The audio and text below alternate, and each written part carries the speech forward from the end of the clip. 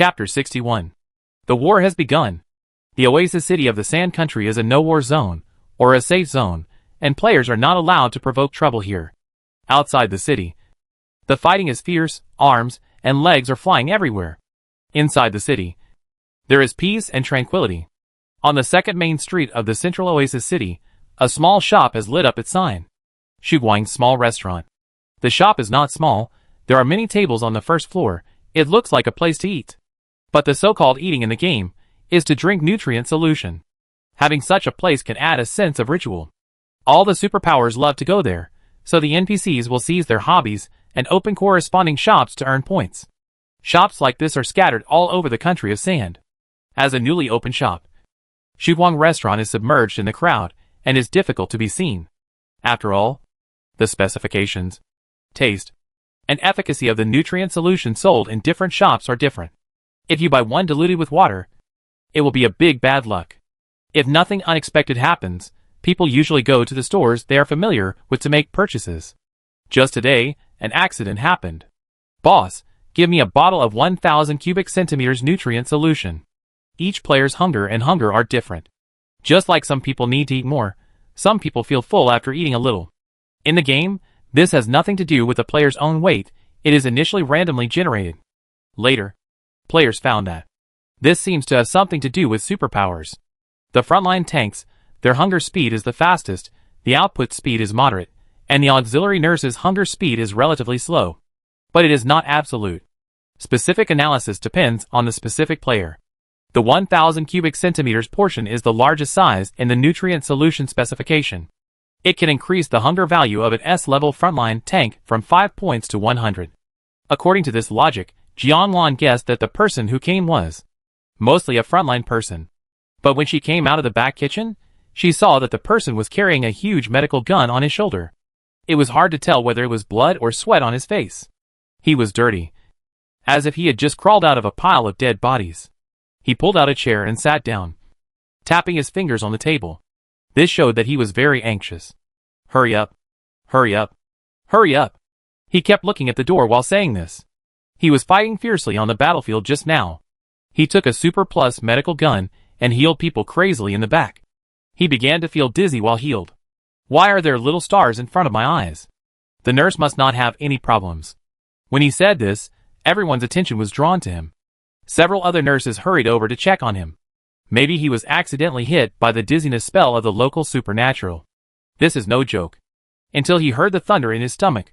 Fuck you, you didn't eat enough before going out. Did you? The nurse who cared about him the most was the most angry. It was simply a waste of his feelings. Others shouted. Did anyone bring nutrient solution? Someone is starving to death. Once the hunger value turns yellow, the rate of decline will increase exponentially, but in this life or death situation, everyone's bag space is so small, there is no space for blue medicine, blood medicine, various buff medicines and spells, who would bring nutrient solution. Others are fine, because they are not prone to hunger, but once people with prone to hunger encounter this situation, it will be miserable. So, he got the opportunity to withdraw from the battlefield midway. Go to the city to hide temporarily, buy nutrient solution to drink. Once the guild war starts, players on both sides cannot stay in safe areas such as the base and the main city for too long, otherwise they will be judged dead. The original intention of their guild members was to let him step into the city gate with 1 foot, buy nutrient solution in the mall interface, and come back quickly. But he suddenly thought, you must go to the store to buy nutrient solution, you can save a lot of points. The price of nutrient solution in the Sand Country is several times that of the North Territory, plus the Guild Alliance has recently issued a new rule, canceling the guild's benefit of unlimited nutrient solution.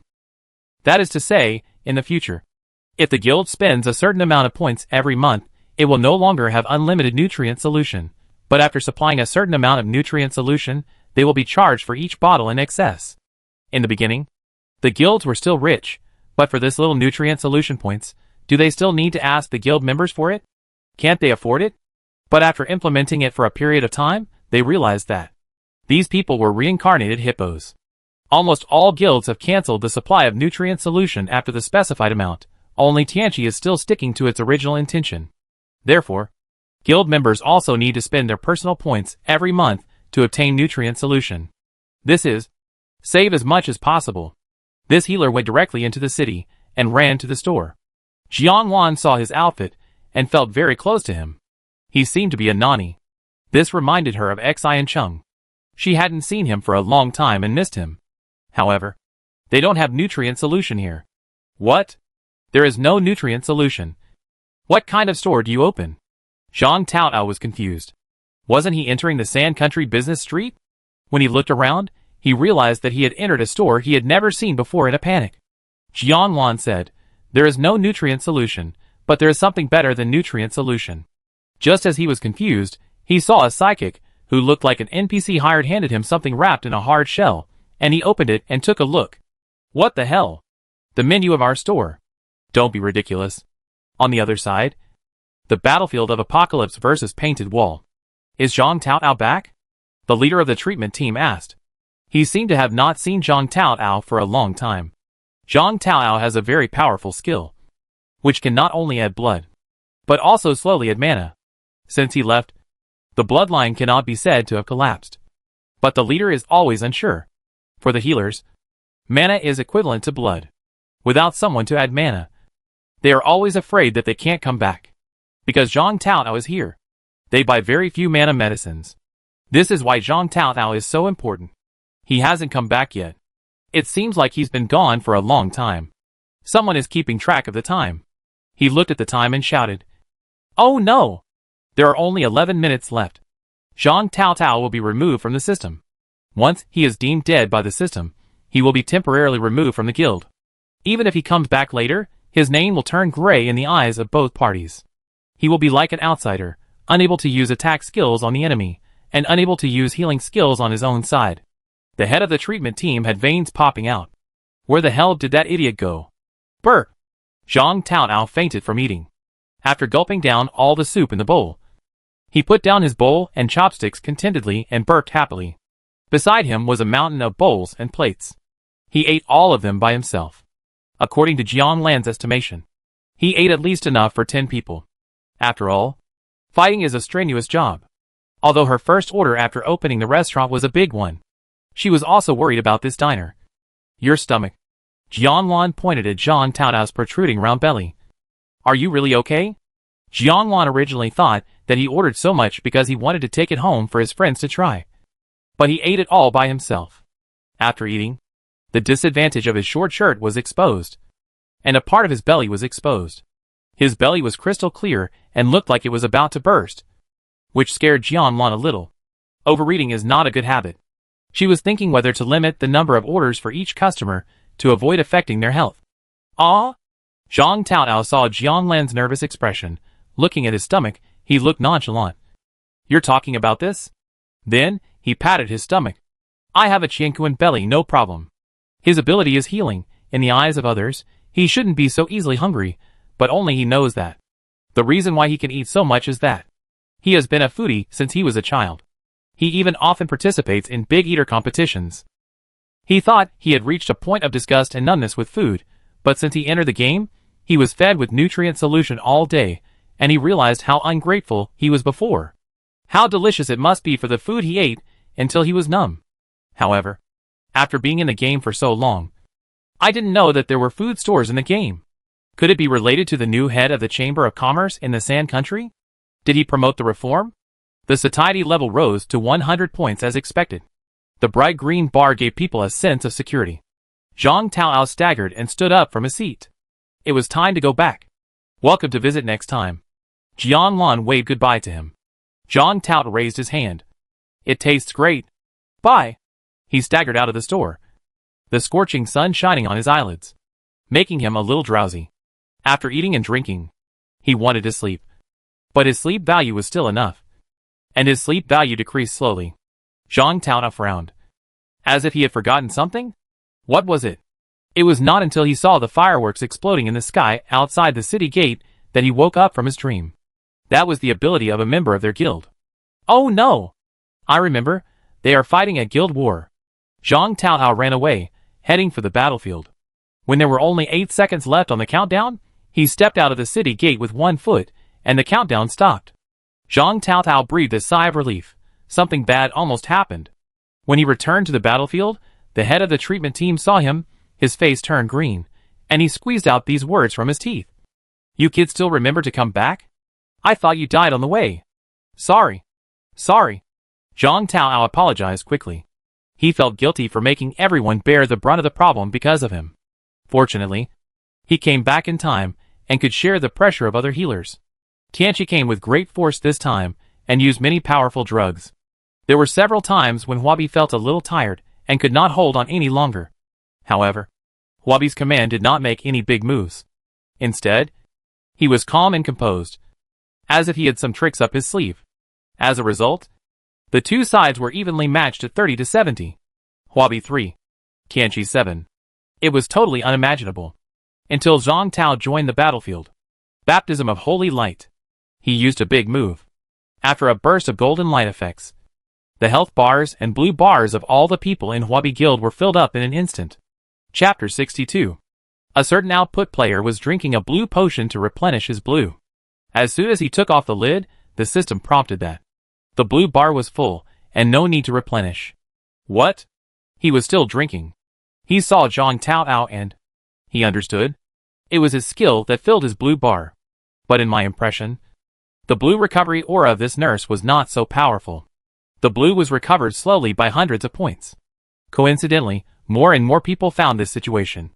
Everyone finally realized that someone had filled up their HP in an instant. This item is sold in the mall, and its name is the Rejuvenation Talisman for All. It is a top-level item of gold quality. The more people it affects, the higher the points required. The total number of people including the reinforcements is more than 200. To make it effective, at least 1 million points must be spent. Moreover, this item cannot be used all the time even if there are points. Otherwise, even if it is expensive, for the guild managers who want to win the guild war, they will not hesitate to spend it. It has a built-in CD time. After it is applied to each person, it will be set to be ineffective for at least 1 day. Therefore, the right to use it is generally in the hands of the guild commander. Even if the guild members have points, they cannot use it at will. It must be coordinated with tactics to be effective. The current commander of Huabi is Biluo, who just happens to have one in his hand. Everyone noticed something unusual. On the one hand, they have to deal with a fierce offensive from Tianqi, and on the other hand, they have to catch the traitor in the guild. Who used it? You have too much money to burn. Right? Admit it now. Don't let me catch you, or you'll have a hard time. Huabi Vice President He Xian was so angry that his face turned pale. No one responded. Who dares to admit it? It's not me, I'm shooting arrows. A ranged player raised his hands. It's not me either, I'm taking damage. A frontline player was at the front, bearing the opponent's firepower output. He actually had time to look back at He Xian. It can't be me. The output player next to He Xian is close to him. Vice President, do you want to see my wallet? I can't afford the Rejuvenation Talisman. The output player got so close, his lips were almost touching He Xian's ears. The veins on his forehead bulged. Did I ask you? I can't find out, and I don't have time to check. There are more urgent things to deal with right now. So it was left unresolved.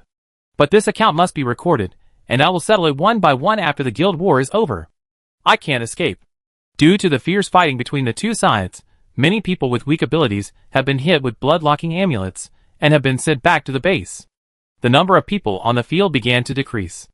Zhang Taoao, who was concentrating on the task of healing people, felt that he had endless energy today, and his ultimate skill had a very fast CD, and it was ready again. Swish. Baptism of Holy Light. All members of Huabi fell into silence. All members of Tianqi fell into silence.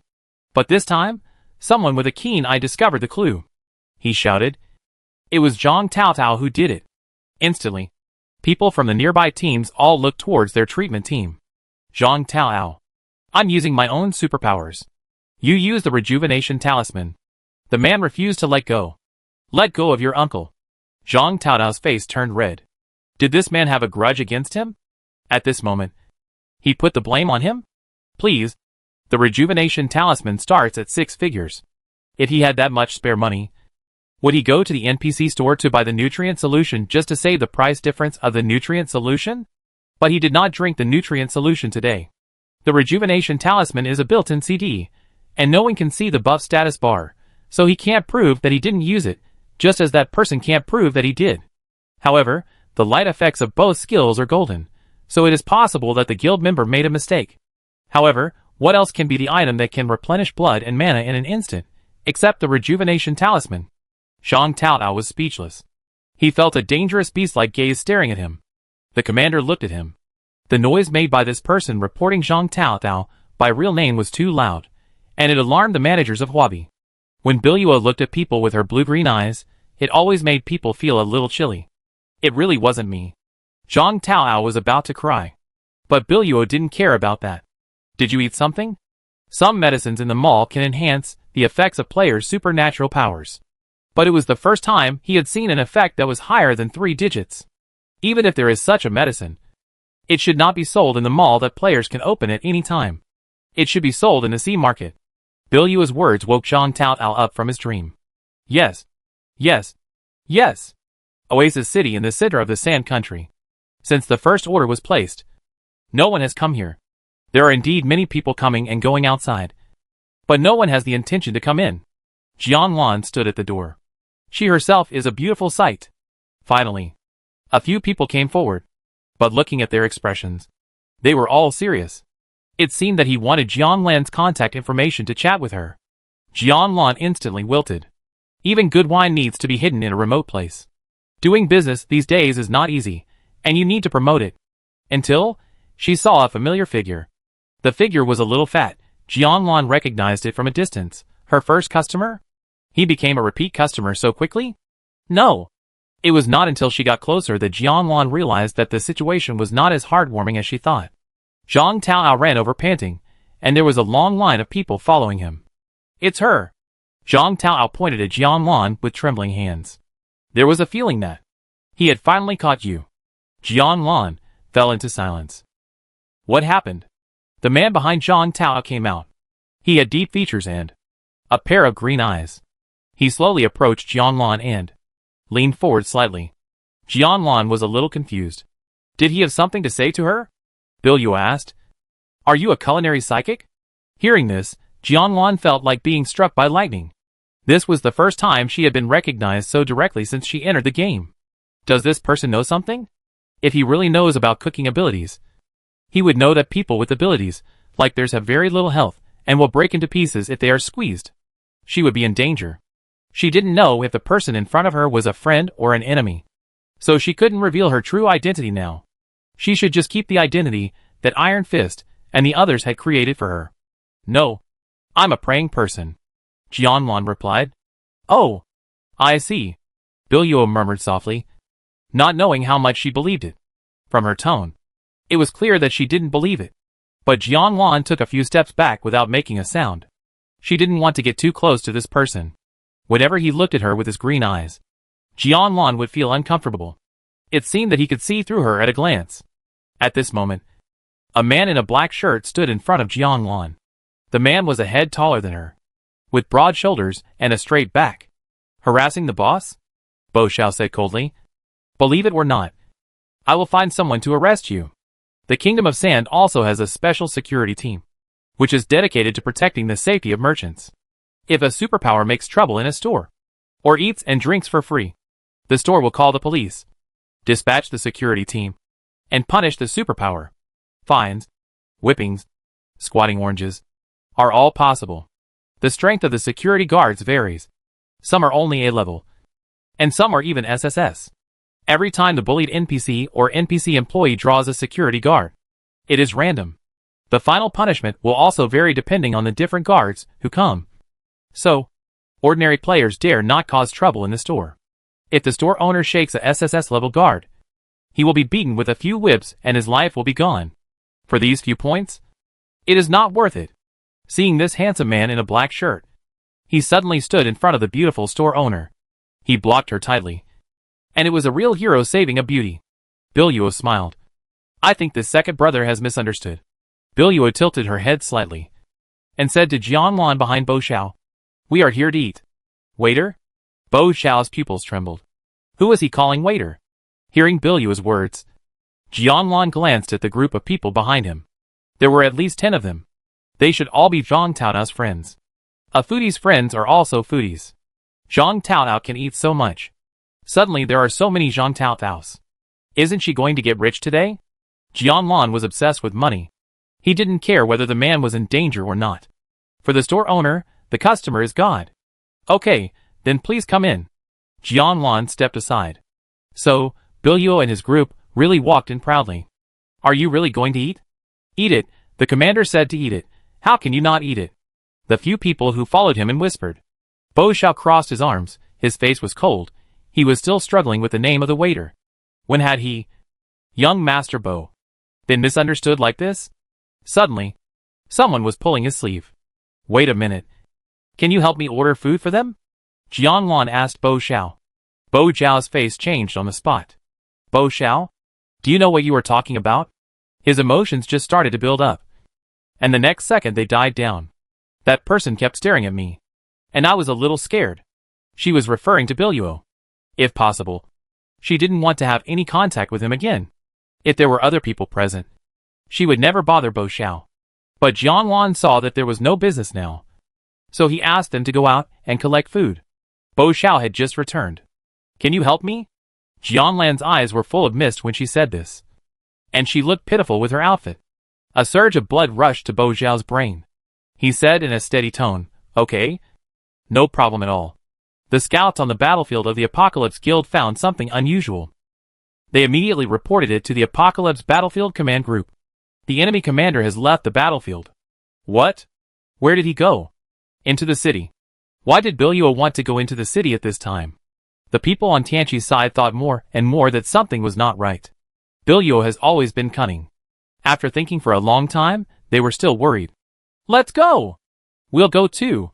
Chapter 63. Since you have promised others something, you must do it. Bo Xiao rolled up his sleeves and threw the menu on the table. You can choose what you want to eat.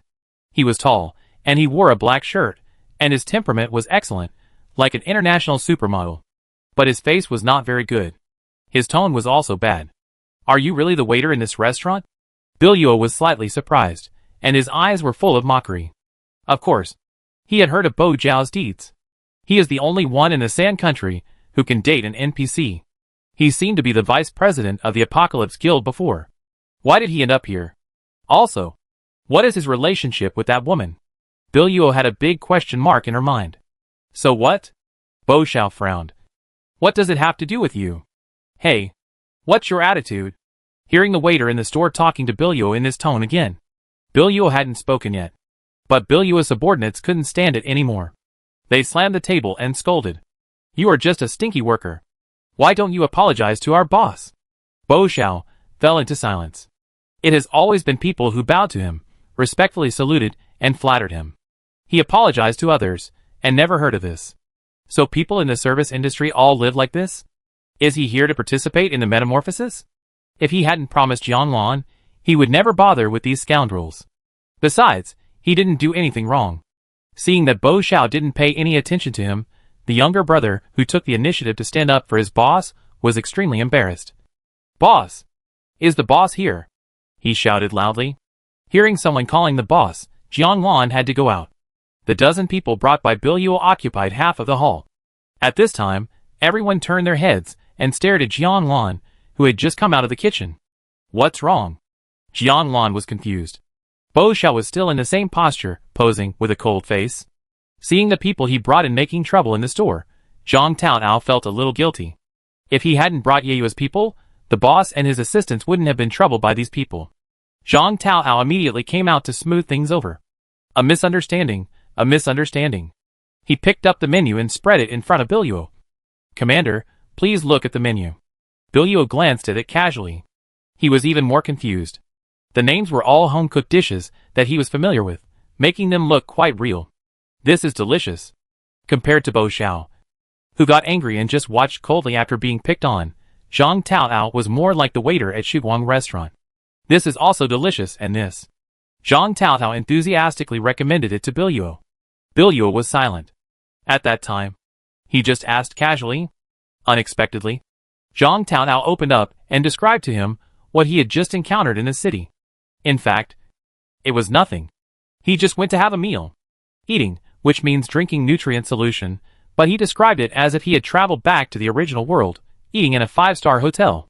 The situation was too weird, and everyone present was stunned. He had no intention of fighting. But most people didn't believe it, thinking that he must be crazy, or was confusing people, diverting attention, and covering up his crimes. Bilyua naturally didn't believe it either, and he regretted asking this guy. Just as he was about to turn around and leave, a past experience flashed into his mind like a flash of lightning. It was a wormhole in an SS-level copy. After defeating the final boss, he was attracted by a glowing object, and thus entered another world. It was a forest in a fairy tale world. Many small animals came to him and invited him to a dinner. There were countless delicacies at the dinner, and Bilyua couldn't resist the temptation and ate them with relish. Moreover, these foods all had special effects. After eating, he felt that his superpowers were enhanced 100 times, and he could even kill the boss in seconds. Suddenly, he woke up from the dream. He was still eating nutrient solution, but with some sensory experience. It turned out that everything was fake. This is worse than not eating. No wonder those foods look delicious, but they taste like chewing wax in the mouth. Bilyua's sense of loss increased 100-fold in an instant. Even so, this kind of experience is not something everyone has the opportunity to experience. Only the illusionists and cooking psychics in the big guild can work together to simulate this level of reality. It is exclusive to the senior management and psychics of the big guild. As one of Yeyua's trump cards, Bilyua is naturally qualified to enjoy it. The premise is that it must be done unexpectedly. If the person being cursed knows in advance, the effect will not be so effective. Some people like to indulge in dreams, even for a minute or a second. Some people hate it, and they would rather be awake in pain. Bilyua said very clearly, "Don't give me such useless things in the future." Just now, after Zhang Taoao reminded him, Bilyua remembered. He thought that Zhang Taoao must have been set up by the illusionist and the cooking supernatural person. But if it was just an illusion, how to explain that Zhang Taoao's supernatural effect was 100 times stronger than usual? Is there such a powerful illusionist in the land of sand? Can he even bring out the special effects in the illusion? He must figure this out. Okay, let's do as you say. Bilyua didn't want to think about it. Isn't it the same to order anything? Logically speaking, they should have entered the illusion before they walked into this store. But he didn't feel any fluctuations of supernatural powers, including Bo Xiao, who was standing by the door at this time. Glancing at him coldly, he didn't look like something in a hallucination. Especially that look, more real than pearls. Jiang Lan took the order and went back to the kitchen to cook. Once the door was closed, it brought infinite mystery and reverie. It was much better than frying in front of the guests. Since there was no need to show it in front of people, Jiang Lan didn't hide it, nor did she make a pious prayer posture. Just throw the things in, and everything will be fine. They ordered a lot of dishes, and it would take time to serve them. During the waiting time, the two groups met. Huabi's commander was a big shot. Tianqi's commander was not so arrogant. That was because Huabi's commander came from Yeyue, which was much more powerful than Tianqi's commander. Yeyue ranked 3rd. Ling Yuan was only 7th before. And in terms of comprehensive strength, there was no way they could compare. If you can't compare in strength, you have to keep a low profile when you go out. Bilyua led the team directly into the city. But it didn't matter. There was still a deputy commander to take over. That is, the original commander of the Painted Wall Guild.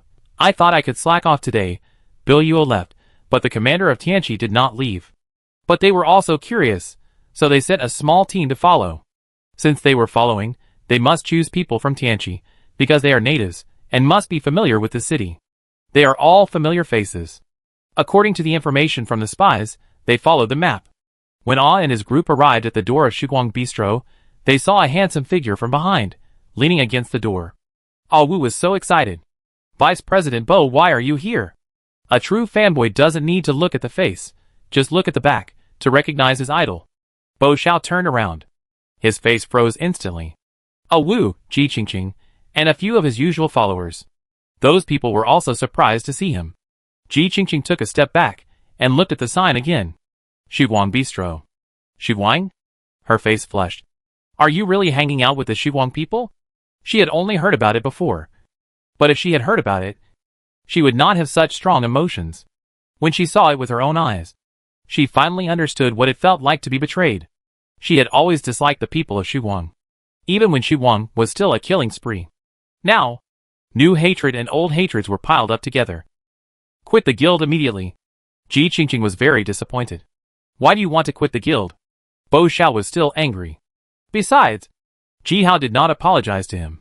After so many days, no one from Tianqi came to look for him, which shows that he is insignificant in their hearts.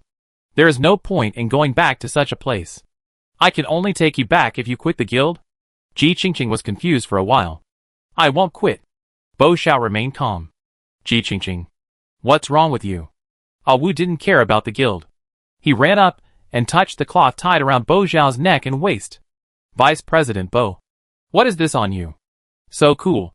Bo Xiao, have you never seen an apron before? Ah, is it your new look? No hope. Idiot, he's the waiter. Ha ha. The man who had targeted Bo Xiao many times before interrupted without thinking. He laughed wildly after that, and his words were bold, and he insulted Bo Xiao to the extreme. The faces of several people from Tianqi present changed on the spot. Can they tolerate this? Even if Bo Xiao is not in Tianqi Guild now, this is only temporary.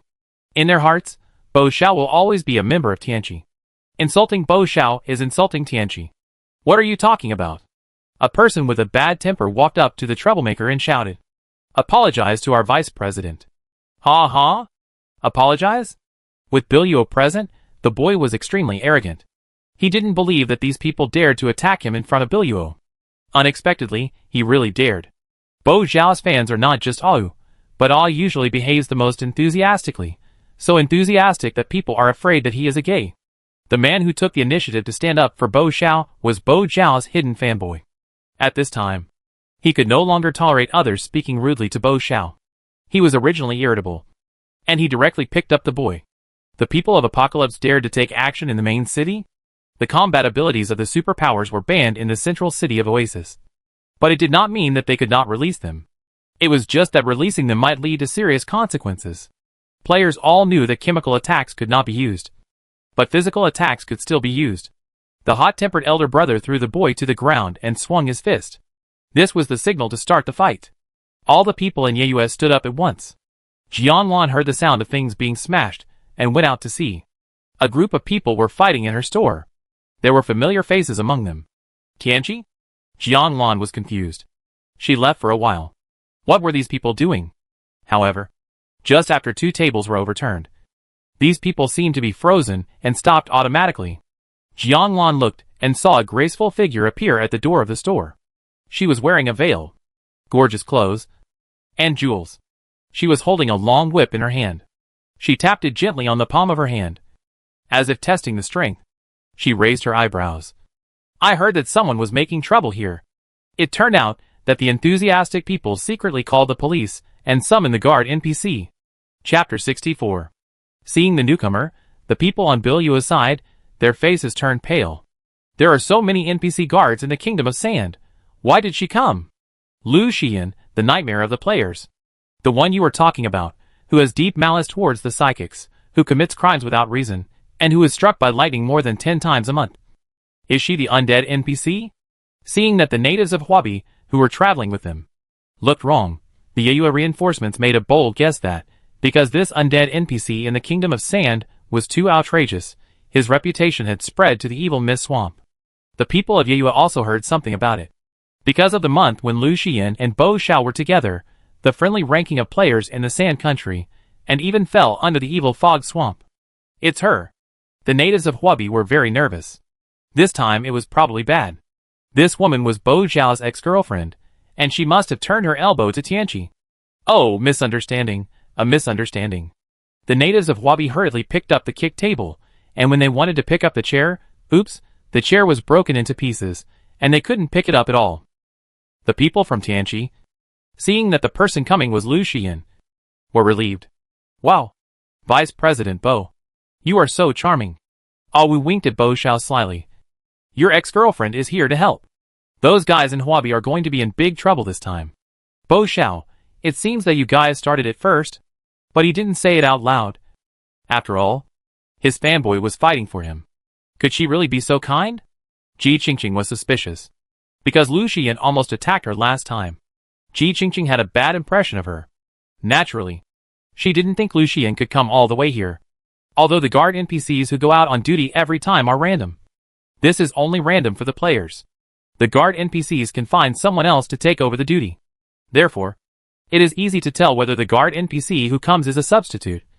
Just look at the name on the waist. The name on Lu Xian's waist is obviously a man, not her.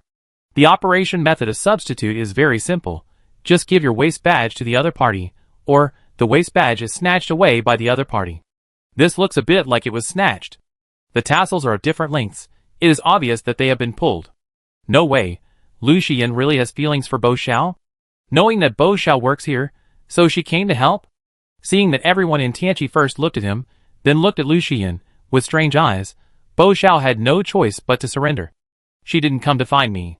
After this, the people of Tianqi were even more puzzled. What does it mean? Just as they were thinking about the meaning of Bo Xiao's words, Lu Xian had already walked to Jianlan, turned her around twice, checked her carefully, and asked with concern, "Did they hurt you?" Jianlan shook her head. She just came out. But her store had just been renovated. 2 tables were overturned. 3 chairs were broken. And some decorations in the store. For example, the large conch hanging on the wall had some smooth cracks on the surface. Because they were too neat. It was not convincing to say that these people only use fists, and did not use supernatural powers. Although this house was bought by Lu Xian, the interior decoration was paid for by Jianlan. Her heart was bleeding after being destroyed by them. The people of Tianqi have not realized this problem yet. Ah Wu, you mean? She came here specifically to support Jianlan? Ji Qingqing was more direct. Why should she support Jianlan? Bo Xiao snorted coldly. Because she likes her. Ah Wu. Ji Qingqing fell into silence. Bo Xiao knew they would have this expression. He was also shocked. Are you going to leave on your own, or am I asking you to leave? Lu Xian hugged her shoulders and raised her eyes, and her gaze fell on the painted wall. You. The man who led the trouble didn't understand what Lu Xian meant. Let's go on our own. He thought Lu Xian was asking them to get out of the store. As he said that, he was about to run away. A pair of silver bracelets suddenly appeared on his wrists. The faces of the people in Yeyue suddenly changed. Obviously, this leave does not mean to leave the store. The people in Huabi had already understood the meaning of Lu Xian's words, and could only consider themselves unlucky, and had no intention of resisting. Biluo frowned. What kind of rule is this in the Kingdom of Sand? The one who took the lead in making trouble just now is a well-known relative of Yeyue Guild. He likes to stir up trouble usually. His brother is very prestigious in Yeyue, and is one of the 10 elders. But his younger brother is a born loser. This time, on the mission to the Kingdom of Sand, his brother insisted that Biluo take his useless younger brother out for some exercise. Biluo refused many times. This mission was very dangerous. Someone might die, and he might not be able to protect him. Biluo said it very tactfully, trying to control his words, and didn't say directly that he was trash. Even though the elder's younger brother was at the bottom of the list in the night moon, where all kinds of SS superpowers gathered. A rating, unless the ability is extremely powerful, such as the predictive ability of Huabi.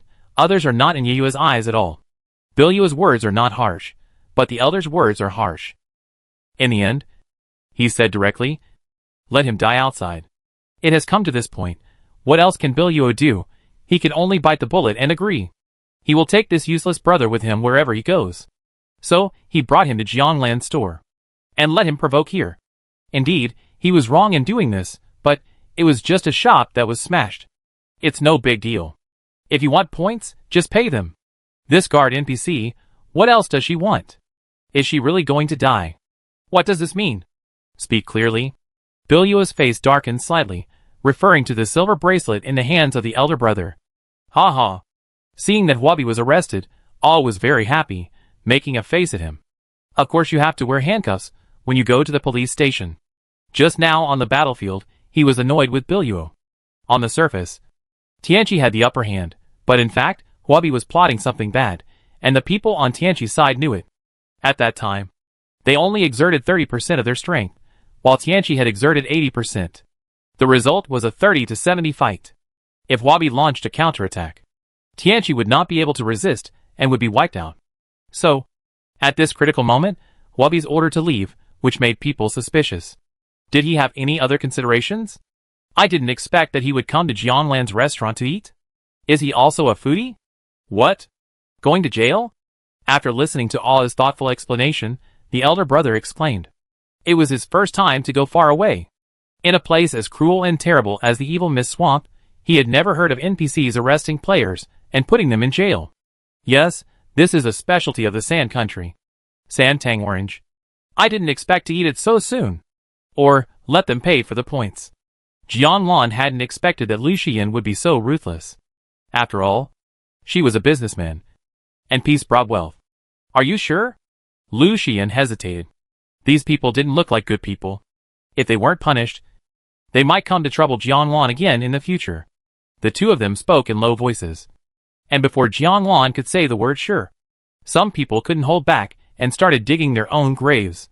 Hey, bitch. It's just a few damaged tables and chairs.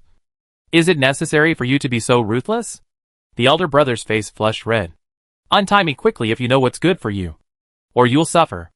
At first, he was a little afraid of Lu Xian because of the rumors. Until he was controlled. The elder brother's arrogance came up again. He started to curse directly. I can see that you two women are not decent people. You are dressed up like a seductress. Who are you trying to seduce?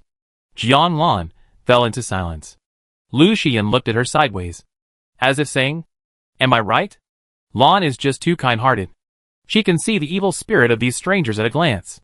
How many people's blood must have been stained? Shut up. Biluo felt his temples throbbing. Can you stop causing trouble for him? He now regrets making this decision to go to the city. Is there still a chance to make amends? You are the owner. Right? He said to Jianlan. Can we compensate you for your losses? How about reconciliation? If he had said it 10 seconds earlier, it would not have been like this. Jianlan, I don't want to reconcile. Biluo fell into silence. There was a dangerous breath in his chest. There was a faint crackling sound of electricity in the air. Do you know who you are offending? The others in Yeyue didn't dare to speak rudely to the NPC directly, but they could intimidate the players. For example, the shopkeeper in front of him. I have offended many people, knowing that they were bullying him, but Jianlan was not easy to bully. The last person he offended was Lu Xian, and the one before that was Bo Xiao. She didn't mind having one more. Boom! A purple lightning bolt in the shape of a broken spider web came over. It didn't hit Jianlan, but Lu Xian. Jianlan obviously didn't have the ability to keep them. The most important thing now was to deal with this NPC. Biluo violated the rules by using his supernatural power in the main city. The consequence was that it would attract the guard NPC, but it didn't matter anymore. The guard NPC was right in front of him. He was hitting her. The electric current poured down from Lu Xian's head, spreading throughout her body. She looked unscathed, but her fingertips were numb. Lu Xian was surprised. Could the power of a superpower reach the intensity of the system's punishment? Fortunately, she was immune to the gold attribute. Otherwise it would be hard to say. Lu Xian was not the only one surprised.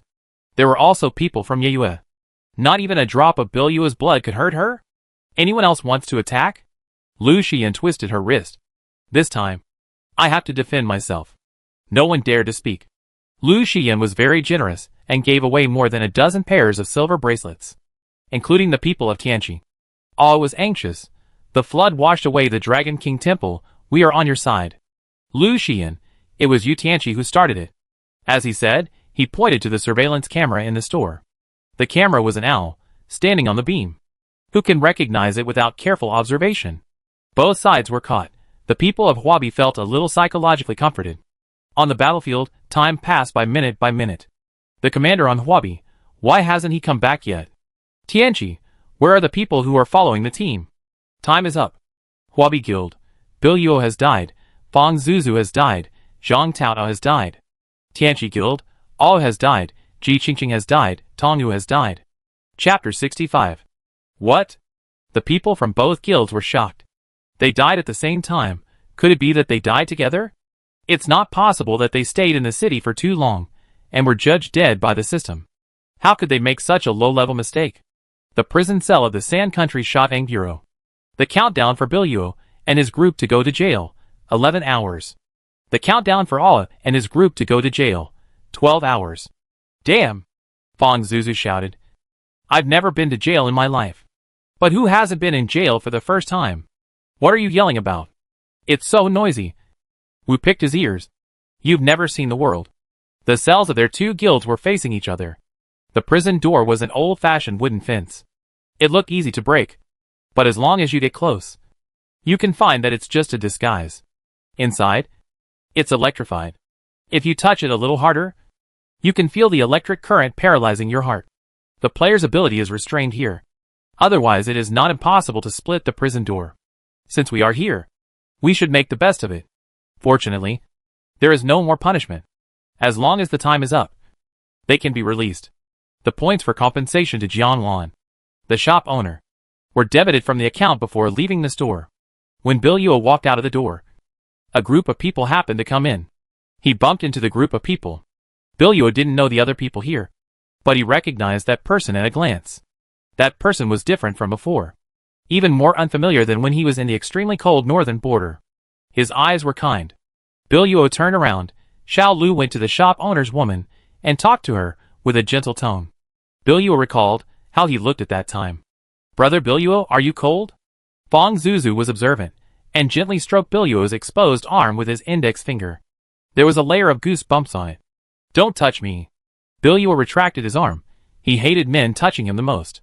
He crossed his arms over his chest, and the posture was quite cute. Since there were no stools in the cell, everyone sat on the floor, next to a haystack. It was as miserable as in a TV show. The comfort level in everyone's life status bar was all red. Just then, the head of the prison came out. He walked to the door of Tianqi's cell. "Hey, wake up, wake up!" He knocked on the wooden door with a big stick in his hand, trying to wake up the Tianqi Guild members, who had closed their eyes, and were preparing to replenish their sleep value. Anyway, they were free now, might as well sleep. After fighting for a whole day, they were also sleepy. But unexpectedly, they were woken up just after they closed their eyes for a while. The cell door opened. "Go! Get out!" He drove them away one by one. "Go faster!" Because his movements were very rough, and his tone was very urgent. The people on the side of Bilyuo thought they were going to be tortured. Fong Zuzu, is there any other process? The people in Huabi didn't know either. After all, they were also players who knew the rules and never did things that would annoy the undead NPC. One cell was empty, and the people in the other cell were worried, wondering when it would be their turn. But they didn't expect that the Tianqi group would leave and never come back. Outside Shotang Bureau. "Oh my god! Vice President Bo. I love you so much." Ah Wu hugged Bo Xiao excitedly. Bo Xiao seemed unaccustomed to such enthusiasm from others. But if it was Jianlan, then it would be fine. Ahem. He coughed twice. It was all a piece of cake. The points in his account. After he pulled the people from the Tianqi Guild out, the guild accountant had already transferred them to him. He spent some points to bail out the people of the Apocalypse Guild, which was absolutely no problem. He also accidentally learned that people in jail could be bailed out, and he didn't expect it would come in handy today. So, the people of the Apocalypse didn't stay in jail for too long, and they were all released. Ji Qingqing, really not going back? Bo Xiao, yes. Bo Xiao didn't want to go back yet, and he didn't know what he was insisting on. Be careful. After saying this, he left. But his heart will always be with the people of Tianqi. It is enough for them to know this. Ji Qingqing did not force him. The group stayed in front of the police station for a long time, and suddenly felt as if they had forgotten something. After a while, everyone screamed like a groundhog. But they were still lucky, after all. They got out, but the people in Bilyuo were miserable. I still don't understand what happened. I just thought to myself, why haven't you come back yet? Why haven't you come back yet? In the cell of Shotang Police Station, the player's optical computer has no signal. Even though he knew he could be released on bail, Huabi had no chance to inform his own people. More than a dozen people were detained in the Shotang Police Station, waiting to be released after serving their sentences. The command of the Huabi Guild was gone. What should we do now? It was impossible to say that he was not confused. At present, the number of casualties on both sides was roughly the same, and it even seemed that Tianqi had a slight advantage. In fact, it was not the case.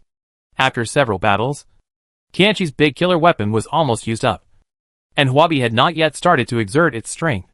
Logically speaking, in the end, all these operations had to be directed by Bilyuo. But, god damn it, Bilyuo was killed. To death.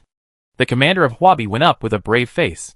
However, like the local commander of Tianqi, he had only commanded dungeon battles, and had never commanded guild battles. The commander of Tianqi was the commander of Lingyuan, who had rich combat experience. After several battles, Huabi's side was dwarfed by comparison. The anxious vice president, He Xian, was like an ant on a hot pot. He wanted to command himself. Then he went, but he was not as good as the original commander. Bilyua worked hard in the early stage, and the latter took over, with a good hand, but played it badly. Huabi's defeat was already doomed, but they didn't want to believe it at the time. Hua Ling had already predicted it, and when she saw the surviving members of the guild come back dejected, she knew that her prediction was correct. Then, the guild's reminder sounded. A blood-red flag fell, and there were a few big words next to it. Huabi Guild was defeated. She was in better health these days. When the weakness buff on her body disappeared, her health gradually recovered, and she was healthy again. The permanent health limit was cut in half. Various restrictions are often triggered in the game, which deducts the player's health. Health can only be obtained through upgrades, which is very precious. The health growth potential of different psychics is different. Hua Ling, as an auxiliary profession, does not have much blood to begin with. Now, she is even more fragile. However, she was lucky not to die in that life-threatening divination inquiry. How could she expect more? Predicting the success or failure of a guild war was not difficult for her. Nor was it the culprit that almost killed her. Rather, she tried to see something that belonged to that place. And she really saw it. Did you kill that woman? Hua Ling grabbed a guild member at random. Kill who? The guild member was obviously unaware. He was not there at the time. President? Hua Ling saw that the president had also returned. Is she dead? As soon as the president came back, he saw Hua Ling and thought of what she had said before. And he became even more upset, knowing that she was asking about the person she had asked them to kill before. The president felt guilty and depressed.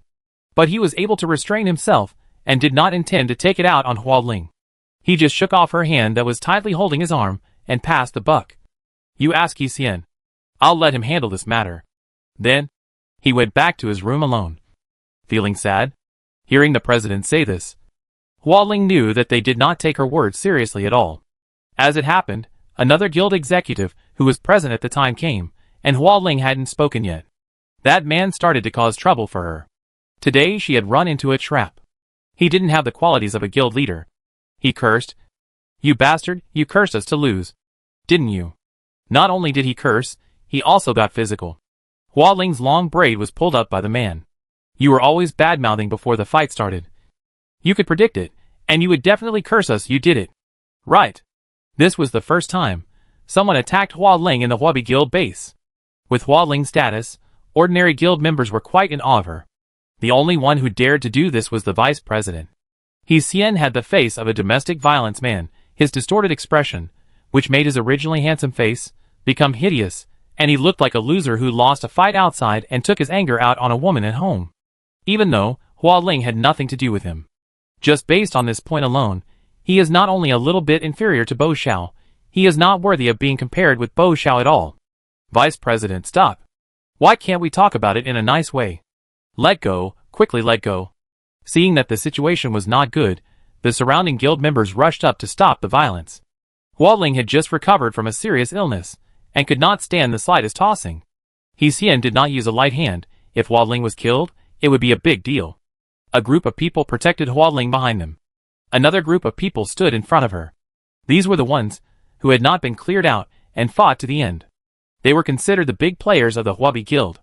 However, because the guild war ended, the head count was lower than that of Tianqi, and they lost. If we talk about depression, they are more depressed than anyone else. Cough. Hua Ling couldn't help coughing a few times. It seems that there should be no more. That woman is still alive. Didn't kill her? A faint flame ignited in Hua Ling's eyes. She chuckled and said to He Xian, Want to know who will pass the Tsar's mausoleum first? It was fine if she spoke normally, but now she spoke in this tone. It was almost obvious. The stinky XX wanted to deceive people again? He had to teach her a lesson today. He Xian gathered his superpowers in his hands. He had air-based superpowers, which were not hindered by space. Even if these people were protecting Hua Ling, he could still slap Hua Ling in the face.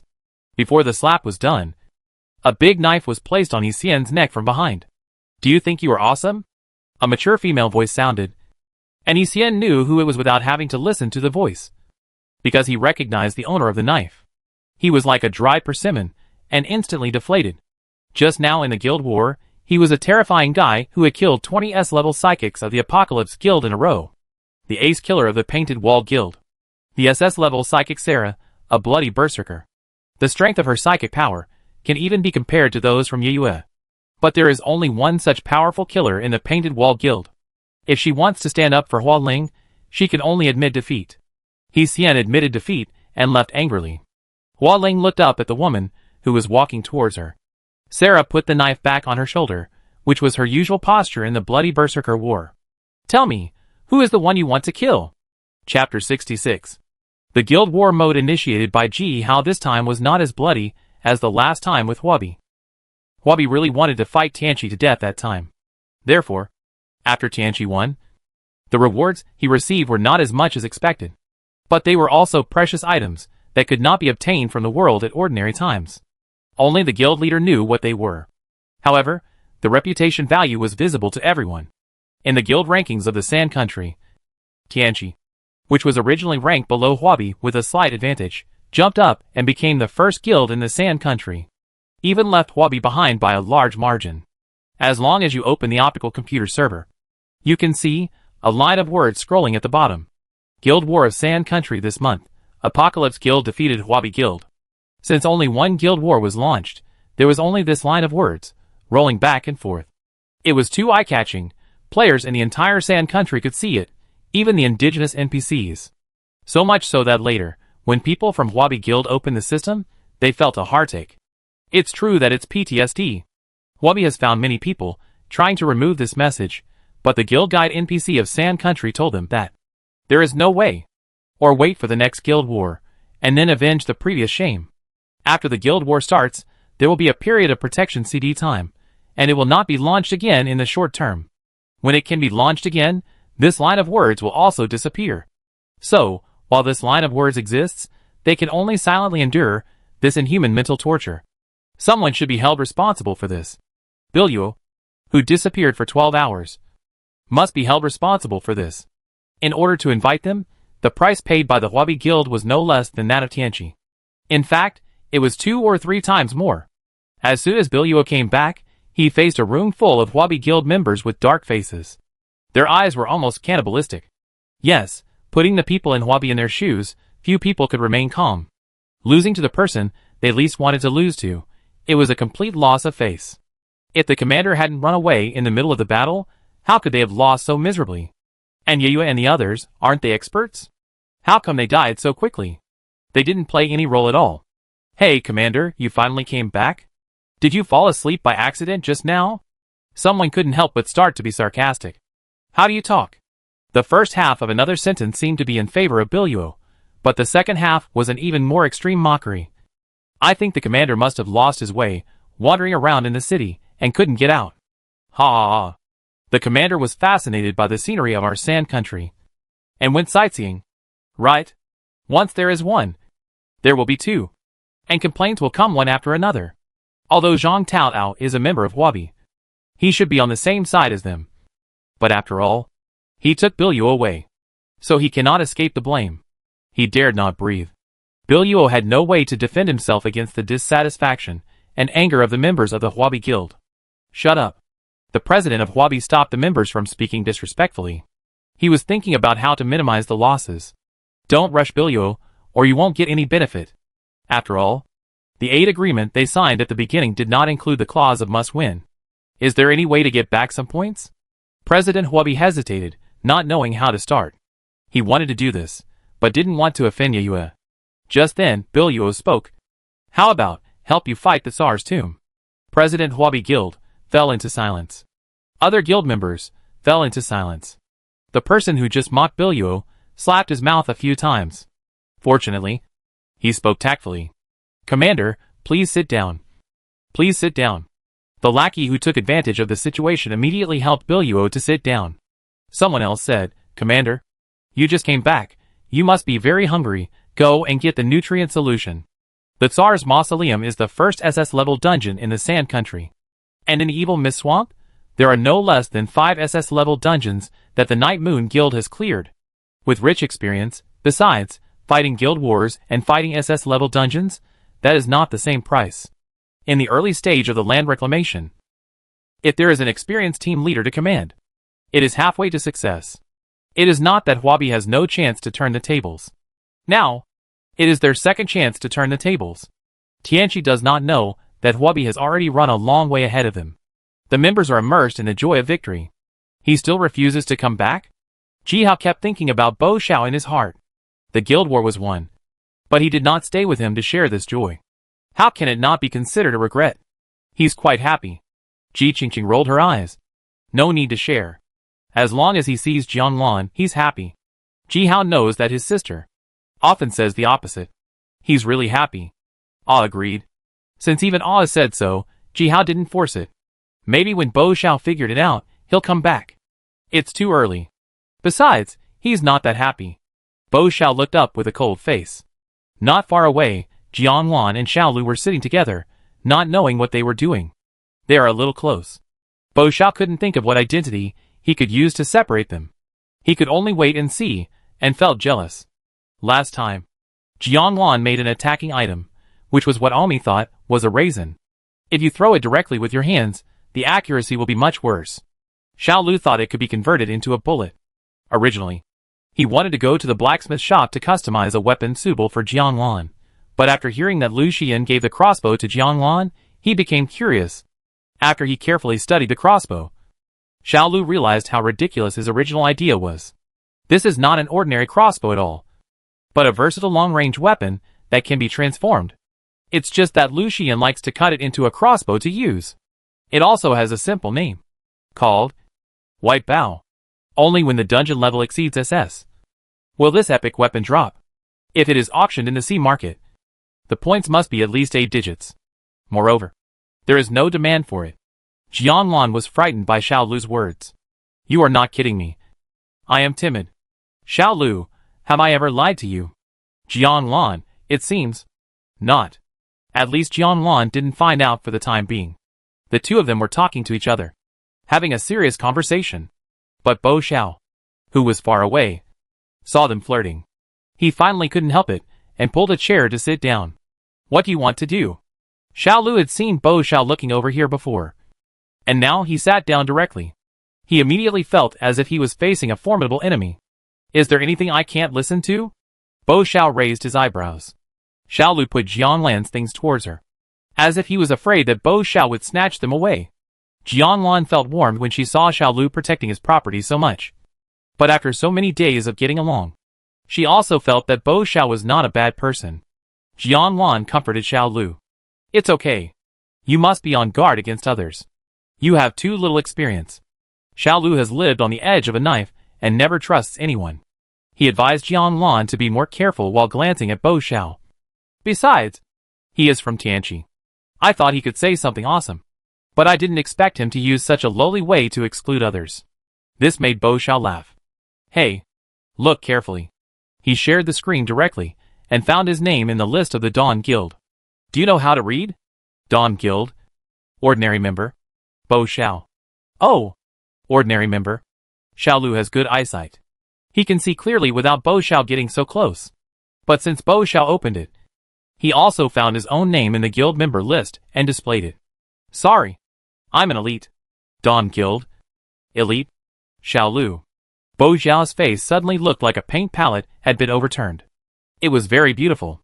No. Bo Xiao stared at Jianglan. He is A-level. Xiaolu propped his head up, showing a playful smile. Yes. What? Bo Xiao's reaction was really interesting. Jianglan looked back and forth at the two of them, feeling a little weird, unable to explain. In your guild, A-level can be an elite? Bo Xiao simply couldn't believe it.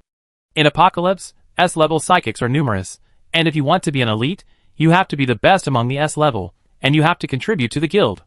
How come in Shuguang, even an A-level psychic can become an elite? And he is just an ordinary member. Elites don't have level restrictions. Jianglan was a little confused. Why can't A-level be an elite? And there is no limit on the number of people who can hold the elite title. It's just for the sake of sounding good, there's no difference. When she first became the guild leader, people often came to her to ask for elite positions. The previous guild leader's way of dealing with it was Buddhist, giving it to anyone who asked, and never refusing anyone. Later, Jianluan simply set all the gang members to elites. Jianluan looked serious, not like she was lying. All the people in the Dawn Guild are elites. Then why isn't he one? Didn't they still consider him one of their own? Bo Xiao looked through the member list. The elite content was indeed very high, but there were obviously some who were not elite, such as him. I want elite too. Bo Xiao was like a child asking for candy. You make me an elite. Xiaolu laughed out loud. Jianluan, I can't give it to you. The 3 words of rejection exploded like thunder over Bo Xiao's head. Good guy, he lost his face.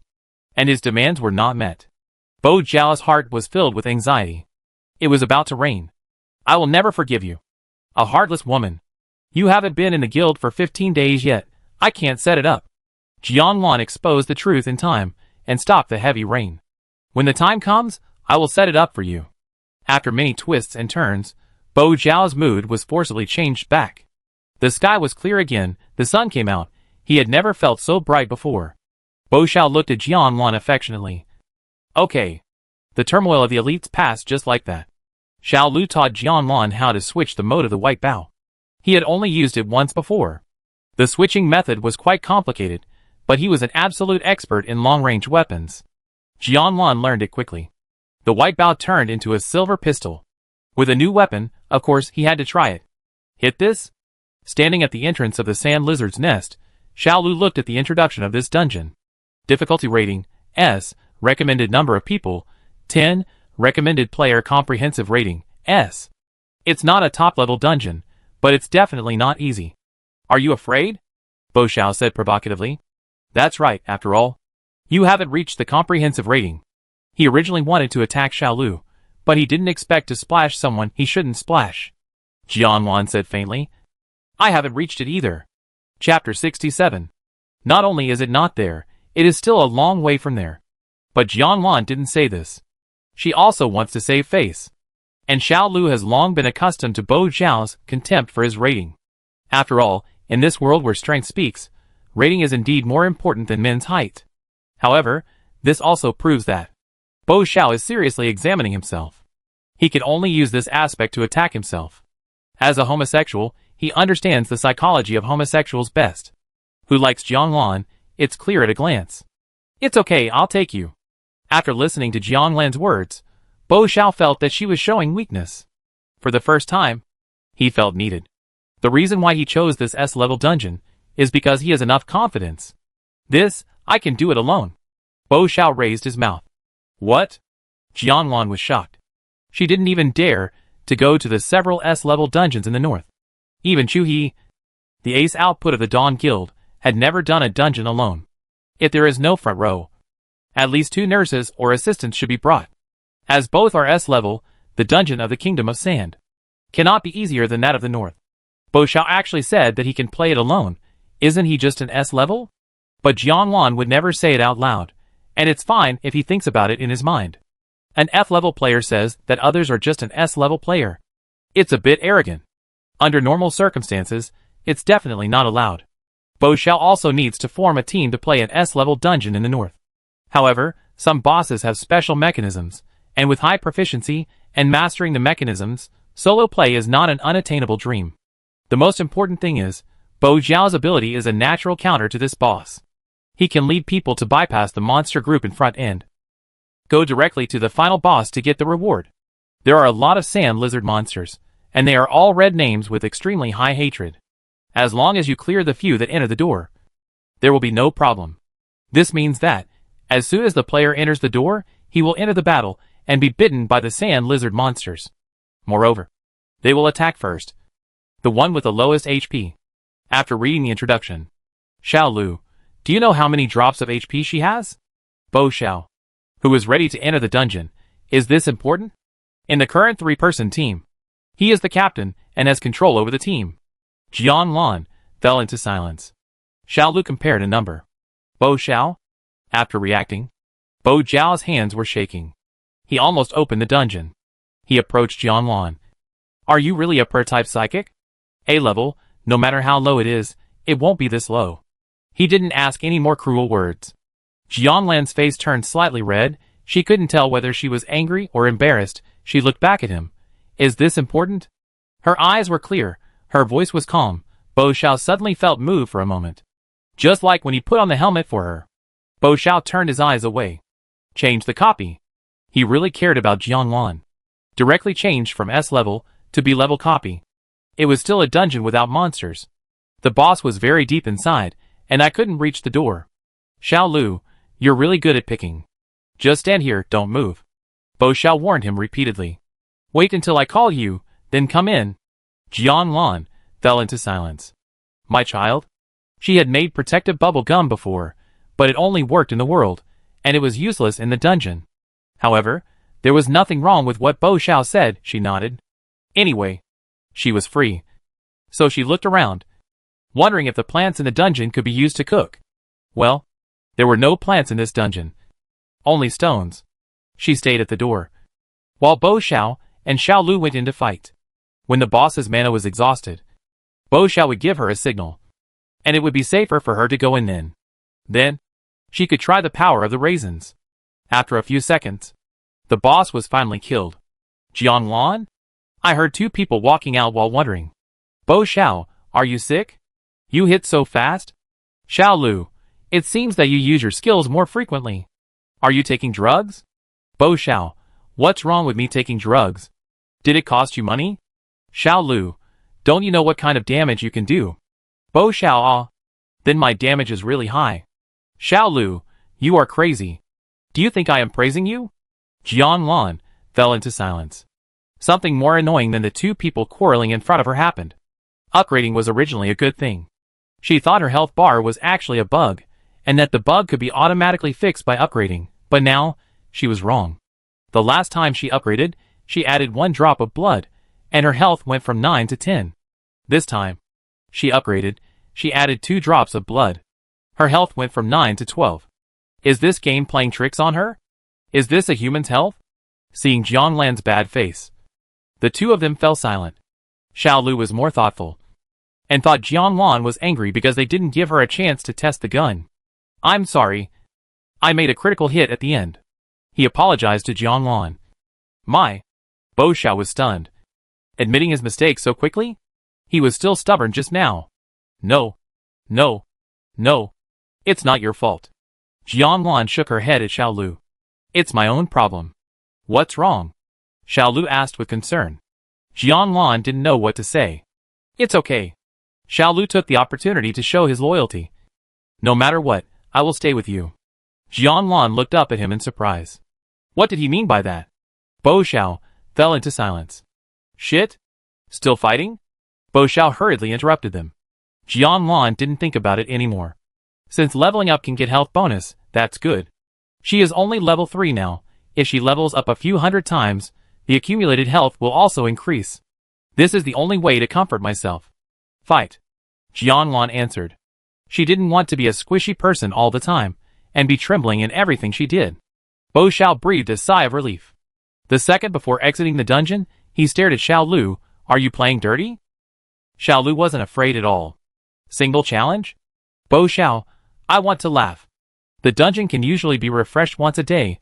Bo Xiao took Jianglan and played all the low-level dungeons.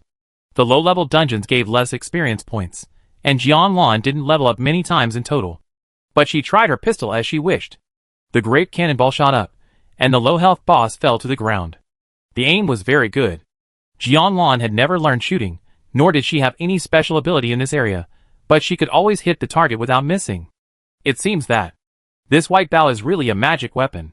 You are so amazing. Xiao Lu praised her sincerely. Jianglan was a little embarrassed. No, it's the weapon that is easy to use. They were chatting again. How could I let this guy be the only one to show his courtesy? Bo Xiao now understood very well. And he picked a bunch of red grass and handed it to Jianglan. Jianglan had never seen it before, and her eyes lit up instantly. Unseen plants meant new dishes were unlocked, and she was super sensitive to this aspect. Thank you. Bo Xiao's trick really worked, and Jianglan put the plants into the warehouse. It was not until dark that everyone returned to the Guanhai Tower. The people from the Dawn Guild had been waiting there for a long time. Jianglan had not been seen for a whole day, and now seeing the three of them coming back together, Omi immediately went up and shouted, Hungry. Hungry. Hungry. My stomach is growling. Jianlan was so happy today. Not only did she level up, she also got a lot of new ingredients. What do you want to eat? I'll make it right away. So, in Jianlan's room, everyone started to have a happy dinner together again. In such a world without food, it's so lucky to have a companion who can cook. Lu Xian came a little late. When she closed the door just now, a woman passed by the door. Although the woman didn't mean to come in, she could feel that she was dangerous. She could tell at a glance if someone had murderous intent. Was he coming for Jianlan again? The woman walked past the Guanhai Tower, just like she usually did after dinner. In the sky, a new moon was rising. It was 12 o'clock in the morning. The system reminder sounded. Generally, only when a major world event occurs will all players in the area be reminded. Some people were full of thoughts. Lying in the desert, looking at the stars. Some were drowsy, and had just laid down. And some had a reverse biological schedule, and had just gotten up. Their optical computers received a reminder at the same time. SSS level copy SARS Mausoleum. Open. At the same time, in the western part of the map, there was a white cloud spreading to both sides. It reminded the players that this was the location of the copy. SSS level? Double vision? The man who just woke up rubbed his eyes, thinking he was seeing things. He counted again. 1, 2, 3. How come there are 3 SS? Wasn't it said that there were 2 SS before? At the same time, all the players in the country of Sand were shocked. There has never been an SS level copy in the Sand country map. How could an SSS level copy appear directly? You know, even in the southern maps, I have never heard of an SSS level copy. With each additional S, the difficulty increases exponentially, not simply a superposition relationship. SSS level, at least equivalent to 10 SS. The first SSS level copy of the Apocalypse was born in the Sand country. Does it mean that the Sand country has a chance to surpass other maps? Guilds cannot cross regions to play dungeons in other maps. Unless they also have a branch base in the local area. Just like when Tianqi went to the extreme cold north to establish a branch base. He could play the dungeon in the extreme cold north. The reason why Jianlan could take Xiaolu and Bo Xiao to play the dungeon in the Sand country is because she has a property in the Sand country, and can basically be regarded as a local of the Sand country. The authority and priority she has are even higher than having a base in the Sand country. In the past, the big guilds on the leaderboard would not bother to build bases in low-level maps. First, there was nothing in the dungeons that they could see. The best things were always in high-level maps. Second, they only wanted awesome psychics. Every day, there were players disconnecting from the game. And of course, there were also a steady stream of new players born. The psychics and ratings of players born were completely random, although most of them were useless players of a level or below. But there are also a very small number of S-level novices. They are the best seedlings. There are many foreigners from the Sand country, and there are many superpowers from various high-level maps. The forces behind them are the big guilds on the leaderboard.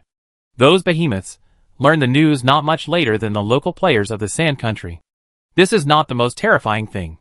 The most terrifying thing is, their execution and speed can be called marching ants. Since there is no base, just build one and it's done. In the night, there are countless superpowers with terrifying strength approaching the direction of the Sand country. They are coming. Chapter 68. The next morning. Guild Administration Bureau of the Kingdom of Sand. As soon as the guild administrator NPC opened the door, he was shocked by the crowd at the door. These people had rushed to the Kingdom of Sand overnight. The vanguard had already arrived, and there were many more on the way. The door was only a little open, but more than a dozen arms stretched out, 5 fingers scratching around, like evil spirits at the gate of hell. We want to create a guild. Yes, let me in quickly, I've been waiting for a long time. Why don't you NPCs work the night shift? Do you have to wait until you wake up during the day to open the door? NPCs are different from players. Players have a sleep bar, and as long as the sleep is full, it's fine. But NPCs follow the normal human behavior and activities, hiding during the day and coming out at night. NPC working hours also have fixed rules, only open the buildings within their authority at the corresponding time, and will not wait after the time. It is 9 o'clock in the morning. The guild usher, who is working today, opened the door. He felt that he was really unlucky. Why did he have so much work when it was his turn to work? As soon as the door opened, all the players who heard the news rushed in. The originally spacious hall of the Guild Administration Bureau was immediately packed with people. After learning the purpose of everyone's visit, the guild administrator breathed a sigh of relief. Sorry. Everyone. Please go back. What do you mean? Seeing the administrator chasing them away, one of the bald men stepped forward and threatened.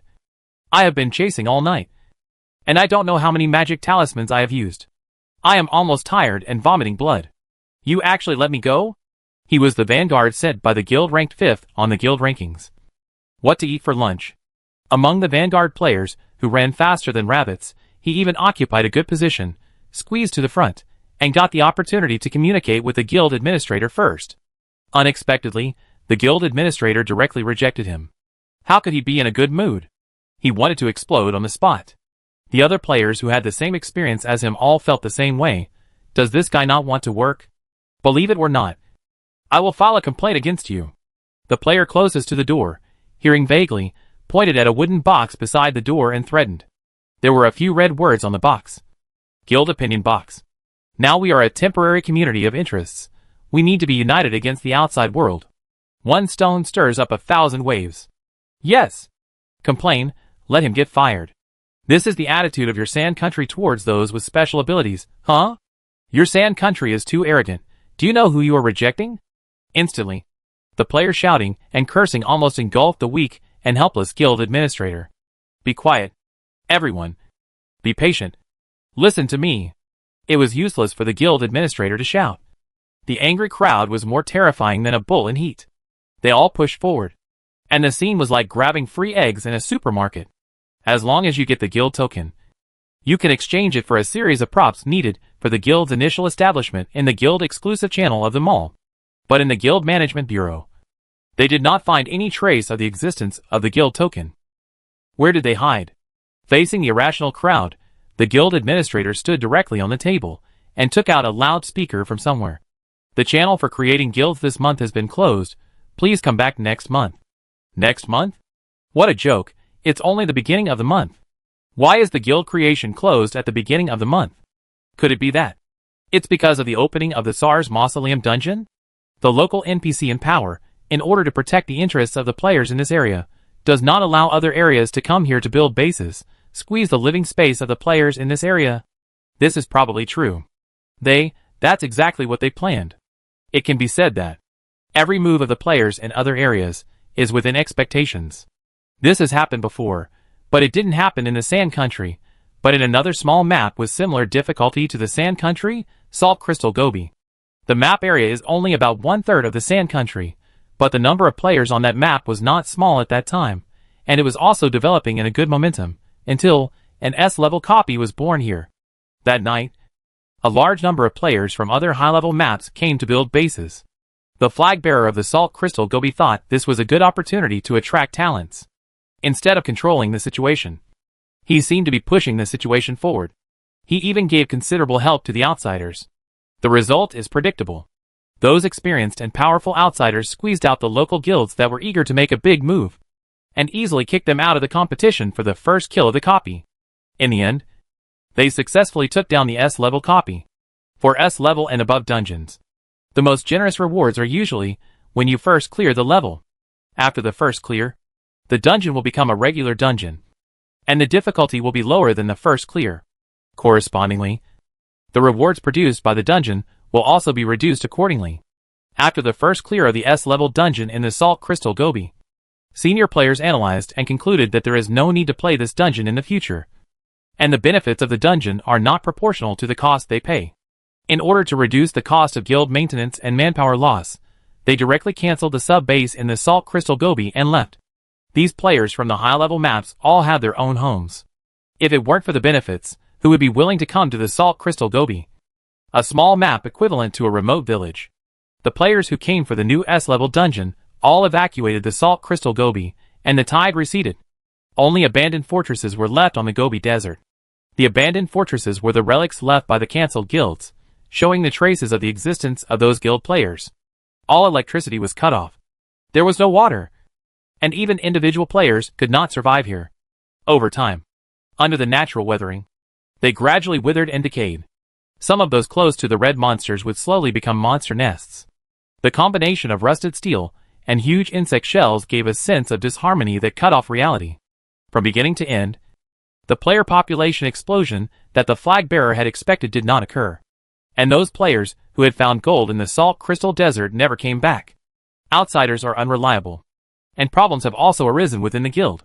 His inaction and his behavior of turning his elbow outward deeply hurt the hearts of the old guild players, who have been rooted here since birth. After this incident, the players of the local guild clearly knew that this flag bearer would not seek any benefits for them. If such a situation occurs again next time, what will the flag bearer do? Will he still give his all to please those outsiders like last time? Then what are all the contributions they made to the construction of the Salt Crystal Gobi? Let's not talk about the huge cost of opening up each dungeon, which they paid voluntarily. The daily expenses are the big part. You know, if the guild wants to develop in the local area, it not only has to pay a lot of points every month, but the living expenses of all guild members here, added together, are also astronomical figures.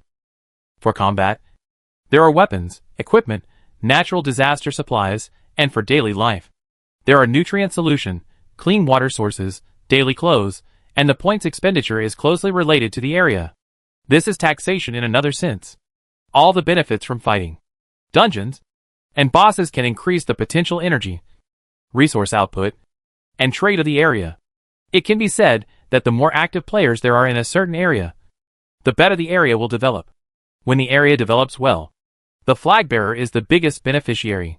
Report to the gods, and the gods will consider expanding the area, and even increase privileges. Not to mention the new natural disaster boss and super S-level dungeon. In short, it is a continuous flow of benefits. Players, regions, flag bearers, can form a virtuous cycle. This is also one of the reasons why Lucian was punished by the Thunder for wantonly attacking the players at that time, and why Shangjun took over the Sand Country and became the new flag bearer. The underlying logic is to attack Lucian first. It also explains that at that time, she relied on her own strength to transform into a water ghost and drag the player friendliness of the Sand Country to the level below the evil fog swamp. How terrible this matter is. The more player friendly a place is, the more it can attract novice players. Novice players are the easiest to harvest. They usually have little to do, are hardworking, have low supernatural powers and physical fitness, and are more likely to get hungry. They consume the most nutrient solution. Everyone likes novice players. After that incident, the guilds in the Salt Crystal Gobi gradually withdrew. It was like a signal that humans are good at blindly following others. Under the influence of the herd mentality, those who didn't want to leave originally also left. They rushed to leave, fearing that they would be left behind. A dozen or even dozens of people packed up and evacuated together. The nearby Sand Country became the best choice. At that time, the Sand Country took over a large part of the players in the Salt Crystal Gobi Desert. They turned this place into their new home. Some players hated the Sand Country. After all, it was their former opponent. Those who were closer went to the extremely cold northern border. A few ambitious ones went to the south. The south was where the big guild that had plundered them was located. Since they can come to our territory to steal things, why can't we take them back? With this idea in mind, the ambitious old people of the Salt Crystal Gobi began their journey. In just 1 month, the Salt Crystal Gobi changed from a medium-sized community to a truly uninhabited large Gobi desert. Jiangwan and his friends traveled from the extremely cold northern border to the land of sand. A part of the Gobi they experienced on the way was the territory of the Salt Crystal Gobi. This is a notorious place that people avoid. This place can no longer attract players. The low player friendliness rating of the area is not the most terrible thing. What is more terrible is that there is no rating. This is a forgotten corner. This means that all the investment of the temple in the early stage has gone to waste, the investment of resources, the development of the ecological chain, and the number of players born, all in vain. All this shows that the Salt Crystal Gobi player gathering breeding ground has failed. The envoy of God designated this place as a no man's land, crushed the sheepskin map on the sand table, and threw it into the crushed sulfuric acid. In the world of the apocalypse, there is another gray area. When the nest is overturned, there will be no eggs left unbroken. The flag bearer cannot escape the blame. Since the day when the messenger of God went there, no one has ever seen the flag bearer of the Salt Crystal Gobi again. But in the ruined city of the Salt Crystal Gobi, there are a group of wandering donkey-faced monsters. Perhaps one of them is the former flag bearer of this city, or perhaps all of them are. I really can't do anything. The passage is closed. Standing was too tiring. So the guild manager simply sat down. He had been explaining for a long time, and he was tired of shouting at the top of his voice. looking like he had lost all hope in life. Guild manager, the order was given by Lord Shang-jun. Why don't you go find him? Hearing him say that, it was probably hopeless. But there were still some young and reckless people in the vanguard of the big guild, who were determined and refused to give up. Then why don't you go talk to Lord Shang-jun and ask him to open the passage again? Hey! Hearing this, the guild administrator's anger rose. Come on, he is just a lousy worker. How can a small character like him influence the leader's ideas? If the leader can listen to me, then wouldn't I be the leader? The person who asked this question is also funny. With such a person's EQ, how did he get into the big guild? Destroy them all? The guild administrator's patience reached its limit, and finally exploded. It will only open next month. How many times do I have to say it? I have to say, this voice is really effective. Some people started to leave one after another, but there were still some who didn't believe in it, and kept wandering around the guild management bureau. What's going on? Are you waiting for someone to change their mind? However, if they want to visit, let them visit. It won't cost you anything anyway. Finally, this group of people left, and the guild administrator started to do his own thing. That is, slacking off at work. What should we do? Are we really leaving? Outside the public account management bureau, a small man asked the person next to him, who was a little higher in status than him. On that person's ears, he had a large copper earring that made it difficult for him to tell whether he was a man or a woman. The badge on their collars was clearly a blue divine bird with its wings spread out. They were from Qingyuan. Usually, guilds would customize guild badges for their members to increase the cohesion of guild members and give them the illusion that, look, we are a family now. After all, not all guild management would treat every guild member as their own family. Guild badges have another benefit, which is that they can deter enemies when it is inconvenient to talk. As long as you see the badge, you can know the strength of the other party, because the strength of the members of the big guilds is at least above S level. The allied guilds will know that they are their own people at a glance. Correspondingly, if they are seen by people from the enemy guild, it will also be troublesome. However, usually people who can enter the top 10 guilds on the ranking list must have extremely high respect for their guilds. When they pin the badge in a conspicuous place, they will also feel proud. Just like these two people from Qingyuan. Copper earring. Is there anyone from our guild here? The little guy, it seems so. Brotherly took a big order to help a small guild fight a guild war. The small guild he mentioned is Tianqi, the well-deserved big guild of the Sand Country. If Jihao heard it, the expression on his face would be very exciting. Copper Earring's eyes were fierce. Let's go find him. We can't just let it go. None of the Lingyuan management elders are vegetarians, since they were sent to the Sand Country as the vanguard. If they reported the truth, they would definitely not have a good ending. They might even doubt their abilities, and wonder if they are suitable to continue staying in Lingyuan. The ability levels of the two are not very high, just barely reaching S level. Their ability skills are not rare, just ordinary DPS output skills. Now there is no way, so we have to find a way. You are not allowed to create a sub-base. Right? But you didn't say that you can't join other people's bases. Brotherly helped that little guild member in the guild war, so he must have joined the other party's base. According to the time, he must not have left the guild yet. Is it possible that the guild can make some space for their Lingyuan people? That's what Tongerhuan was thinking. He was not the only one who had the same idea. They had lived in the same area for so long, and had fought several times. Their ideas were similar, and it was no secret. A tea house not far away. A man in luxurious clothes took a sip of the nutrient solution. He ordered the special flavor of the Sand Country, desert cactus. It is a specialty, which cannot be found in other areas. Not to mention, it tastes quite fresh. It has the fragrance of green grass after rain, refreshing. It doesn't feel like it comes from the desert at all. The nutrient solution with cactus flavor sells the best, usually out of stock. By the evening, it is basically sold out. He came early in the morning, and he was lucky, it just arrived fresh. So the taste is so wonderful. Each map has its own special flavor of nutrient solution. Like their evil mist swamp. Due to the well-developed water system, humid air, dense vegetation, rich flora and fauna, and unique geographical conditions, spiders and insects are bigger than cats and dogs. There are countless special flavors of nutrient solution. Change the taste occasionally, and change your mind. Otherwise, with his status, he should not condescend to become a member of the vanguard. In fact, It was he who proposed to come here. He said to his men beside him. Is Billio here? Billio had just suffered a defeat, and was extremely depressed. In order to make up for his mistake, he agreed to help the Huabi Guild to take down the Tsar's tomb dungeon. The people in Huabi only knew that he was Yeyue's commander. He was very powerful. But no one knew that what he was best at was actually leading the dungeon. Because he was very low-key. His reputation was only spread in the evil mist swamp. And people outside rarely played such a high-level dungeon. So naturally they could not resonate with him. If you are lucky enough to go to the evil mist swamp, and ask a local player about the name of Billio, you will know how powerful Billio is as a leader. He once led the members of the Night Moon Guild, and was the first to clear 3 SS-level dungeons in the evil mist swamp. It can be said that he is the first person to open up the wasteland in the end of the disaster. Even if you look at the entire server, no one has broken his record so far. Huabi has found a treasure. Based on Billio's past experience, clearing the SS-level dungeon is not difficult, even if, he looked up, one of the negative effects of the failure of the guild war, and the biggest impact on the players themselves, like a nightmare, haunting them.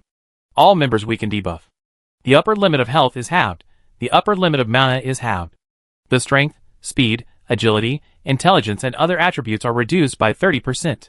The strength of the members of the Huabi Guild, who are almost all S-level, is reduced to the lower grade of A-level, including himself. But he has long been accustomed to it. Yeyue also often fights guild wars. Victory and defeat are common in the military. They have won, and naturally they have lost. Those in the evil mist swamp are old hands, and their actions are much more evil than those of the children in the sand country. The punishment mode is more serious than this. At least, in this mode opened by Tianqi, the debuff caused by failure can be dissipated over time, and after a while, everyone can return to the state before being punished. At most, it will be frustrating for a while. And the most serious one for their Yeyue was that the upper limit of the health of all members was halved. Later, everyone took the Mall tonic pills worth hundreds of thousands of points to make up for it. Billio thought that, with his experience and team command ability, in the Sand Country, he would be able to be the best, at least, in SS-level dungeons, or dungeons below SS level. No one would handle the details better than him. With such a bunch of A-rated team members, it is easy to open up and conquer. Their stats just don't reach the normal values, but their abilities are still useful. If you are willing to spend money and take some medicines that are allowed to be used in battle, you can balance the loss of stats. However, the Tsar's mausoleum suddenly became an SSS level copy. Billio frowned. Commander, someone is here to see you. Just then, a member of the Apocalypse Guild came in. He didn't know how to address Billio. Anyway, he couldn't call him by his name, so he just called him Commander. Billio was studying the copy information. He looked up. There were 2 familiar faces standing at the door. Billio was slightly surprised. You guys? The handsome man smiled. How are you? Hi. Hi. The man next to the man put the long lantern in his arm, freed one hand, and bent his fingertips to greet him. Oh! The lantern ghost is here too. Billio clasped his fingers together. Guild is also interested in this copy? Sleep until you wake up naturally. Jianwan stretched. The days without getting up early seemed so far away, as if they happened in the last life. In her last life, she had a very hard life. But why didn't she feel it at that time? Usually, only when people step out of the situation they're in can they think rationally about the problem, and see different angles. This is called the person in the situation is confused, while the bystander is clear. No wonder her best friend always says that she is like a cow or a horse. But she doesn't know herself. She buys herself coffee when she is tired at work. Just like a donkey in the production team whipping herself. It's been so long since I entered the game. I don't know how she is doing. According to the progress of her relationship, she should be married to her boyfriend who she has been dating for 8 years. She originally planned to let me be her bridesmaid. But this wish will probably never come true. Jianwan had something on her mind. And when she walked out of the room, she didn't pay attention to the front. So she bumped into someone. How is it? Are you okay? Jianwan bumped into him. And if there was something wrong, she should be the one to ask the person. The person who spoke had a gentle and pleasant voice. Jianwan looked and saw that it was Xiao Lu. I'm fine. Jianwan shook her head. The results of yesterday's upgrade were not bad. Although it could only add a few drops of blood each time, it was at least an upgrade. We made an appointment to play the game again today. Also, she made several bullets with special effects, which was a good opportunity to try them out. Let's go! Xiao Lu was anxious to take Jianlan out. Just the two of us? Jianlan was stunned. She looked back at Guanhai Tower. Not taking Bo Xiao? Following Jianlan's gaze, Xiao Lu suddenly realized. Oh! You mean him? Xiao Lu remained calm. He went back to Tianqi. Back to Tianqi? Literally. Back to Tianqi. Or back to Tianqi Guild? These days, Jianlan has gotten used to Bo Xiao hanging around in front of her all day long. She sees him every time she looks up. As the saying goes, habit becomes nature. If he suddenly disappears, she will be a little uncomfortable. Okay. Jianlan checked the guild list. Bo Xiao was still in the Shuguang Guild. It hadn't been 7 days. As an ordinary member, he stood out among the elites.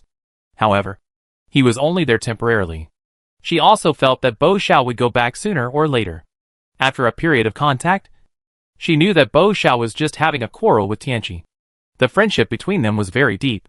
Jianlan adjusted her mood and said to Xiao Lu, "Let's go!" Yeah. The smile on Xiao Lu's face was brighter than the midday sun. In the absence of Bo Xiao, Xiao Lu took on the role of captain. In order to ensure that Jianlan could gain enough experience, he suggested that the outsiders should not join. The outsiders were those who were eager to follow Jianlan after learning that she was going out to level up. Yen Lulu. Omi. The experience would be divided, and everyone knew it. With this excuse, no one would come with him. Xiao Lu got a great opportunity to be alone with Jianlan. Then let's follow the original route and fight this first. Xiao Lu teleported with Jianlan. This? Jianlan's eyes widened. It was the last dungeon boss they fought yesterday, which seemed to be S level. Can we defeat it? Bo Xiao was not there, so there was one less person, and this boss had a lot of health, so the three of them fought for a long time. Among them, 3/4 of the health was lost by Bo Xiao alone. Should we change one? Jianlan suggested. No need. Xiao Lu subconsciously said. This me can kill in seconds. Wait. I almost forgot. He is now an A-level noob. Fortunately, he stopped talking in time. Xiao Lu. Let's change one. Okay. Jianlan nodded. Be steady. It's always right. Xiao Lu quickly selected the next target and reselect the teleportation point.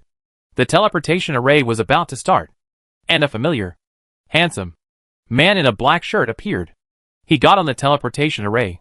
Xiao Lu fell into silence. You are more difficult to deal with than a ghost. Jianlan, didn't you go back to Tianqi? Yes. I went to do something. Bo Xiao answered patiently. I came back after I finished it. So that's it. The newly selected dungeon site is quite far away. There is also a newly opened area next to it, which Bo Xiao has never seen before. There are about 2 teams of people who are fighting red-named sandworms in that area. Seeing other people suddenly appear here, one by one, their faces changed immediately. One of the men with brown tattoos on half of his face spat on the ground, raised his arm, pointed his finger at them, and threatened them harshly. You 3, if you don't want to die, get out of here. Chapter 69. A sudden roar, as if the 3 of them appearing here was something extremely treasonous, and they were just passing by to play the dungeon, and had no intention of staying here. What was wrong with this man? Bo Xiao frowned. The world had really changed. In the land of sand, no one had ever dared to speak to the people of Apocalypse like this. Even if it was the old rival Huabi, when they met, they would only exchange glances at most. It was impossible for the members of the guild to deliberately cause trouble. Obviously, these are outsiders. Recently, there seemed to be many new faces in the Kingdom of Sand. However, even if they are outsiders, they don't know the rules, and we can't just indulge their arrogance. Bo Xiao raised his eyebrows. What if they don't leave? As soon as Bo Xiao said this, the 2 teams behind the tattooed man stopped, as if they realized that the 3 people in front of them were quite threatening to them. As if they had agreed, they stepped forward together and stood behind the tattooed man. The scene was really a bit creepy. It was estimated that there were about 10 players. All of them had fierce eyes. Jianlan took a look. On their chests, they all wore the badge of the same guild. It looked like a purple iris. You really have never died? The tattooed man saw that his threats not only did not have the desired effect, but the other party did not seem to be afraid at all, and dared to talk back. He could not believe it. Not only him, his teammates also looked like they were watching a good show. TSK, a newborn calf is not afraid of a tiger. The people of the Sand Country are still ignorant. They don't know that there are people better than them. They are the ones who die the most every year. Some people didn't want to fight.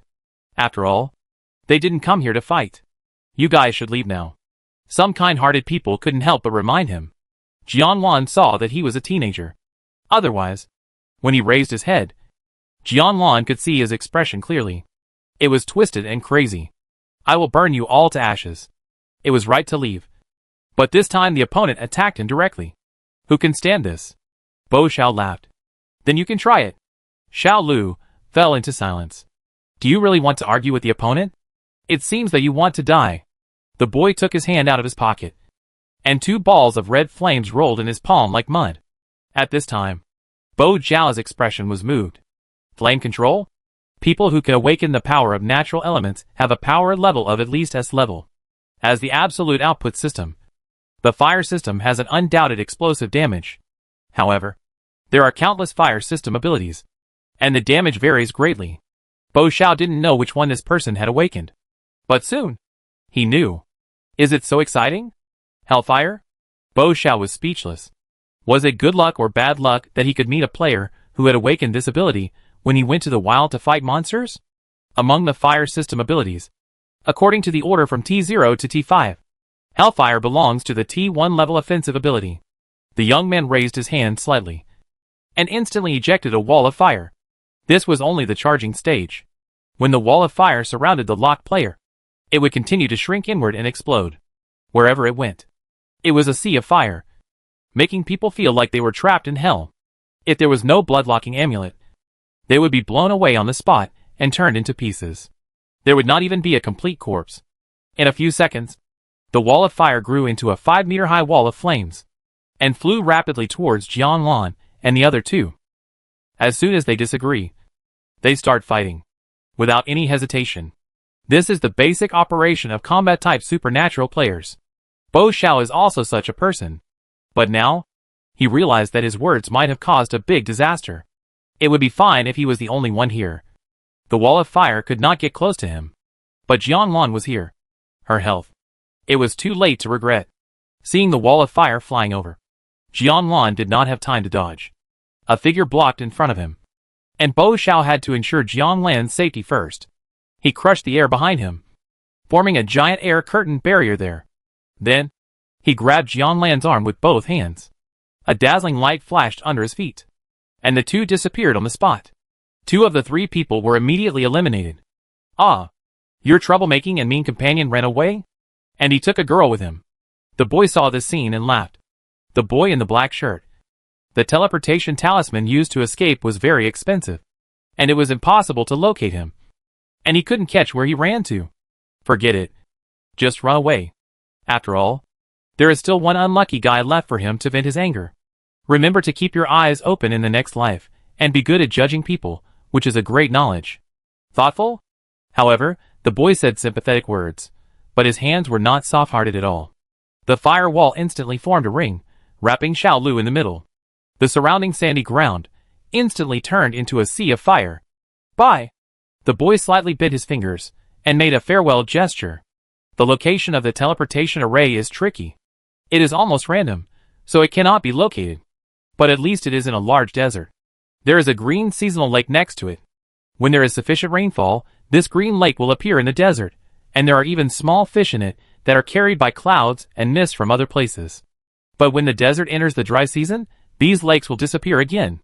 Since it is not a fixed landform feature, it will not be specially marked on the map. Why are there only 2 of us? Jianlan was confused. Where's Xiao Lu? In the blink of an eye, Bo Xiao took her away. She originally thought that the 3 of them would go together.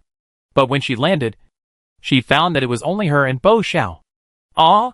Bo Xiao pretended to be surprised. Isn't Xiao Lu here? Jianlan fell into silence. However, Bo Xiao's surprise only lasted for a few seconds, and he immediately looked embarrassed again. Oh, yes, I remember. This kind of random teleportation array seems to have a quota limit, and can only teleport the person closest to the user. Jianlan couldn't blame him. Bo Xiao pretended to apologize to Jianlan. I'm sorry. I didn't bring Xiao Lu with me. Since he said so, Jianlan had no reason to blame him. After all, he was the one who saved her. What she was worried about now was Xiao Lu's safety. Because, for someone like Bo Xiao, who was fearless, his first reaction was to run away with her when he saw the other party attack. The seriousness of this matter was even more terrifying than the boy's fire ability itself. Obviously, that group of people is very dangerous. And Xiao Lu was left alone in front of that group of people. Moreover, they were still in a state of anger. Recalling the scene of the wall of fire flying over, Jianlan was still frightened. How do we get back to the place just now? Bo Xiao was shocked. You want to go back? Jianlan, we can't leave him alone there. As she spoke, she flipped through her own power warehouse. There was a refrigerator in the power warehouse, which had the function of keeping things fresh, which was much better than the interface that came with the game panel. Recently, she has developed a lot of props with special properties, hoping that some of them will come in handy. Seeing Jianlan's concern for Xiao Lu, Bo Xiao couldn't help but say something sour. Isn't that guy very powerful? He shouldn't be in trouble. Right? However, although he said so, he didn't think so in his heart. If this kid really had only A-level abilities as he showed, it would be hard to predict his life or death. But in all aspects, he looked like an experienced old player. It is impossible that he has no life-saving items at all. Only powerful people are worthy of surviving in this game.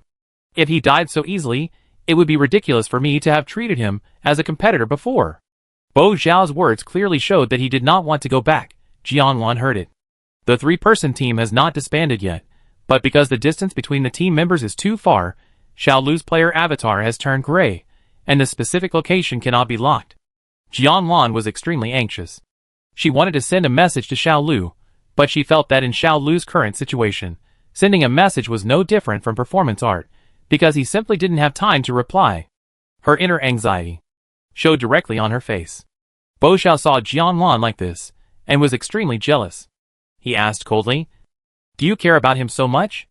This was a bit inexplicable, and Jianlan looked at him with a look of surprise. Of course, Jianlan did not hesitate. Bo Xiao's heart plummeted, like falling into an ice cellar. But unexpectedly, Jianlan added, "I will not abandon every member of the Dawn Guild." Ah! The ice and snow melted, and the earth came back to life. You care about him because he is a member of the Dawn Guild? After a sudden turn of events, Bo Xiao's world was bright again. Yes. Jianlan was amazed at his emotional change. How could he want to live and die at the same time? What an unstable guy. At this time, Bo Xiao, who had tasted the sweetness, did not know when to stop. And he wanted more sweetness. If I was the one left there today, would you still be so anxious? He kept asking. What's going on? Jianlan took a deep breath, calmed himself down, and calmed down again. I will. Bo Xiao expected. Why? What's the reason? He thought. He must have a special weight in Jianlan's heart. He couldn't help but raise the corners of his mouth. Then, Jianlan pressed the corners of his mouth back with a word. Because you are also a member of the Dawn Guild. Bo Xiao fell into silence. Damn it, he had forgotten. God, his emotions were played by this woman. The whistle was soft and gentle. Woo! Another little trash was killed. Alas, you guys are so useless. Does young Master Yi need to do this kind of work himself? Isn't that a compliment to this rookie? It's worth his trip to die in the flames of hell. Not everyone has the opportunity to see this extremely rare supernatural power. That's true. The two teams showed no mercy. After joking around, they prepared to continue hunting sandworms and collecting materials. Being delayed like this, the progress might be slower than that of the other guilds.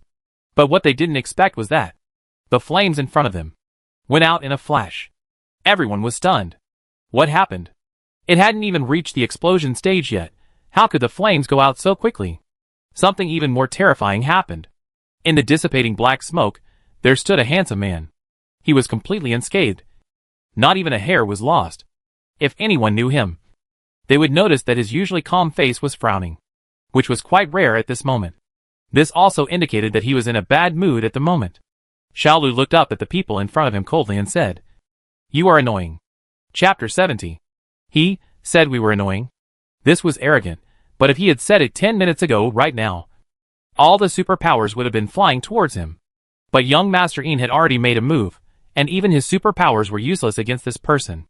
To make a move against him again, it would be quite ridiculous. The crowd was dumbfounded. No one dared to make a move, nor dared to reply.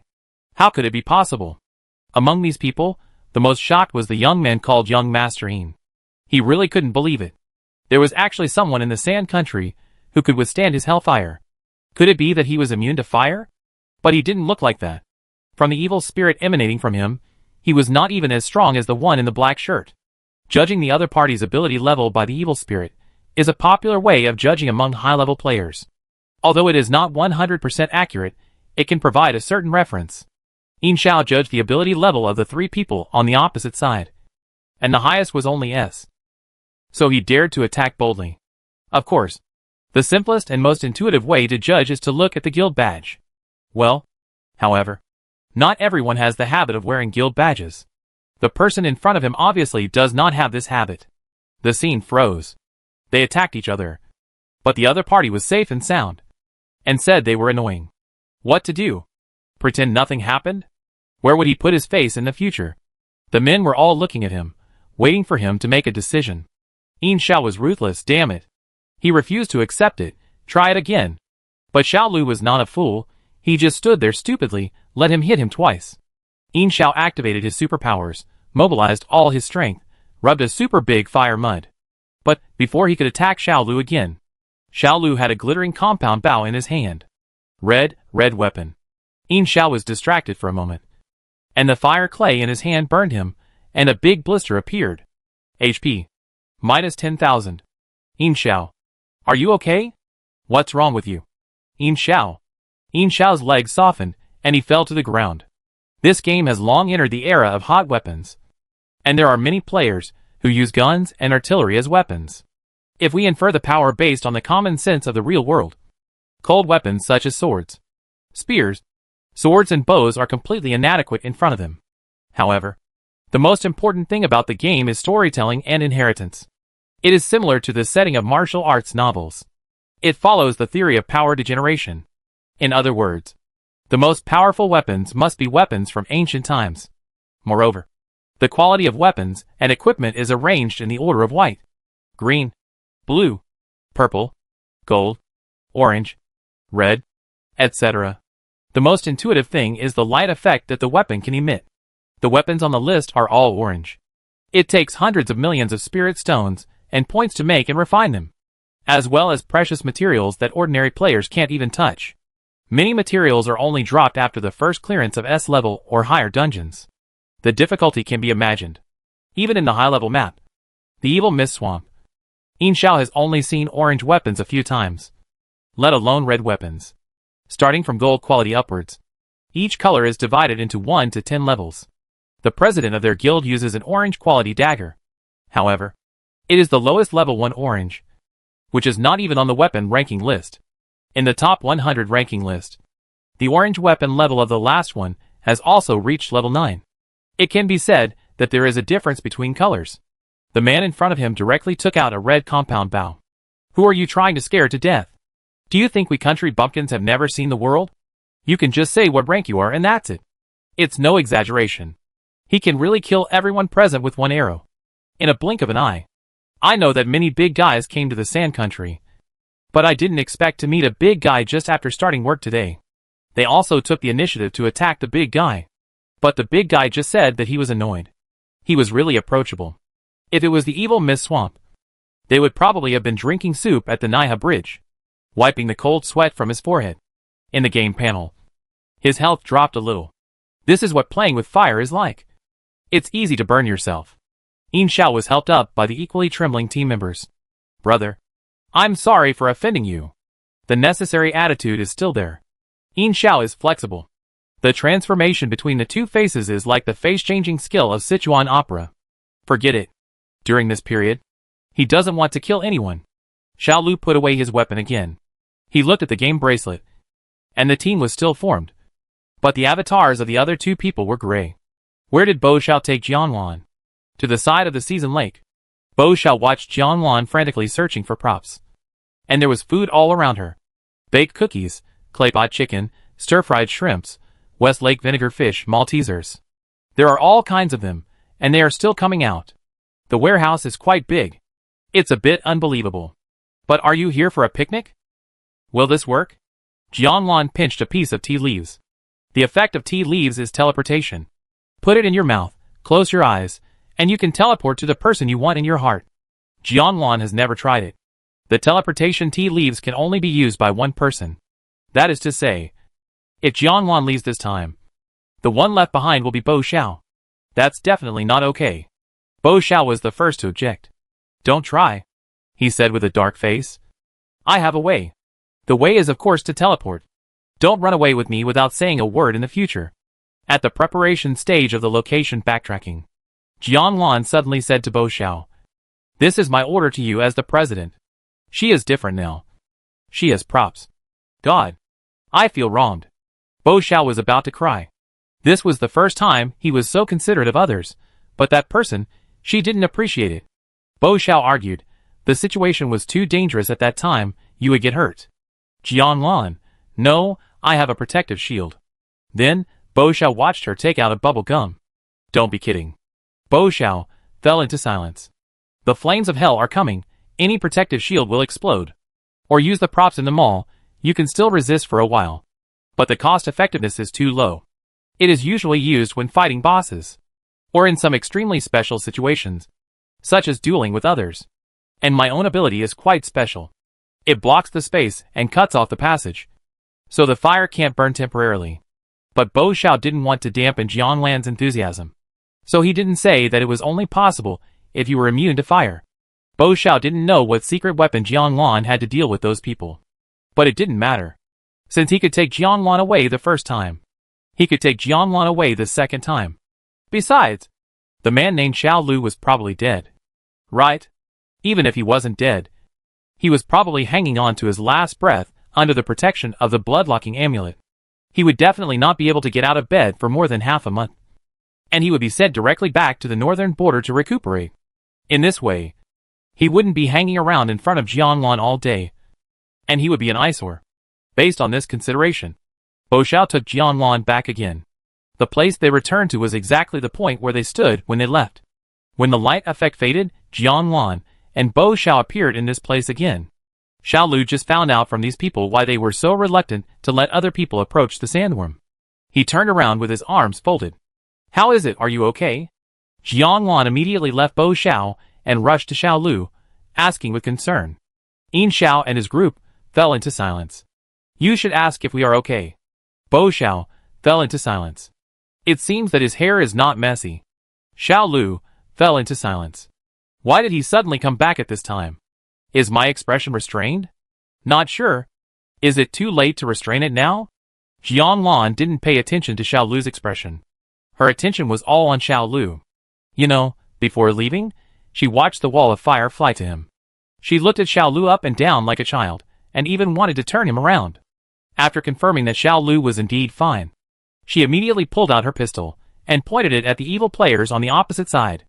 I won't let you hurt him. Yin Xiao fell into silence. Another one. Jianlan's weapon has no light effect, and it is extremely rare on the market. If it is not an expert like Xiao Lu, or an undead NPC, the probability of recognizing it is really low. Most people would regard it as a white quality weapon that no one wants. Such weapons really have no deterrent effect. If you knew that the bullets in this gun are raisins, it would be even more exciting. But no one can be happy now, because the man standing next to the daughter is too intimidating. We were just joking with him, and we didn't want to hurt him. The first provocateur of all things, the tattooed man, was forced out to atone for his sins. It was all his fault. He almost caused everyone to be shot to death by Hou-Yi. The tattooed man smiled as he spoke, and glanced at Xiao Lu fearfully. Ah? Jianlan was dumbfounded. She still remembered clearly what the tattooed man looked like before. What's his star sign? How did he change so quickly? Yes. Since the other party was sensible, kept his promise, and did not reveal his identity, Xiao Lu simply went with the flow. They are quite friendly, otherwise, I would not be safe either. As he said, he smiled gently at Jianlan. Although Jianlan felt strange, since everyone said so. She was not an extremely violent person. Besides, although her raisins had beaten the boss and proved to be quite useful, she had never caused any offensive damage to other players after entering the game for such a long time. Besides, She didn't want to. The equality, freedom, rule of law and fraternity of the original world were still firmly engraved in her mind. Even when playing the game, there were all kinds of conflicts between players, fighting each other to the death. But in Jianglan's eyes, it was a virtual world after all. As long as the power was turned off, everything would disappear. When she herself entered the game clearly told her that this was not reality. But she had no way to hurt others without any expression.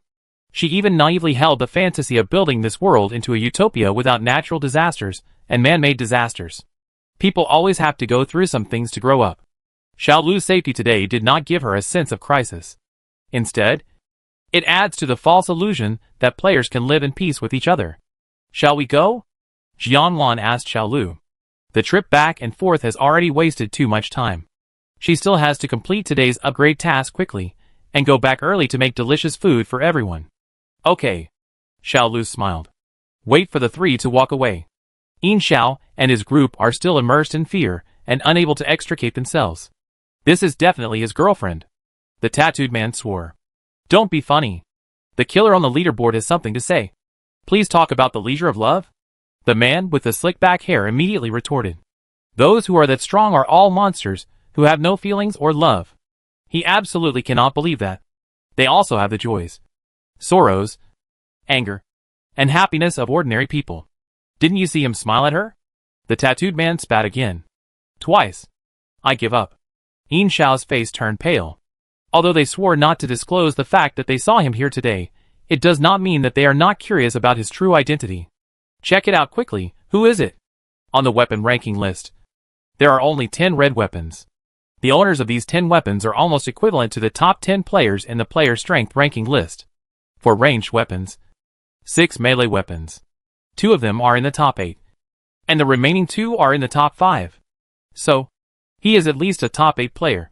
The weapons are all confidential, with only a red background and a black silhouette. But you can guess by the outline. Mr. Yin, do you think this weapon looks like the one he holds? Everyone came over to take a look. It's true. There is only one top player who can reach the level of a god with a bow and arrow.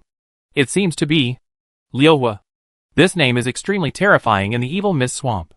As long as you are an old player in the Evil Mist Swamp, no one can remain indifferent when hearing this name. It is said that he is born with SS-level supernatural powers, and those who have achieved this effect after improvement, there is a fundamental difference. As a rookie, the first guild he joined was a medium-sized guild ranked at the bottom of the Evil Mist Swamp, Zichuanlu. The president of Zichuanlu was not good at dealing with things. When competing for resources, he accidentally offended the 6th-ranked guild. That guild has now disappeared. Relying on its high guild level and large number of members, it started a guild war with Zichuanlu without saying a word. The indifferent players of Zichuanlu were so scared that they hid in the base and dared not come out. A guild war? Are you all coming? No one is coming. Then I will go by myself. So Liuhua, carrying a blue-grade spear, relying on his personal strength, quietly killed 80s level and above psychics on the opposite side. All were killed instantly, with one shot to the head. When the opposing guild found out about this, it was too late. They originally thought that Zichuanlu's people would not dare to come out, and they all waited for the system to judge them as losing. But who could have thought that? The remaining people in their guild were not as many as Zichuanlu hiding outside. The final result is predictable. The morale of this guild was greatly frustrated. Some people ran away every day, and it never recovered from that, and finally ended up disbanding. Liuhua, however, became famous in one battle. The people in the martial arts world gave him another nickname, the God of Fire. Later, some people speculated that this guy must have been a tough guy before entering the game. Now that he is no longer bound by the law, he has really found room to play. The speculation was correct. How could the big guilds in the Evil Mist Swamp let go of such a top-level powerful player? He still has huge potential that has not been developed. At that time, from 1 to 10, all the guilds that were worth mentioning went to the gate of Zichuanlu base to wait. Totally ignoring their current behavior, it was no different from HR blatantly poaching experts from small companies. Among so many choices, Liuhua finally chose Yeyue. As for the reason, it was very simple and plain. The HR sent by Yeyue took humanistic care to the extreme. He suddenly had an idea and actually told Liuhua that if he was willing to join, the entire Zichuanlu could be merged into Yeyue. This is the real version of one person's success brings success to all the people. Not surprisingly, all his former companions followed him into Yue. Entering the night moon, Liu Hua really began to shine. Humanoid nuclear weapon, Death Bow, Sniper God, Heaven Punisher. Countless horrible titles were given to him. The blood and souls of his subordinates were countless. He was the collective nightmare of the players in the evil Mist Swamp. Even the top SS level players, no one was willing to take the initiative to confront him head-on. But suddenly one day, he disappeared. No one knows why. So, he slowly became a horror legend in the evil Mist Swamp. It was one of the stories that new players had to hear whenever they came. He was the only designated idol for all ranged output. Is it fake? Not only the tattooed man, but also the team members around him did not dare to believe that. They actually saw the legendary god of death. Forget it. Forget it. Yin Xiao waved his hand anxiously. They still had work to do. After a busy day, it was night. Everyone returned to the base. Each person carried a lot of sandworm glands. But there were not many when gathered together. Is this enough? The captains of the 10 teams handed in the material coefficients. The person sitting in the main seat frowned at the small amount of materials. What can we do if it is not enough? The daily output of sandworms is just this little. Conservatively estimated, at least 20 guilds are fighting. The superiors are obviously not satisfied with this. Yin Xiao was cautious. Let's go early tomorrow, and occupy a few more areas, okay? Why else would it be said that? With such a powerful ability, he is only qualified to stay in the second level Iris, and can never be promoted. He is really as stupid as a pig. The executive from Lingyuan sneered. Since there is only so much, others have more, ours will naturally have less. He said this in a tactful and conservative way. But the meaning is very clear. At least young Master Yin understood. Go back to their old business. Rob. Chapter 71. The upgrade process went smoothly. Jianlan upgraded several levels and increased dozens of HP. Very good. The frontline tanks upgraded by thousands. And the nurse's output increased by hundreds. And hers only increased by a few drops, or a dozen or so. Perhaps, this is the charm of the F-level rating for life ability players. One step at a time can make people anxious to death. However, with 9 drops of HP, it has been a month or so. Now this hardship is nothing at all. At least, everything is moving in a good direction. Isn't it? Jianlan positioned herself correctly. Her ability was actually quite powerful. But she was a little fragile. If she had hundreds of thousands or millions of HP, would others still be able to survive? Yes. That's it. She thought that what she had to do now was, first, to steadily increase her HP, and second, to collect more plant and animal ingredients from the Sand Country. Since minerals could also be put into cooking pots before, Jianlan also paid special attention to minerals when collecting them. However, after cooking many times, she also found a pattern. Whenever minerals are added, the probability of cooking failure is very high. Although the food cannot be eaten, it can be put into the white bow and fired as bullets. They also have special effects, such as element empowerment, or immobilization, stun, defense reduction, and other effects. The specific effect depends on the attributes of the boss and the boss's rating. After so many days of collection, her recipes already have more than 20 kinds of bullets with different effects. She reclassified the recipes according to the effects of the food. There are 3 major modules. Recovery column. It can be further divided into combat recovery and life recovery. Combat recovery is to restore health and mana.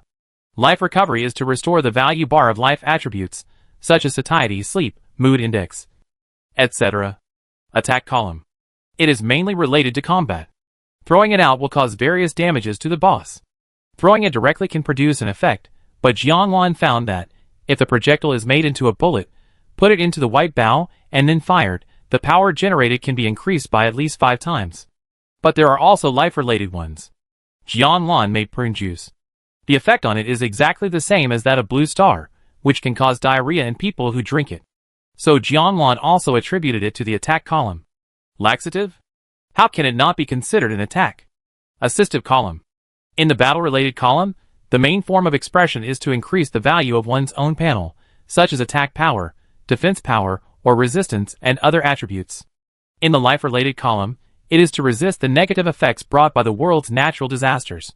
For example, when encountering a black blizzard in the extremely cold north, Eating a bite of wild boar meat can completely make you immune to the effects. Just like collecting stamps. Jianglan feels a sense of accomplishment and is full of energy as she sees more and more dishes in her recipes. Moreover, this seems to be a free creation method with no upper limit. It is similar to the mutation function in the auto chess she played before. Because the ingredients are very random. You get the same type of ingredients, such as all plants, or all meat. But Jianglan does not know what effect it will produce unless the food is made before. There is no pattern at all, it is completely unrelated, but, because of this, it allows people to experience the fun of opening blind boxes. So, compared with upgrading, Jianglan is more looking forward to collecting new things. It is still a day of splitting up. As soon as I went out, I ran into Lu Xian. Lu Xian smiled at Jianglan, and then glanced at the two men on her left and right. The smile stopped abruptly. It's not very peaceful outside the city recently. Lu Xian hesitated and said, after all, she is an NPC. She will know any disturbance in the Kingdom of Sand before the players. Jianglan was surprised. What's wrong? She was so focused on collecting food that she didn't notice it. Try not to go to the west, Lu Xian told her. If she couldn't leave Oasis City for a long time, she really wanted to go with Jianglan. With her around, there would be no problem. West. Jianglan thought about the location of the Kingdom of Sand. It seemed that the place they went to yesterday was the west. It will be very dangerous there in the next few days. I'm afraid you will get hurt, Lu Xian said, and also looked at Bo Xiao and Xiaolu meaningfully. It is worth mentioning that she looked at these two people with a look of trash. Bo Xiao couldn't hold it in any longer. What do you mean by that? With my strength. Can't I protect her? Although Xiaolu didn't say anything. His face didn't look good either. Undead NPCs are powerful. But they can't drag others down like this. In front of Jianglan. They are men after all. And they have to save face. Really? Seeing Bo Xiao start to jump, Lu Xian took out a whip. Then let's fight. If you can beat me, I'll feel relieved. Bo Xiao fell into silence. Too much. They are not the same creatures. What's the point of fighting? Lu Xian is also concerned about herself. Jianglan nodded. Okay. I know. I won't go to the west. Turning his head. Wait. Why are we here? Jianglan felt something was wrong. And compared the map for a long time. Where else could they be if not in the west? Jianglan looked up at Bo Xiao. What do you mean? Bo Xiao was still the captain. And he planned the routes for where to play dungeons or find materials. Because he was most familiar with the Kingdom of Sand. The landing point of the teleportation array today was near yesterday. Huh? Bo Xiao's expression was exaggerated. And he was shocked. Didn't the change succeed? Jianglan fell into silence. Is he real or fake? It's a bit like acting, but I'm not sure. Oh, by the way, didn't you say yesterday that you were going to pick cacti? It's not far from here, Bo Xiao said seriously. Indeed. There is such a plan. It was too late yesterday. Other members of the Shuguang Guild who were collecting materials all returned to Guanhai Tower. They all said they were hungry in the group. So Jianglan didn't pick many and returned. Mark the coordinates. I want to come here to pick them today. But before leaving, Lu Xian specifically reminded him, and Jianglan couldn't ignore her words. We are here now. Why don't we finish picking before leaving? So, the three of them went to the Cactus Sand Sea as planned. There were many strange plants growing on the roadside, attracting Jianglan's attention. While she was studying the tumbleweeds, Xiaolu glared at Bo Xiao. Are you doing this on purpose? The coordinates must be entered manually before the teleportation array is activated. They were sent here. What else could it be if it wasn't manually entered by him? Bo Xiao had been waiting for Xiaolu to take the initiative to find trouble. He saw through his tricks. You really don't look like a rookie, Bo Xiao said meaningfully. I had my doubts, since the first time I saw you in the Dawn Guild. How could an ordinary A-level psychic be so familiar with the rules of natural disaster bosses in other regions? Also, how could those people let you go so easily yesterday? I don't believe in the bullshit online reform of friendly players. What benefits did you give them to let you go? You? Bo Xiao approached him. Who are you? Bo Xiao said a long list of questions, but Xiaolu didn't want to answer any of them. Xiaolu smiled cynically. I am Xiaolu. What if you don't say it?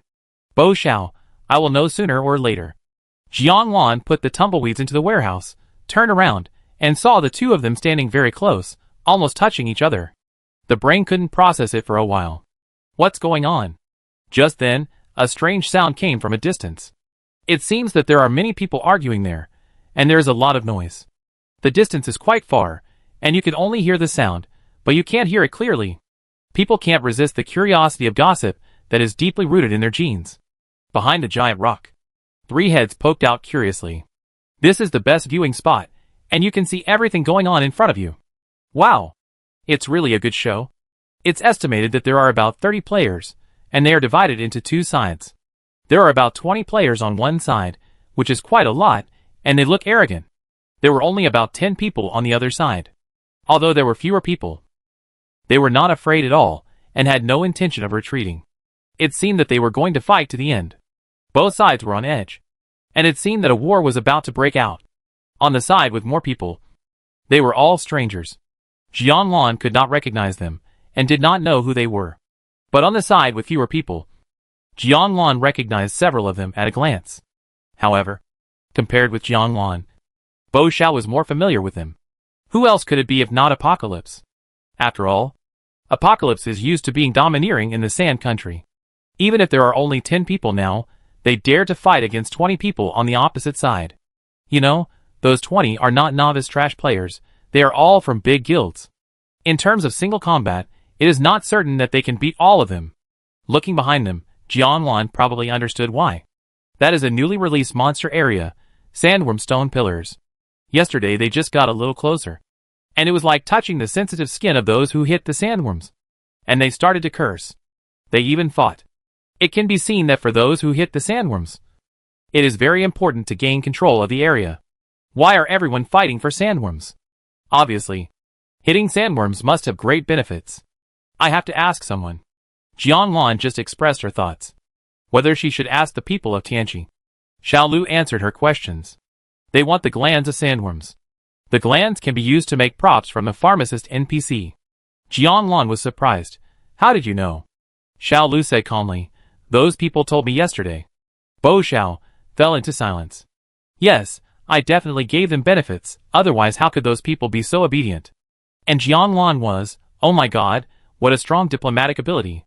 Xiaolu is usually taciturn, but he actually has this hidden ability. She couldn't help but look at him with new eyes. Let him negotiate if there is anything in the future. This ability can't be buried. Jianlan looked at Xiaolu a few more times. Xiaolu's ears turned red for no reason. And Bo Xiao was indeed not jealous. He frowned and stared at every move in the field. The situation has changed. If you don't want to die, get out. The 20-man team issued an ultimatum. The rhetoric was the same, sounding too familiar. Ji Qingqing didn't give in at all. You are the ones who should get out. The land of sand is not a place where you can run wild. That's right. You come to someone else's territory to steal things. And you are so shameless. Ah gritted his teeth, and his fists creaked. So it's a free-range chicken, Apocalypse. Right? The leader of the team opposite was a man holding a folding fan. His face looked like he had applied the whitest foundation, which was very fake white, and with the heavy dark circles under his eyes, he looked like a man with kidney deficiency who had been drained of his energy. Painted wall is so useless, hasn't it dealt with you yet? Then today, I can only let them off easily, and let me do it myself. The kidney deficiency man coughed twice, his eyes suddenly became fierce. Kill them all. The fight between players is imminent. Puff. Suddenly, a laugh came from the crowd of Tianqi. You have so many people, and you still want to ambush, isn't it embarrassing? The speaker has extremely sensitive hearing, and has discovered that there is a rat eavesdropping nearby. It must be blown up first, don't it be someone set up by the kidney deficiency man to shoot a sneak attack, it will be hard to defend against then. But the man with kidney deficiency seemed to have no idea about this. However, since Tianqi spoke again, let's see what they want to do. Anyway, death is a foregone conclusion. What tricks are you trying to play? The man with kidney deficiency slapped his folding fan twice, impatiently. Are you stalling for time and waiting for reinforcements? Pooh!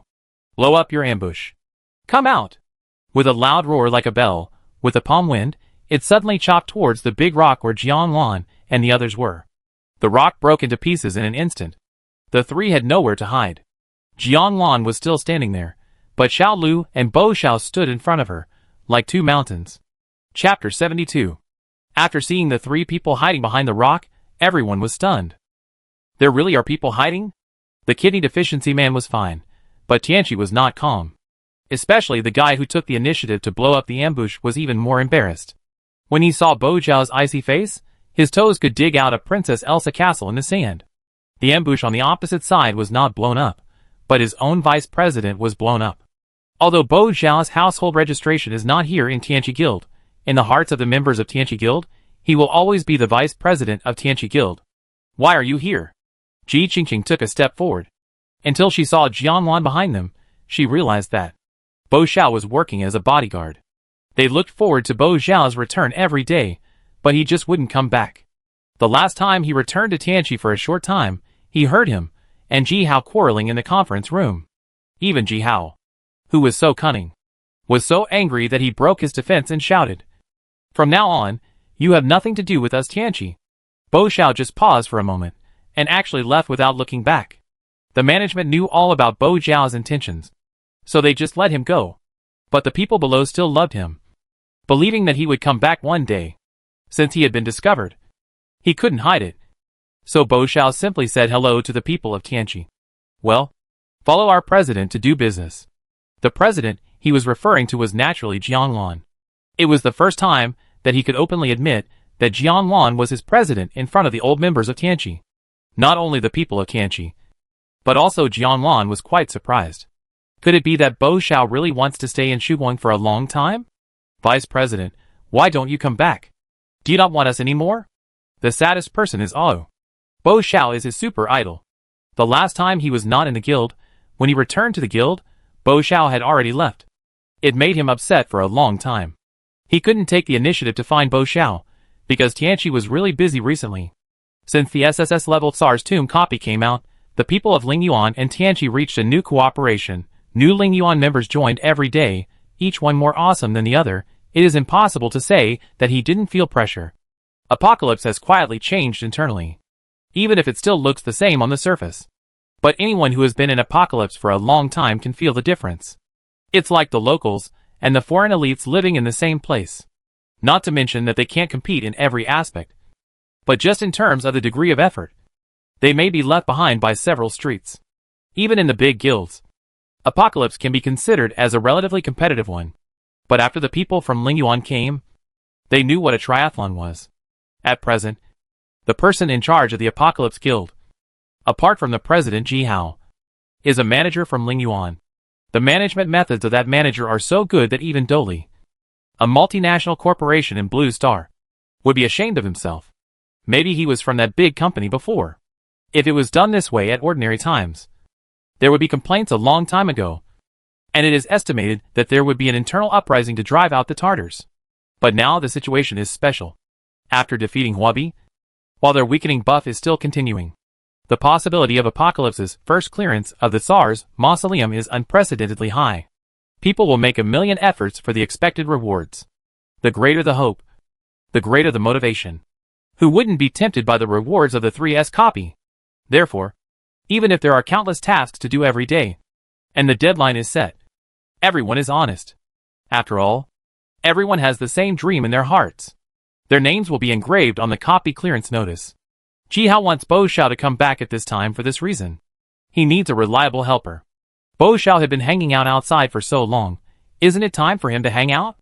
But who knew, Bo Xiao told him, he had something important to do. Ji Hao refused to believe it. He would get to the bottom of it. What could be more important than the honor of the guild? Now the local guilds of the Sand Country are waiting to see Tianqi win the first pass. After all, Huobi lost the guild war. There is basically no hope. Bo Xiao was silent for a moment, but he couldn't bear it. I told you that you will have high blood pressure. Ji Hao, you tell me. I take blood pressure medicine. So, there was the scene that the guild members saw.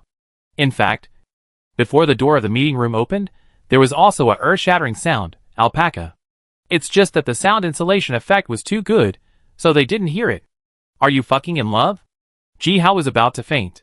Before entering the game, with their status and position, there were many beautiful women around them, and Bo Xiao had not been close to women for so many years, which led Ji Hao to always doubt whether he liked men. When he was forcibly trying to match him with the immortal NPC Lu Xian, Bo Xiao showed that he didn't like women at all. You know, this was a beautiful, capable, and loyal woman. Bo Xiao was not moved at all. He is definitely gay. Now, he told me that. He wanted to pursue the president of the Dawn Guild. Ji Hao said helplessly. Pursuing the president does not conflict with your return to Apocalypse. No. Conflict. Do you have to break this sentence like this? Bo Xiao said seriously.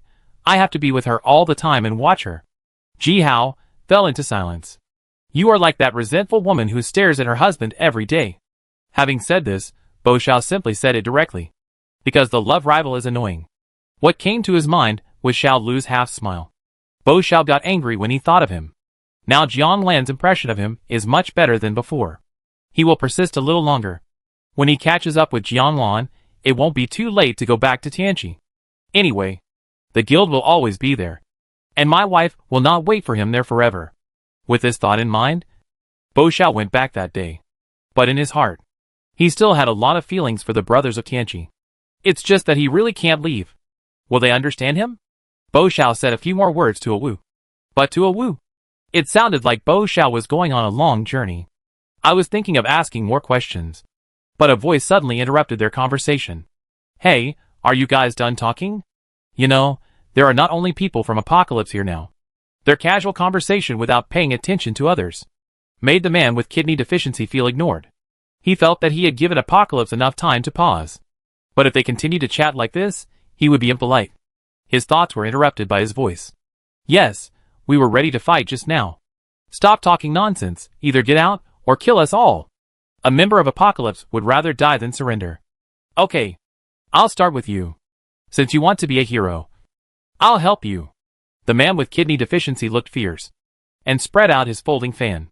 Countless tiny needles flew like drizzle, hitting the eyes of the guild member. Tianqi was also ready to fight. There were 10 of them, divided into 2 teams. The other side had 20 people, divided into 4 teams. In terms of numbers, the man with kidney deficiency was definitely better. In terms of strength, of course, it was the same. But this does not mean that Tianqi is afraid of him. Captain Ji Qingqing immediately reorganized the team and combined the 2 teams. This made it easier for Tianqi's nurses to take care of everyone and add blood. In an instant, countless superpowers flew all over the sky, and players fought in a melee. This was the first time Jian Lan saw real players fighting. What should she do now? Just watch. Or, a few cold lights came towards her. Xiao Lu quickly pulled Jian Lan in front of her back, allowing her to avoid the blind sword and gun. Suddenly, the system prompt sounded. Bo Xiao has quit the team. Captain replaced by Jian Lan. Quit the team. Looking again, Bo Xiao is no longer in their team. Only Xiao Lu and Jian Lan are in the team. At the same time, Ji Qingqing received a notification to apply for joining the team. You? She looked at Bo Xiao with a look of doubt. Hurry up. Bo Xiao urged with a cold face. It was still a familiar feeling, just like they had fought side by side countless times. The moment Bo Xiao's head appeared in the formation, the people of Apocalypse cried out in surprise and excitement. Ah, Vice President, he is back. In his heart, he has always been thinking about us. Everyone's emotions were unprecedentedly high. This power, transformed into a heart full of enthusiasm, ignite the fighting spirit of the members of Apocalypse. TSK. The man with kidney deficiency sneered. Don't overestimate your own abilities. No matter how powerful that man is. How powerful can he be? Even if Bo Xiao's joining may not necessarily change the situation, but as long as he has such an attitude, it is enough to make the members of Apocalypse have no regrets in their hearts. Even if they die in the Sea of Sand today, they will not regret the decision to join Tianqi. Jian Lan glanced at Xiao Lu. Xiao Lu fell into silence. Am I a hero in a tale of 2 cities? Helping a love rival? A fantasy. Jian Lan applies to join the team. Xiao Lu applies to join the team. Ji Qingqing listened to the reminders to join the team, and felt her heart tremble slightly. An indescribable feeling filled her heart. She immediately agreed to the request. So, a team of 13 people was formed into a half group to fight against the 20-person group on the other side. It is worth mentioning that Jian Lan had eaten food that could disguise her health bar before applying to join the team. The copied health bar was Xiao Lu's health bar. One of them was a long-range output, and the other was a long-range auxiliary. Having similar health bars would not arouse suspicion. Jian Lan's worry was necessary. Although Tianqi had been temporarily proven to have no ill will towards her, he was not one of her own after all. So it was always right to be cautious. Besides, They were now in a group fight. With her few dozen drops of blood, the nurse would scream like a marmot when she saw anyone. 2 more? The kidney deficiency man flapped his left and right hands, and silver needles rained down from the sky, and the apocalypse group immediately lost blood. He snorted through his nose, and said disdainfully, fighting stubbornly. According to his experience, as long as he waited for this move to cool down, the next wave, the nurse of apocalypse would not be able to nurse them. The blood-locking amulet explode them all. Then, they just had to guard the corpses nearby, kill them one by one, and send these noobs to hell. He had a beautiful plan. Little did he know. Behind the apocalypse crowd, there was a white hole in the muzzle of a gun, aiming at his head. Chapter 73. The message requesting support had been sent out in the Apocalypse Guild's outdoor channel for about half an hour. The area closest to Ji Qingqing, the support team composed of Apocalypse elites, was a mobile team temporarily formed for the 3S SARS mausoleum development to support the battle for sandworms. The head of the mobile team was another vice president of the Apocalypse Guild, Wang Jiu. Since Bo Xiao left Apocalypse, the work required of his vice president position has returned to Wang Jiu. But he had already gotten used to it. When Bo Xiao went to the extremely cold northern border, Wang Jiu was in charge of these tasks. So now he didn't feel tired.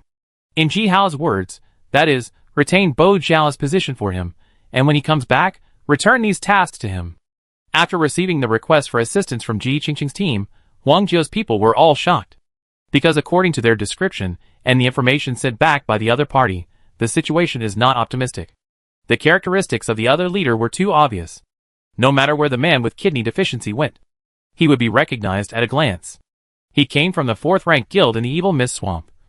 Tashaxing.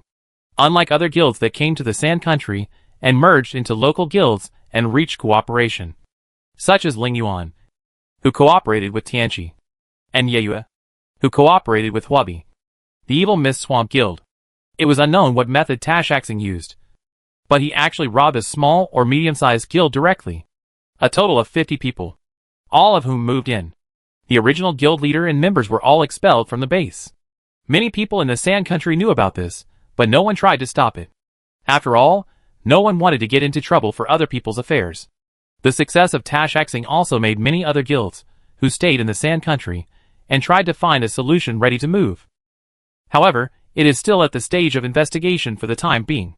If Ji Qingqing and his team confronted a guild like Tashaxing that lost its humanity, it would definitely be dangerous.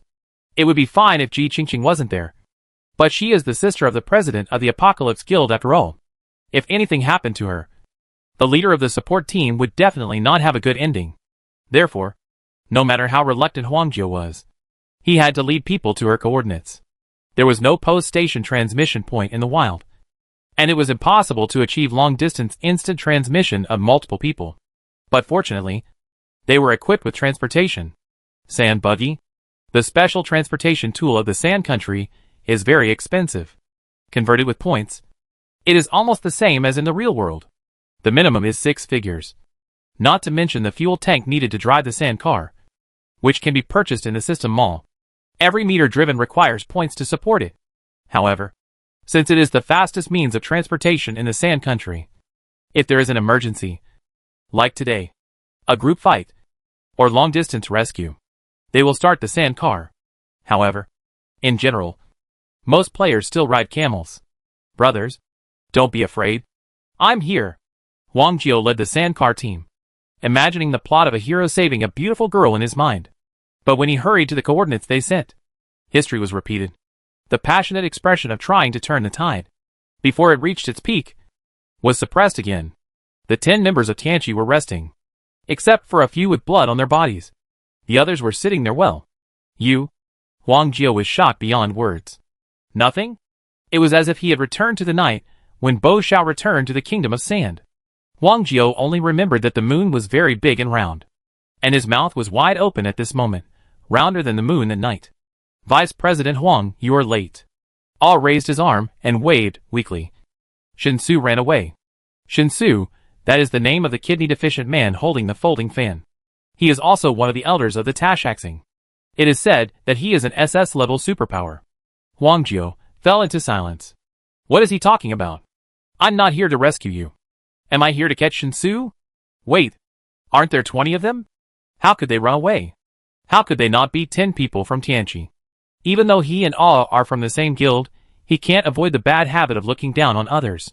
He felt from the bottom of his heart that these people in his guild could not possibly beat the people from Tashaxing away. You are so powerful. Huang Jiu bared his teeth and said insincerely, "It's not us who are so good." Wu was very proud. It's Vice President Bo and his team who are so good. When Huang Jiu heard the word Vice President, before he could identify himself, he suddenly realized that there was another word Bo in front of it. Who? When he saw the man in a black shirt under a tree not far away, he really wanted to vomit blood. He is everywhere. It was the same last time. Why is Bo Xiao here? But although Bo Xiao is powerful, he still knows his own weight. In a one-on-one fight, he seemed to be no match for Shinsu. Fuck. At this time, a cry came from behind Huang Jiu.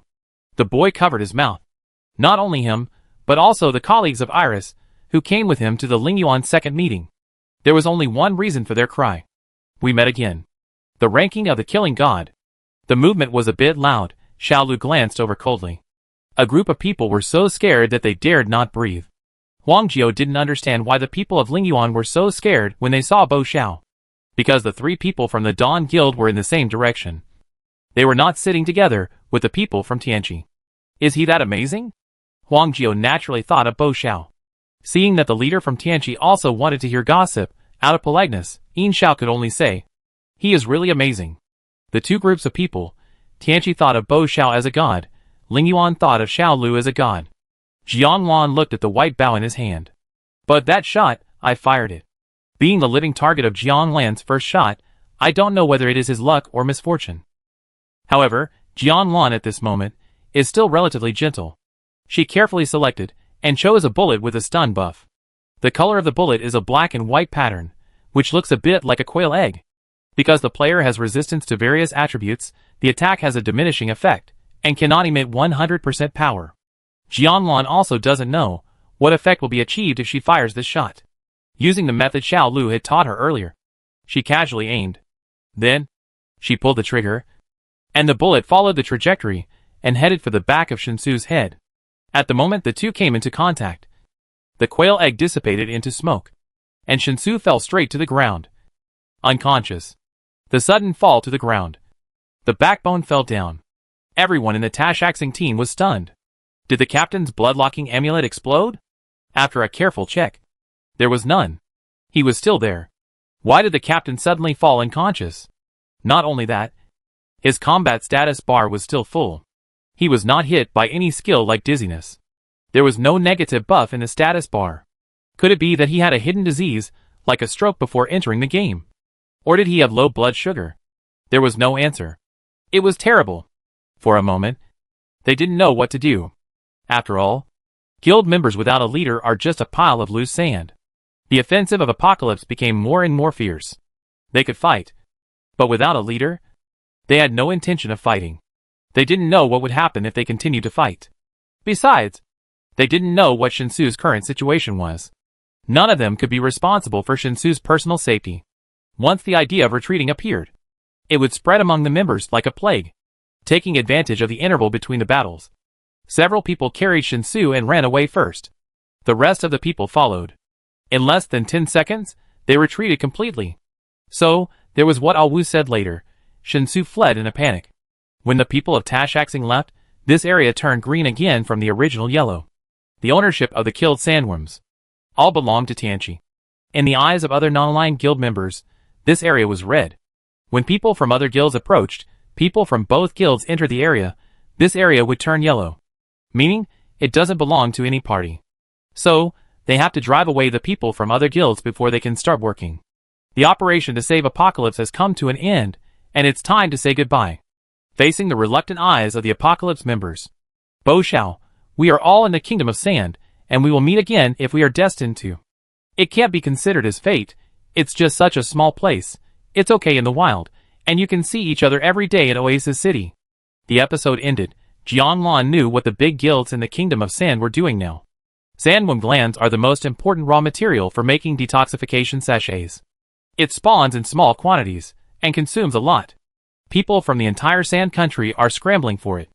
After getting the sandworm glands, plus the other 3 precious materials and 2,000 points, you can go to the pharmacist NPC in Oasis City to make a detoxification sachet that can resist the poisonous dust storm near the mausoleum. 1. With the detoxification sachet, you have a stepping stone to explore the mausoleum, and it is one of the necessary pre-preparation props. The detoxification sachet lasts only 6 hours. The second it is made, it will start counting down regardless of whether it is worn or not. Sandworm glands can only be used fresh. After 12 hours of acquisition, the freshness turns yellow. If the detoxification sachet is made with poor quality sandworm glands, the duration will drop sharply to 3 hours. If the quality turns red, it will be a big fight when it is brought to the NPC. After understanding these things, Jianlan finally understood why the location where the sandworm spawned would make those people fight for their heads. However, if you want to avoid being affected by the poisonous dust storm, is this the only way? Looking at the melisol in your hand, and the description of detoxification in the recipe, Jianlan fell into deep thought. Will this be a substitute for the detoxification sachet? Chapter 74. The Tsar's Mausoleum Dungeon has been online for about a week. According to the map, it is located in the northwest of the Sand Country. However, the map only marks the approximate location. The system does not mention where the entrance to the dungeon is. All dungeons rated from S level and above are like this.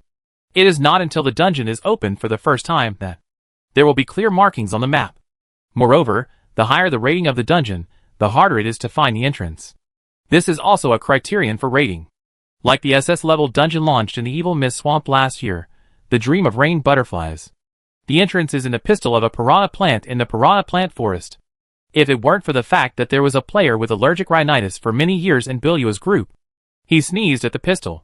In order to avoid his snot, the piranha plant closed its flower. When the flower opened again, the center of the flower turned into a green ball of light emitting flowing light. That is the entrance to the dungeon.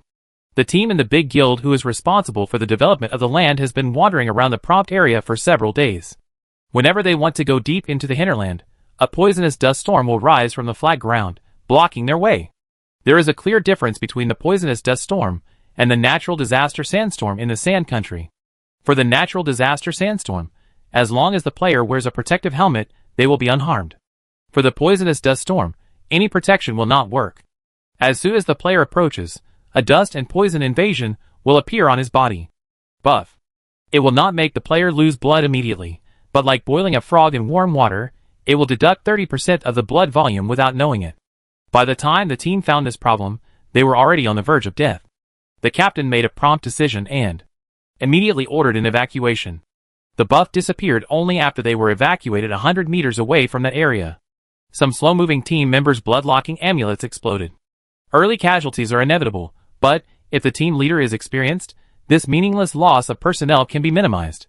Walking along the edge of the sand, you will see a village. The village is not marked on the map. It has only appeared recently, and has not yet been included in the map log of the Sand Country. In other words, this village is related to the Tsar's Tomb dungeon. Through inquiring with the dungeon NPCs, the pioneering players learned that in order to avoid being harmed by the poisonous dust storm, they must obtain sandworm glands from the sandworms and make detoxifying sachets to wear on their bodies.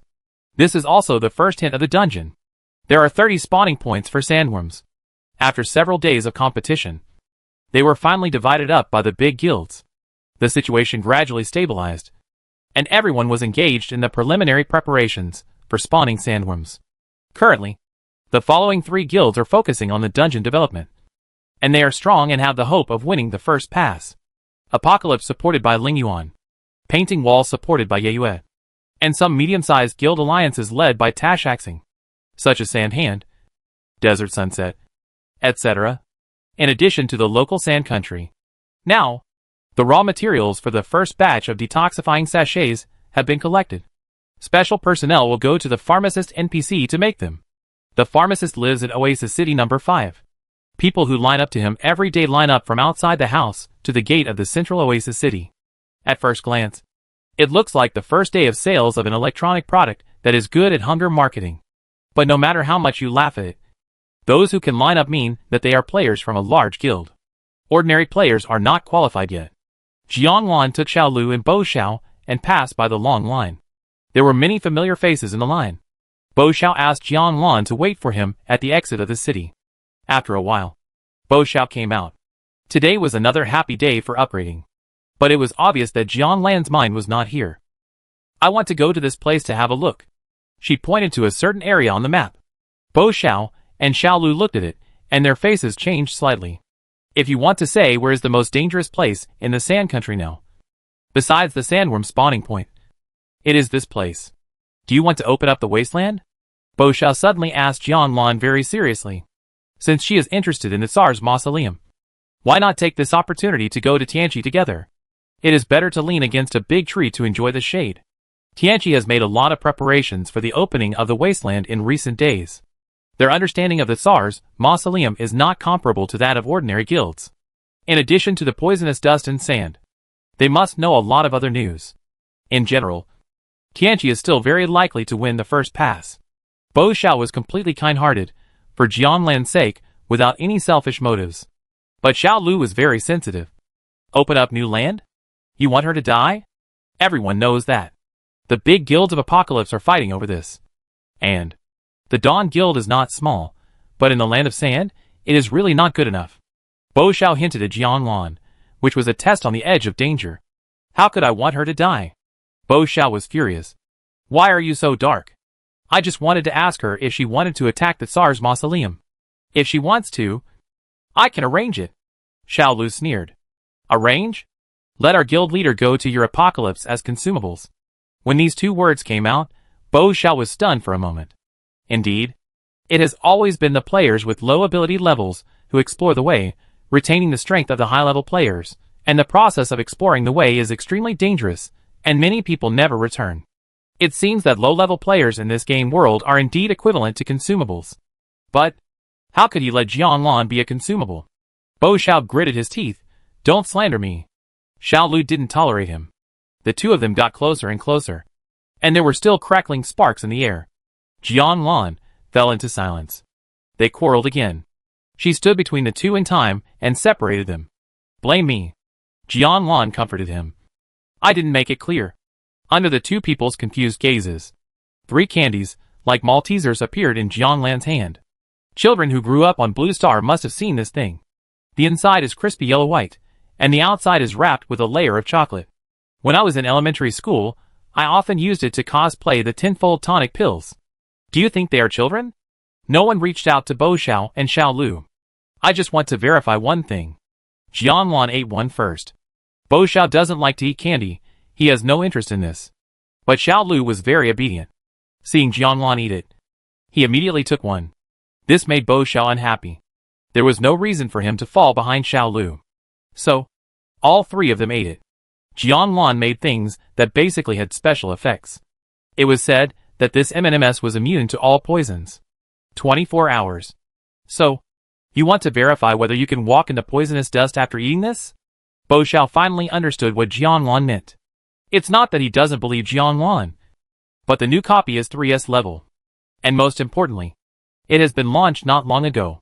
The prayer materials used by Jian Lan are native to the Sand Country. Logically speaking, it is impossible to have the effect of removing the poisonous dust. However, although he thought so in his heart, he didn't say it out loud. Otherwise it would be a disgrace to Jian Lan. When he arrived outside the poisonous dust circle, it was different from the uninhabited place he imagined.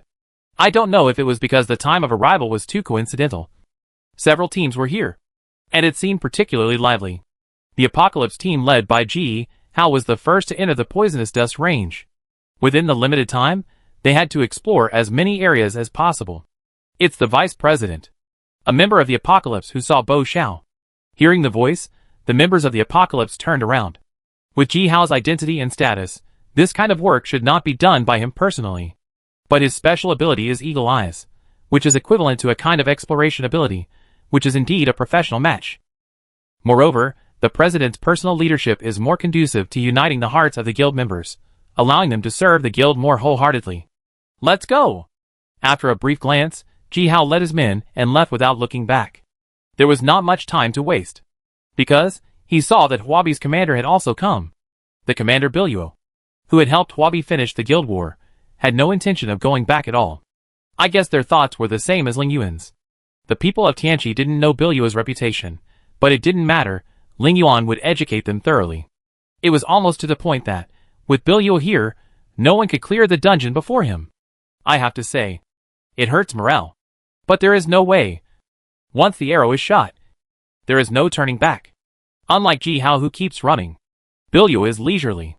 He saw Jiang Lan and the other two again, and they actually broke away from the main group to greet each other.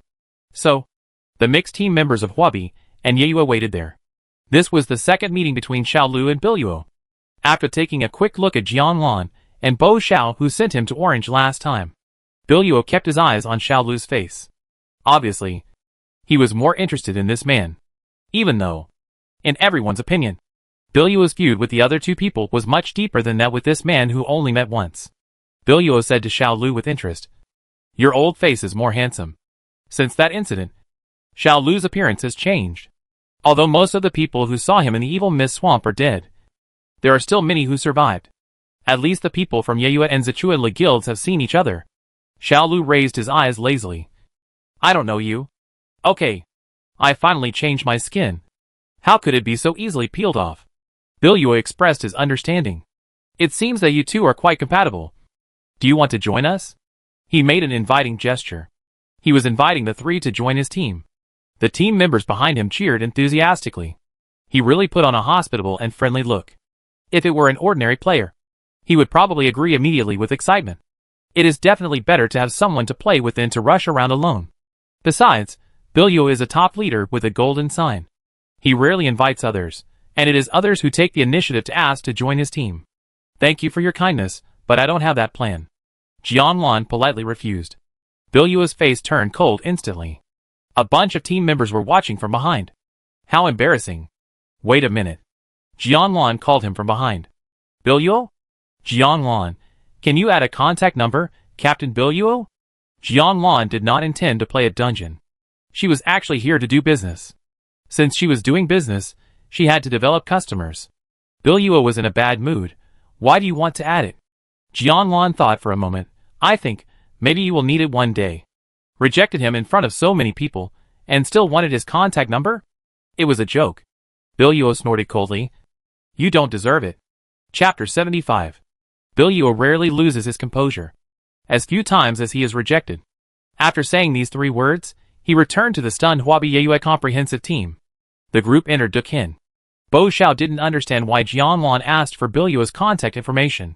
What he didn't expect was that Biluo didn't give the contact information, but also said, "You don't deserve it." It was too arrogant. Bo Xiao looked at Jiang Lan, but Jiang Lan looked indifferent. It seemed that he didn't take this matter to heart at all. Regarding the unpleasant experience just now, although Xiaolu did not say anything, his eyes intentionally or unintentionally glanced at Biluo's back that gradually disappeared in the poisonous dust. Biluo was one of the few people who had seen his current and previous appearances, and knew his true identity. He was still worried, but he insisted on denying it. And Biluo did not intend to expose him. After meeting him this time, perhaps in the future, he would not bother him again. And he could also do what he wanted to do with peace of mind. Wait until the two groups of people have completely left. Jiang Lan opened the panel. The power of the poisonous dust will not be immediately apparent. They have to stay in it for a while, before they can see the effect. To be on the safe side, she also prepared bubble gum shields for the two of them. Eat Maltesers first, then Bibabu. Xiaolu looked calm. Bo Zhao's mouth twitched. He was about to burst. In the few days with Jiang Lan, he had eaten more snacks than he had eaten in the 20 years since he was a child. It's not that he didn't like snacks when he was a child. As the only legal heir of the Bo group, his health is of utmost importance. What he eats and uses every day, there are special people in charge. Once he left school early, he met people from other schools. He was waiting at the school gate. The gangster saw that he was dressed well. And before his housekeeper came, he handed him a white, chewy snack that looked like tripe. Bo Xiao smelled the smell and couldn't help it. "I got diarrhea when I got home." "Delicious, I'll eat it again next time." But his mother found out about this, and never allowed him to eat snacks again. The bodyguards at home monitored him 24 hours a day, except when he was sleeping or going to the toilet. Snacks were no longer available for him, but after not eating them for a long time, he gradually stopped wanting to eat them. The situation of being monitored all the time was improved after Bo Xiao became an adult. His family also gave him some moderate freedom. He could finally go out and see the world. After telling his parents about his schedule, he dismissed the bodyguards, who had grown up with him, who were still young men at the time, and were now almost middle-aged uncles. He boarded the private plane of the brothers and sisters of the G Group, and crossed the Pacific Ocean. Then, plop, they all fell into the sea. So your childhood was so miserable. Jianwan couldn't help but sigh. Is it because he is the president that his health is not very good, and he gets sick every other day? Even eating konjac can cause diarrhea. Don't worry. Jianwan promised Bo Xiao. I will definitely give you a complete childhood. She has plenty of snacks. She figured it out. Her cooking system is like connected to the backstage of the largest supermarket on Blue Star. No matter what is put in, it can produce a decent food. It is either freshly made or snacks. And then, add the various attributes belonging to this world. It's delicious and useful. Seeing Jianlan's empathy, Bo Xiao chewed his bubble gum and felt even more wronged. He was so old that he pulled Jianlan's sleeve, looking pitiful. Wu, President, you're really too good. Jianlan laughed. It's okay. It's okay. Men who act like spoiled children have the best life. Xiao Lu was speechless. Don't be so exaggerated. Growing up with a silver spoon in his mouth, and inheriting a family fortune of 10 billion, is Bo Xiao really miserable? Isn't it just that he didn't eat snacks when he was a child? This world is too crazy. Xiao Lu held back and didn't tell Jianlan. Do you want to hear my story? The three of them entered the poisonous dust. Compared with the scenery outside, if you don't look carefully, you can't see the difference. Especially when the weather is clear. No wonder those who came to explore the way first got into trouble. Jianlan stared at the personal status bar nervously. Combat status and life status. If the poisonous dust will cause damage to them, then it will definitely be reflected in the buff column. Waiting under a dead tree, half an hour passed, there was no sign of infection. Jianlan was excited. It really works. Really? Xiao Lu was also a little unbelievable. He is an old player, and he more or less agrees with what Bo Xiao said before. If the effect of Jianlan's ability is really to this extent, it would be too buggy. Not only are there matching items in the mall, Jianlan's cost of obtaining them is even lower. Even the necessary task props that need to collect materials and then synthesize them from special NPCs, Jianlan can make them here. This is not a cooking pot, she is a cheating device back-end. This is just the collection of the two maps of the Arctic North and the Land of Sand. Xiao Lu couldn't imagine, if she went to the Evil Mist Swamp, what kind of storm would be set off in the local area. Jianlan and Xiao Lu were very excited. In contrast, Bo Xiao's face was relatively calm, as if he had known the result long ago. This surprised Jianlan. Could it be that Bo Xiao has always believed in himself? Jianlan's heart was slightly relieved. Trust from friends can bring great encouragement to people. It seems a little embarrassing. It seems like he has done something wrong. Bo Xiao suddenly took out a sachet. Poison-proof sachet. Jianlan fell into silence. She had passed by Oasis City number 5 before, and had seen this thing in the hands of players who came out of the pharmacist's hut. How come Bo Xiao also has it? I brought this? Bo Xiao was embarrassed. Jianlan was stunned for a moment. Her loosened heart was slightly closed again. Bo Xiao doesn't believe her. Right? Forget it. Jianlan felt bitter. But she could let it go. That's right, she and Bo Xiao were not close friends. Others didn't need to risk their lives to accompany her in the experiment. But no matter how upset she was upset. Facts speak louder than words. Bo Xiao didn't believe her before, but he should believe her now. Right? Jianlan snorted. Control variable method. My Malteser's anti-poison pills are still effective. Bo Xiao hesitated to speak, and hesitated again and again. There is no way to hide. I will have to tell you sooner or later. He closed his eyes. You brought it too. Jianlan fell into silence. She was stunned. Bo Xiao reminded. In the pocket. Jianlan put her hand into her pocket and searched carefully. She really touched a small flat cloth bag. She took it out and saw a bright red xiaogua knot on top and a yellow tassel below. If it is not a poison-proof sachet, what else could it be? Due to the existence of the player warehouse, everyone would put whatever they got into the warehouse backpack as soon as possible, and ignore the pockets on her body. Obviously, Bo Xiao secretly put this thing into her pocket. Click. The heart that was still a little loose closed again. Jianlan was angry and amused, but she was more angry. Who told you to meddle in other people's business? She was really angry, but she was helpless. Bo Xiao was just worried about himself. What was wrong with him? But he really didn't need to do that. Then their behavior of eating dirt in the strong wind for half an hour really looked like clowns. Jianlan almost cried. Xiao Lu stepped forward to comfort her. It's okay. He pointed at himself. Control variable method. Right. Xiao Lu's words reminded Jianlan. She wanted to laugh, but didn't dare to laugh. She laughed because Xiao Lu was a variable, so they didn't blow the whistle in vain. She didn't laugh because, in this way, Xiao Lu felt excluded. She and Bo Xiao both had anti-poison sachets, but Xiao Lu didn't. However, for now, confirming whether the Maltesers had anything to do with this matter was above all else. Nothing else matters. Xiao Lu's words gave Jianlan the last glimmer of hope, and she was about to breathe a sigh of relief. Unexpectedly, Bo Xiao sneered. Heh. This sound directly bounced Jianlan's smile away. Jianlan fell into silence. Xiao Lu. What kind of variable?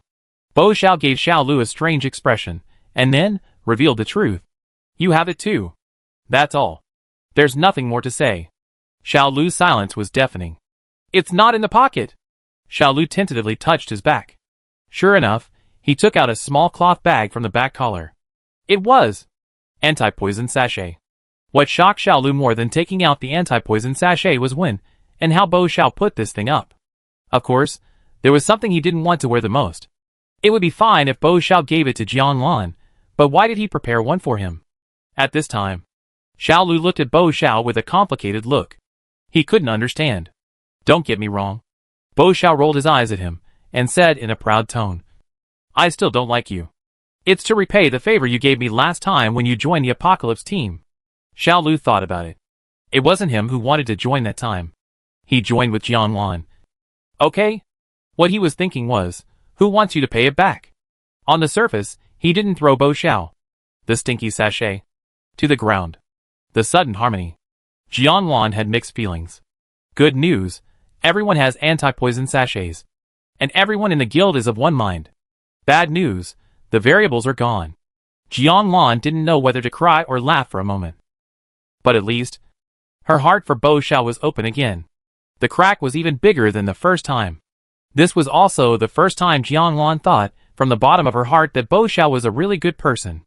At least, he was not a disloyal person. Bo Xiao, what should we do now? He was the one who caused a big mess. Although he had good intentions, the final result was not so good. Let's wait another half an hour, Jianlan suggested. Isn't it just a breeze? It doesn't matter. Okay. Bo Xiao nodded. So, Jianlan prepared to collect the sachet. They were close to the edge of the poisonous dust, and they could leave at any time if they had any problems. No need. When he received it from Xiao Lu, he suddenly said these two words. Bo Xiao, what? Xiao Lu looked at the two of them steadily. Then, his eyes fell on Jianlan. Your medicine is effective. Jianlan was puzzled. Why do you say that? Xiao Lu must have his reasons. Then, Xiao Lu looked at Bo Xiao again. The sachet is fake. Chapter 76. What? The sachet is fake?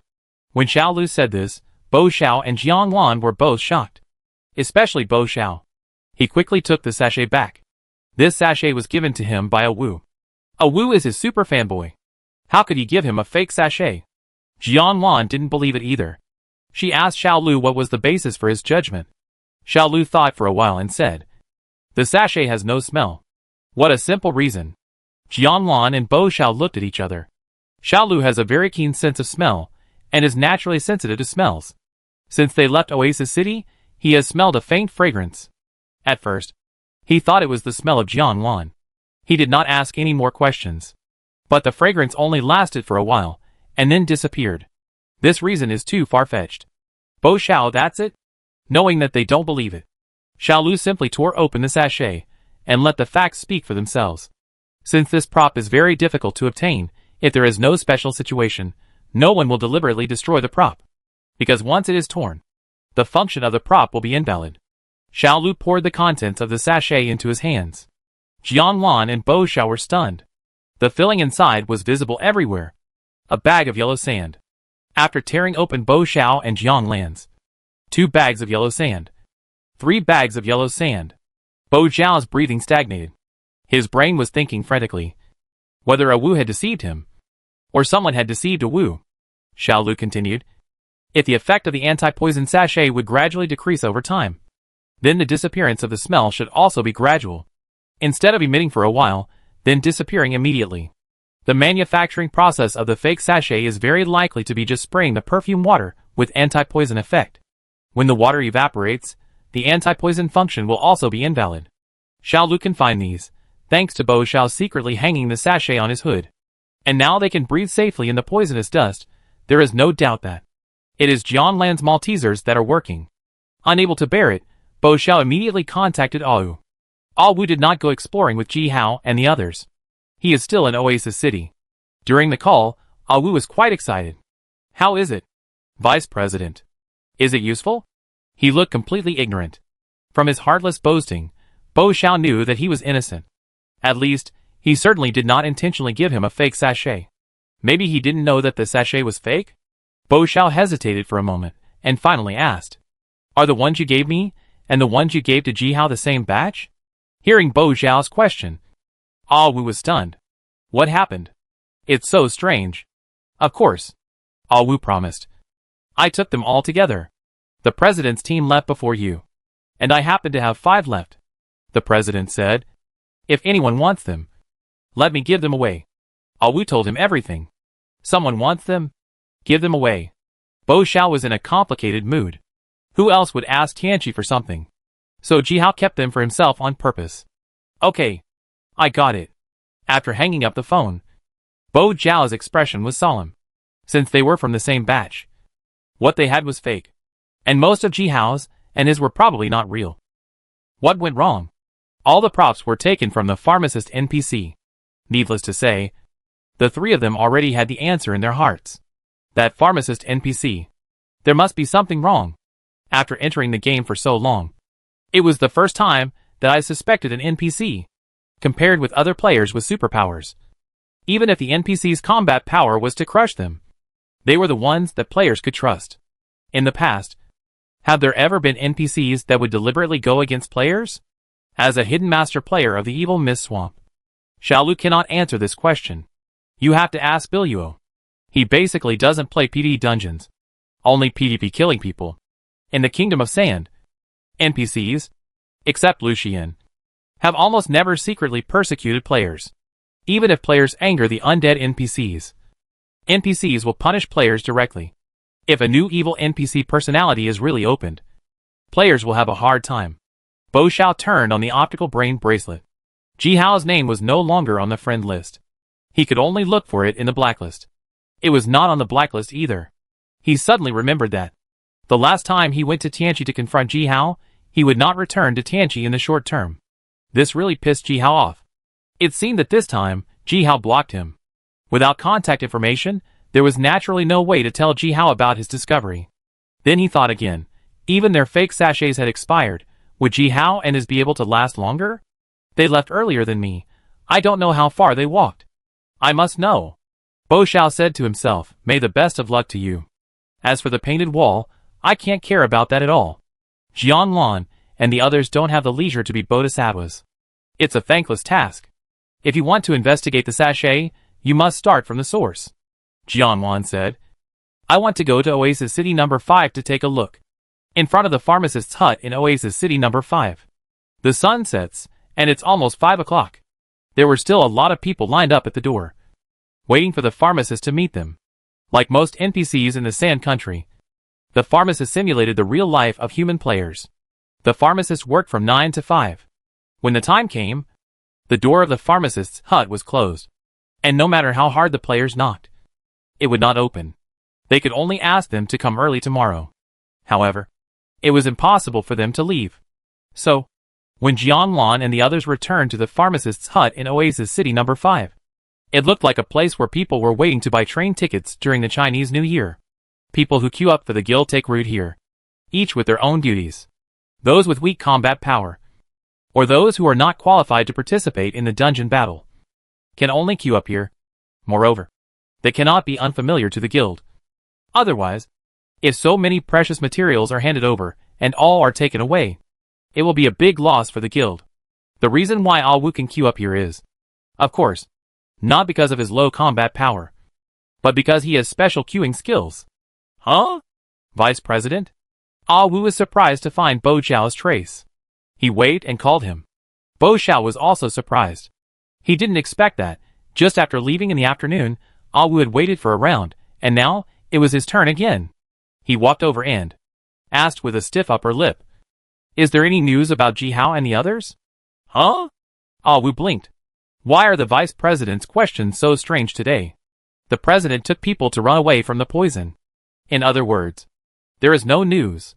No news, maybe it can be considered good news. It's almost Wu's turn. Jian Luan came up with a smile. Can we go in with you? There is no limit on the number of people who can enter each time, but only the number of sachets.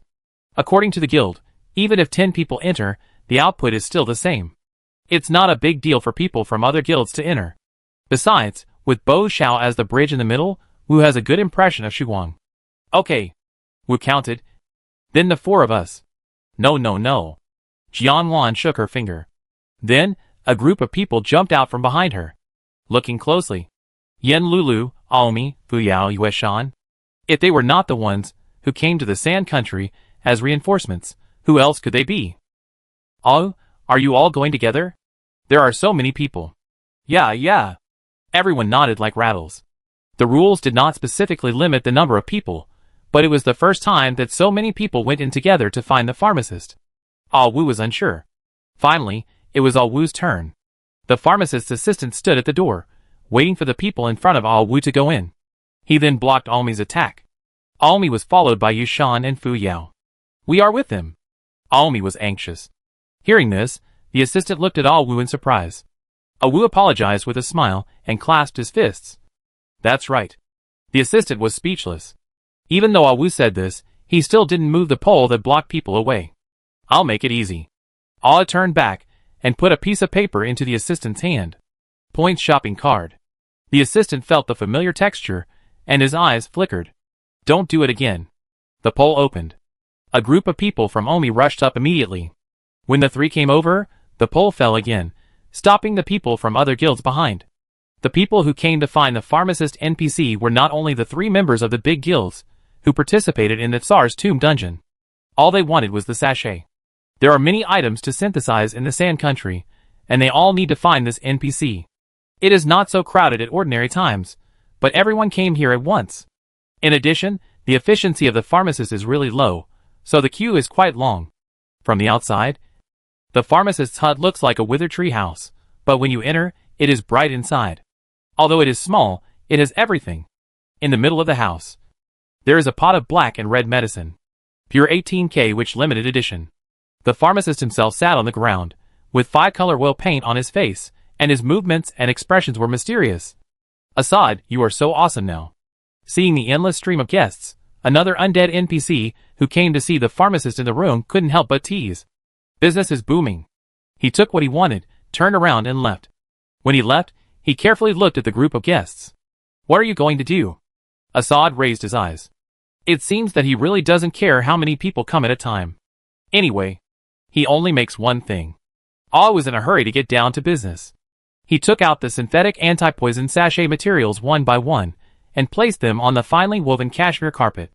And he paid Assad the corresponding points. Assad said mysteriously. It means he knows.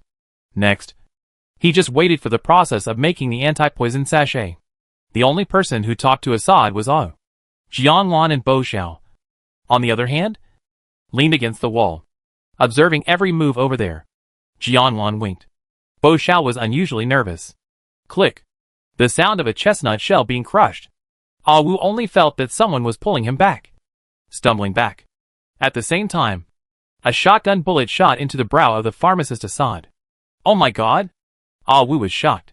How could the people brought by Jian Luan attack the undead NPC? The person who fired that shot was Xiao Lu. But something even more incredible was yet to come. Swish. As if some kind of restriction had been broken, a fire tornado appeared on the flat ground. It rushed straight into the clouds, burning through the roof. Then, the entire pharmacist's hut exploded from the middle. A 3-meter-tall red four-hoofed monster appeared where Assad had just sat. It roared at them.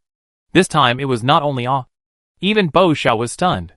Is this the natural disaster boss? Chapter 77. Oh my god, why am I losing blood? A cry of surprise rang out. Like a stone thrown into a lake, it caused ripples. At the same time, all the team members discovered this. However, because everyone has different resistance to properties such as poison, the damage caused by the poisonous dust to them is also different. Some people are almost left with only blood skin, while others can still hold on. This is not good news. Everyone took out their items to check immediately. Sure enough, the countdown had already ended. This sachet is no different from an ordinary sachet now. The anti-poison sachet has lost its effect. It has only been more than an hour since they set out, and the anti-poison sachet is much more effective than an hour. Why did it lose its effect in such a short time? When the poison fog causes damage to their health bar, they will touch the blood-locking amulet. If the blood-locking amulet explodes again, they will be really hopeless. A terrible shadow hung over everyone's heart. Drink the medicine. Ji Hao immediately gave the order. The elites of Apocalypse and Ling Yuan followed him this time. Needless to say, the Apocalypse's people, Ji Hao was their backbone, and he had the final say. The green blood-adding medicine bought from the mall could ensure that their health value increased slowly, and would not touch the dangerous red line. However, the deduction of poisonous dust was increasing in percentage. Even if there was always HP replenishment, it would eventually reach that line. The longer the time, the more health points will be deducted. Later on, it will be impossible to make up for it.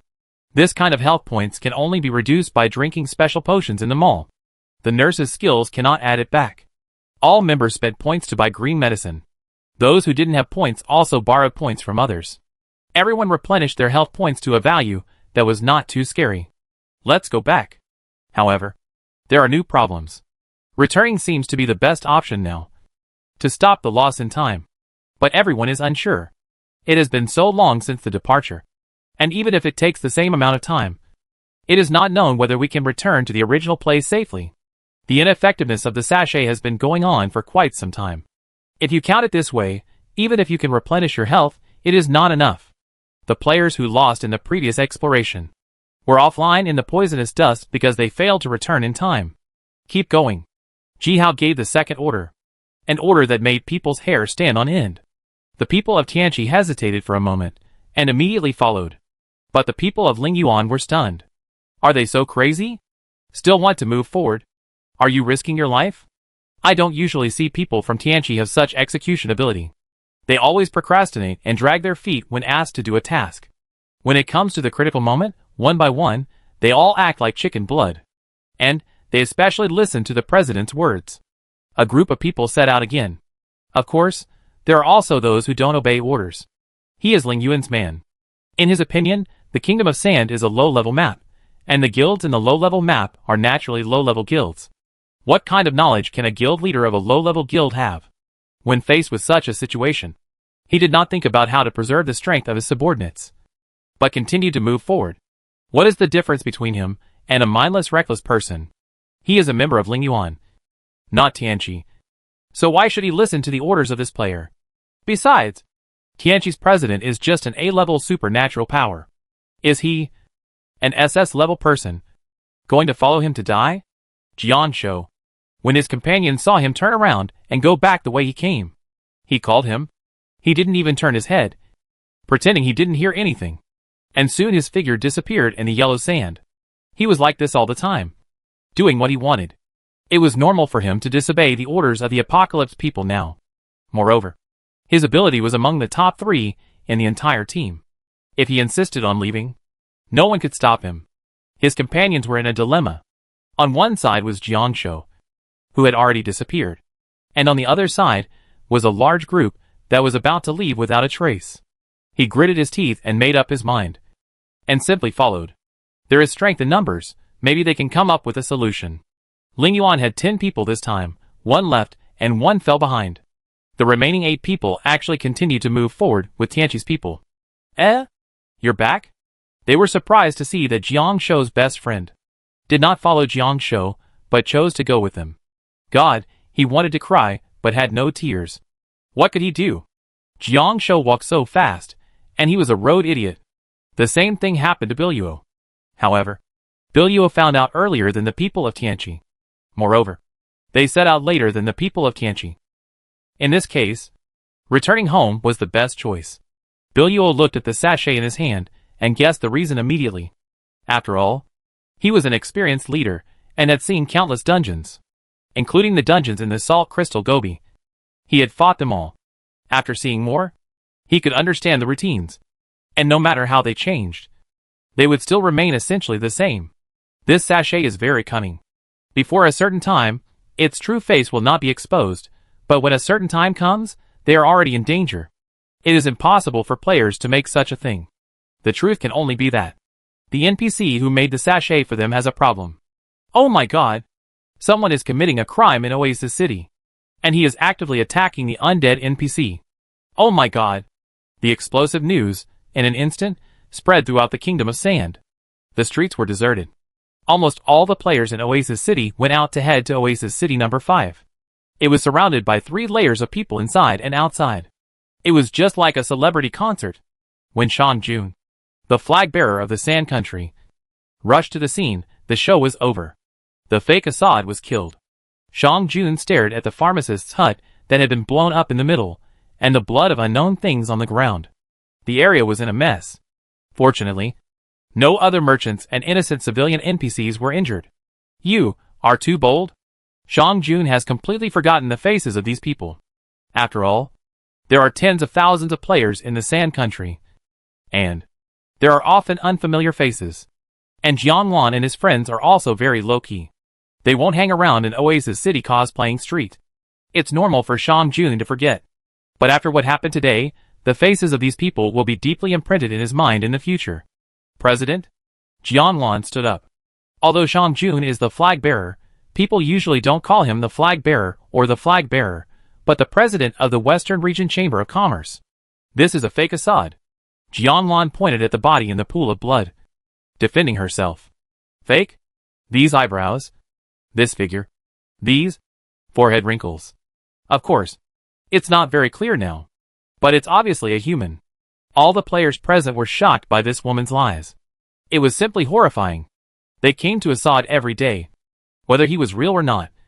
Didn't they know? Obviously, only the players who saw through his disguise could see his true self. In the eyes of other players, he is Assad himself. The asymmetry of information due to visual differences led to disagreements between the people in Jianlan's team and the onlookers. The two sides did not understand each other. Really? It's a big boss. It's a corpse-eating beast. Allah's face turned pale. Not because he suddenly saw a natural disaster boss in the city, but because this natural disaster boss was transformed from an NPC. You know, he had come to Assad several times before. From that time on, was Assad a fake? When was the replacement? Also, was the anti-poison sachet that Vice President Bo asked about before related to this? Did he know about this a long time ago? If the NPC is fake, then will there be a problem with the anti-poison sachet? Then will the president and others be in danger? Before he could answer all his doubts, Allah followed them to fight the boss first, and after fighting the boss, he was surrounded by the flag bearer and his men. It looked like he was going to throw them into the Shotang Bureau for punishment. Damn it, who can tell him what happened? What? You said Assad is a corpse-eating beast? There was a teasing voice in the crowd. Have you watched too much anime? All Wu remembered this face. It was a member of the Shasho Guild. Shasho had always been close to Huabai. You could say, it was a vassal association of Huabai. They had always followed Huabai's lead. Now they were taking advantage of their misfortune. Ah Wu was not surprised. But what's so good about him? The ghoul is the easiest natural disaster boss in the Sand Country. If the configuration is reasonable, at least a team of 5 people is needed to defeat it. Rating is A. Easy to fight, which also means less things are dropped. For example, when they defeated this ghoul just now, it only dropped a broken sheepskin. Nothing else, including the most basic spirit stone. Shang Jun looked lazy. What evidence do you have to prove that this is a fake Assad? The crowd around was excited, waiting for him to deal with the players who caused the riot in Oasis City. Let's teach them a lesson. He was stunned. It really seemed there was no way to prove it. Jianwan had only guessed before. Xiao Lu said he had a special tool to break the disguise. He just wanted to try it. but who knew that he would shoot it out of its original form with one arrow? Later, everything was out of control, and he had to fight. If he couldn't prove it, Shang Jun would take them away. I can prove it. At this time, a person walked out of the crowd. Jianlan was stunned. The person was Biluo. You tell me. Shang Jun wanted to see what evidence they could come up with. But Biluo didn't say anything right away, but walked straight to Jianlan. Whispered, do you want me to help you? Jianlan, would you be so kind? If I remember correctly, they seem to have had an unpleasant experience a few hours ago. How could someone who didn't even have the contact information to help her? Biluo had a blank expression on her face. Of course not. Jianlan? Do I look funny? Unless. Biluo's eyes turned cold. Give me what had just dropped. Huh? She recalled the things she put in the warehouse. Jianlan suddenly realized. Taking advantage of others' misfortune? She was firm. Impossible. Biluo smiled, then take it to jail. After suffering a loss last time, Biluo went to learn about the specialties of the Sand Country, Shotang Bureau. I checked. For people like you, it's at least 20 years. Biluo looked around at the people around Jianlan. There were so many people. It's good. You'll have company in prison. When they are released, they will all be middle-aged. Everyone. They fell into silence. Is it a joke from hell? It's not funny at all. Biluo didn't lie. Jianlan was a little panicked. The scene was quiet for a while. Shang Jun was getting impatient. He signaled his attendants to come forward and catch people. Just then. Help! Save me! A faint cry for help rang out. Help! Another cry? Finally. The source of the sound was locked. Shang Jun's attendant walked over. After a quick check, he immediately reported. Sir, there is a cellar here. Chapter 78. Who else could be locked in the cellar? When Shang Jun's servants helped the man out of the cellar, everyone present was dumbfounded. Except Jianlan and the others who had known the truth long ago. How did you get into this state? Shang Jun looked at the man who looked exactly like the corpse lying on the ground with a look of surprise. Obviously, he was the real Assad. Someone is impersonating me.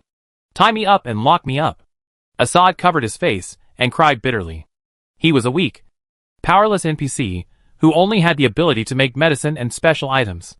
Therefore, he was no match for the natural disaster bosses such as the ghoul. And due to the underlying logic of the game, the ghoul could not kill the undead NPC, so he could only lock him up. Now that he saw the flag bearer of the Sand Country, he cried and complained non-stop. My lord, you must make the decision for me.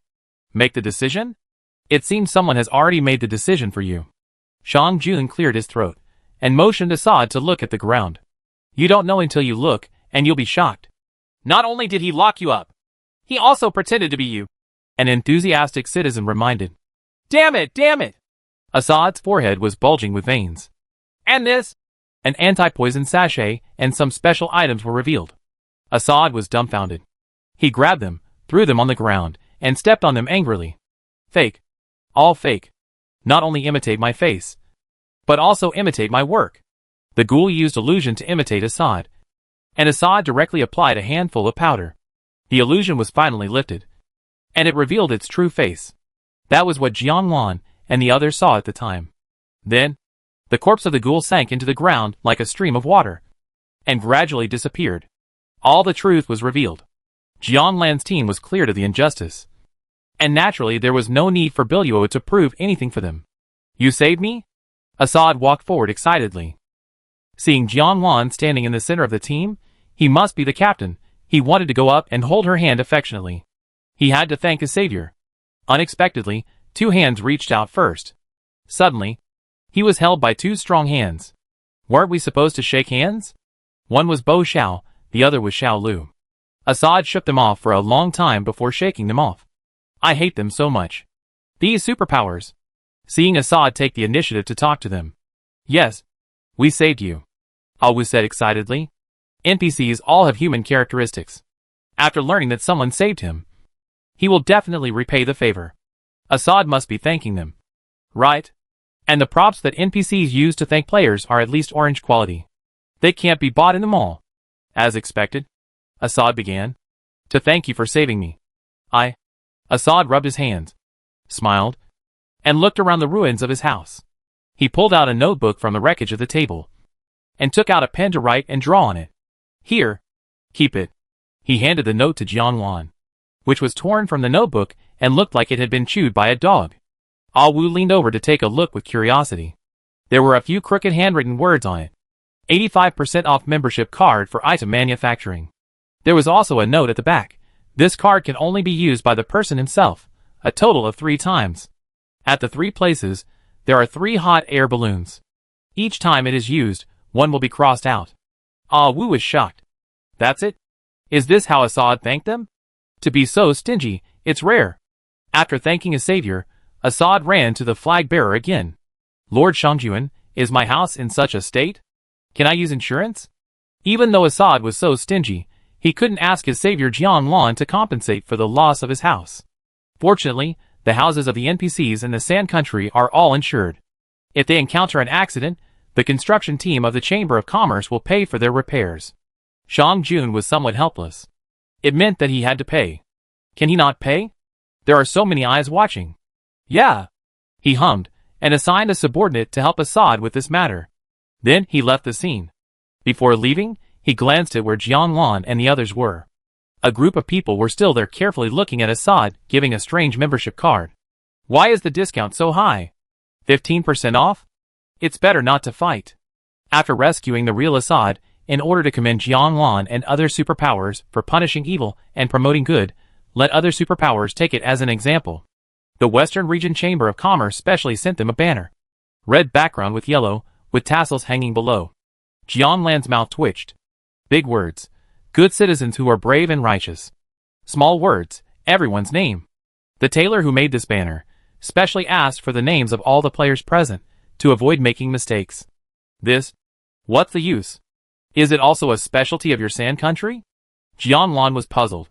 Bo Xiao was silent for a moment. The previous flag bearer was not like this. Indeed. Ah Wu also agreed. Since Shang Jun took over the Kingdom of Sand, he has introduced a series of policies and ways of doing things, including restricting Lu Xian's behavior. It's not strange, but it makes people feel that he is a little too down-to-earth. Down-to-earth to the extent that people can't associate him with other cold NPCs. He is like Lu Xian. Both are immortal NPCs. But Lu Xian has the characteristics of AI in some aspects. If Shang Jun's micro-manipulations are not mentioned, players may regard him as a human being like themselves.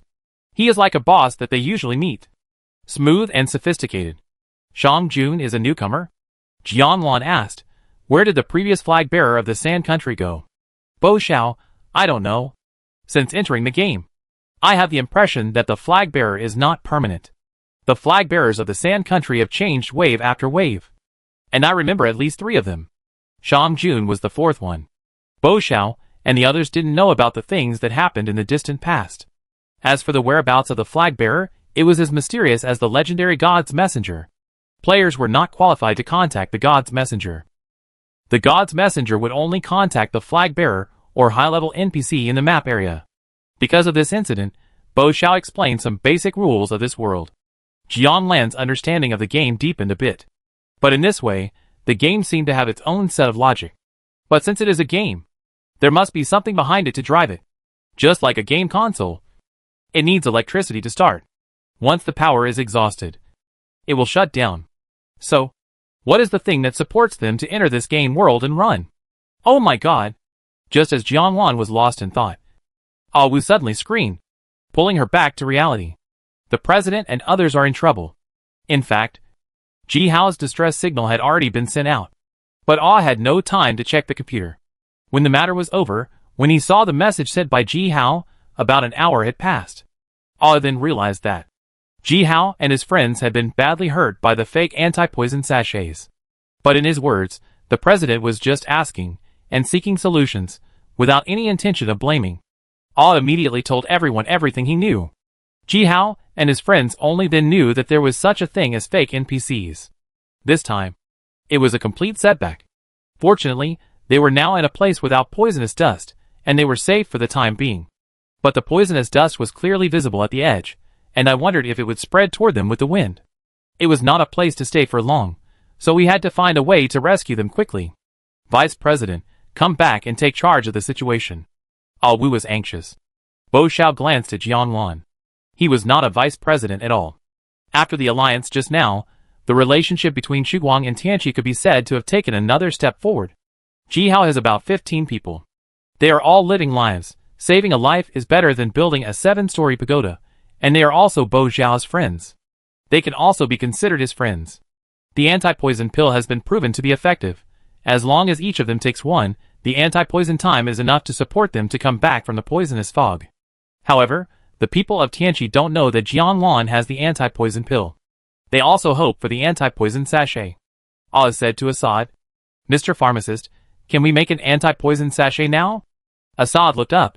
Is it the group of people who just rescued him? He didn't stop. He was still cleaning up the wreckage of his house. It happened that the people from Bilyuo were also there. They also had this need. Assad waved his hand. "I want to rest for a month." "What? 1 month?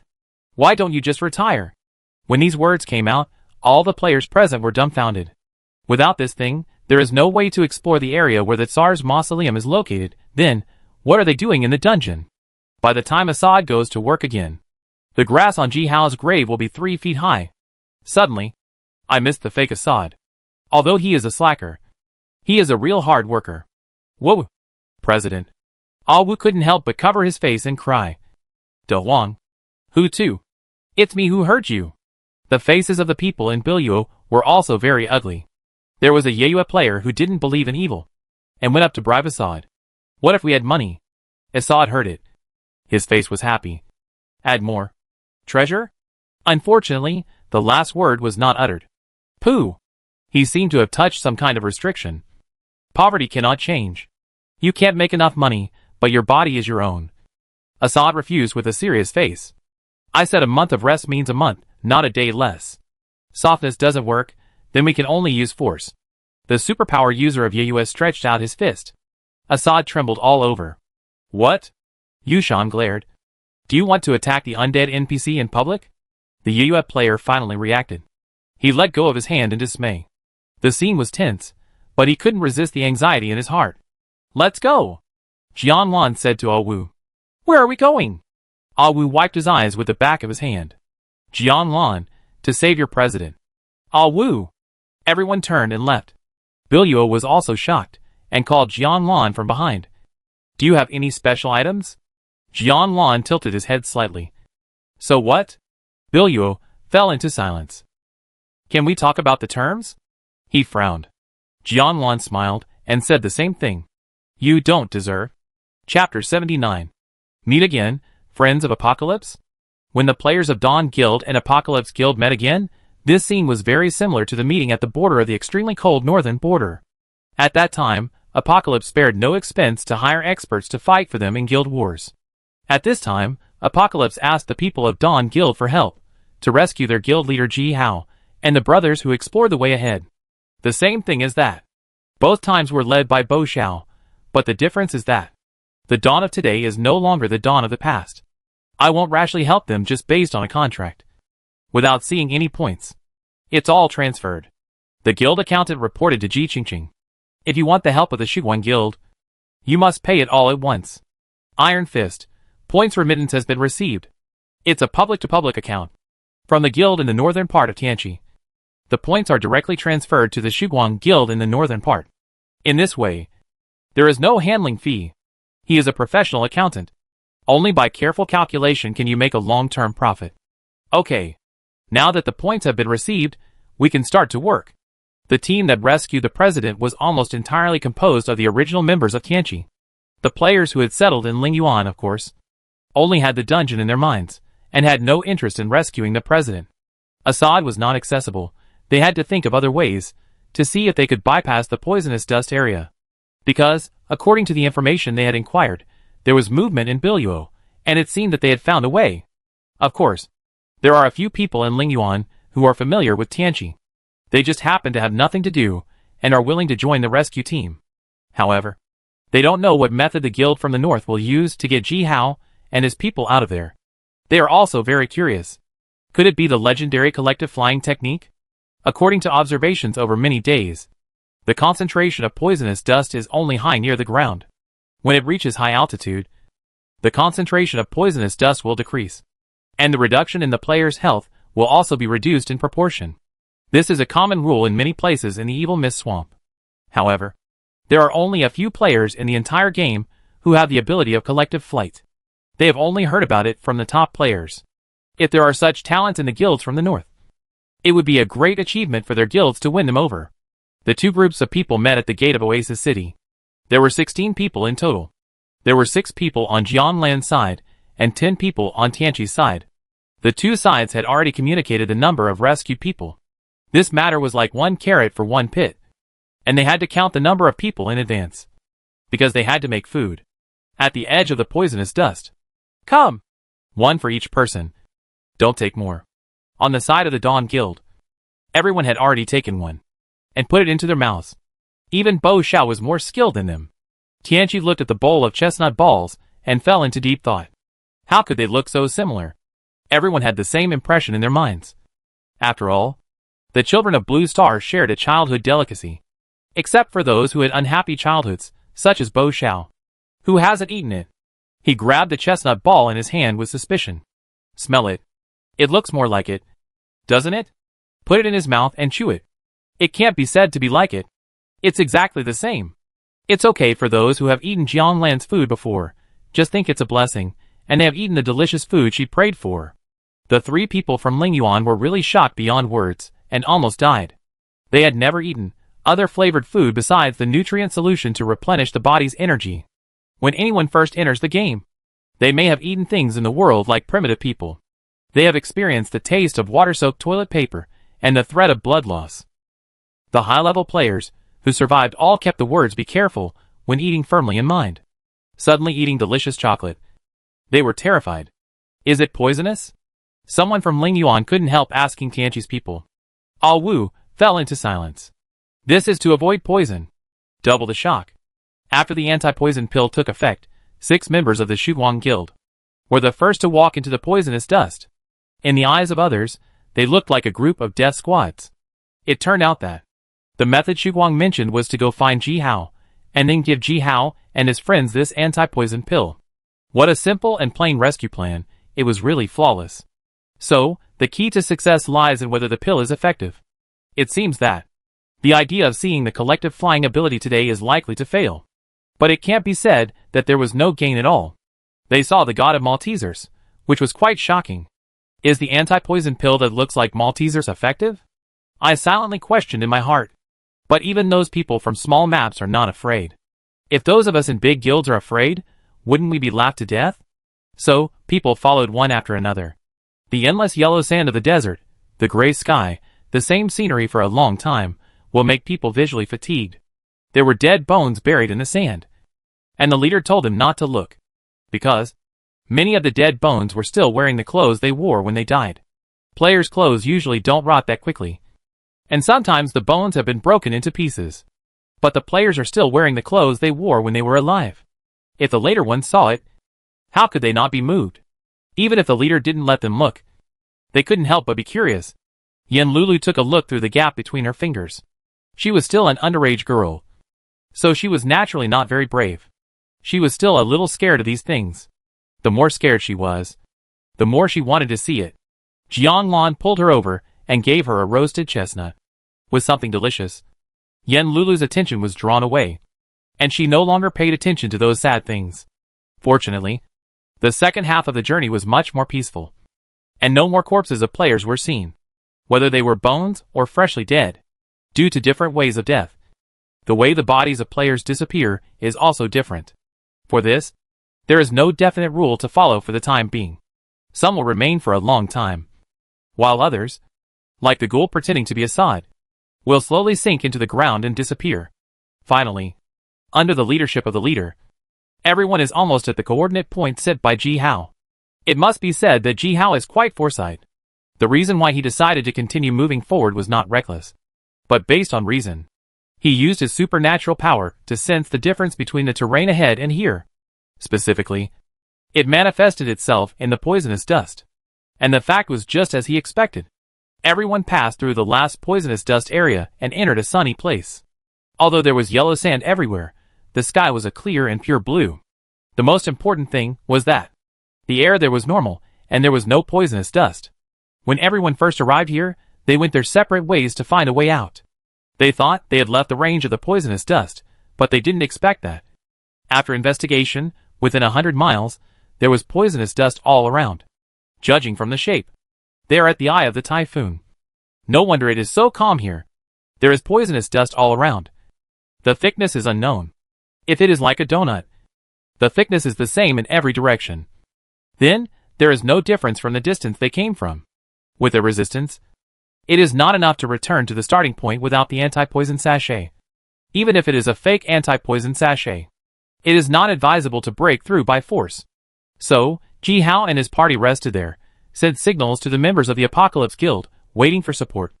On the way here, Ji Hao also made marks in the places he passed by, making it easier for the members of the Apocalypse Guild to track him, so that they could arrive faster.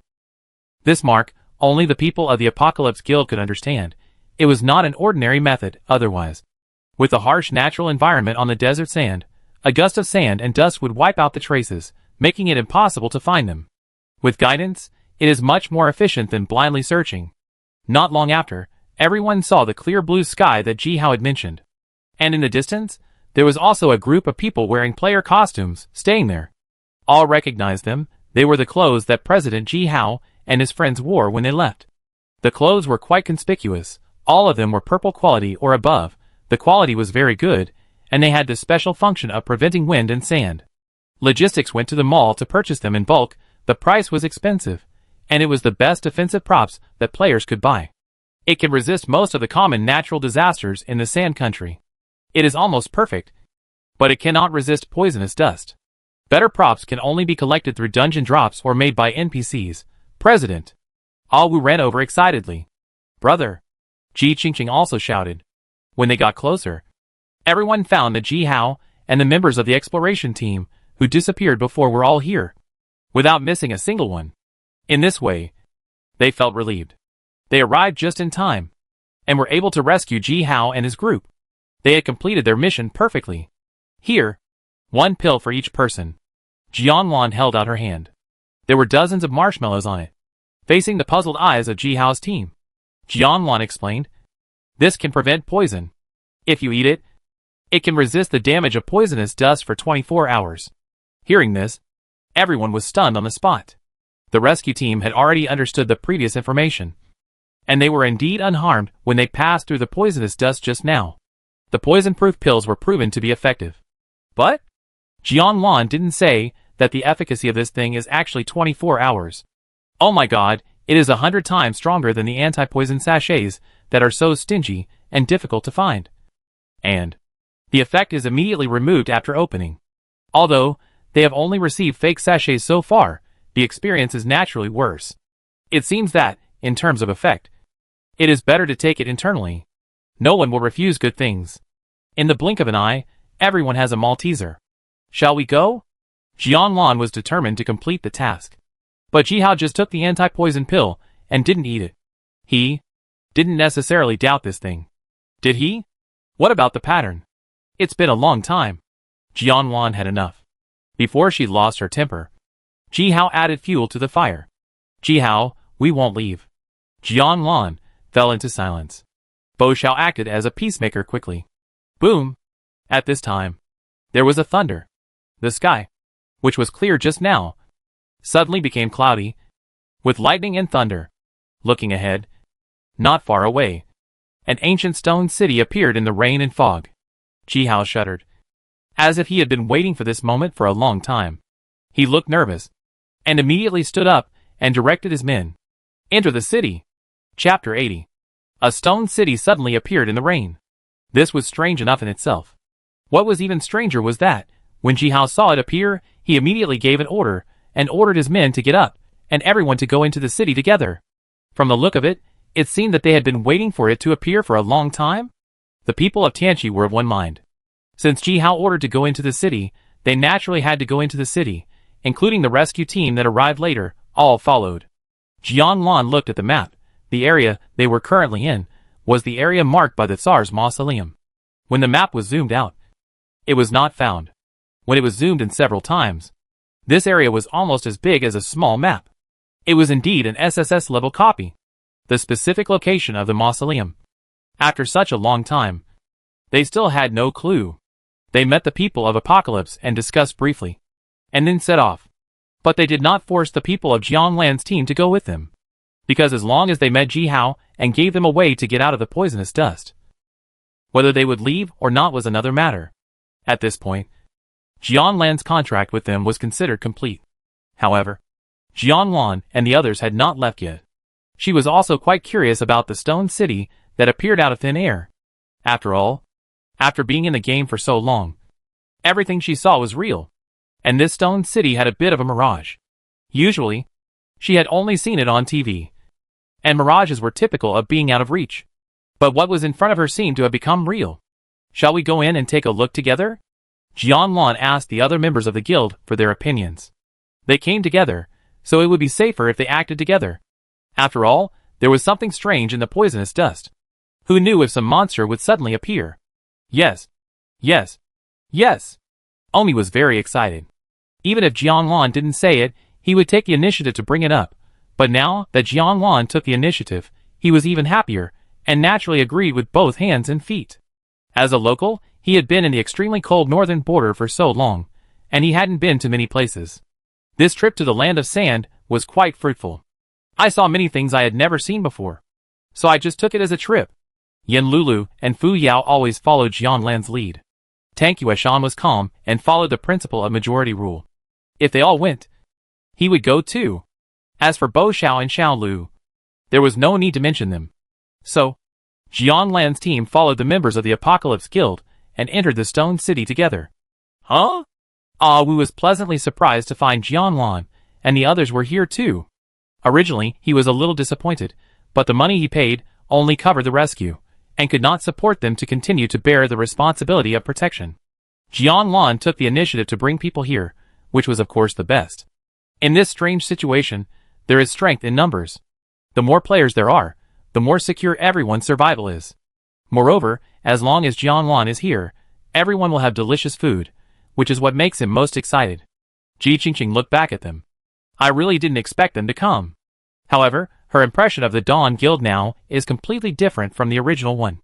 The people in their guild seem to be pretty good. Ji Qingqing thought so. Her eyes fell on Xiao Lu consciously or unconsciously. Although she still had a good impression of him in her heart, he had never looked at her straight in the eye, and his eyes were all Jianglan. After realizing this, Ji Qingqing lost her initial attraction to him. She is not a person who will be jealous for a man.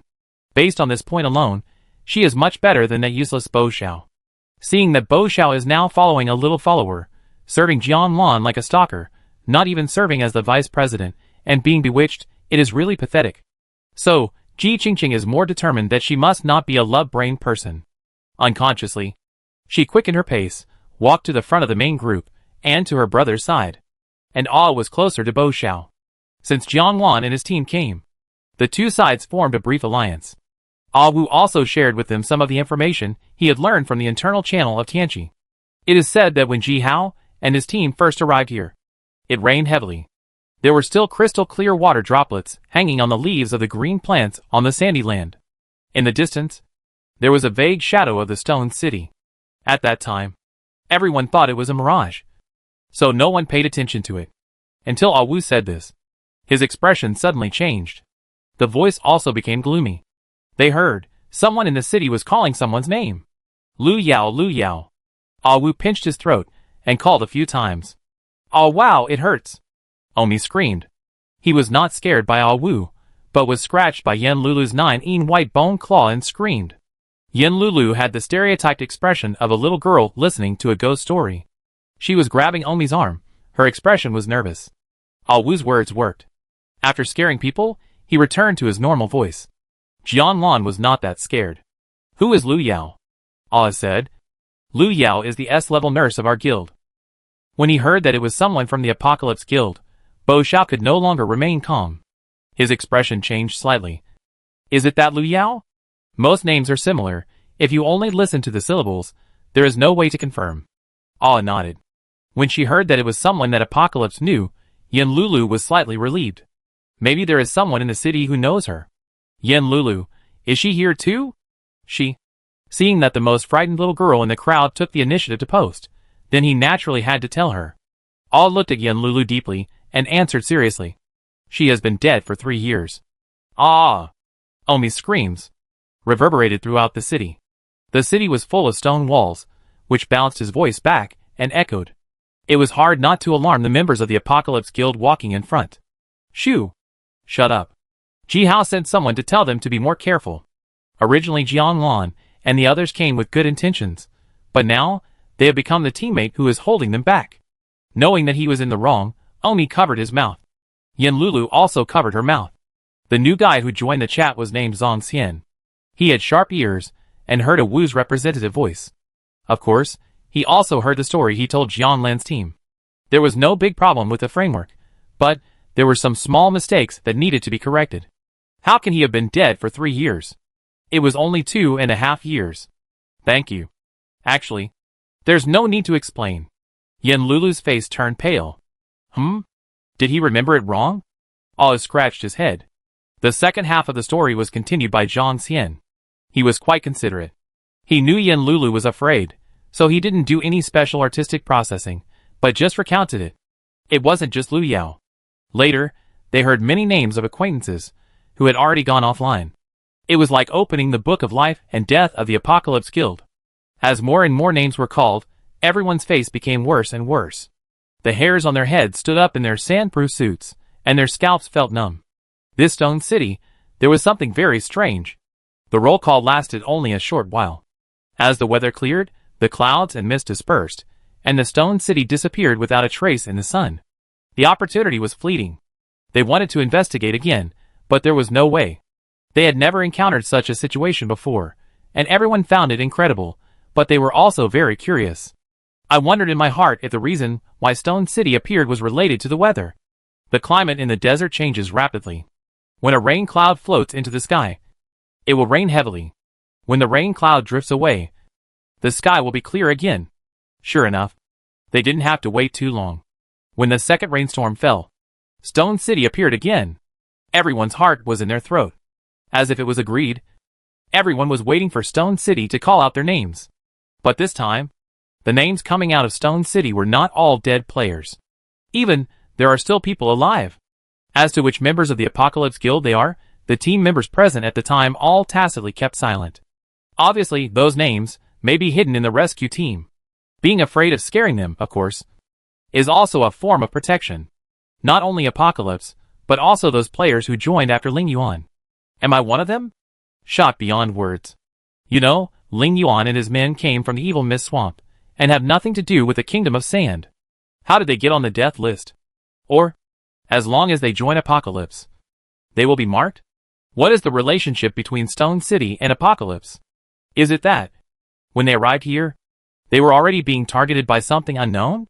Although this game follows the rules on the surface, there are also some hidden rules. Setting traps for players, waiting for them to jump in. If it was just the names of dead players, it would be fine. But when they heard the names of the living people in the guild, they couldn't stay calm. Coming in to investigate is a must. And the order of the names in the city is traceable. As the president, Ji Hao is much more familiar with it than other members. This order, he is very familiar with it. Combined with the past experience, Qin Yin helped them take down the first boss of the natural disaster of the Lord of the Dunes, but also killed many guild members. Ji Hao's blood ran cold. It was read in the order of the death of the guild members. Some are dead, some are still alive. This is exactly why they have to come in. Oh my god! Omi was sweating. So, the ones who were called out are all those who joined Apocalypse. Right? In addition to being frightened, he suddenly felt a little lucky. They are from the Dawn Guild, they shouldn't be on the list. But Zhang Xian had a strange expression. What's your name? So enthusiastic, do you mean to help him check it? Omi. He answered the name obediently, but his expression was not relaxed at all. Ah! Zhang Xian's eyes widened. Ah! Omi's heart was in her throat. Suddenly, I understood what Yenlulu was afraid of. It was really scary. Looking at her again, she had cotton balls in her ears, looking at them with a blank look on her face. Very smart. Haha, I'm kidding. Zhang Xian blinked. I've never heard of this name, he said. At that time, I was scared to death. Omi patted his chest. During the conversation, The crowd had followed the large army to a square in the city. The members responsible for the investigation gathered again. The news they received was the same. Here is an empty city. Empty city? What on earth is that thing with their names? Is it a person? Just when everyone was in doubt, the sky suddenly darkened, like the sun setting. At the same time, all the lights in the city lit up. Through the windows, they emitted an orange glow like flames. The atmosphere fell into an unspeakable silence. Someone had to break the silence. Do you feel? The layout here is very similar to. Everyone felt it, but everyone knew it and didn't say it. Jianlan looked far away. This place is very similar to the Oasis City number 5 that they had visited before. Chapter 81. Outsiders may not be able to clearly feel the layout of the city. But players living in the land of sand may feel confused when they first enter the city. After all, the structures of various cities in the western region are similar. Coupled with the endless yellow sand desert, it is difficult for people to distinguish the differences.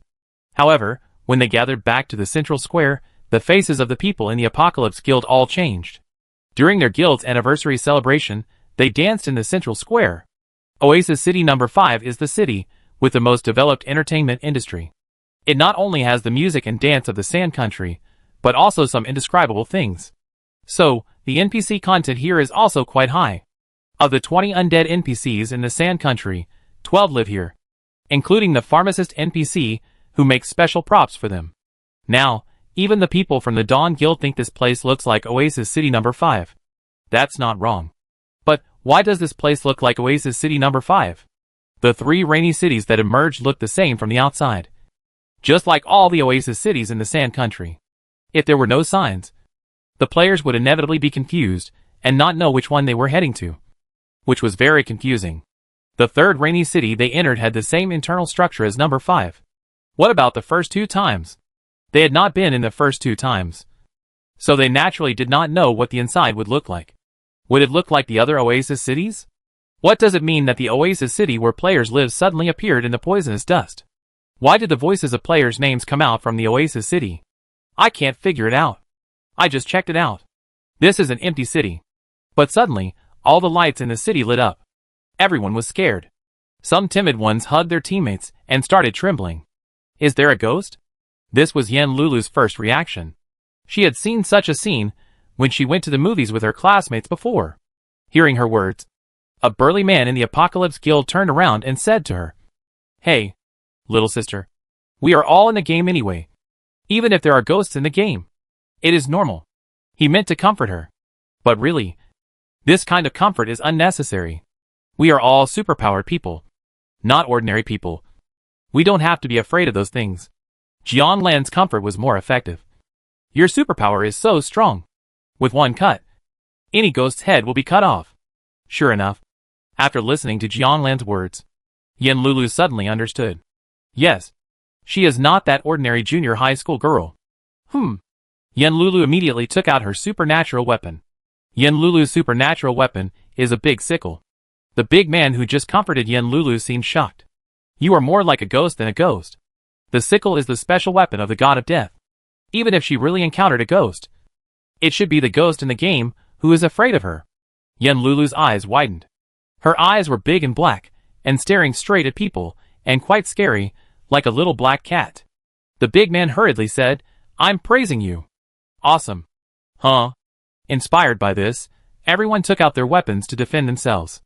Even if they couldn't defend themselves, at least they could tell the forces that were deliberately making trouble in the city that their heads were not made of dough. After thinking it over, Jianlan also took out her white bow. The white bow can change into many weapon forms.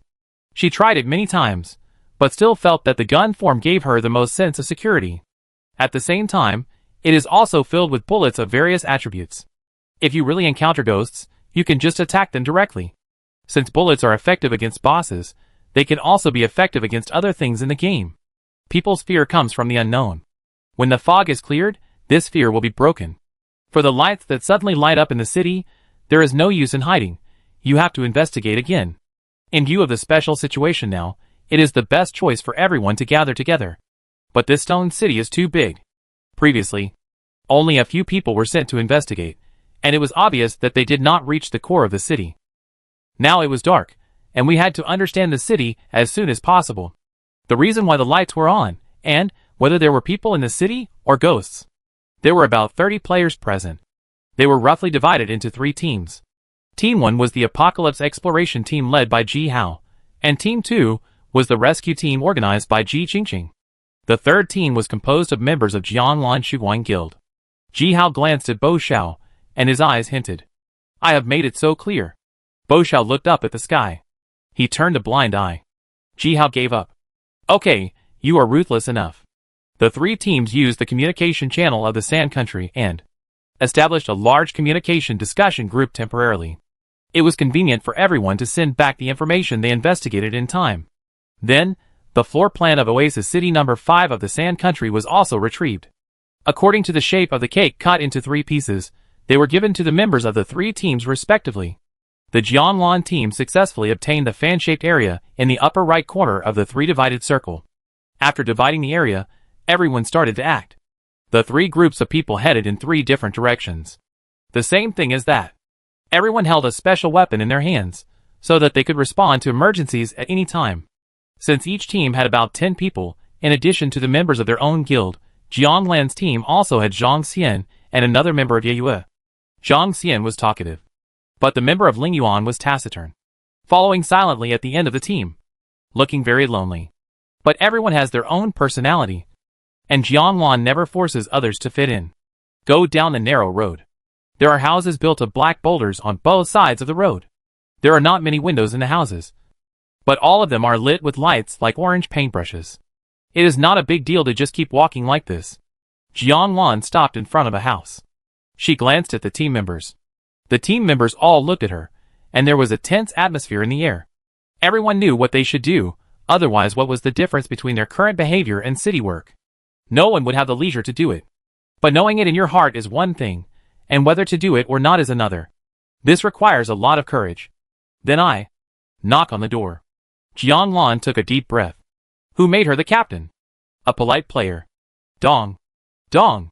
He knocked the wooden door twice with his finger. No response. Dong dong dong. He knocked 3 more times. Under the moonlight, in the quiet and silent stone city, these 3 knocks on the door echoed continuously in the empty streets. It was like knocking on everyone's heart. It was so creepy. I was afraid that no one would open the door. And I was afraid that someone would really come to open the door.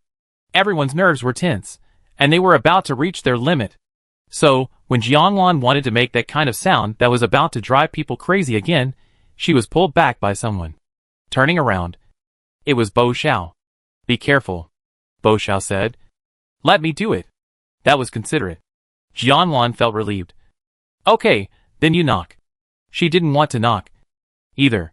Jianlan just moved aside. Bang! There was a loud noise. The wooden door shattered into pieces. Luckily, everyone was far away, and the wood fragments didn't hit anyone. Jianlan was stunned. Is this how you knock on the door? Bo Xiao, just tell me whether the door is open or not.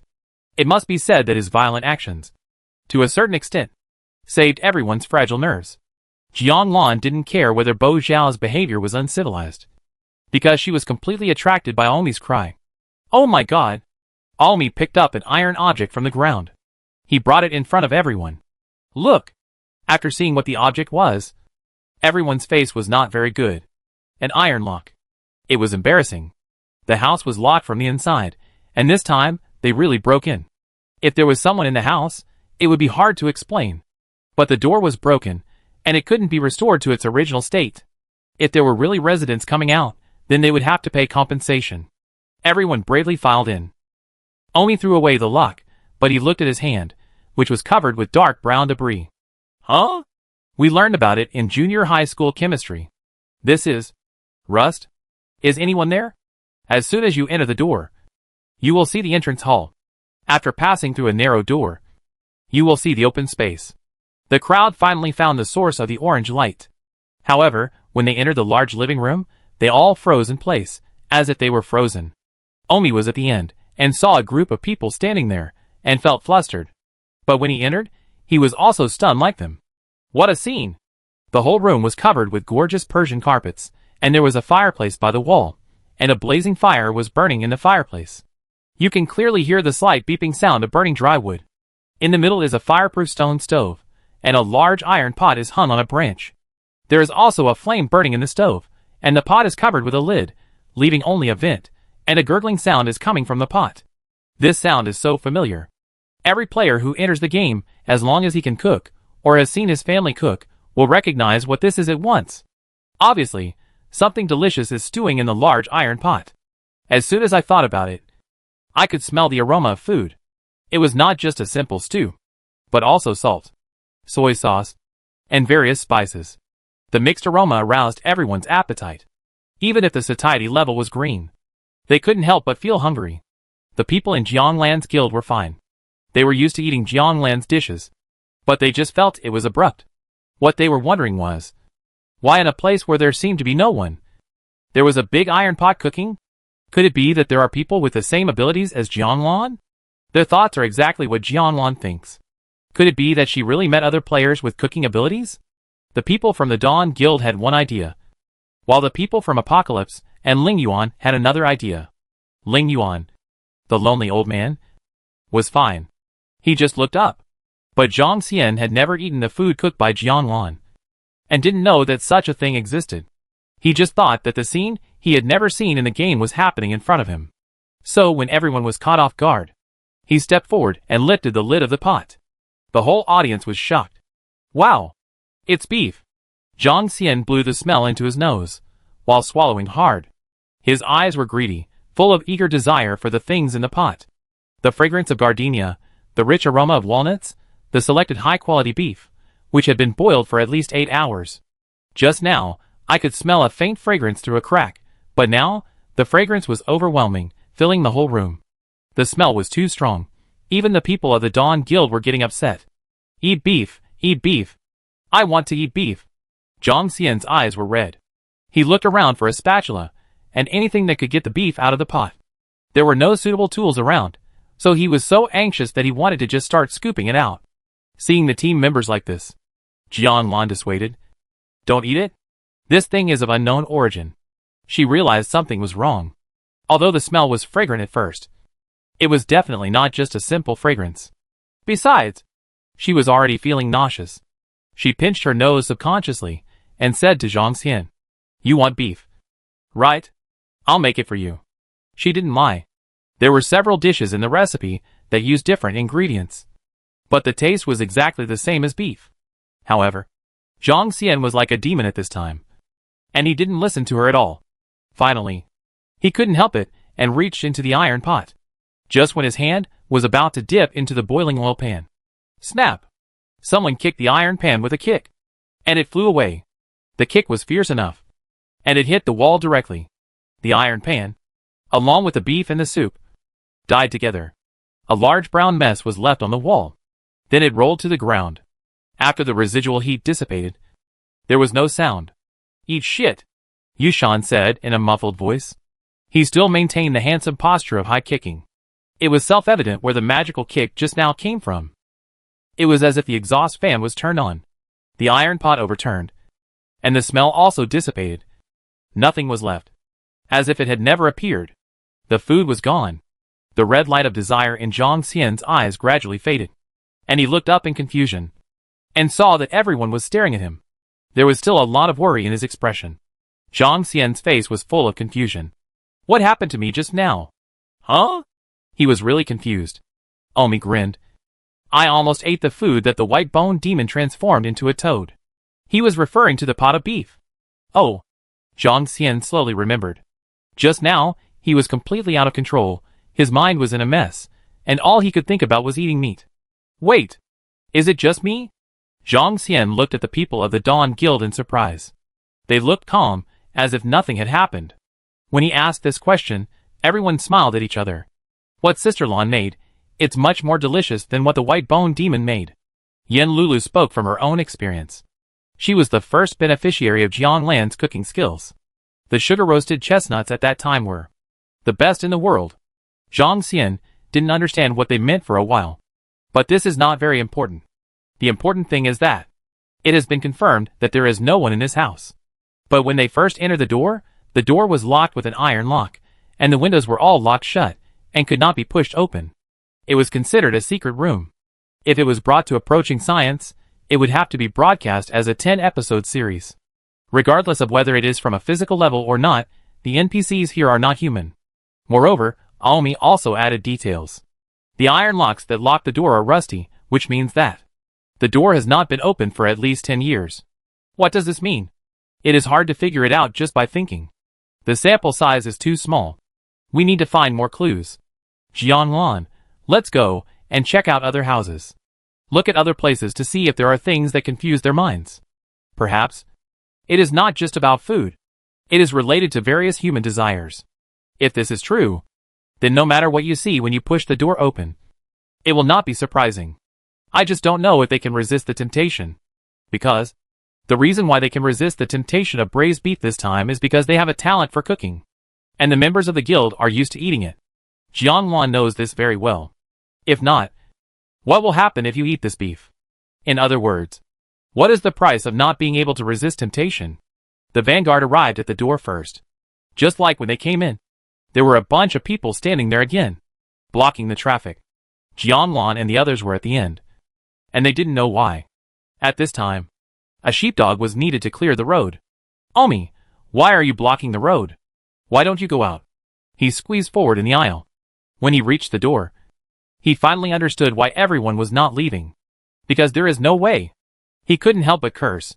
Me fuck? What else could be blocking the crowd? A wooden door. On the door, there was an iron lock. Damn it, this house was locked inside by them. Looking closely, it was even more terrifying. The lock was shiny new, without any trace of rust. It was in sharp contrast to the lock that was used to enter the house before. Could it be that, as time passed, the iron lock would slowly rust, and they would slowly evaporate in this house? My scalp was tingling. Captain. Jianlan also came to the front. When she saw the lock, her mood was the same as everyone else's. Everyone was at a loss, and was waiting for Jianlan to speak. Jianlan had never encountered such a situation. She cast her eyes on Bo Xiao. This gave everyone inspiration, and everyone looked at Bo Xiao. Suddenly, he went from being an impolite guest to the savior of the team? Well, he would give it a try. Using the same method, he applied force to the wooden door. But this time, he failed. No matter from which angle he exerted force. It was like hitting cotton, and could not damage the wooden door at all. Even if he had turned the wooden door into an imaginary enemy. The killing guild that had caused him to lose face in the past. It was useless. So, the killing guild that had long ceased to exist, made him lose face again out of thin air. It was impossible. Bo Xiao got angry. And he didn't believe it. Just when he was about to do his best to destroy this space. Get out of the way. Xiaolu had no expression on his face. Bo Xiao frowned. Now was not the time to throw a tantrum and act like a hero. Jianlan held Bo Xiao's arm and shook it. Bo Xiao's unhappy look could not be maintained for a moment. Jianlan's active contact, for Bo Xiao, was considered a kind of closeness. This trick was very effective. He did not say anything and obediently got out of the way. To deal with a man, you can't force him. Just treat him like a dog or a child, coax him, and you will get twice the result with half the effort. A circle of people gathered around him, craning their necks to watch how he was going to break the door. You know, in everyone's eyes, Xiaolu was just a long-range A-level superpower. But Bo Xiao was recognized as a powerful output. The top of the natural S-level superpowers.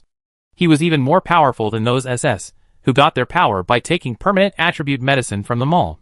With so many eyes staring at him, it was really hard for him to perform. Xiaolu had no choice but to say, "You guys step back."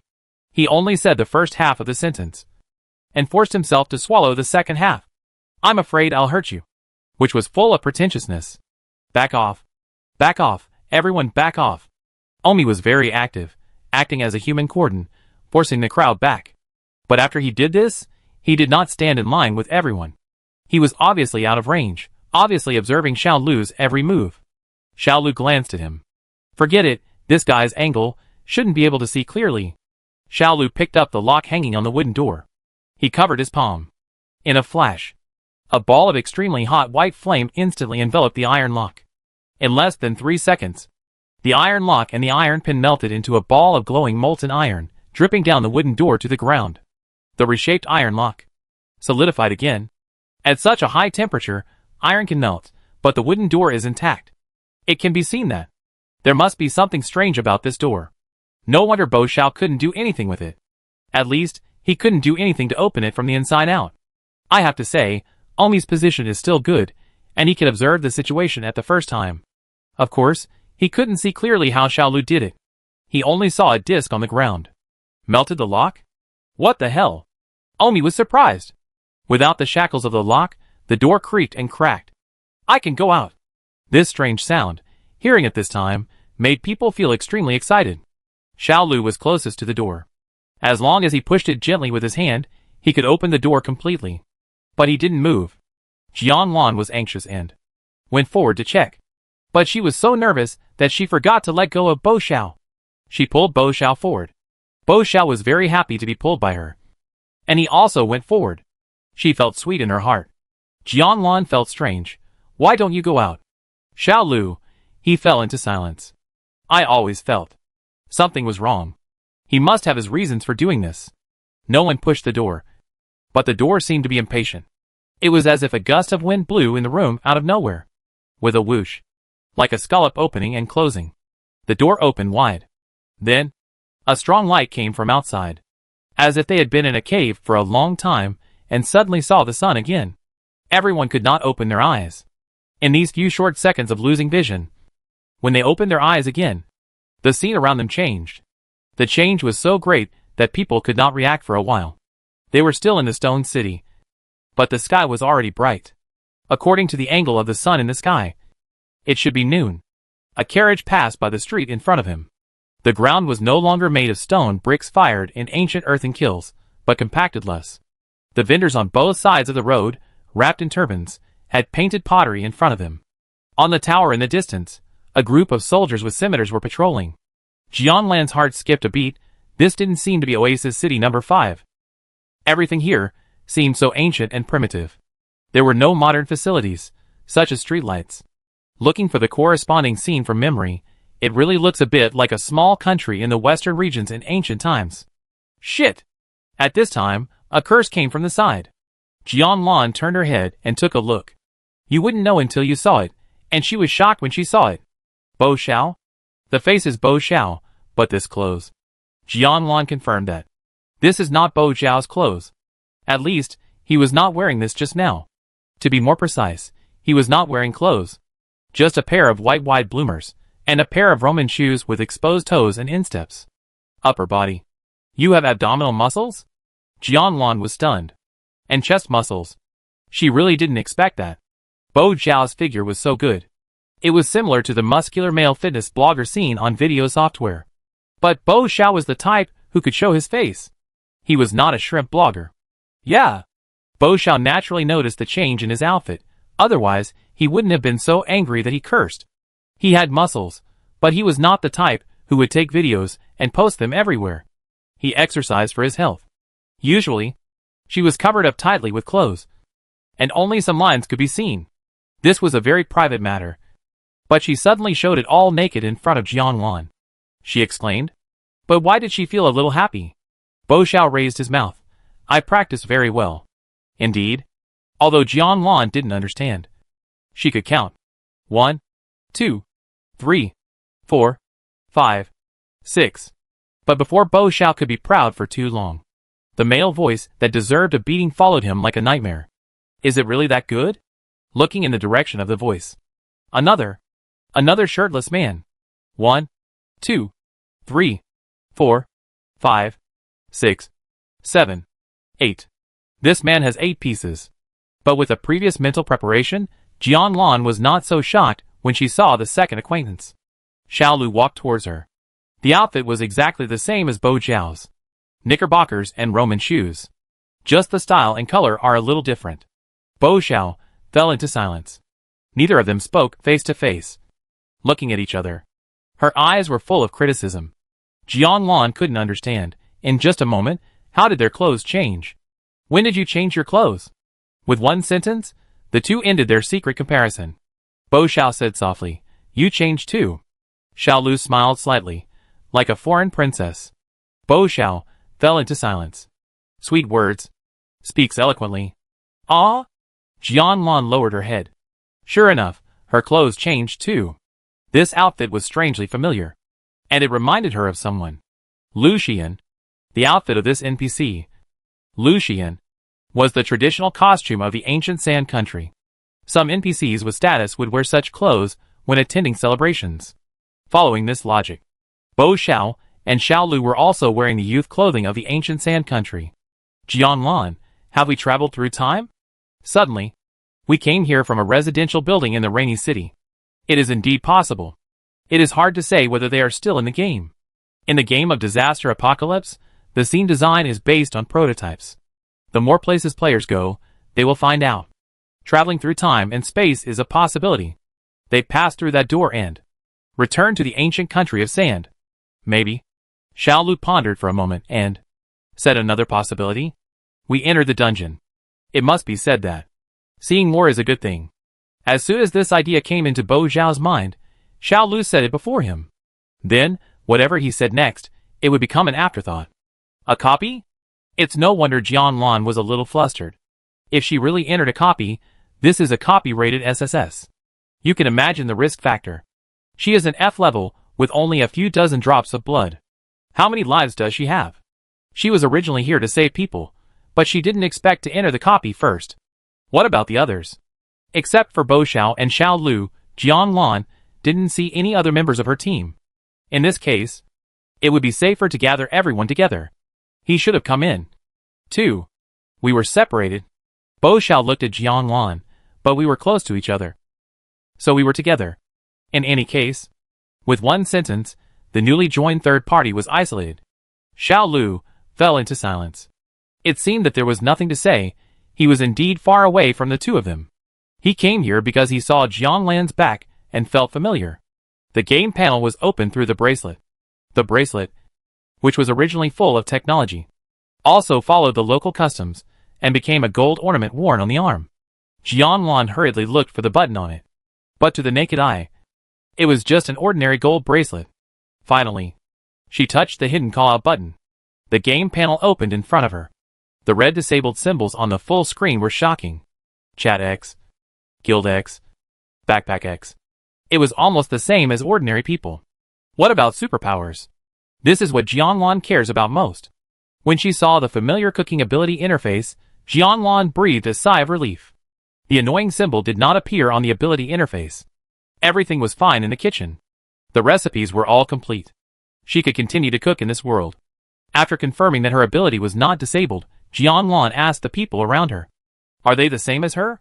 It was fine to ask about the previous questions, but when it came to the question about the ability, the two of them kept silent as if they had agreed. Their game panel interface, if not made public, only they could see it. Bo Xiao, level, adjusted to level 5. Attributes, decreased by 90%. Weapons, invalid. Powers, disabled. Lu Hua, level, adjusted to level 1. Attributes, decreased by 99%. Weapons, invalid. Powers, disabled. The two looked very ugly. It's okay. Don't be discouraged. Jianlan was in the middle, patting their shoulders on the left and right to comfort them. My power can be used. I can make delicious food for you. Eating, of course. Can't comfort their wounded hearts. I have survived all these years of using laundry detergent and nutrient solution. Which of the high-level players is a greedy cat? The more powerful a person is, when he loses his ability, the pain in his heart is thousands of times deeper than that of a person with average ability. Bo Xiao is already in great pain. But Xiao Lu seems to be in even more pain than him. What kind of a bullshit stupid copy? I couldn't hold it in any longer. Bo Xiao was stunned. I have never seen this guy lose his temper like this before. But he was right to scold. It is indeed a stupid copy. Seeing that the emotions had found an outlet, Jianlan took advantage of the situation and said, Then let's find a way out. Don't be unhappy. Let's find a way together. Okay? She patted Xiao Lu on the back and coaxed him patiently. Bo Xiao, he fell into silence. That's how he treated me just now. Xiao Lu, he fell into silence. My child? Although he didn't say anything, this trick was obviously useful. Jianlan's comfort made him feel much better. So he nodded silently. Jianlan pressed his temple. Finally, everything was fine. Next, we had to find a way to explore this copy. At least now, It seemed that there was no danger. They walked along the main road of the city. Fortunately, this place looked a little shabby and old, but it was full of the breath of life. Unlike the stone city in the rain, there was no one, and it was lonely everywhere. After leaving the Lus road, we saw a tall stone city gate. Their clothes were no different from those of the locals. They marched straight in without hesitation. The soldiers at the inner city gate did not specifically ask them to stop or ask questions. After passing through this gate, they were truly in the center of the ancient city. The road surface became smoother, and the houses of the residents became more imposing. Since they wanted to get information, it was better to go to the inn. The inn was very conspicuous, with a signboard flag hanging at the door, fluttering in the wind. As soon as they entered the door, they could see a young, beautiful woman with a graceful figure. She held a pipe in her hand, her eyes moving, looking at the three people who suddenly came. Do you think she looks like? Those three words. Everyone knows, but no one dares to say it out loud. They are somewhat similar, but if you look closely, they are not exactly the same. Want to stay? The landlady said charmingly. Of course they are not here to stay. When she said she wanted to chat with the landlady, it was obvious that her eyebrows raised. If it were normal, she would have kicked them out long ago. But she didn't know why. She really liked these three people. Not only did she take them to sit on the round mat in the side hall, she also asked the waiter to prepare some preserved fruits and melons. The preserved fruits and melons were soon presented, with a total of 4 plates. They were all placed in ceramic plates with exquisite patterns. Bo Xiao and Xiao Lu were not interested in these snacks. Besides, with a previous experience of braised beef, who would dare to touch the food here? Just as she was thinking, a jade-like hand reached out to the melon seed plate. Then, Bo Xiao and Xiao Lu watched the hand peel the melon seeds, and then put the seeds into the mouth. Seeing the surprised eyes of the two people, Jian Wan nodded to them seriously. You can eat it. Is she testing poison? No. Who wants to eat it? Why doesn't she take herself seriously at all? Bo Xiao felt heartbroken. But some people have already realized it. He took a plum and put it in his mouth. No matter whether you like it or not, you have to have an attitude. Xiao Lu smiled at Jian Wan. It's delicious. Chasing girls, actually the logic is similar to pleasing a boss. You have to cater to their preferences. This trick really works. The trust of your companions is a rare treasure. There were 3 people sitting in a row, but Jian Wan obviously turned her head frequently towards Xiao Lu. Bo Xiao could only sulk alone. Are you strangers? The boss lady's surname is Lu, and her name is unknown. But everyone calls her the boss lady. Jian Wan immediately told a story they had discussed before. It doesn't look like it. The proprietress had some doubts in her heart, but she didn't dwell on it too much. Since they wanted to know what was going on here, she would tell them about it. Who told her to like them? This place was called Shihuang State, which had 72 cities under it. The place they came to was a side city outside the Shihuang King City. Side city? Bo Xiao was very perceptive. How many side cities are there in total? This kid is interested in geography. The proprietress not only answered his question, but also gave him more information. All the side cities are built around the central royal city. Upon hearing this, everyone understood everything. It is completely the layout of the human base of another sand country. But if we calculate it by time, sand country may be built according to the layout of Shihuang country. However, the 3 words Shihuang country, they have never heard of it. Based on the current information, it is more likely to be fictional. After all, in game design, there are usually lazy behaviors, rushing to make progress, or modifying it many times but still failing to satisfy the leader. There is not enough time, so you can only use the existing textures to make up the number. If this game, there are such designers. Bo Xiao's interruption brought important information to everyone, and the boss lady was not unhappy, and continued to talk. The current ruler of Shihuang is called Sayari, who has been on the throne for 5 years. When talking about the background of Shihuang, the boss lady spoke straightforwardly, with no emotional waves, but when talking about this king, she obviously brought some personal color. Compared with the previous king, Sayari's brother Kaden's brutal rule, he could be considered a wise ruler. Except for some love-brained people. Love-brained people? Hearing such a modern word from a proprietress, who looked like an ancient person, Bo Xiao clearly felt that he was being cued. During the days he spent with Jiang Lan, he didn't know how many times Tianqi had accused him of being love-brained people. Later, he got used to it, and frankly accepted the evaluation of his former brothers. But now, He heard from others about other people's love-brained people. It seemed like he was watching a fire from the other side of the river. Sayari had a favorite concubine who had been with him since he was a prince, until Sayari ascended the throne. But the concubine was of low status. It was said that she was born a dancer. The people of Shihuang would never accept a dancer as their queen. So Sayari married a queen of noble birth. But he did not like the queen at all, and stayed in the concubine's palace every night. A few years passed like this. The good times did not last long. The concubine fell seriously ill. Sayari was heartbroken and looked for famous doctors. As long as he could save his concubine's life, he would be willing to give up the throne. The doctors of the entire Shihuang kingdom tried their best, but they could only barely keep the concubine alive for 2 months. The strong medicine they used accidentally accelerated the death of the concubine. Finally, the concubine died. Sayari was heartbroken and had no interest in government affairs. The king's inaction also made Shihuang kingdom stagnant and lost its vitality. Originally, he had some great ambitions, reform strategies, and opened up the western regions to make Shihuang the most powerful country.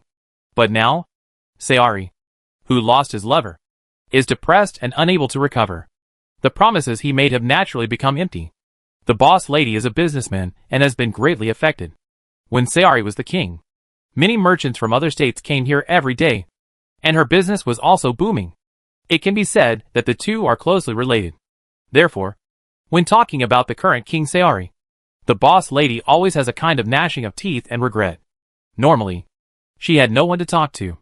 Today, she caught Jianlan and the others and complained to them.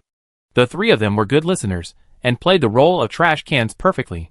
Boss lady, someone is looking for you, the waiter said respectfully at the door.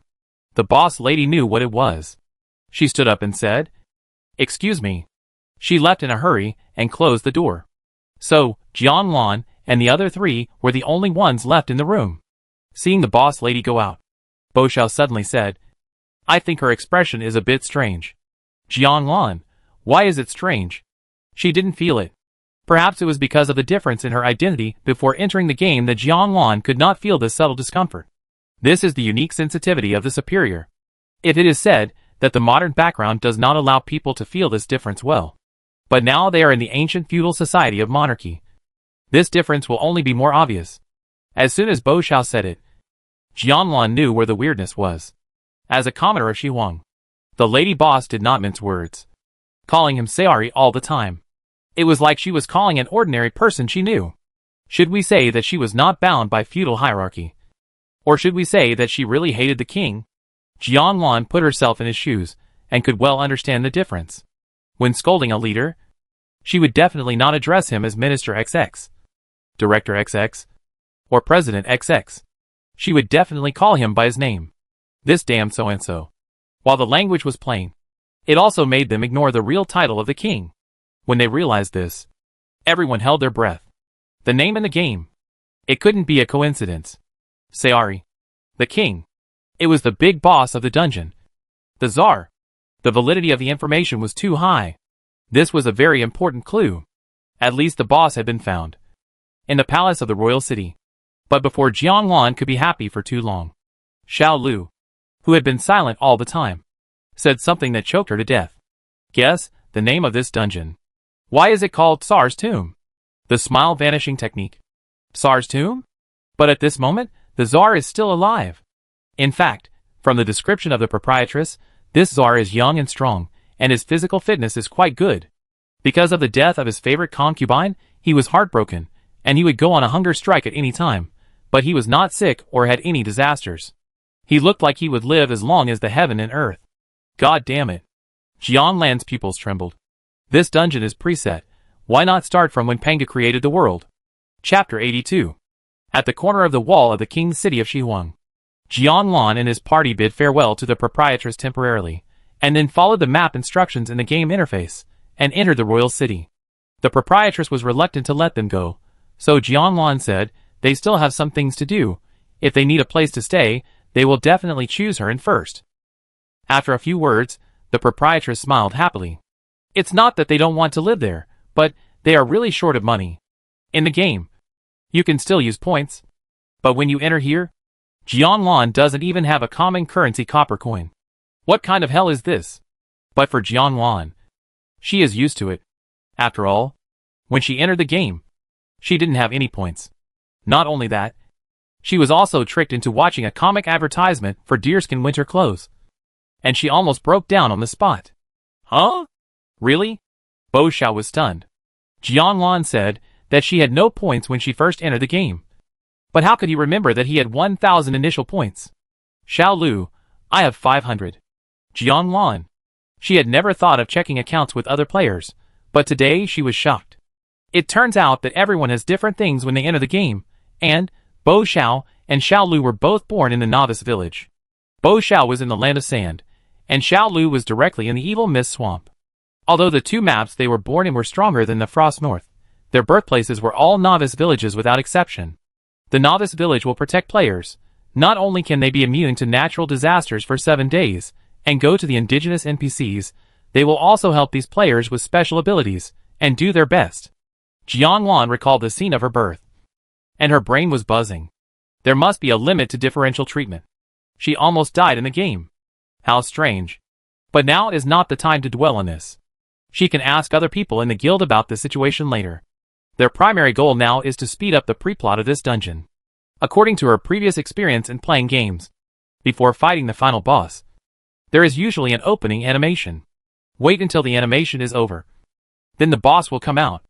Obviously, the time before the Tsar's death, which is the time period they came in, is the pre-animation of the Tsar's mausoleum dungeon. If it is allowed to play slowly, they will probably have to grow old with the Tsar. Wait until he dies of old age, and then they can enter the mausoleum. They don't know how the time in this dungeon flows. If they grow old in real time, they will not return to their previous appearance after leaving. Wouldn't that really turn into a sunset game? Biluo said at that time. See you again. We are middle-aged, so it's no longer a joke. Assassination. This is the only way to think of, the fastest way to solve this pre-copy. The three of them looked at each other. Of course, that was after opening their game panel again, and forcibly swallowing their powerless anger. I have to say, banning supernatural powers is really a way to increase the difficulty of the game. Otherwise, Bo Xiao alone probably could have killed his way from the city gate to the Tsar's bedroom. It was easy to pass the level, without any difficulty. Not to mention Xiao Lu. He was a professional at sniping headshots. But he had to be given a weapon. Even a homemade gun? No. With this outfit, he couldn't hide anything at all. All the top weapons he had used in the game for so many years were sealed in the warehouse and disabled. He searched all the pockets on his body, and there were only 3 copper coins in them. Ha, I have 10. Bo Xiao proudly took out a handful of copper coins. Jianwan saw it. Veins in his temples twitched. It was really unfair. However, it was fair in another sense. At least her special ability was still useful. So, we have to rely on your special ability now. Enter the palace and assassinate the Tsar? Bo Xiao pointed out their current situation. Jianwan looked serious. Yes. Xiao Lu fell into silence. It seemed a bit difficult. Unless, at this moment, a group of palace guards came from a distance. They were wearing guard uniforms, and had scimitars hanging around their waists. The one in the lead was obviously dressed differently from the others, which showed his unique identity. They stopped at the bulletin board under the city wall. The bulletin board was where the imperial edict was published. In ancient times, there were no village radio loudspeakers, so this method could only be used to convey the ideas of the ruling class to the citizens. As soon as the imperial edict was posted, many citizens gathered around to read it. It can be seen that if the citizens were not bored and liked to read gossip, the king of Shihuang would still be loved by his people. When he saw the words on the imperial edict, Xiao Lu was so shocked that he couldn't speak. He was ashamed of his previous assertion. It seems. He looked at Jianwan. The profession is quite suitable. Jianlan's smile was hanging on the corner of her mouth without any concealment. This made her look full of confident and generous beauty, which made Bo Xiao and Xiao Lu stunned for a moment. I was born to be useful. This imperial edict is a recruitment post. In the palace, hiring a cook. King Sayari has been worried too much recently, and his appetite has been poor, and he is getting thinner and thinner. The food prepared by the imperial kitchen in the palace was presented to him, which made him completely lose interest. He even lost his appetite for the dishes he loved the most. After a long time, The imperial chef was inevitably trembling with fear and treading on thin ice. Because a person's patience is limited. It's okay to be dissatisfied for a while. But if he is dissatisfied every day, he will inevitably vent his anger on others. What's more, he is the king who is second only to him.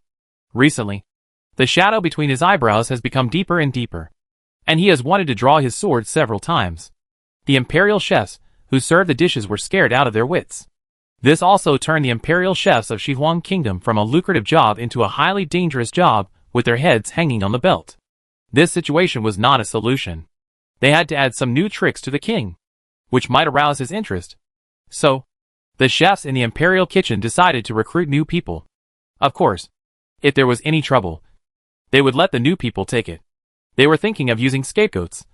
But the chefs and the folk saw it as a good opportunity to turn things around. Arriving at the registration location, the line was long. They were all young chefs with dreams, enthusiasm, and eager to enter the system. The registration fee was 10 copper coins. Jianwan, who was dissatisfied with Bo Zhao's fortune just now, was immediately grateful and tears fell. Thank God. If she didn't have these 10 copper coins, she wouldn't even be qualified to register. Please let me be selected. The big man in front of Jianwan put his hands together and prayed silently. Applying for the imperial chef is, of course, like a worker looking for a job. And the most important thing about a job is naturally the salary. Jianwan became curious. Is the salary high? Seeing a beautiful girl behind him, the big man was not on guard, even though they were competitors. What's the salary? The big man was disdainful. The imperial kitchen is where I serve the country. As long as I can cook for the king, I don't want the salary. I'm willing to do it. No salary? To cook for the king? Why? Now even Bo Xiao was curious. As a president, he had rarely seen such employees who worked for love. So he suspected that he was just talking. And he didn't really think so. After all, he knows human nature too well. Is the king so charismatic? Hearing the modern word charisma, the big man was slightly stunned, but he was still quite smart, combined with the context, and quickly guessed its general meaning. Based on this, he is actually very suitable for working in the palace. The big man raised his chin. Of course, the king is the best king. Jianwan, Bo Xiao, Xiao Lu were silent at the same time. It turned out to be a fanboy. Suddenly, the voices of other citizens were heard around. Yes! The Tsar is the best king. Now is the best time for Shihuang Kingdom. They echoed. Everyone, like the Han, has a passion to serve the country. This is a bit weird.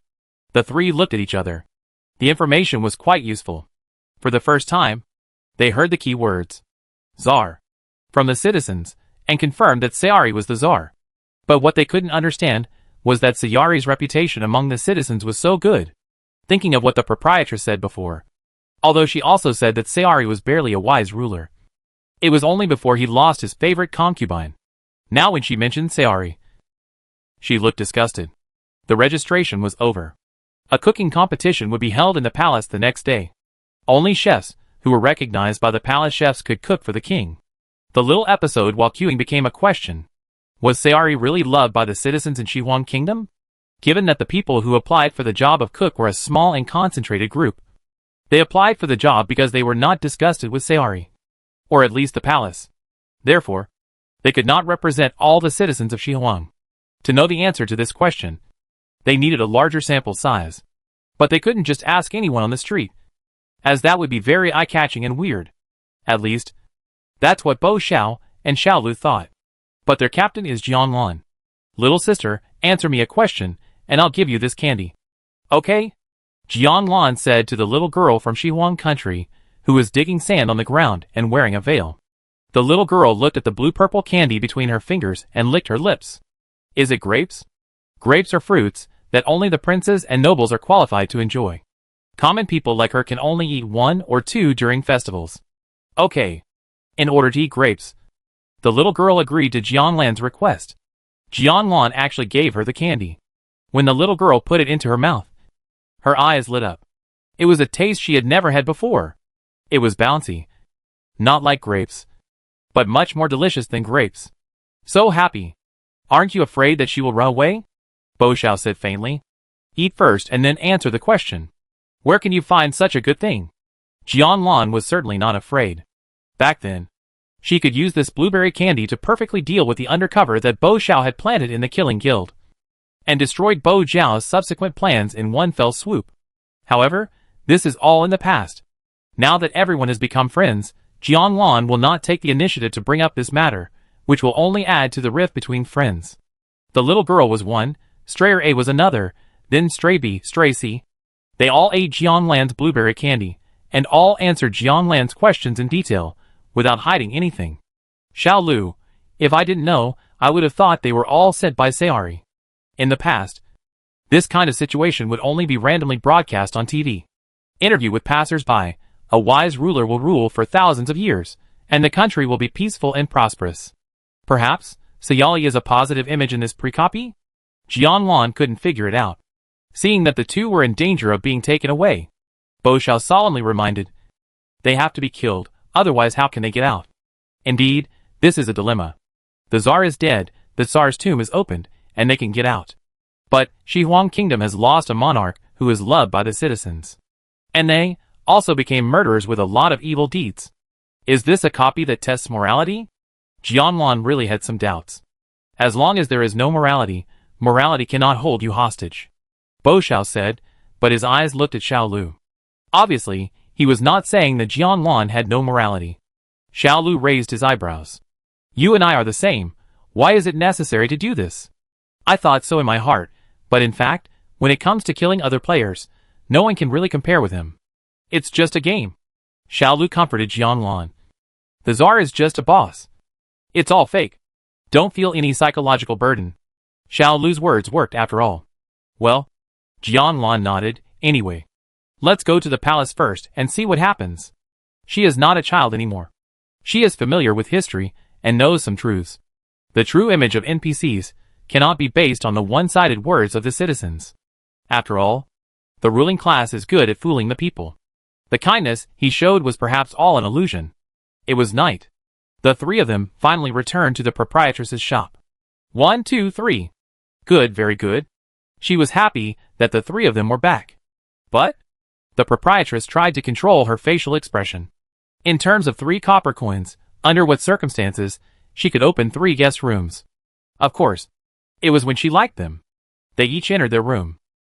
Jianlan touched her cheek. It was hot. All the talent of being a social bull in this life was used up today. It's not that I didn't think about staying in the royal city directly, but the price of the inn there for one night was so high that no matter how thick-skinned I was, I couldn't ask for it. So, I had to come back to find the proprietress, who had a good impression of him. Business is not very good now, and there are many empty rooms in the proprietress's inn.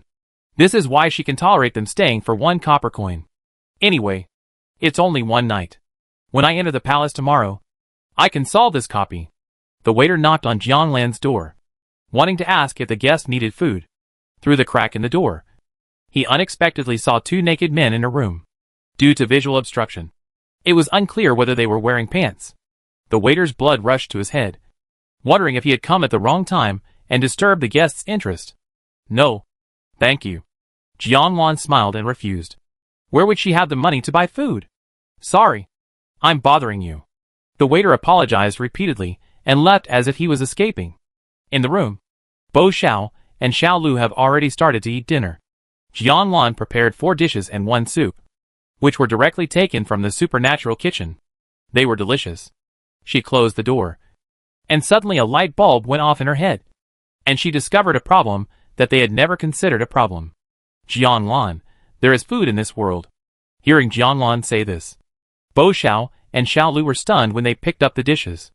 After being with Jianlan for a long time, eating normal human meals has become a common thing, which does make people ignore these details. Ordinary players in the game can only live by drinking nutrient solution, and cannot eat anything in the world, including NPCs. They have never eaten normal food, and all live on nutrient solution. But the pre-dungeon they entered this time seemed to be normal. Not only do NPCs eat food, but even the imperial kitchen in the palace has the concept of food, which is more like the real world than the game world they live in. What does this mean? When they first arrived at the inn, the proprietress ordered the waiter to bring 4 plates of preserved fruits to entertain the guests. Jianlan had eaten melon seeds, and Xiao Lu had eaten plums. However, at that time, they were all curious about the dungeon, and had never thought about this level of things. Now that it was late at night, and everyone was asleep, their minds were clearer. Could this be related to the dungeon? Could it be related to Jiang Lan's ability? Everything would have to wait until tomorrow. As for why they didn't look for the whereabouts of other teammates, it was because they learned from the proprietress that the cities in Shihuang country were very large. And generally, they had to take a carriage to travel between cities. They cannot afford to take a carriage. Moreover, as long as this pre-dungeon is finished, all the players who enter the dungeon will be released, and then they won't have to spend so much effort to find it. Coincidentally, the inn of the proprietress is right at the edge, and it will take a short walk to the royal city.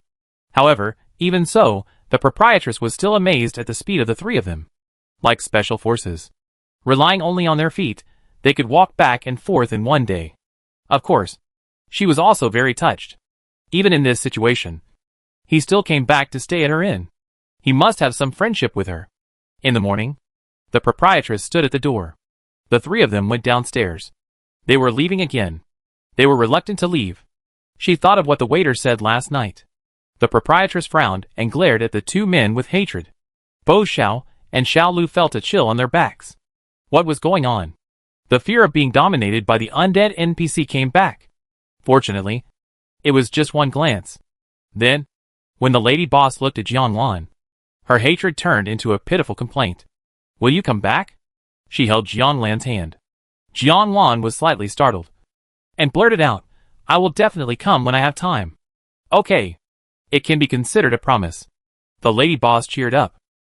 She even specially ordered a carriage for the three of them last night to send them to the royal city. So touching. On the bumpy carriage. I don't understand. Xiao Lu pondered. Could it be that Lu Xian's character was used?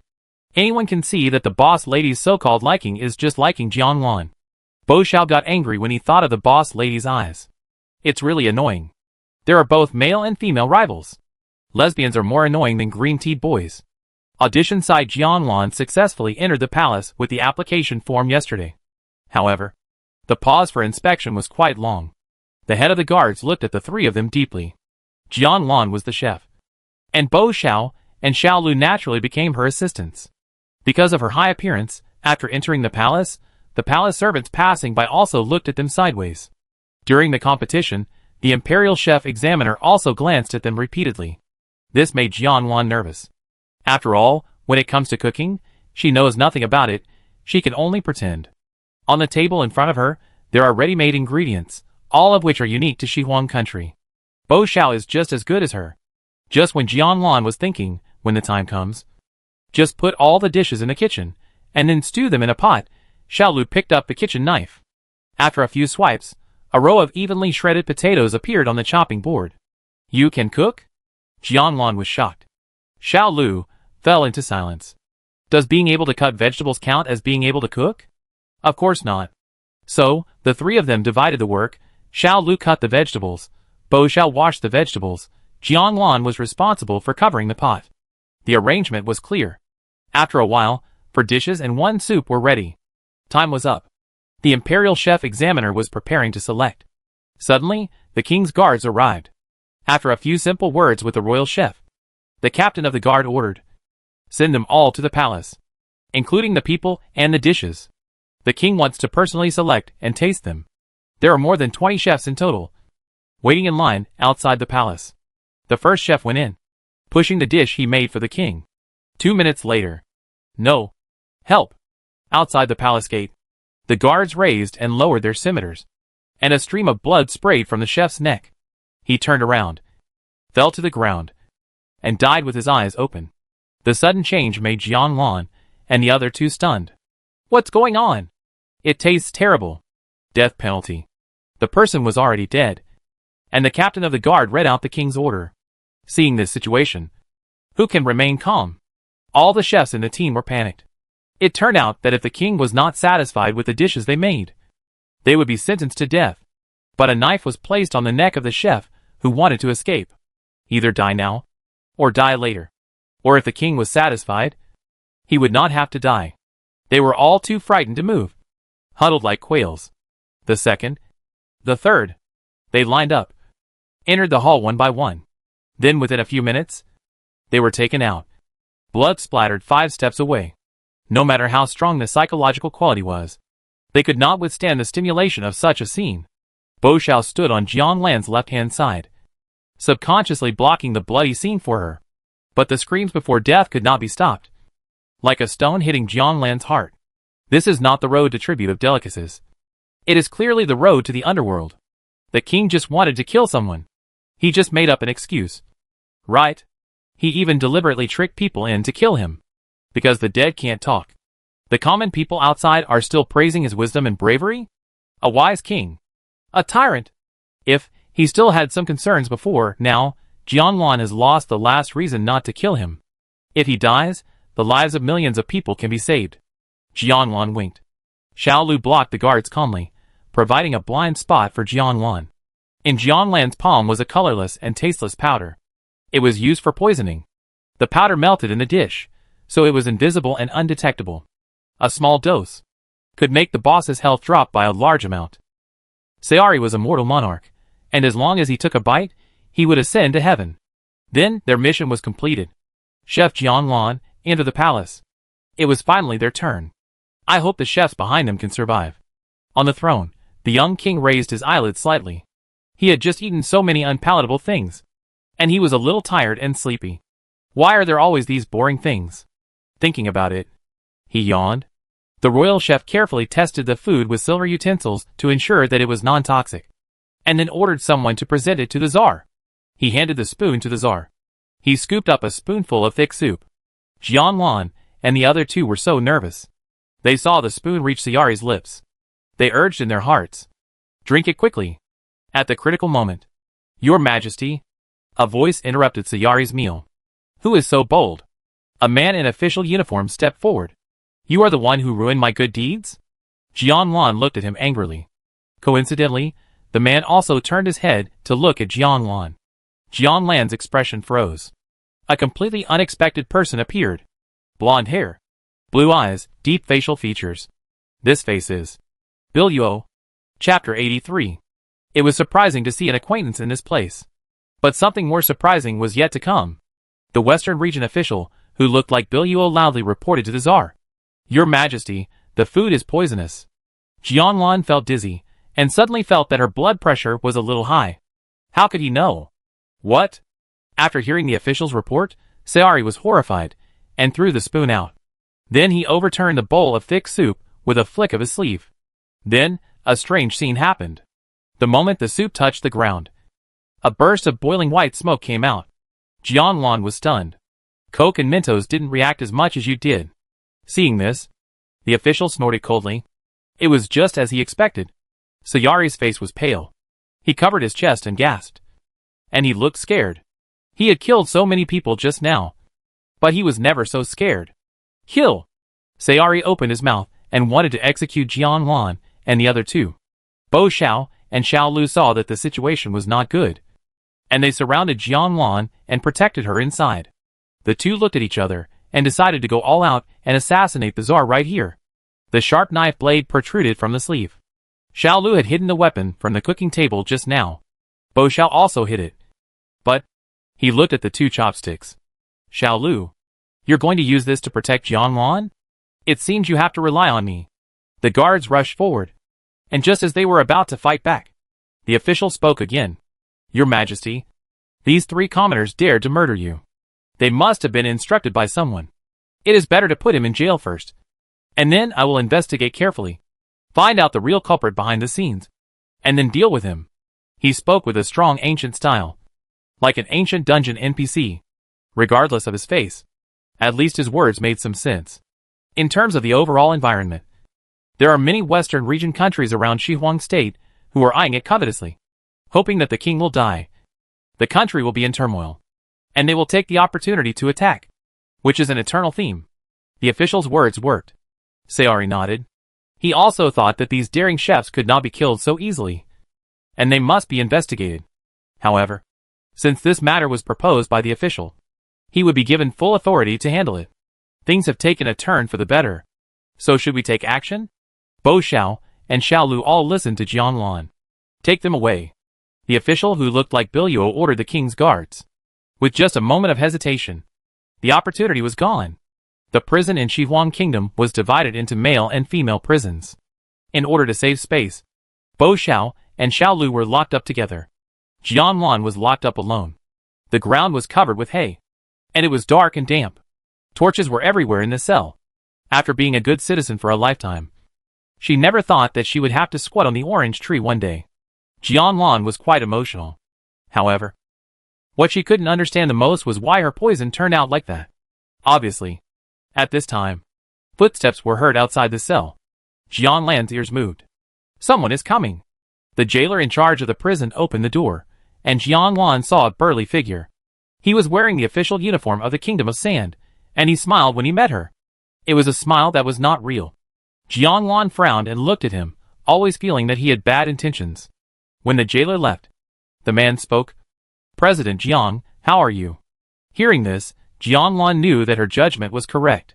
The reason why she didn't let Bo Xiao and Xiao Lu fight on the spot was because she and this man had met eyes before. The look he cast at me was exactly the same provocative look he had now.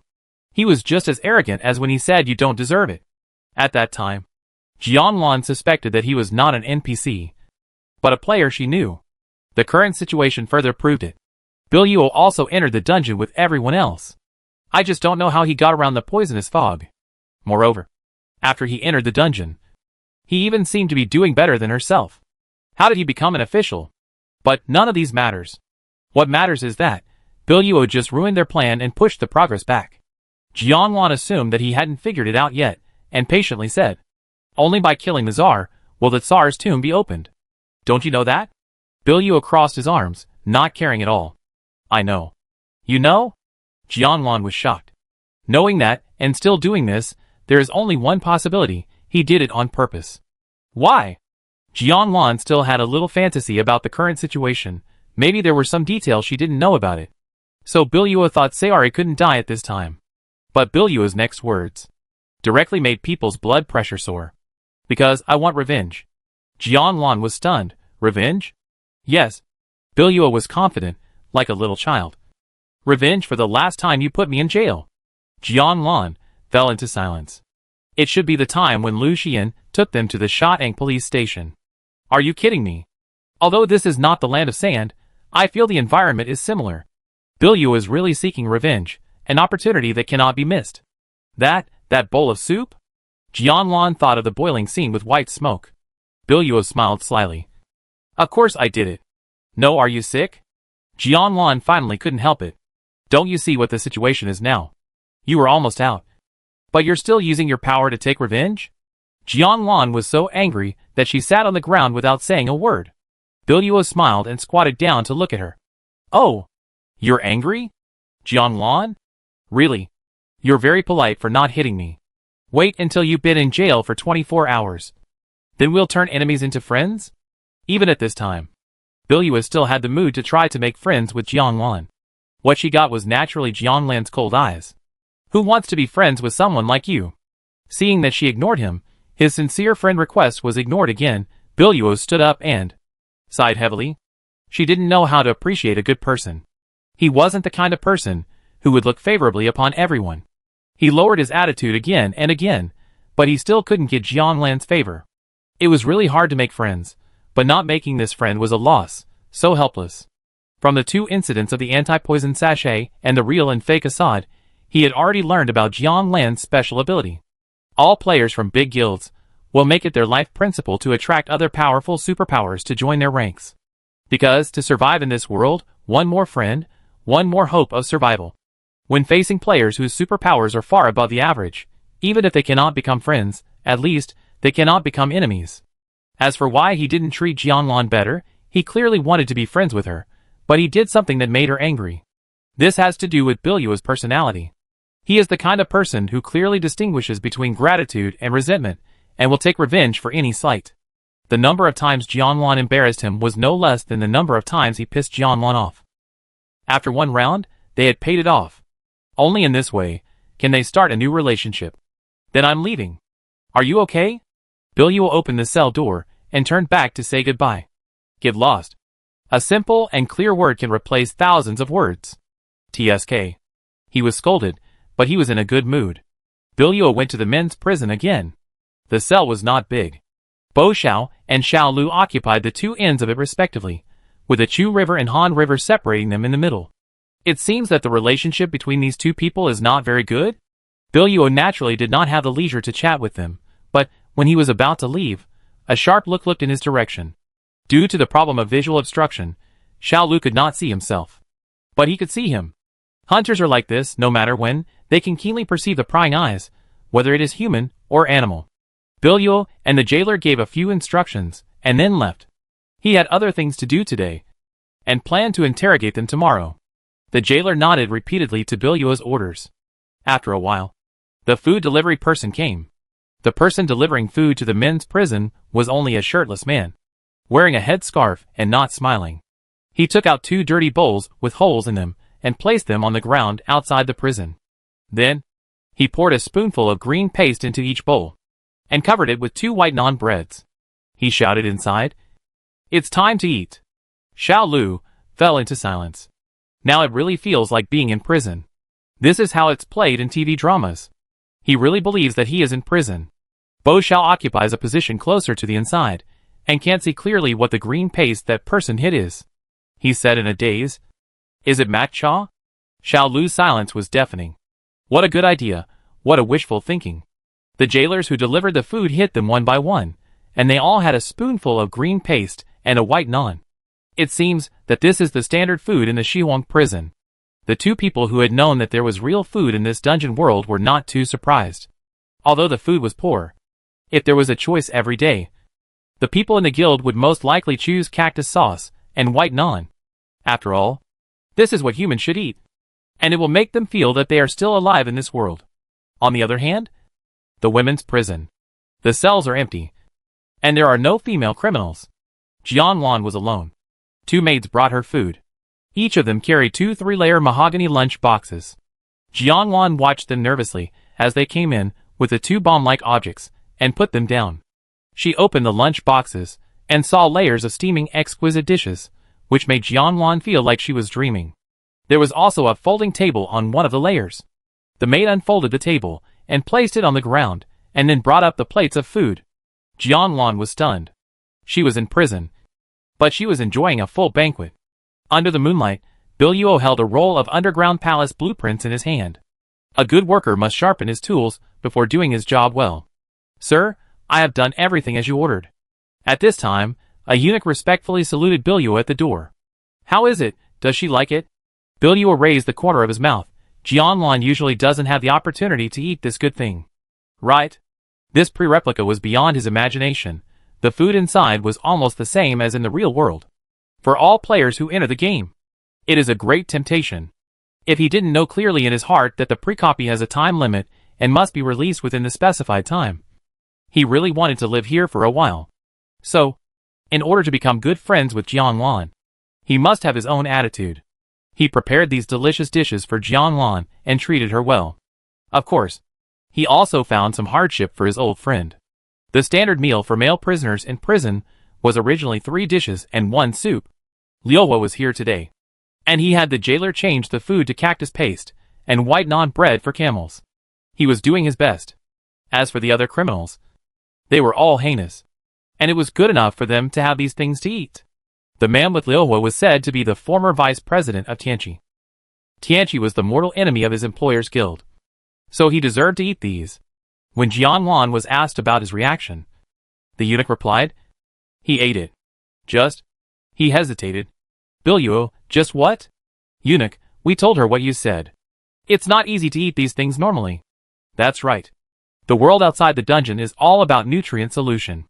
Even if Jianwan opened a small restaurant called Shihuang and made so many fancy dishes, Biluo didn't taste them anyway.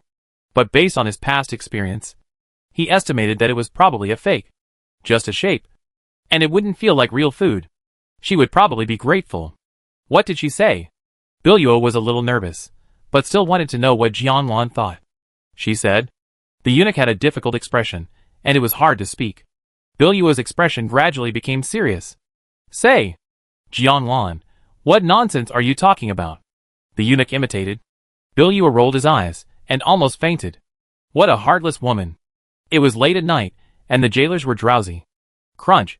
Crunch. It sounded like a mouse chewing on wood. But it wasn't. It was as hypnotic as white noise, and made the jailers sleep more soundly. After a while, the sound disappeared. 2 wooden fences were broken, leaving a big hole, just enough for one person to pass through. Looking at the ground again, there were 2 long hair-tail fish that were gradually thawing. Jianlan arrived at the men's prison. Xiaolu opened his eyes immediately. "I'm here to save you." Jianlan glanced at Bo Xiao inside, and signaled Xiaolu. "Go call him." Xiaolu immediately woke Bo Xiao up. Bo Xiao saw Jianlan outside the prison, and thought he had fallen asleep. "How did you get out?" Then, a frozen hair tail appeared in Jianlan's hand. Bo Xiao fell into silence. "No wonder I just dreamed of a carpenter sawing wood before the construction of a country villa." Xiaolu stood up and said, "Give me one too. Since we have to open the prison door, 2 people are always faster than 1 person." Jianlan looked at him hesitantly. However, she still gave him the one in her hand. His so cold. Xiaolu held the hair-tail fish, not knowing where to start. Suddenly, the prison door opened. Jianlan used the key, unlocked it. "Xiaolu, flattery is in vain." The 2 walked out of the prison. "Let's go to the Tsar's bedroom." Jianlan looked determined. "Kill that tyrant." Chapter 84. It was a dark and windy night. The palace guards were patrolling. The architecture of Shihuang Kingdom was in the style of the ancient Persian city in the western regions. Although it was not as majestic as the palaces in costume dramas, it was still magnificent. For example, this palace wall was a bit short. But even if it was short, Jianlan had never climbed over the wall. In the current situation, she had to climb over it. It was definitely unrealistic to go through the main gate, because the gate to the Tsar's bedroom had been closed long ago. "Let's climb over it." So, Bo Xiao climbed up first. Xiaolu supported Jianlan. And then Bo Xiao was on top, pulling Jianlan up. Finally, Xiaolu turned over by himself. The 3 landed smoothly. "Look at how skilled they are." Jianlan endured for a long time, and finally did not say that you look very skilled. "And you must have done this kind of thing a lot." But when the 2 saw her eyes wandering, they suddenly understood. Bo Xiao said seriously, "This is a necessary dungeon skill. Some dungeons have QTE, which requires us to know these skills. QT means entering the game interface. And according to the instructions of the game, you need to make various directional dodge buttons. Otherwise you can't get through the plot."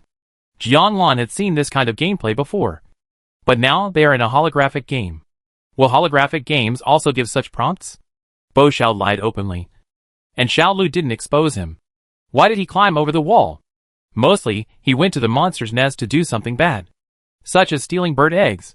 The more the eggs are on the cliffs or deep in the spider's nest, the higher the points will be when sold to the local specialty NPC.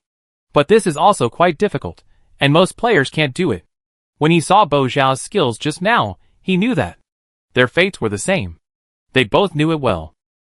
After entering the Tsar's bedroom, the guards became fewer.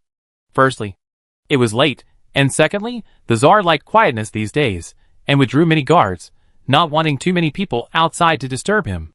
This also created a good opportunity for Jianlan and the others to assassinate. 3 shadows appeared outside the door. "Jianlan, are all the things ready?" "Yes." Xiaolu showed a sharp knife. Bo Xiao was silent for a moment. Pinching the edge of his pants pocket, 2 cylindrical objects came into Jianlan's sight. Jianlan fell into silence. "We are not here to eat." A frozen salted fish appeared in her hand. "This is for you. It's better than chopsticks." "Okay." Bo Xiao nodded seriously.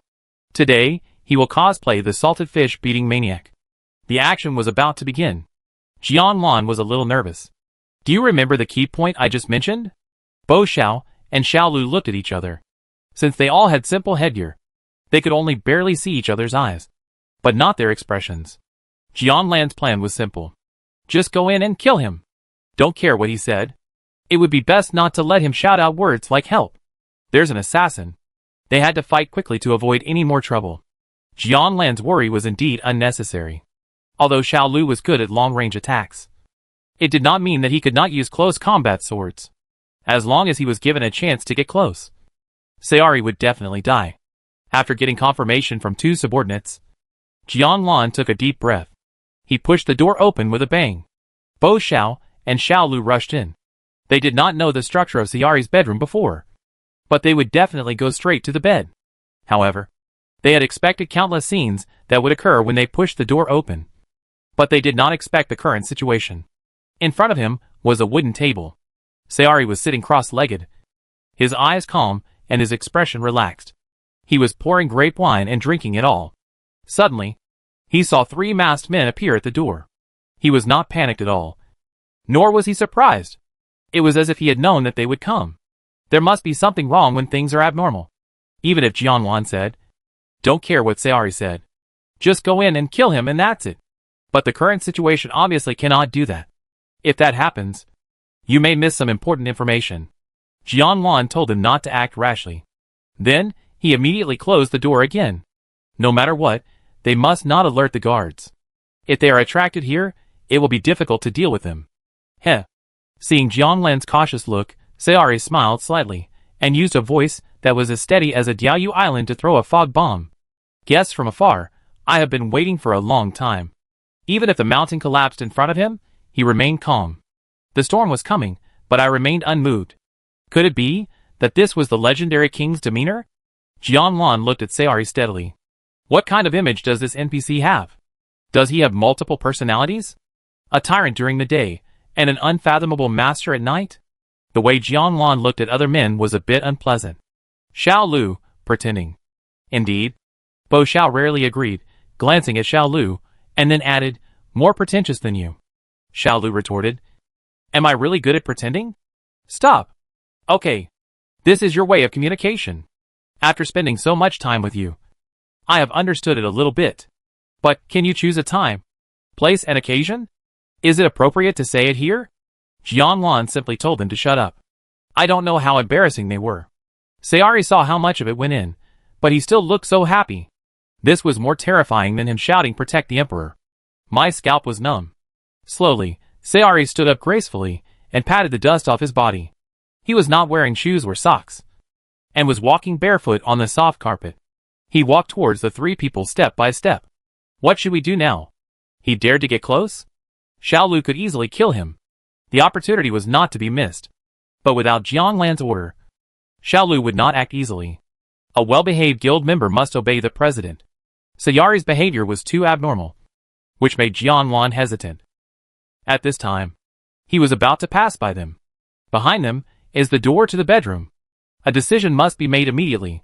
Just when Jianwan was in a state of confusion, suddenly a shout exploded like thunder, as if he had used up all his strength, struggling for his life. "Help! Someone come!" It was Sayari who was calling for help. "There is a thorn." Before Jianwan and the others could react, maybe he couldn't hold it any longer, Sayari hadn't finished saying this, he stumbled, and his chest was hit directly by the tip of Xiao Lu's knife. With a puff, he fell on his back, blood gushing out. And in an instant, the area where he fell formed a bright red lake. Everyone was stunned by this sudden scene. Xiao Lu had the deepest psychological shadow. "I haven't even made a move yet. And you fell down? What a joke from hell." They said he was pretending before. He really was pretending. He must have wanted to walk to the door openly while they were thinking, and then rush out to call for help. But he failed halfway, and couldn't help shouting out the suppressed fear in his heart. Not only that, he fell at a very good time. He ran straight into the knife. Looking back at the path he had walked along, even though there was a soft carpet on the ground, he could clearly see the wet footprints on it. When people are nervous, their hands and feet will sweat, which is normal. But the fact that he can sweat so much also proves from the side that Sayari probably has sweaty feet. Sweaty feet would be fine, but he didn't wear socks properly, and he slipped on the carpet. When people are unlucky, even drinking cold water will make them stick in their teeth. Sayari fell to the ground and didn't move. The sharp knife went right into the heart. The heart stopped beating after 30 seconds. This was the first time Jianwan saw a scene of a human-like NPC death. It must be said that it was quite visually shocking. She felt a little sick. But living in such a cruel game world, such things will only become more and more common. Today is just the beginning. Wait until the system confirms that Sayali NPC is dead. The game bracelet system panel automatically lights up. This familiar feeling? The Tsar has passed away. He passed away just now? Died from a slip? King Sayari of Shihuang. After a long list of life stories about the Tsar was sung, the system settlement sound rang. Congratulations to Jianlan, Bo Xiao, and Xiao Lu, players of the Shuguang Guild, for completing the pre-dungeon memories of the Tsar. The mission reward props have been sent to the captain's package. After 10 seconds, the players who entered the dungeon will be automatically teleported out of the dungeon. Countdown, 9-8. All the players in this dungeon, all kinds of game bracelets on their hands lit up at the same time. At the same time, they were forced to watch the highlights of the 3 members of the Dawn Guild passing the level. Some were happy, and some were worried. Oh my god! Oh my god! Can I finally go back? Some people were reborn as slaves, and could only sleep in the stable at night. When they heard the news, they shed excited tears. Damn the ancient world. I will never dream of traveling through time again. Others traveled through time as young ladies and young masters. But he traveled through time as a slave. Now he has really become a slave. Fortunately, someone liberated the slaves. No way, I just became a guard. I can meet the Tsar tomorrow. And now you tell me that the Tsar has been killed. Someone sat up in shock from his dying illness, and his state was not much different from a corpse. He had just bought arms, and was ready to fight a big battle, but the war was over. How could he calm down his depression? What's more, there were a row of Mao guys sleeping next to him, and one of them, who was not sure if it was real or fake, put his hairy thighs on him. Damn! He threw his hairy leg out in disgust. What kind of conditions are these? You're still sleeping naked? Get lost. Most players didn't know what happened, but since the copy indicated that the Tsar was dead, and then the copy was cleared, then one way to clear the copy was to kill the Tsar. Although I don't know how the 3 players with the largest names killed the Tsar, their names were also written, but the font size was very small, so densely packed, I thought it was a pattern at first glance. Bilyuo looked at his Ansai's name, and tightly grasped the silk quilt. As a top leader, his name was always the most important in every dungeon clearance. Now he has become a supporting role. Of course, he did it on purpose. It was a mistake. This dungeon was too tempting. He had already thought about what to eat for breakfast, lunch, and dinner tomorrow. But suddenly a countdown appeared, and there were 10 seconds left before the dungeon was released. Now, there was nothing to eat. Bilyuo was almost angry. You guys, you really have a trick. Are you so impatient? He was dissatisfied with Jianlan and his group. But fortunately, he knew what to do long ago, and within a limited time, he collected a lot of information about this copy as quickly as possible. Among them was the key content of the official copy, the Tsar's mausoleum. So, even if Jianlan and his group obtained the props to pass the previous copy, he still had a heavyweight bargaining chip in his hand. The countdown ended. After a flash of light from a unique teleportation array, a group of people appeared in the central square of the Rain City. We are back. The clothes have changed, too. That's great. Finally, I don't have to show my belly button anymore. My grandma said that showing my belly button can cause diarrhea. Orcs will never be slaves. It's more reassuring to step on familiar land. The conversations among the players were filled with the joy of surviving a disaster. Sister Lan. Woo woo. Yen Lulu hugged Jianlan's waist. Jianlan touched her head and comforted her. It's okay. I'm back.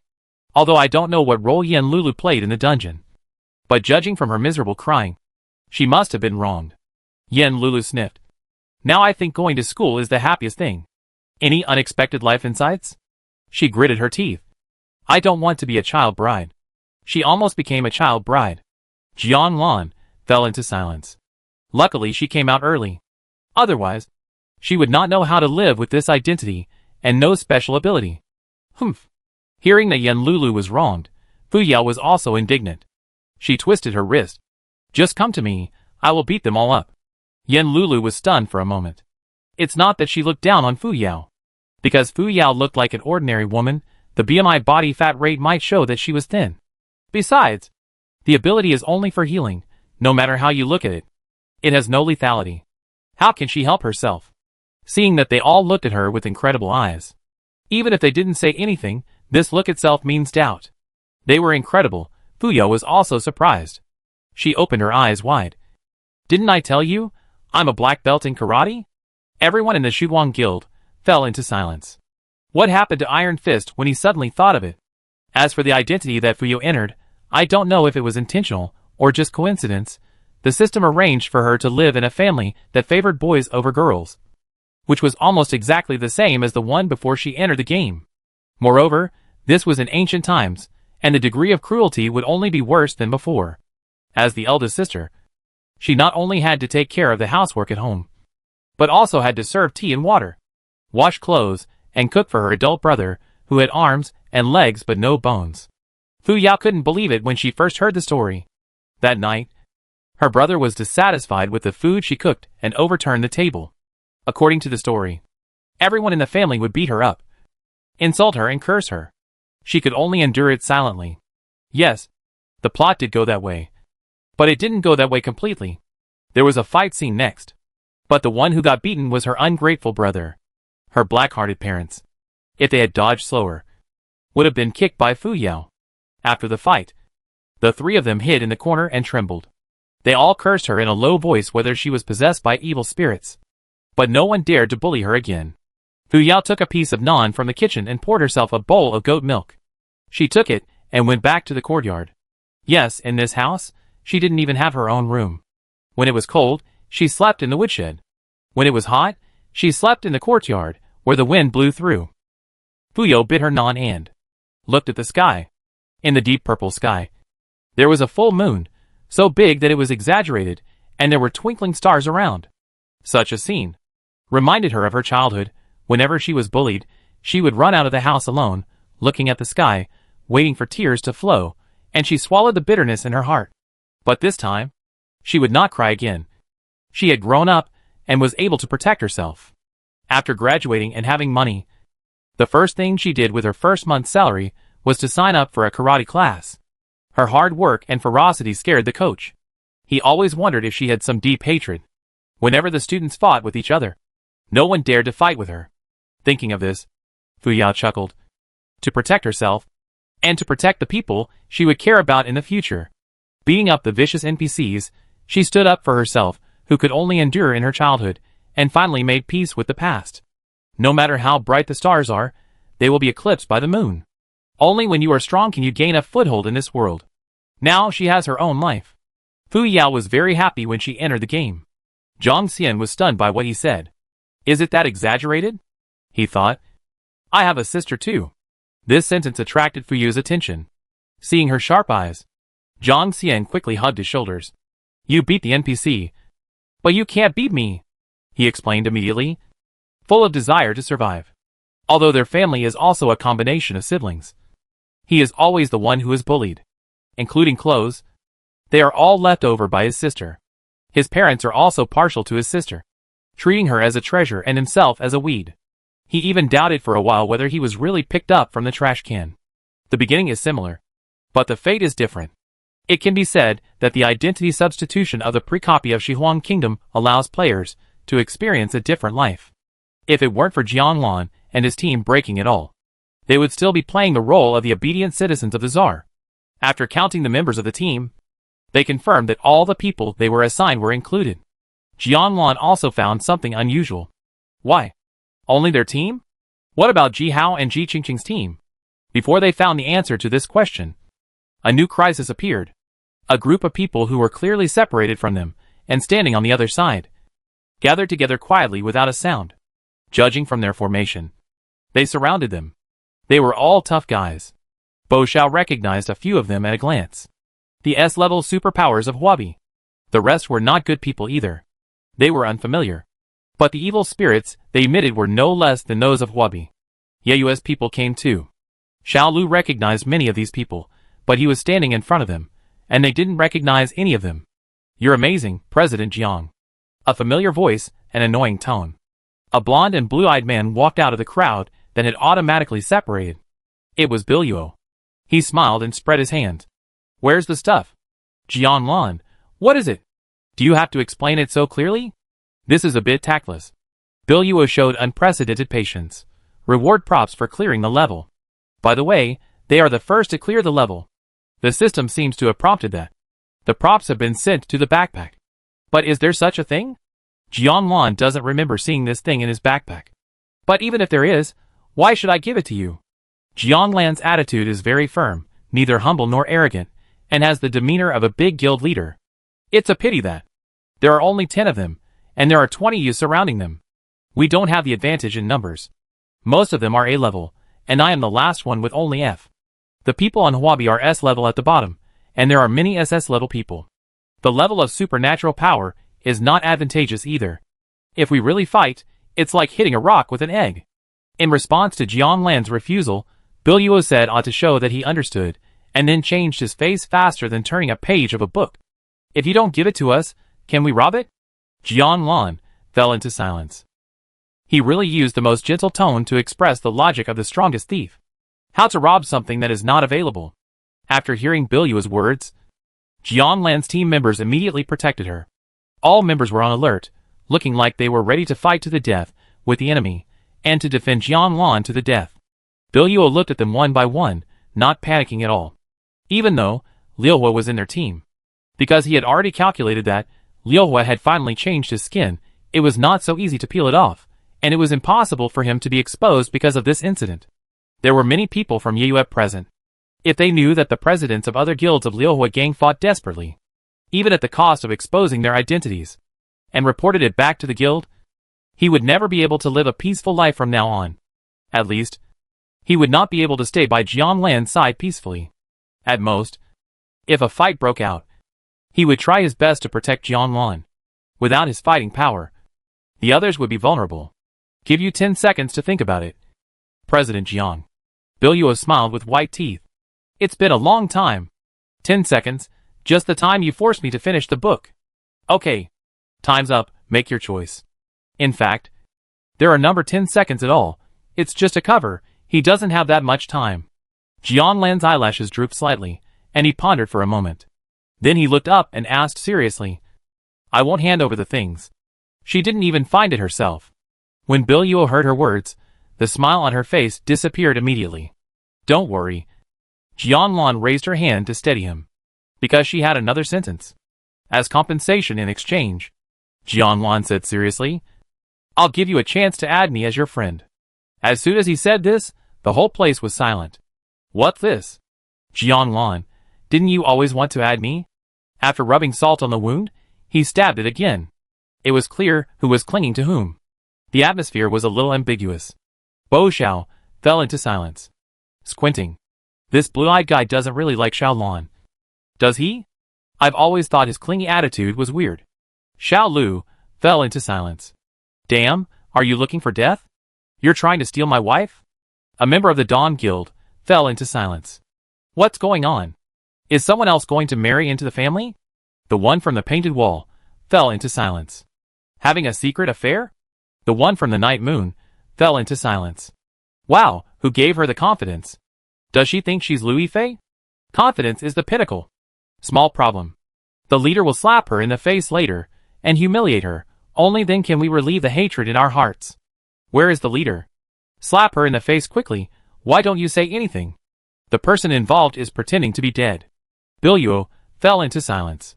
At the same time, dozens of eyes of the spectators looked over, all waiting for him to express his opinion. And he was in the center of the tornado, although he didn't say anything, but there were already 10,000 horses galloping in his heart. Chapter 85. No one spoke for a long time. 10 seconds are up, Captain Biluo. Jiang Lan looked at the non-existent watch on his wrist, and tapped his finger twice. Can you give me a definite answer? Facts have proved that. When people get angry to a certain extent, they will laugh. Really, they laugh because of anger. This is the third time. Biluo's mouth corners stiffly rose. There must be an explanation for what happened today. He glanced at the members of his guild. Their eyes were like surveillance, making him feel uncomfortable. Biluo took a deep breath and said to Jiang Lan, Come with me. Of course. The people of the Dawn Guild did not approve of Jiang Lan going out alone with this person. But Jiang Lan assured them that there would be no problem.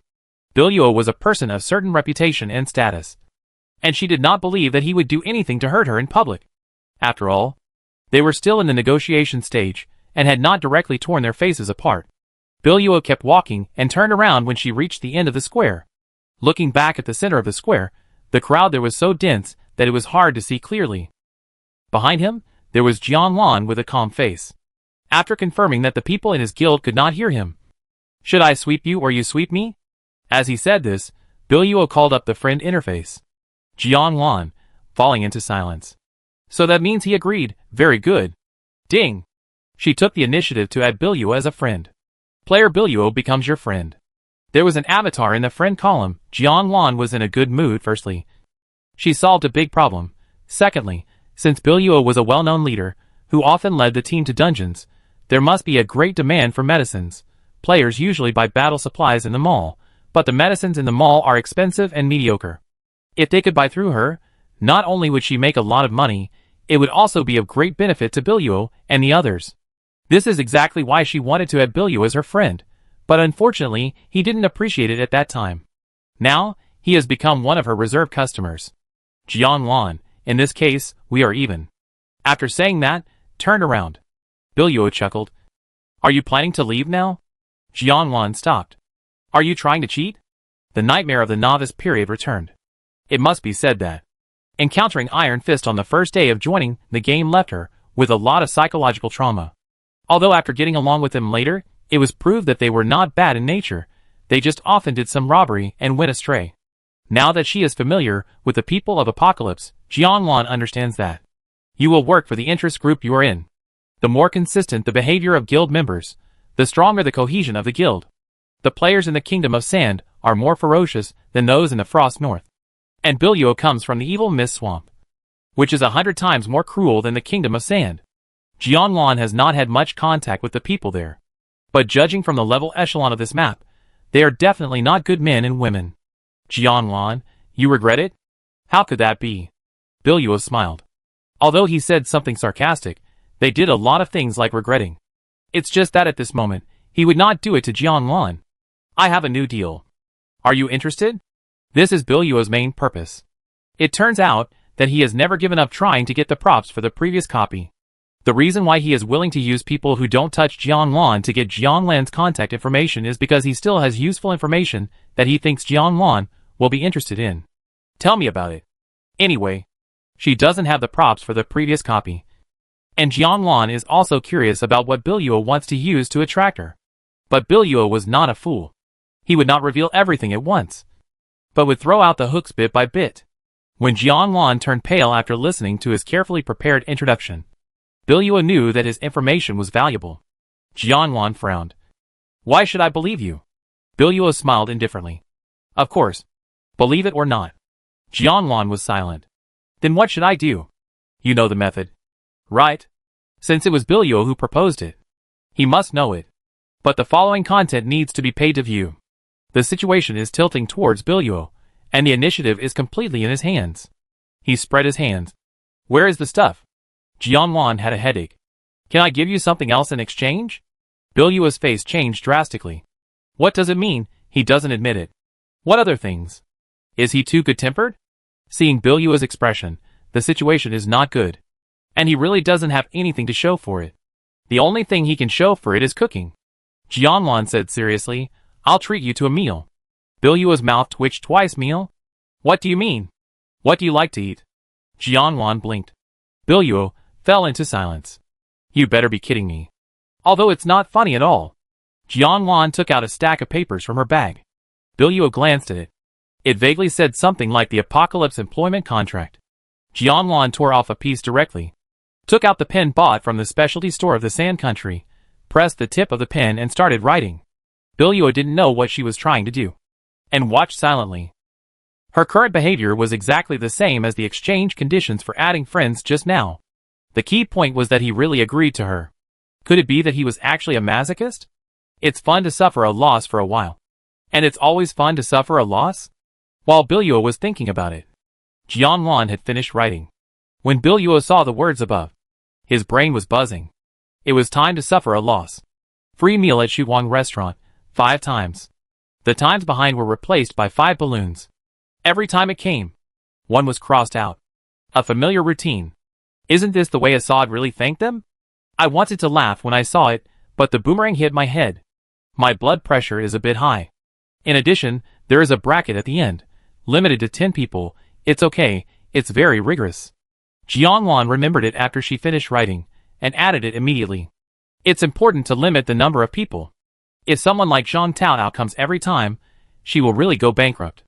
Bilyua crumpled the dog-chewed card in her palm, gnashing her teeth and wanting to refuse, but she suddenly met Jianlan's bright eyes of expectation. Is it okay? She put her hands together, looking very pitiful. Damn it. Why is my heart beating so fast? Bilyua fell into silence. Let's go! Bilyua returned to the team and said only one word. What? Are we leaving? Just leaving like that? What's going on? Although they didn't know why, the people from Huabi and Yue still followed Bilyua. Jianlan also came back, looking like he was worried. Presumably, the fact that those people from Bilyua could let them go so easily must have something to do with Jianlan. Xiao Lu was very perceptive. Did he bully you? If it was true, he would never let the guy go. Someone was indeed bullied, but the one who was bullied was Bilyua. No. Jianlan shook her head, and then looked at Bo Xiao. This sudden change in her eyes made everyone feel puzzled. Come with me. Jianlan held Bo Xiao. What happened today? One dragged the other. But Bo Xiao was willing to be pulled by Jianlan, because he saw Xiao Lu's eyes dimmed. So cool. On the other side, Xiao Lu's heart suddenly felt like it was falling into an ice cellar. What on earth could they be talking about in secret? Bo Xiao originally thought that Jianlan was going to whisper to him. After listening to it, what's the difference between this and a doctor's critical illness notice? If Jianlan hadn't stopped him forcibly, Bo Xiao would have run away now. Jianlan comforted him first, and stabilized his emotions. He accidentally caught a glimpse of Xiao Lu's wandering figure not far away. He seemed to be much closer than before. Knowing that he was discovered, Xiao Lu didn't pretend anymore. Is there anything I can't listen to? Bo Xiao was already annoyed. And now he saw someone he hated. His mood became even worse. He couldn't help but say, this has nothing to do with you. In this situation, if the two of them quarreled, it would be too immature. Jianlan first asked Bo Xiao to shut up, and then calmed Xiao Lu's emotions. She said, this was actually Tianqi's business. Xiao Lu guessed something, and he revealed it for the first time, although it was not much. It showed his sincerity. I know that person. Bilyua? Jianlan immediately thought of his nickname. Xiao Lu didn't refute, which meant he agreed. What did he say? Xiao Lu, he wouldn't lie about this. Based on my understanding of him. Wouldn't lie about this? That is to say, he would actually lie? Jianlan asked back. Then under what circumstances he would lie? Lan Sheng, you found the blind spot. Maybe, emotionally. Not important. Xiao Lu analyzed the mentality of those who often played dungeons, and started groups. If they lied about this kind of information as a transaction, once they were discovered, it would ruin their reputation. Since someone came forward to say that, and guaranteed this information, he had to go. However, even if there was no one, he would not stand idly by. Bo Xiao, I will go by myself. Everyone has such a good relationship. How can he be allowed to take risks alone? Jianlan looked at Xiao Lu. Xiao Lu, come again. Forget it. Just treat it as my free work. He glanced at Bo Xiao. You are so lucky. Jianlan looked at the members of the Dawn Guild in the distance. One more person means more strength, but also more danger. Do you want to let everyone take risks for your own selfishness? After thinking it over and over again, Jianlan decided to tell them about this matter. It is up to them to decide whether to join or not. I thought they might be hesitant, after all. This matter has nothing to do with them. No one would risk their life for someone they are not familiar with. Or even someone who was once their enemy. For no reason. But after I finished speaking, their reaction was unexpected. Almi, wow! Is it so exciting? I must go then. Yin Lulu, do I need to think about it? Of course I will follow you. You can't get rid of me. Yu Shan, wherever the president says to go, I will go. Fu Yao, I haven't fought enough. Zhang Xian, urgent. When will it be sent out? Except for the person in Lingyuan, the other members agreed unanimously. Besides, this matter was originally a voluntary choice whether to participate. Jianlan would not force it. She asked him to wait here for them to come back. Then, everyone walked towards the residential area. It is said that, after dawn, the scene here will change greatly, directly entering the next stage. We must rescue the people before that. The time left for them is really not much. Bo Xiao looked at his contact information, which had a gray avatar. The gray avatar means that they are offline and do not exist in this world. In other words, Ji Hao, Ji Qingqing, they are all dead. Chapter 86. Jianlan thought that there would be all kinds of temptations in the houses of the Rain City. Until she heard what Billuo said, she knew that no matter what the appearance was, as long as she entered the house, she would find that the layout of each house was the same. But as soon as they entered the house, they had already triggered the switch of the copy plot. There was a pot of beef cooking in the living room of the house. Jianlan and his group chose to overturn the beef, and then they were teleported to the previous copy they had just visited. However, there are more options for dealing with beef than just overturning it. Billuo did not explain in detail. He only told Jianlan that eating or not eating would bring two completely different consequences. According to this logic, they would enter different copy worlds because of their different choices. As for what kind of world they would enter, Billuo did not say much. After all, although the deal between him and Jianlan was barely reached, he did not get what he wanted, and the information he told Jianlan would be greatly discounted. Therefore, Jianlan was a little skeptical of his words. If the facts were really as he said, he should have been teleported into the dungeon the moment he left the house. Just like them. How could he know the other two completely different consequences, including the different worlds behind these choices? Billuo knew she didn't believe it. So, they became two identical Billuos in front of each other. This is my special ability. Billuo smiled. Do you believe it now? Jianlan's eyes widened. Paramecium mitosis? Think about it carefully. If Billuo could really summon an avatar that was exactly the same as himself. When he was investigating the houses, he did have the possibility, he said. At the same time, he made three completely different choices. And then the three avatars were transferred to three different copies. But, do these avatars of his share the same brain? I have said everything I can say. Billuo raised his eyebrows at Jianlan. I advise you to hurry up. He felt that his two clones were not having a good time in the copy world. When the clone time was up, they would disappear automatically. His soul could also travel between the clones. His soul was originally in one of the worlds, but that world made him feel hopeless. In addition, in the world Jianlan chose, there was real food to eat. So he returned to this clone. He set the others as shadows. Jianlan cleared the pre-dungeon. Not long after Billuo came out, he felt that the main lines of the other two worlds were closed, and his perception of the clones became weaker and weaker, and he didn't know what was going on inside. Because the main line was closed, the world was out of control, and anything could happen inside. He had experienced many dungeons with different endings when multiple lines were carried out at the same time. If he was playing games on his computer, it would be quite easy to start over, but now they couldn't even say they were playing games, but there was a higher dimensional force controlling them. Billuo could always feel it. Being played by the game is no longer a joke. But even though Billuo knew all this, the more he gained in the game world, the deeper this feeling became.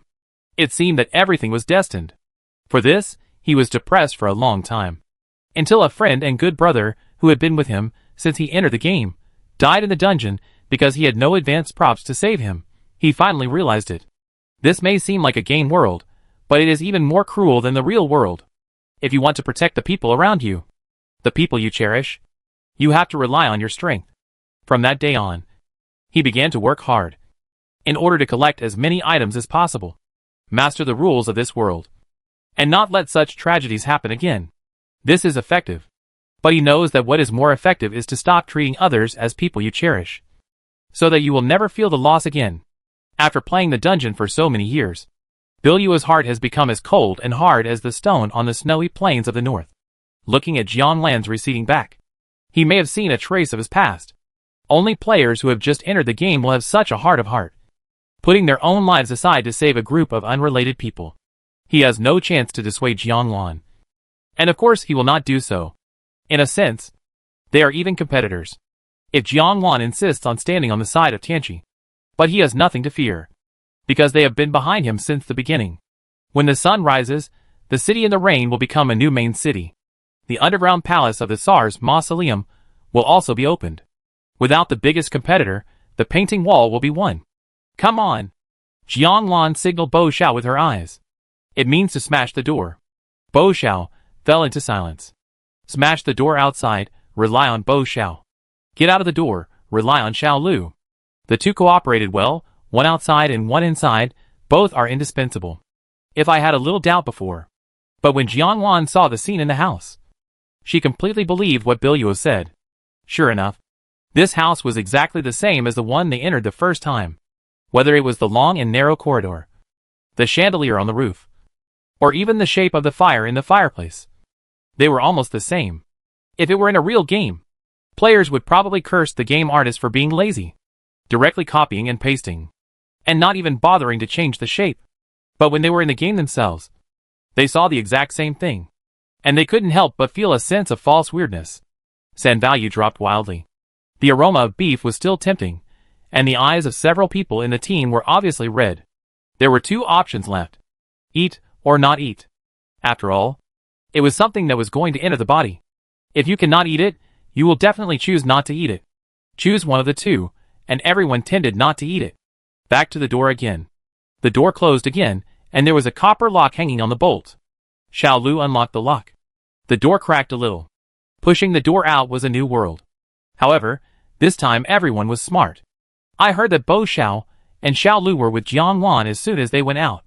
When Xiao Lu pushed the door open and looked back, Jiang Wan and her friendly team members formed a huge human virus. Jiang Wan was the core, and the team members all stood closely with her, either holding her hand or gently pressing on her clothes. Always, all stick together. Xiao Lu, falling into silence. So I'm the only wanderer? Even though he hadn't pushed the door open, the cold wind had arrived on time.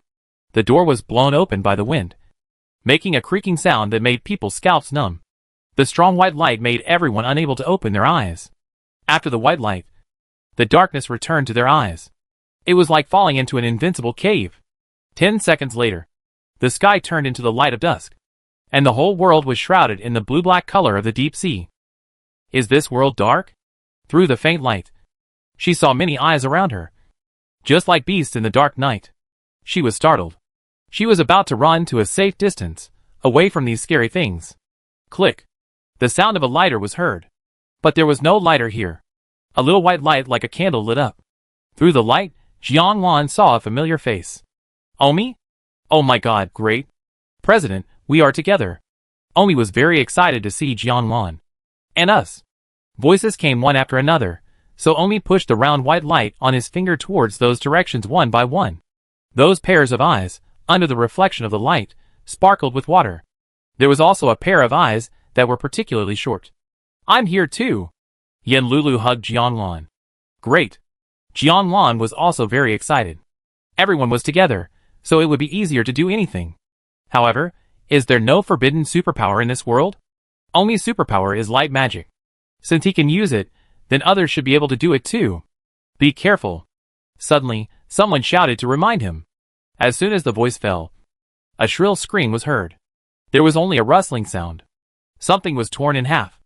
Omi moved the light spot over, seeing the thing on the ground.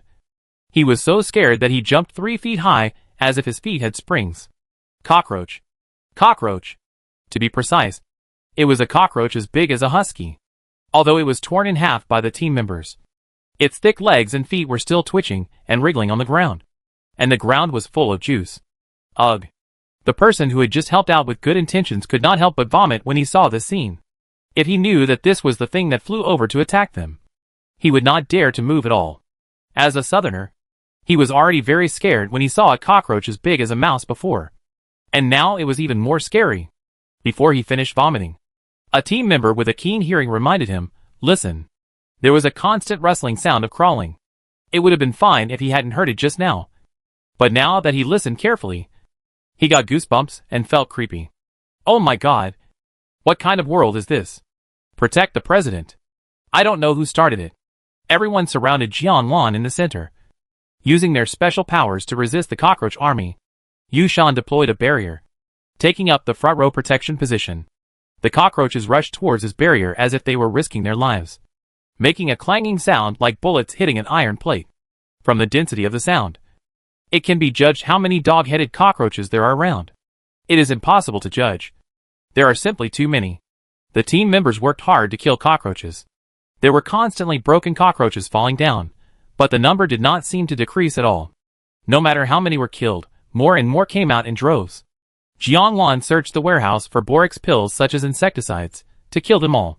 Just then, someone shouted, "Turn on the light! Turn on the light! Cockroaches are afraid of light." When I heard this, it was said by someone with a lot of life experience. Turn on the light? There is no switch here. Someone rolled his eyes. The person who asked the question, Omi, gather your dynamic light waves. Omi fell into silence. He was referring to the lasers that shot out from his fingers, which looked like the 6 meridian magic sword in martial arts novels. These lights were real in his hands, like plasticine, and could be rolled into a huge white ball of light. If this ball of light came out, then the scene around him would be visible at a glance. He would be scared to death on the spot. Jiangwan said seriously, "Try it. The president has spoken." A white ball of light was formed between his 2 hands, and it continued to expand and grow as his supernatural energy was injected. He slowly expanded the ball of light like he was using Kamehameha. Then he threw it into the sky. Swish! In an instant, the ball of light shone brightly, illuminating their small world as bright as day. At the moment the ball of light was launched into the air, the ding-dong sound disappeared. Looking around again, there were no cockroaches. There were nothing else except skinny dead trees and rotten leaves. If Yu Shan's defense barrier had not been withdrawn in time, everything that happened just now would have seemed like a collective hallucination. With the Omi light ball lighting up her head, Jiangwan could see her team members clearly. She counted them. Except for Xiao Lu, all of them were here. Bo Xiao was happy. Oh! There's a stray thorn. Jiangwan was not too worried about Xiao Lu. She still trusted him. The most urgent task now was to find the Apocalypse team that entered this copy and take them out. Bilyo had clearly told her that in the world where his clone was, there were people from the Apocalypse. So, after leaving this copy, they had to come in again. Time was running out, and Jiangwan couldn't be idle. She had to explore this world as soon as possible. The shadow of the cockroach was ahead, and this world was very dark. When the light went dark, she didn't know what terrible things would happen. So everyone agreed that Omi's dynamic light ball must not be extinguished. Omi's face turned pale. Pale. He was a human candle. Besides, he was not a perpetual motion machine, and his energy would eventually run out. Maintaining the dynamic light ball would reduce his blue bar, and when the blue bar reached the bottom, the light would naturally go out. At this time, a piece of crushed ice was handed to him. Omi, I'm not a child anymore. 3 seconds later. It smelled really good. For a player of my age, it was just right. Based on his previous experience of exploring Shihuang country, Jiangwan quickly determined their location. The layout of the city is not much different from the Shihuang kingdom they visited, but the weather and natural environment are very different. It is like a dark skin, the city tower is dilapidated, destroyed by war, and there are broken wells and ruins everywhere. Wounded refugees can be seen everywhere on the road. Their faces are dirty, but their eyes are big, the whites of their eyes are empty, and they are very creepy when staring at people. Omi felt like there were 10,000 greedy eyes, and they were about to eat him alive. They were very interested in their own crushed ice. But this was his life-saving water, how could he give it to them? Swish. Swish. At this time, a huge black shadow scurried past on the road in front of them. Before everyone could react, the refugees on both sides of the road rushed forward, grabbed the thing, and stuffed it into their mouths desperately. The temporary delay of the picture allowed everyone to see what they were fighting for. Seeing this scene, one of the people with shallow throats couldn't help but vomit again. It was a big fat rat. The people in the city were so hungry that they would go crazy to grab rats when they saw them. How terrible. No one dared to imagine, if they entered such a world for the first time, and were forced to be assigned an identity, how would they survive in such a world? Of course, they also found that, as long as they stayed with Jiangwan, it seemed that their identities would always be those of strangers from afar, and they would not be restricted. The world is dark and bad, and the identities assigned to players are naturally not much better. Thinking of her own miserable situation before, Yen Lulu put herself in his shoes. I wonder what kind of identity and role brother Xiaolu will play. After she reminded them, everyone realized that there were still companions suffering. Why don't we go find him first? Bo Xiao asked tentatively. Jiangwan was a little surprised by Bo Xiao's sudden suggestion. He had always been at odds with Xiao Lu. So why did he care so much about him? But she also had her own considerations. Let's go to a place first. Relying on the map in her memory, Jiangwan brought everyone to the door of the inn. Unlike the prosperous door in another world, the inns in this world had crooked signs and were crumbling. The wooden plaque seemed to have been soaked in rain for a long time, and then exposed to the sun. The surface was full of cracks, the handwriting was unclear, but the appearance of the person standing at the door was as bright and moving as ever. Her clothes were old and patched, but she held a fan in her hand stubbornly, and her hair was combed neatly. The inn behind her was twice as small. The city was in such a state, so the innkeepers would not have much business. It would be good if they could barely survive. Jianlan walked forward. The proprietress looked at her from head to toe in surprise, and the group of people behind her. Before Jianlan could speak, the proprietress took the lead. Too many people. No room. Bo Xiao fell into silence. Not staying at the hotel. Jianlan glanced at the people behind her, and then asked the landlady, "Can we chat?" Chat? The landlady was surprised. Indeed, no one had chatted with her for a long time. Besides, she liked the woman in front of her, and it was okay to chat. Okay. She nodded and made way. Of course, it was impossible to chat with everyone. In the end, only Jianlan entered the small room with her. Everyone else was waiting in the living room. After a long while, Jianlan still hadn't come out. Could it be that the two of them really hit it off at first sight, and had such a good time talking that they forgot the time? That wouldn't do. Or would something happen to Jianlan? But through the curtain at the door of the small room, Jianlan and Lu Xian's feet had been there, without moving. There was nothing to worry about. Bo Xiao calmed down a little, opened his panel, and saw that all his abilities were displayed normally, and his level had not been reduced, so he felt relieved. In the game, only combat ability can give people a sense of security. This world seems to be much more dangerous than before. But at least there are no forbidden superpowers, which is a blessing in disguise. At this time, a man came out from the kitchen with tea.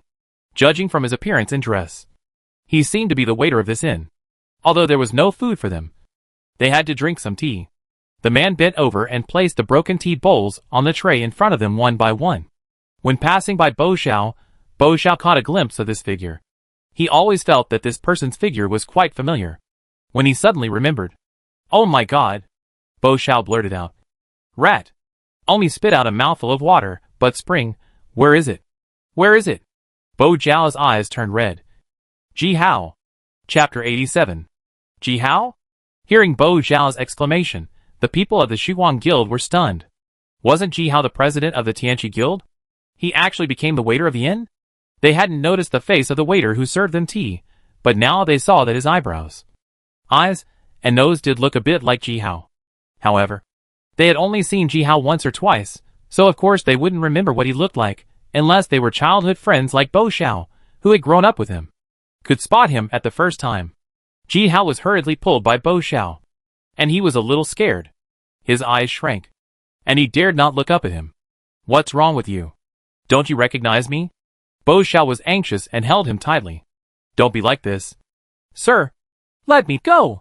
Ji Hao was really like an ordinary person in this world, struggling constantly, trying to break free from Bo Xiao's hand. The scene gradually became weird. It was originally a touching brotherhood recognition, but now it seemed a bit like harassment. The people of the Dawn Guild saw them pulling and tugging like this, and it was neither right to persuade them nor not to persuade them. "Fuyao, why don't we let him go first? I think he seems to have lost his memory. How could the guild leader, who was so high-spirited and arrogant before, end up in such a miserable state? He looks so pitiful. Could it be that they are just similar in modeling, but are not actually the same person?" Yushan seemed to be thinking. For example, the lady boss in this world looks very similar to the NPC Lu Xian in the Sand Country. How could I have made a mistake? Bo Xiao's eyes were red. I would recognize him even if he turned into ashes. It's him. What? You want to turn me into ashes? Help! Help!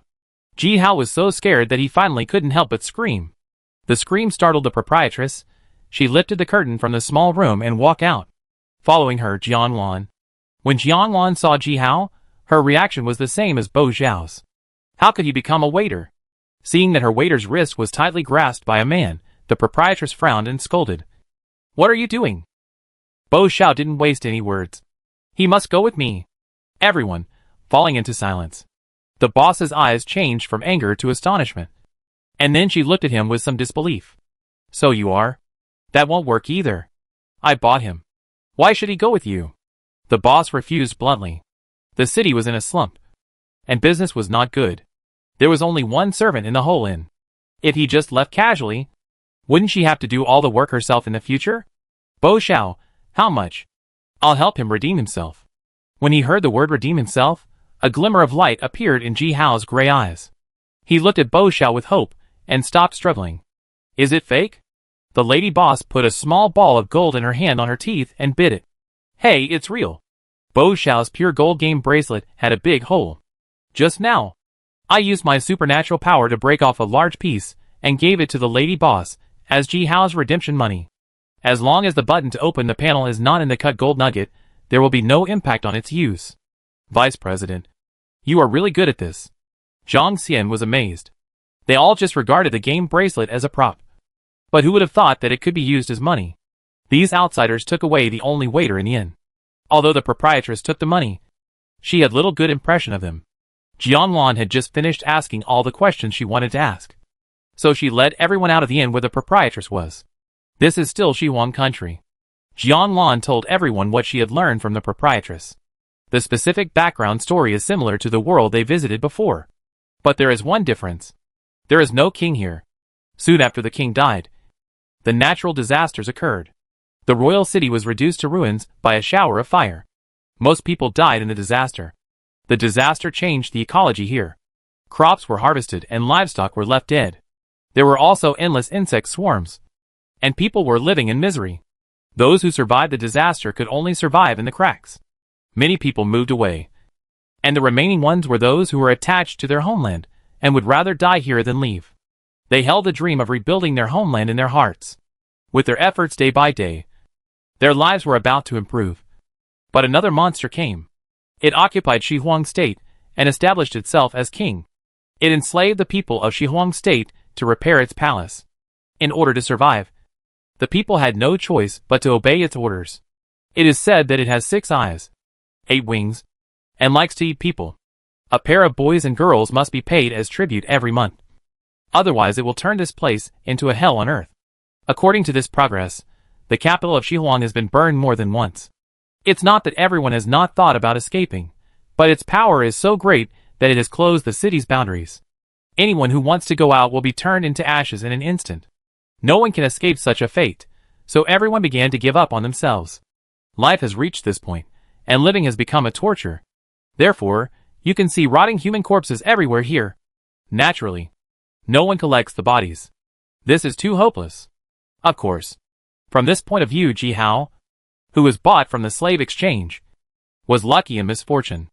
Then the other members of the Apocalypse team. I dare not even think about it. Are they still alive? Bo Xiao looked sad, and couldn't help but hold Ji Hao's hand tightly. I will definitely save you. And them. Ji Hao's eyes were confused, although he didn't know why this person kept pulling him, but now, he finally felt that. They had no ill will towards him. That was all the information I got from the landlady. It was hard to find a player who had been in this world. But he seemed to be completely uncommunicative, especially after he came out of the inn. He was laughing the whole time. Are you okay? Omi waved her hand in front of Ji Hao. It was really hard to believe. Was this still the same president who was full of calculations before, and wanted to use them as scapegoats? Jianlan walked in front of Ji Hao, opened her hand like a magic trick, and a piece of candy lay quietly in the palm of her hand. For me? Ji Hao put his finger in his mouth. His eyes were cunning, like a child. Yeah. Jianlan nodded. After getting her affirmation, a dirty black claw quickly took the candy from Jianlan's hand, and swallowed it whole. Sweet. His eyes lit up. At this time, another hand reached out to Jianlan. Let me have a taste too. Omi swallowed a mouthful of saliva. Jianlan, that's medicine. In fact, Jianlan didn't know whether this kind of candy was useful for treating amnesia in the dungeon. In the game setting, some bosses have skills that make players forget how to use their special powers. Jianlan looked through the recipes, and found that only this kind of candy was related to memory. She decided to give Ji Hao a taste. Maybe he would remember what happened before.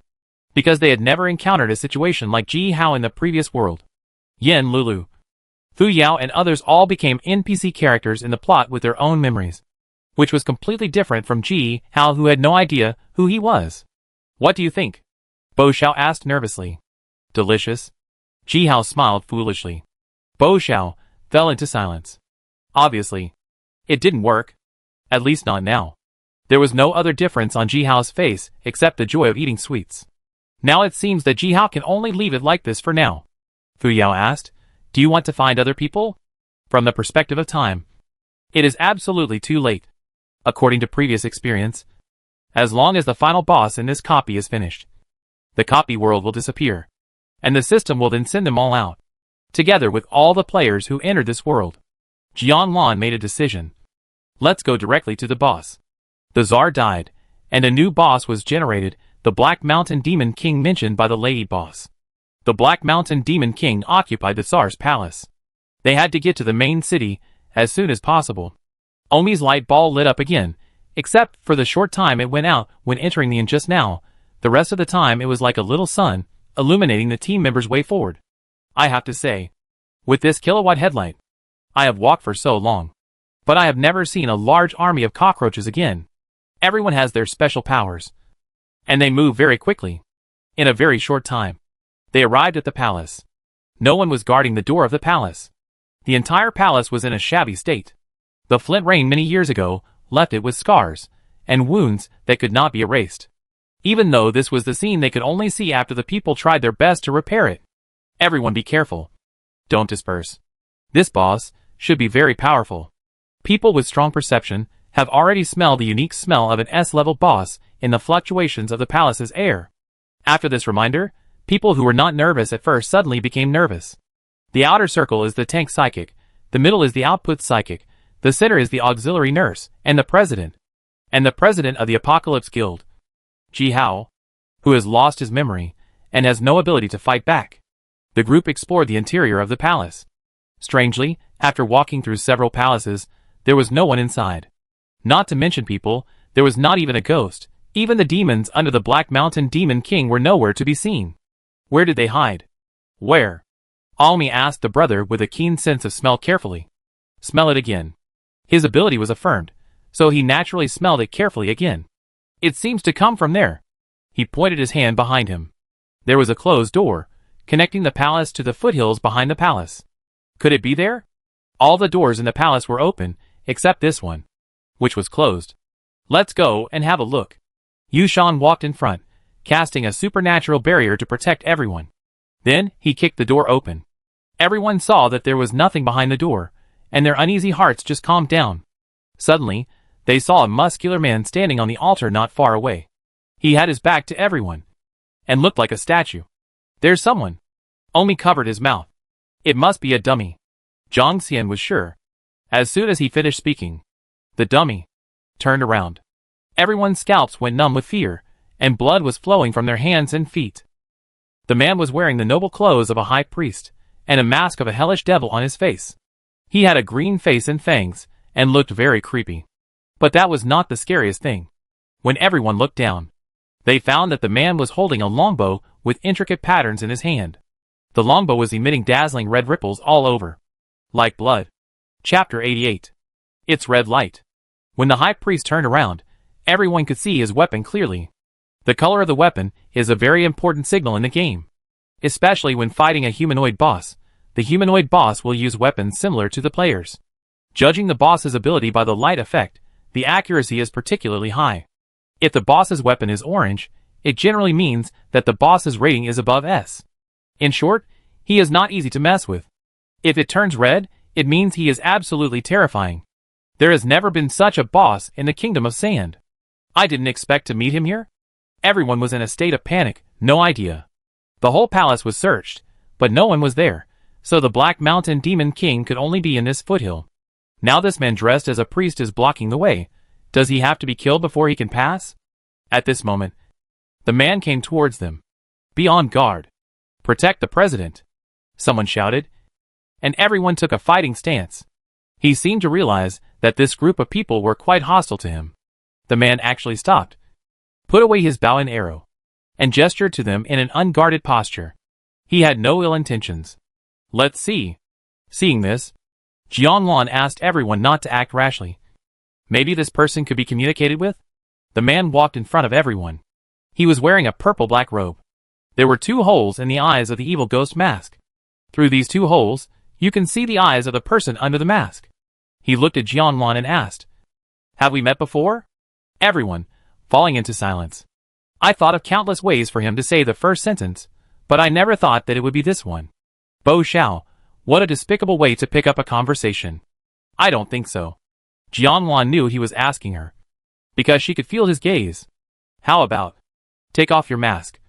Let me see it first, she asked tentatively. Hearing this request, the man hesitated. But what the woman said was right. If she didn't see her face, how could she know whether she had seen her? As he took off his mask, the members of the Dawn Guild exclaimed in disbelief. Really? Oh my God! The high priest took the mask in his hand, and his lively eyes under the mask became more affectionate. He looked at Jianlan as if no one was around. Jianlan was embarrassed by his burning eyes. She had never seen this man, but he seemed to have no hostility towards her. Could she take the opportunity to ask him for some information? Do you know where the Black Mountain Demon King is? The Black Mountain Demon King? The man smiled slightly. What do you want to do with my master? Hearing this, everyone took a deep breath. He is the guardian of the Black Mountain Demon King? Do we have to kill him before killing the boss? Look there, Aomi shouted. Looking in the direction of the sound, a black strange bird with 6 wings and 8 eyes flew out of the forest. It flapped its wings and slashed out a tornado. The boss's level is displayed as S, with a health bar on the top of its head. It is a natural disaster boss. Yushan, what should we do now? It is not possible to hit its guardian in front of the guardian, right? The team members were waiting for Jianlan to make a decision.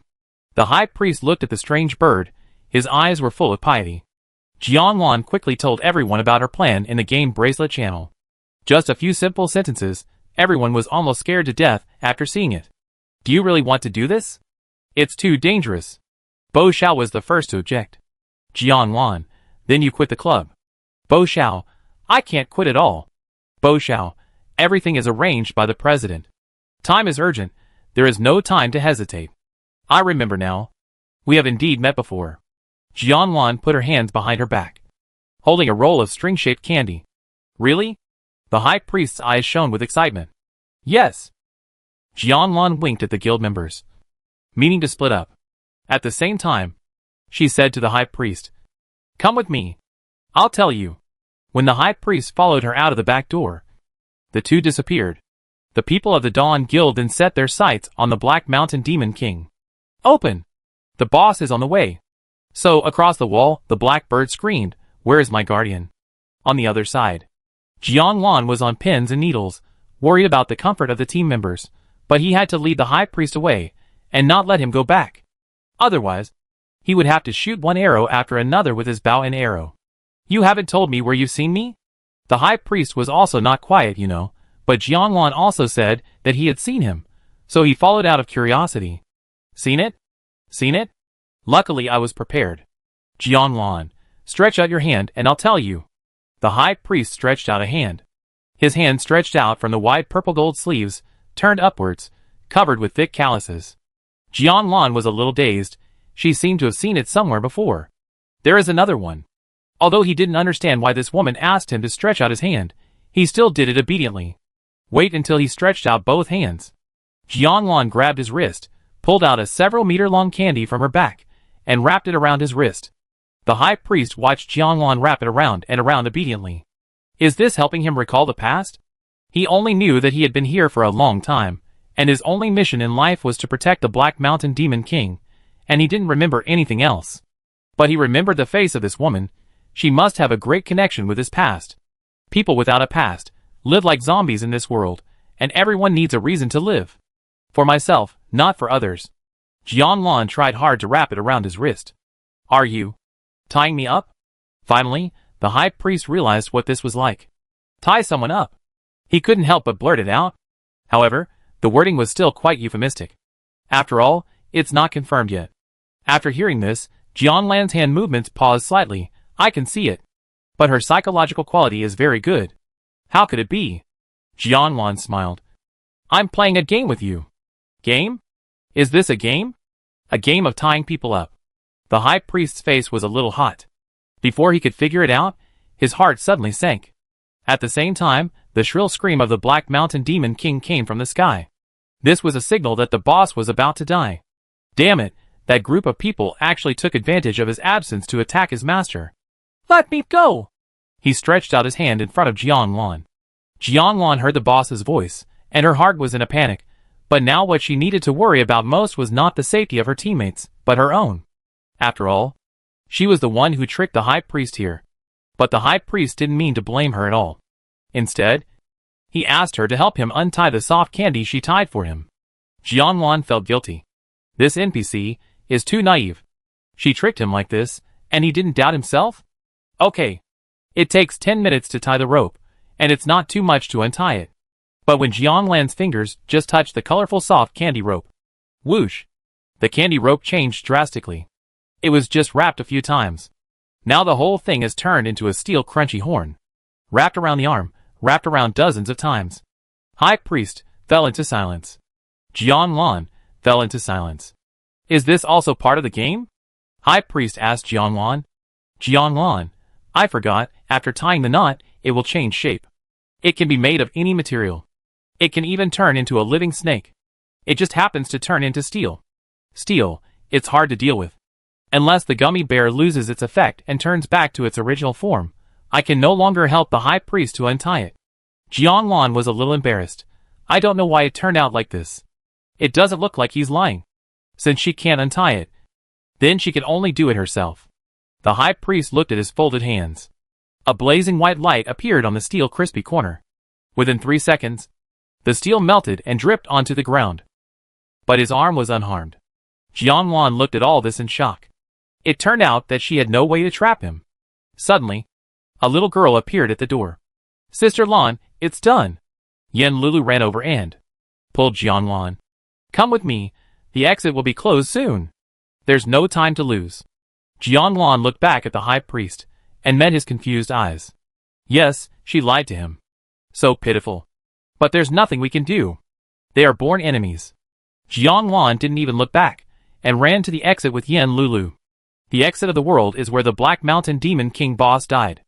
Jianlan then realized that a black hole appeared in the air. That is the connection between the real world and the dungeon world. Everyone is waiting there. And the hole is still shrinking, so we have to hurry out. The black hole is quite high, so we need someone to help us get up there. When Jianlan and Yan Lulu arrived, almost everyone had left. Bo Xiao had sent Ji Hao out, and wanted to come down to wait for Jianlan, but was pulled along by Ji Hao, and disappeared directly into this world. Yan Lulu was still a child, and couldn't reach the black hole, so Jianlan picked her up. When half of her body disappeared, Jianlan moved the flower drum next to the altar, and put it under her feet. She was tall, so she used the height of the drum to tiptoe, and her fingers could touch the black hole. The black hole would directly suck people away. And it would be fine as long as the body touched it. Just a little bit more. Just when Jianlan's fingers were about to touch the edge of the black hole. Swish! A sharp arrow flew in the air. It directly smashed the drum surface into pieces. Jianlan fell down uncontrollably. She sat down on the ground, watching the black hole turn into a black dot. It disappeared in the gray and gloomy sky. There were footsteps behind her. Jianlan turned her head and saw a man walking towards her. He was the high priest wearing noble clothes of a foreign race. He didn't wear a demon mask, but he was intimidating without anger. His face was cold, and his voice was as cold as ice. Where are you going? Chapter 89. Oops. Left behind? The black hole has disappeared. The body of the Black Mountain Demon King on the ground also turned into a ball of black ash. Obviously, this was the masterpiece of her companions. The high priest looked at the ball of black ash without saying anything. Jianlan was a little scared. Killed his master. This NPC high priest would not kill people if he was mad. She couldn't help but worry about her personal safety. Thinking of this, she took out the weapon and secretly hid it in her sleeve. However, what Jianlan did not expect was that the high priest squatted down and stretched out his hand to her. The ground is cold. Jianlan fell into silence. Is he going to help her up? Is he not angry with her at all? He has no intention of hurting her at all. What kind of personality is this NPC? Holy Archbishop? In order not to cause trouble, and not to make this NPC angry, Jianlan put her hand in the high priest's hand. So, the high priest really pulled her up. She was the only one left among the group of people who suddenly appeared. The high priest was in an indescribable mood. Especially among the group of people. There was a man who had been following her. And he disliked him the most. Now, those people were gone. And this place seemed to have become a world for only her and him. The high priest said, Come with me. After saying that, he left on his own.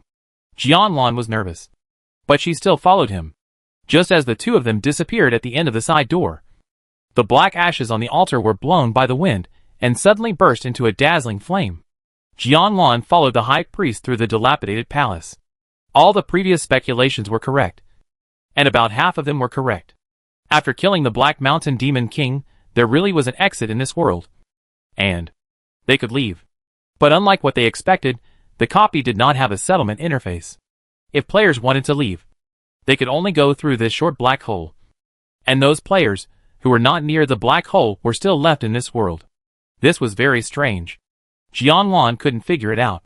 Could it be that the previous copy line had been opened in another world, causing this world to become invalid? So does she have any other way to leave? If this is the logic, then they only saved Ji Hao from the beginning to the end, and the other members of Apocalypse are still in this world. How can she help those people? No one expected such a situation to happen. In addition, the situation was urgent at the time, and everyone just wanted to get out first, and didn't consider so many other things. The main reason was that the NPC holding the red weapon that suddenly appeared was too scary. However, Jianlan was not without ideas about her situation. She was able to learn about the situation in this world, all thanks to the information revealed by Biluo, and Biluo was able to know, because he had a clone in this world. If I could find Biluo's clone, maybe I could get other ways to save myself? This is your room. The high priest opened the door of a palace. Jianlan, falling into silence. What do you mean? So I have to live here for a long time? The high priest saw the hesitation in her eyes. Even I don't dare to believe it. He grabbed Jianlan's hand, and Jianlan didn't dare to move. I like you a little bit. The high priest was very straightforward. His eyes did not look at Jianlan, but only stayed on her white and smooth little hand. His fingers gently stroked the back of her hand. Hearing this, Jianlan was struck by lightning. What? Like me? What happened? You like me? Jianlan reviewed it in his mind, and after thinking about it, it seemed a little ambiguous that he took the initiative to pull him out of the battlefield. Could it be that I was too proactive? So I gave him the illusion that I had a crush on him? This is not good. Jianlan looked unhappy. Why? The high priest was surprised. Do I need a reason to like someone? Jianlan, don't I need one? If I had to give a reason, I like to play little games with you. The high priest looked serious. More serious than Pearl. Little games. Little games of bondage? You are not an M. It doesn't matter. I want to go home. Jianlan wanted to cry, but had no tears. How could she stay? Would she become one of the NPCs in the game's dungeon? Even if she couldn't go back to her real home, she could go back to the home in the Kingdom of Sand. Hearing that Jianlan was leaving, the high priest's face suddenly darkened. It seemed that his amiable expression just now was all fake. In fact, he was cold and cruel in his bones. From now on, this is your home. Confirmed. He was probably imprisoned. Jianlan obediently entered the room that the high priest had prepared for her. As soon as she entered, the door automatically closed. Her mouth twitched. The two of them were so close just now. Her bullets could not exert their power. It was possible that she was disarmed by him before she could even take out her weapon. To deal with this situation, she could only pretend to surrender first, and then find a chance to escape. This way, the success rate would be higher. After all, the high priest would not always be guarding the door. Jianlan looked around the room. Although the exterior of the palace looked dilapidated and had been severely damaged, the interior was still kept clean and tidy. It was like someone was always living here and cleaning. It was getting dark outside, and the room was very bright, and it was hard to tell what the light source was. What was even more worth mentioning was that this room had a whole wall of bookcases, and there were all kinds of books in the bookcases. In the game, books are usually one of the important props for obtaining information. Jianlan simply walked to the bookshelf and wanted to take out a book to read. Based on the principle of proximity, Jianlan reached out and pulled the file closest to her hand. After pulling for a long time, I found that I couldn't pull it at all. Jianlan fell into silence. It's a sticker. Is he trying to save face in the dungeon? But she won't give up so easily. With a rigorous exploration attitude, Jianlan touched every book on the bookcase. Then, I felt a handful of dust. A wall of fake books. This way is not feasible. Jianlan wants to see if there is anything else in the room that contains information. but her eyes accidentally caught a glimpse of a roll of sheets under the pillow on the bed. Jianlan pulled them out. She knew every word on them, but when they were put together, she couldn't understand them. However, Jianlan could also infer something from the words. These were all prescriptions. Why were there so many prescriptions? Jianlan thought of the story of the Tsar that he had heard before. Tsar Sayari had a favorite concubine who was seriously ill, and he sought famous doctors just to save her life. The imperial doctors in the palace consulted for 3 or 4 months, but they were unable to save her. The favorite concubine finally left the Tsar. It was from that time that the Tsar became devastated. These are the prescriptions that the doctor gave to the favorite concubine? Jianlan didn't know medicine, but she subconsciously thought that these things were useful. So, she put the prescriptions into her own portable warehouse. After doing all this, there was nothing else to explore in the room. It was time to escape. The doors and windows of the room were closed. Jianlan came to the door and looked out by the candlelight. She saw no one outside. She tried to push the door, but just as she was about to reach out, she stopped halfway.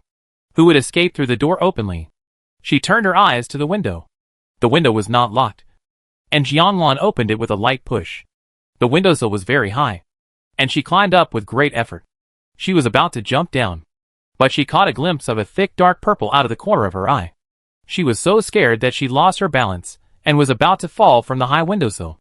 Of course, her face did not touch the ground closely, but it also hit a hard object. It was the high priest's chest. Her feet were empty, and she was in the high priest's arms. The high priest looked at the panicked Jianlan in his arms and blinked slowly. Jianlan, falling into silence. Walk into the trap. People in this world also need to eat. It's dinner time. The maids came in one after another and brought the delicacies of Shihuang Kingdom to the table one by one. I didn't see a single living person before, but now they all came out. But all the maids lowered their heads and said nothing. Jianlan thought to herself, could they all be the high priest's creation? She looked at the high priest. But the high priest was only focused on eating, and his face was darker than the night sky outside. He was angry. He was angry because she wanted to escape. Actually, I'm not from this world. Jianlan tried to communicate with him. The high priest still didn't speak, as if he didn't hear her. The door to the room was not closed, and Jianlan could clearly see the sky outside. According to the time she came in, it was probably early morning now. She didn't know whether the time in the dungeon was related to the game world. If the flow rate was the same, when it was dawn in this world, it would probably be dawn in the game world as well. Biluo said that after dawn, the city in the rain would become a new main city in the Kingdom of Sand. At that time, all the previous dungeons would be closed, which might mean that she would never be able to go back. So what? The high priest put down the bowl and looked at her with some hurt. Are you going to leave me behind? Jianlan fell into silence. What's this feeling of being abandoned after having sex with someone? However, it's better to lie to him first. How about? Jianlan tried. You come with me? Hearing this, the high priest's expression was stunned for a moment. Really? Jianlan remained calm. Yes. But I have to find a way to go back first. It means you have to let me go first. The way to go back. The high priest seemed to be thinking. Just like your companions, what they did back then. Killed his master. How presumptuous. In disguise. Jianlan admitted that they were bad people. Yes. Jianlan was forced to nod. But that method may no longer be applicable. We have to find a new method. Because the Black Mountain Demon King was dead. Go and try it first. The high priest's fingers tapped on the table. Jianlan didn't know what he was thinking. He walked back to this road. Unlike when he came here, this time Jianlan felt a chill. The high priest took off his wide robe and put it on Jianlan. Was he not wearing a shirt underneath? He had a great figure. Jianlan closed her eyes and said, Don't look at me if I don't want to. The high priest said to her with his head tilted. Jianlan didn't understand, but she still obeyed. Before she calmed down, she waited until the high priest arrived at the altar. Something shocking happened. A huge black bird flew out from behind the altar. Has the Black Mountain Demon King been resurrected? Jianlan's surprise didn't last for more than 3 seconds. And an even more unbelievable scene appeared. A longbow with a bloody glow appeared in the hands of the high priest. He aimed the bow at his master. The black bird sensed the danger, and countless ice cones condensed out. But the high priest's arrow was faster. and it pierced the heart of the bird in an instant. At the moment of penetration, the bird burned. It turned into ashes and fell to the ground. It was killed in seconds. Yu-Ho-E? The boss who took so long to kill with the strength of the entire team was killed by him with one arrow? No matter how you say it, NPCs are really powerful. Jianlan estimated that his strength should be about the same as Lucian's. But the strange bird is dead. Where is the black hole? Why did the teleportation black hole not appear after killing the resurrected Black Mountain Demon King? Jianlan was about to go forward to check. The high priest said coldly, "Don't come over." The voice was hurried and unresistible. It seemed that he was afraid that Jianlan would be hurt. Jianlan paused. Her approach was correct. The wind blew, and the strange bird resurrected from the black ash again. This time the flames were much stronger than last time, and directly ignited the entire altar. The high priest stood in the flames, and was unharmed. Jianlan was lucky that she didn't go over. Otherwise her blood volume would not be enough to be burned by the flames. She could only stand far away, nervously watching everything happening in front of her. She loaded the stun bullets of the white bow pistol into it, wanting to help. But every time the strange bird resurrected, the high priest could kill it with one arrow. There was no need for her help at all. Perhaps standing still was the best way for her to help him. As for the brutal behavior of the high priest, Jianlan could only think of something that the bad players in online games often did: guarding the corpse. The most important thing was to guard the corpse of the natural disaster boss. Fighting the boss alone, he could kill it with one arrow. Otherwise, how could he be called an NPC? A hacker? Besides, this black strange bird was just like a Krypton Gold player, and it kept staying alive. It was quite difficult to kill. Finally, I don't know if it was because its lifespan had reached its limit, or because it didn't have enough gold in its account. After the strange bird died 9 times, it let out an unprecedented shrill scream. Jianlan, who had closed his eyes in a daze, opened his eyelids again. The flame shot straight into the sky. It set the dark clouds on fire. On closer inspection, it was discovered that it was not a fire cloud, but a giant bird with flames all over its body. The real Black Mountain Demon King appeared. The flames burned directly to the gate of the courtyard. The world was engulfed in flames. Jianlan's heart was in her throat. Her mind was full of, "Help him. He should need me." The bullet had just been loaded, and her arm had not yet been raised. The next second, whoosh! He was only handsome for 3 seconds. The arrow pierced through the body of the Black Mountain Demon King. It was not much harder than piercing tofu. Another second. Another second. This time, the Black Mountain Demon King did not turn into black ash on the ground, which also meant that there was no possibility of his resurrection. At the same time, the dark clouds covering the sky slowly dissipated, and the skylight once again shone on the earth. Jianlan looked up. The dim sky was like the setting sun melting gold. When she looked more carefully, it was not the sky, but the endless yellow sand. The wind blew over the sand sea, and the outline of the shadow under the yellow sand was looming. Jianlan sketched it in her memory, and it was indescribably familiar. She must have been there before. Suddenly, a light flashed through Jianlan's mind. There is the kingdom of sand. She was shocked by the scene before her. A man suddenly appeared in front of her. The high priest put a red stone in her hand. "For you. This is the item dropped by the Black Mountain Demon King. Innocent heart. Purpose unknown." Just as Jianlan was stunned, the system prompt sounded. The world of Fallen Shihuang Kingdom is about to close. After 10 seconds, players who enter the dungeon will be automatically teleported out of the dungeon. Countdown, 9, 8. Can we get out soon? Jianlan was excited. At this time, she felt her hand being held by someone. The high priest squeezed Jianlan's hand, put it to his lips, and kissed it gently. The voice was gentle. "Don't forget your promise." The sudden action made Jianlan's heart beat wildly. She was unsure, and stammered, "I will definitely take you with me." On the surface, she comforted the high priest, but in her heart, she was thinking, "Even if I want to take you, who knows if you can go?" However, people should not forget their roots.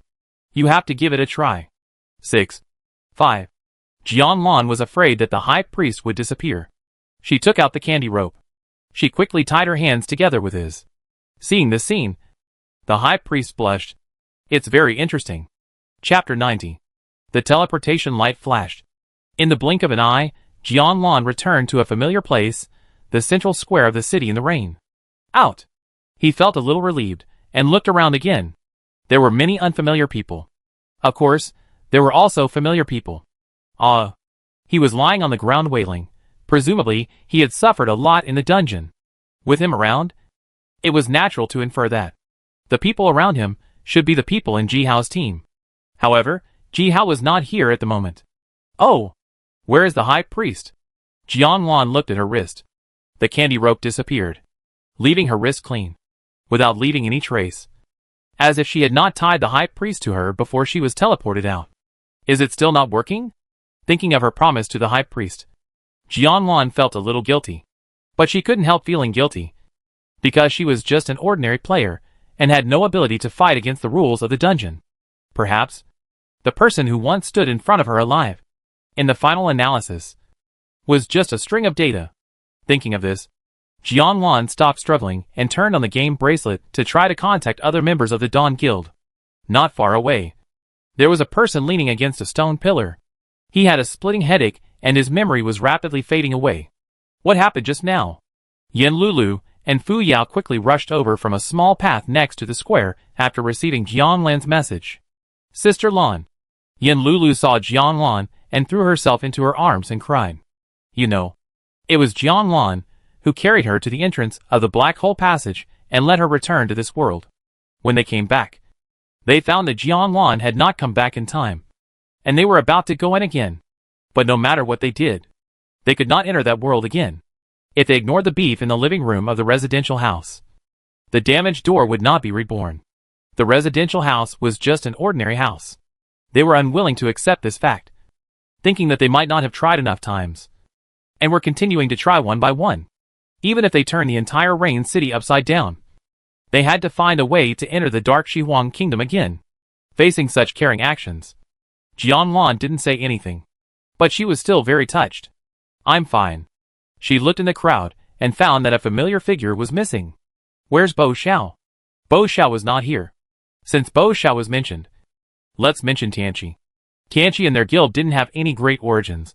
If it weren't for Jianlan, the middle link, although they are no longer hostile, there would definitely not be such a friendly and helpful scene. Jianlan didn't come out, and Bo Xiao was naturally worried.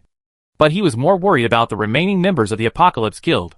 When Jihao first came out of the dungeon, his mind was still a little unclear.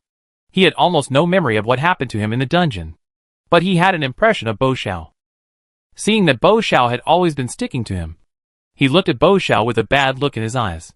You know, in Jihao's memory, they had not reconciled yet, until Zhang Xian, who was present throughout the whole process, told him everything. Jihao's face changed. However, he was not bothered by how Bo Xiao tried his best to save him, and even destroyed his gold game bracelet. But why, after he entered the dungeon, the system assigned him the role of a waiter? And no matter how hard he tried to recall, he couldn't remember his experience in the dungeon. But he could vaguely feel that what he did in the dungeon was far more than just a waiter. The two memories overlapped, and the hole in the middle was like a sieve, and couldn't be connected. Thinking too hard won't solve the problem. Because according to the current situation, he has come out, but his sister seems to be still inside. Moreover, she is still in the unknown third world. How can this be? He doesn't care about the president's face, or the awkwardness with Bo Xiao. Jihao immediately gave instructions to the members of the Apocalypse Guild, everyone come here. Considering that there is poisonous fog blocking the way, it is quite difficult to come to this place without anti-poison sachets, or other props that can avoid poison. As luck would have it, the people of Tianqi did not take the anti-poison pills that Jianlan had given to them before. So, as usual, they were all stored in the guild warehouse. There were exactly 20 of them. They just came in handy now. Jihao used the guild's authority to unlock them. The reinforcements came as fast as possible. Among them were experienced senior players from Lingyuan. After they knew that Jihao and his team had made a major breakthrough in the dungeon, their enthusiasm was much higher than the previous rescue activities. With the experience of their predecessors, they also prepared for the possibility that NPCs would lose their memories when entering the dungeon. So Fu Yao looked at the buildings under the night sky. They went to the third world. Jianlan opened the list of members of the Dawn Guild. Bo Xiao was no longer in it. He was still a few hours away from becoming an elite. Somehow, Jianlan felt a little disappointed. After such a long time of companionship, it would be a lie to say that there was no emotion at all. Even if it is a small animal, it will be sad if it suddenly leaves after being with you for so long. The most important thing is that the world in the copy is extremely dangerous and cannot be judged by common sense. If you are not careful, you may be trapped in it forever. I wonder if the people in it will disappear with the copy when the copy disappears? Jianlan sat on a stone bench by the road. There was a slight moisture on the surface of the stone bench, and the air was filled with the fresh fragrance of grass and trees. The dim lights on the roadside flickered, and the sky was slightly bright. The long night was about to pass. A person stopped in front of Jianlan. She recognized the shoes of the person. Only then did she realize that she seemed to have temporarily forgotten Xiao Lu, who had been separated from them when they entered the dungeon. Member care is essential. Jianlan, I haven't seen you in the dungeon. Are you not injured? Xiao Lu's head still hurt. He sat down next to Jianlan and said calmly, not dead. There was a hint of resentment in his calmness. Jianlan fell into silence. Is he unhappy? Ahem. Jianlan was a little embarrassed. Thinking about it, it was true. After entering, everyone was together, but he was alone outside. So pitiful. Jianlan was trying hard to think how to comfort him. Xiao Lu suddenly said, are you worried about him? Jianlan subconsciously said, who? Xiao Lu didn't say anything, but just looked at her steadily. Jianlan looked up and met his eyes, and was suddenly startled. This was an expression she had never seen in Xiao Lu's eyes. You know, his eyes were always calm and gentle when he looked at her, without any negative emotions. But now, his eyes were obviously full of possessiveness and jealousy.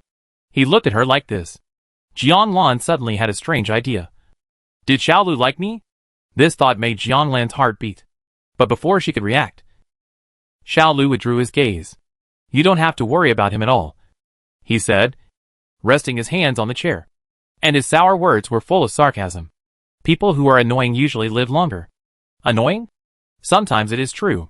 Jianlan now thinks of the bad things Bo Xiao did before, and still has an urge to beat him up. But Xiao Lu said that he lived a long life. How can this not be a good thing? It's just a bit harsh. Well, he will be fine. Jianlan cheered up. As soon as the words fell, the teleportation array in the center of the square lit up. Another large group of people arrived. Hearing the noisy sound, Jianlan turned around. Just happened to look at Bo Xiao. Xiao Lu turned around in disbelief. I was just being polite, to establish a character. How could you not know that you have awakened the talent of the crow's mouth? All the members are finally safe and sound. It has to be said that it is a miracle. If it weren't for the people of the Dawn Guild this time, Tianqi would have been defeated in these pre-dungeons this time. President Jiang. Jihao came to Jianlan solemnly, bowed slightly, and stretched out his hand. Thank you.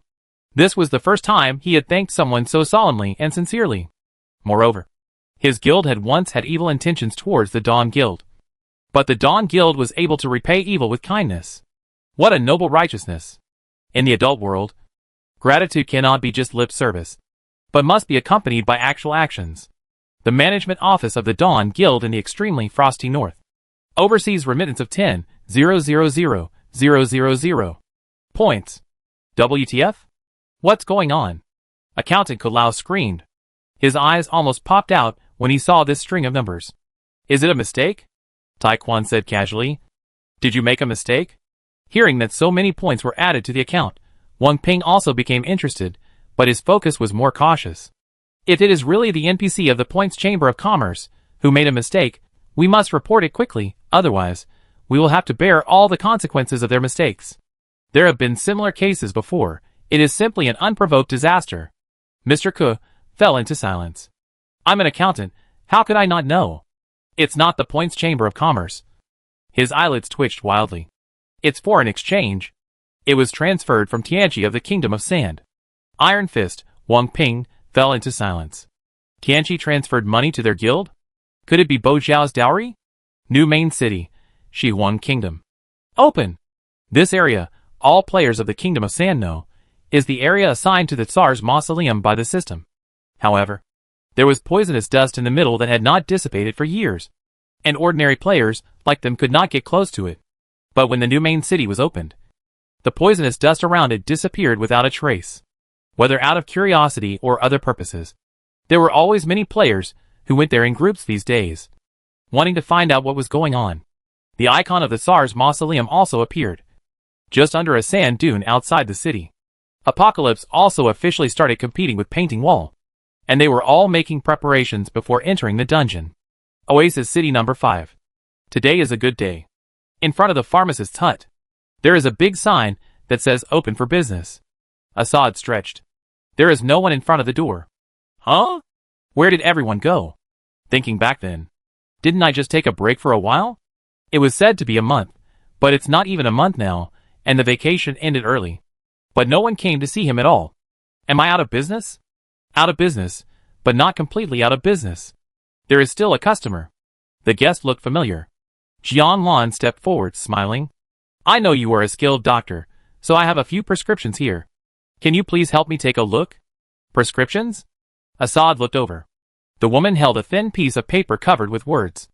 It was the handwriting of the imperial physician brought back from the Dark Line Palace. Chapter 91. Jianlan came out of the pharmacist's hut. Before she went in, she was full of curiosity, but after listening to the pharmacist's words, her mind was full of big question marks. These prescriptions are of various types, and the herbs used are also different, but they only treat the same disease. Will this disease kill people? Jianlan was puzzled. When she was on Blue Star, there were quite a lot of people with this symptom, and many folk remedies for treating it could be seen in the streets and alleys of some old city areas. But although it appears frequently, it has never been reported in the news. If you get it, your life will be in danger. I don't understand. As an NPC in the game, the pharmacist may lie, but he should have no reason to lie to me. Besides, I have saved him before. Maybe this is a setting in the game? This kind of symptom in the game can kill people. Jianlan didn't take it to heart. The prescription was also put into his personal backpack. Since the opening of the new main city, it is obvious that there are fewer people on the road to the old city of Sand Country. However, although the two main cities are far apart, the teleportation station in the city immediately added the new main city as a teleportation point. As long as the points corresponding to the distance are consumed, the teleportation between the two main cities can be realized. This measure greatly facilitates the players. For players, familiarity is always the best. At present, the new main city of Shihuang Country has not opened the accommodation area and human base. During the day, they may go out to explore, and they will also go to the new main city to hang out. But they will definitely go back to their own rooms in the old city base to sleep. In addition to the players who participated in the Tsar's mausoleum dungeon, they stayed there all night long and did not dare to relax for a moment. Time is money. There are too many competitors, and if you are not careful, you will be overtaken. After many days of hard work, the entrance to the mausoleum has become clear. But finding the entrance is one thing, and entering the underground palace is another. The complexity of the underground world is far beyond their imagination, and there are countless monsters guarding the mausoleum. Those monsters move strangely and cause extremely high damage. If you are not careful, you will be attacked by them. They are blocking the path that must be taken to the underground palace. Only by clearing them all can we move forward. When it comes to fighting, there is no way around supplies. Although the player's blood and mana will slowly recover after leaving the battle, in this situation, there is not so much time for them to recover slowly. Usually they are directly replenished by taking medicine. The demand for medicine is unprecedentedly large, making the points income of the Sand Country grow in a straight line. For a week in a row, the sales of the shops have soared, 50% higher than usual. Business is booming. There are usually several situations when such a terrible increase occurs. Either a new natural disaster boss is born, or a new dungeon is released, or a declaration of war between major guilds, and the friction between players is extremely intense. When there is fighting, there will be consumption of medicine. From another perspective, medicine is also a necessity in wartime, and is as important as munitions.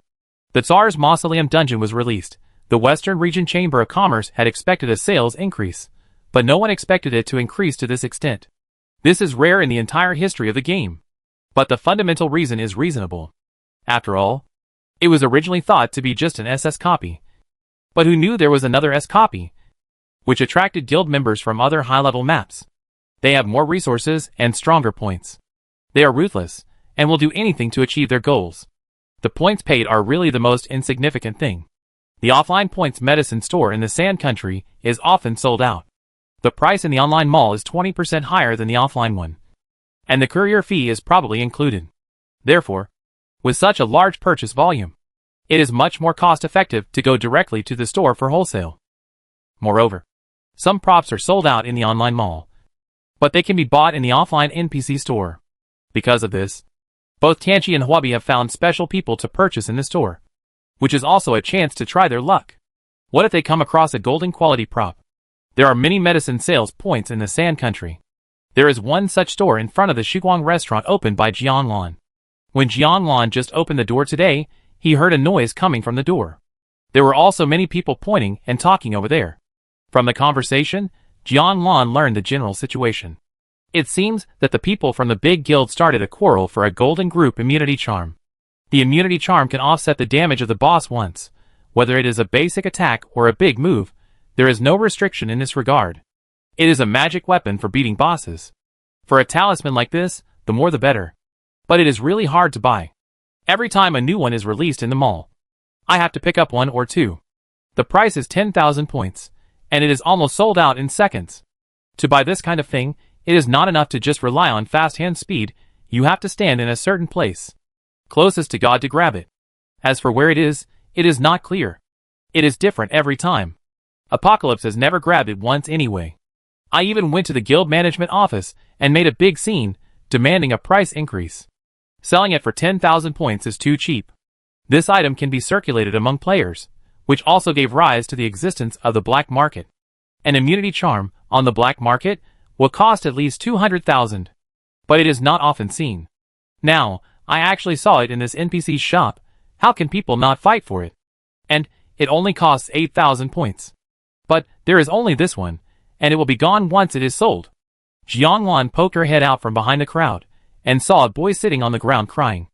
That familiar face, the familiar crying voice, and his love of wearing sleeveless shirts, and his arms showing even in the ice and snow of the north. What's the matter? Jianlan walked in front of Au. Au cried even louder when he saw the familiar face. The feeling of not getting a bargain is no different from losing a lot of money. Besides, he saw it first. But the person sent by Huobi to purchase medicines is taller and stronger than him. It's just a square. 200,200. You need to experience it yourself.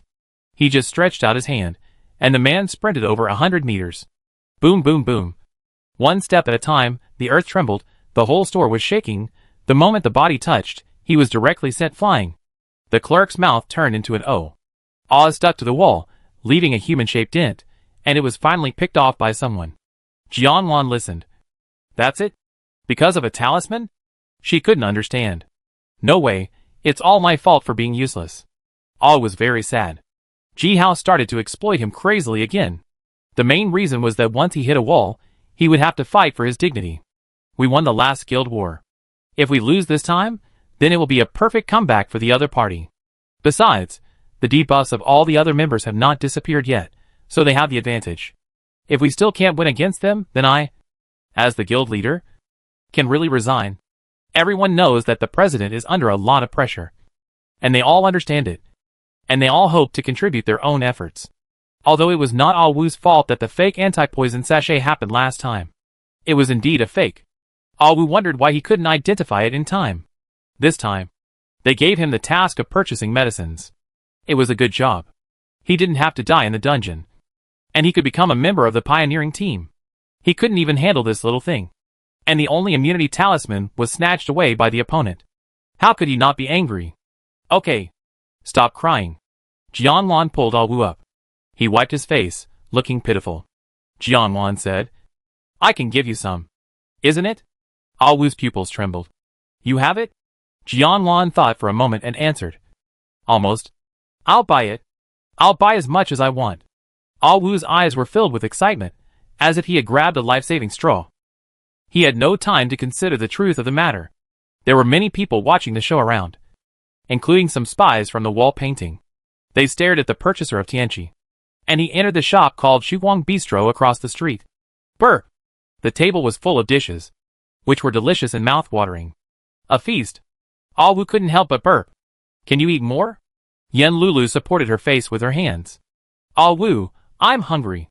Without saying much, Awu started to eat voraciously. 10 minutes later, all the plates were empty, everything was swept away. Oh, burp! Yin Lulu's mouth twitched. I'm not full yet. Just then, Jianlan brought out a plate of King Kong pastry. She was also quite surprised at Awu's appetite. Awu blushed slightly, a little embarrassed. This time I burped. Drink water, and remember the well digger. Thank you, Sister Jianlan, for your hospitality. After eating and drinking, he was full of energy again. He was in a hot mood now, and felt like he could kill a cow. This feeling is not comparable to drinking nutrient solution. Considering that he had eaten egg-fried rice in Jianlan's guild cafeteria before, after his critical hit rate was increased, he also knew that the food made by Jianlan had many special effects. He was about to open his life status bar to check. Jianlan put the plate of King Kong crisps in front of him. I'm full. Awu was embarrassed. Although he loved to eat, and could eat, he really couldn't eat it this way. Jianlan, don't you want the immunity charm? When Awu realized what she meant, he immediately lowered his head. There were a few small pieces of diamond crisps on the plate. He was shocked beyond words. No way. At the entrance of the Tsar's mausoleum in the Apocalypse ID, the guild warehouse and mail cannot be used in the dungeon, so it can only be transported with primitive manpower. Awu was like a delivery man. Hurry up. I'm so anxious. The member in charge of the connection was sweating profusely.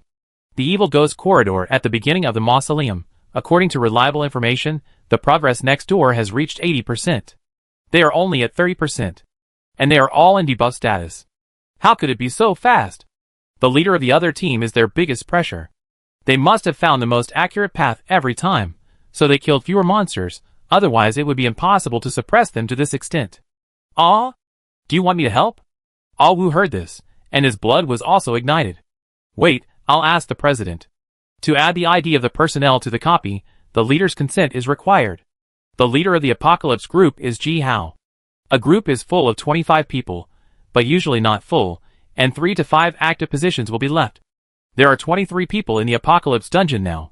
On the other side, the Huabi group is led by Biluo. There are also 23 people clearing the place inside. He Xian, the vice president of Huabi, was amazed. At this rate, we can get through here tomorrow morning? Humph, of course. The people of Yeyua laughed.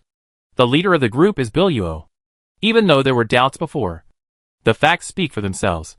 Under the leadership of Biluo, they left Tianqi several blocks behind. Ha ha ha. I heard that the people next door are still stuck on the Yellow Spring Bridge. Let them play with the hand-stretching ghosts slowly. It was a very difficult road to walk. Unless all the evil ghosts in the water are cleared. Otherwise, even if you pass, you will be pulled to the bottom of the water. The health bars of those water ghosts are like tanks. And their defense is high, which is extremely terrifying. Biluo knew their properties. So he didn't lead the team to the Yellow Spring Bridge at all, but bypassed this level directly through the hidden path. Otherwise, it would be impossible for him to be so much faster than Tianqi.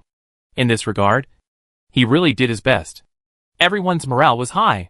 If nothing unexpected happened, an accident happened. Suddenly, a new system message popped up on the optical brain bracelet. The words on it surprised all the team members. Congratulations to Tianqi Guild for entering the Underground Palace. Chapter 92. Thanks to the spies planted in advance, Biluo and his team did not spend too much time to rule out various possibilities. In the end, the variable factor of the matter was determined to be the other party's purchaser Awu. If it weren't for the big mess, when the two sides were purchasing supplies, no one would have noticed this matter. Biluo, did she really say that? Spy, yes, the woman said she had an immunity charm. Biluo felt strange. Is this her original words? Jianlan often takes out some special props. Biluo knows this. Seeing Biluo being so rigorous, the spy dared not relax. He thought about it carefully. Her original words were, "It's almost the same." That is to say, it's almost the same as the effect of the immunity charm. This also confirmed Biluo's suspicion. Does Jianlan have props like a replicator? No matter what, he must investigate. The people in the copy are still here to clear monsters. Biluo selected another group of people to go with him to investigate. This matter must be clarified. Otherwise there will be endless troubles. Even if he has the map of the Underground Palace, there is no guarantee that Tianqi will not use some unorthodox methods to stay ahead of them. Just like the Guild War. Biluo left again. Members of the Huabi Guild, falling into silence. Why do I have a bad premonition? History. Surprisingly similar. The only lesson that history brings to people is that people will not learn lessons from history. Almost. Jianluan put all the sample ingredients into the warehouse. Now her warehouse is infinitely stocked, almost equivalent to a supermarket. It also has classification and search functions, making it very convenient to search. After many days of guild members collecting everywhere, and buying in the market, the plant, animal, and mineral illustrations of the Sand Country have been lit up by about 85%. The number of dishes that can be made has also reached an astonishing 500. The effects behind the dishes are even more varied, and there are many effects that Jianluan has not had time to try. She marked some commonly used dishes, such as those that can increase attack power or supernatural power, with stars, and put them at the front of the recipe for easy preparation. There are still 15% left, which are said to be in the dungeon. Some dungeons require group cooperation, and they can't fight them. But it's enough. She decided to wait until she has the opportunity to come to the Kingdom of Sand in the future, and then unlock these illustrations. In other words, everything is almost over. After being away from the guild for so long, she should go back to the north. Going back? Xiao Lu's mouth was harder to suppress than AK. Finally, he waited for this day, and he really wanted to set off firecrackers to celebrate. In fact, being able to go back was not the most gratifying thing for him. The fundamental reason why he was so happy was that he could finally get rid of Jianglan's bad luck in love. Bo Xiao had already returned to Tianqi. What reason did he have to continue to follow Jianglan? Unless he also returned to the Tianqi Guild in the north. But according to the news sent back by the members of the Dawn Guild in the north, that is, his good teammate Xian Chung, the Apocalypse Guild in the north is almost deserted. He hadn't heard any movement from their guild for a long time. He went there to take a look that day, and it was almost like a haunted house, so run down. Since the day the people from the Sand Country withdrew, people have been quitting the guild one after another. The remaining managers can't maintain the morale of the guild at all, and it's like a pile of loose sand. In addition, the Apocalypse branch has always had a bad reputation in the north. If any player wants to join a guild in the north, the first choice is naturally Dawn. The strength is strong. The members are good. And the name is full of hope. The Dawn Guild is developing better and better, and has been promoted 3 levels in a row. Now the size of the guild has reached 100 people. Many new faces have joined. Some are from other maps, and some are new players. They have all heard the story of the legendary guild leader, and her special abilities are even more admirable. However, the guild leader has not been in the guild, so they have no chance to meet her. I'm looking forward to her coming back. Jianluan packed up everything, prepared to go back with everyone in the afternoon. It's almost done. Before leaving, a familiar tall figure appeared at the door. Xiao Lu fell into silence. It's a farewell, right? It's normal to say goodbye before leaving. He brainwashed himself. You're going back? Bo Zhao's expression was shocked and lost. There was also a fear of losing the other person. The emotions are complex and the performance is perfect. It is suitable for learning frame by frame. But for the person involved, it is the most sincere expression of emotion. The members of the Dawn Guild have long known his thoughts, and are not surprised. They all look like they know everything. Omi, I remembered that I have something to buy. Fuyao, oh, yes. I promised to bring a souvenir for my friend. I seem to have forgotten it at the inn. I will go and look for it. Yen Lulu, souvenir? I just saw you put it. Fuya took Yen Lulu away. Yushan. I'm going to the toilet. The group of people left. Bo Xiao looked at Jianluan, as if no one was around. Jianluan glanced at Xiao Lu. Xiao Lu fell into silence. I really want to kill him with one arrow. No matter how much he thought about it, he still had to maintain his gentle personality, and walked out with a dark face and hugged his arms. At this time, in the Shuguang restaurant, there were only Jianluan and Bo Xiao. Bo Zhao's eyes were full of passion and passion. Others could see it. So how could Jianluan not understand it? But to be honest, she didn't know what kind of feelings she had for him. In short, it wasn't that he hated her, but she wasn't in the mood for love. Besides, they were in the game now, and they were living day by day, and they were in danger of losing their lives. Maybe one day he would die, and if he was bound by such feelings, it would be very painful. If you can avoid breaking this window paper, don't break it, just keep pretending. Jianluan, thank you for your help and company these days. Since you have been in the Dawn Guild, I will always treat you as a friend, even if we are not in the same place in the future. Bo Xiao, friend? Yes. Jianwan. I will also send you some delicious food from time to time, such as those you didn't eat when you were a child. I have a lot here. Bo Xiao, I don't want to be friends with you.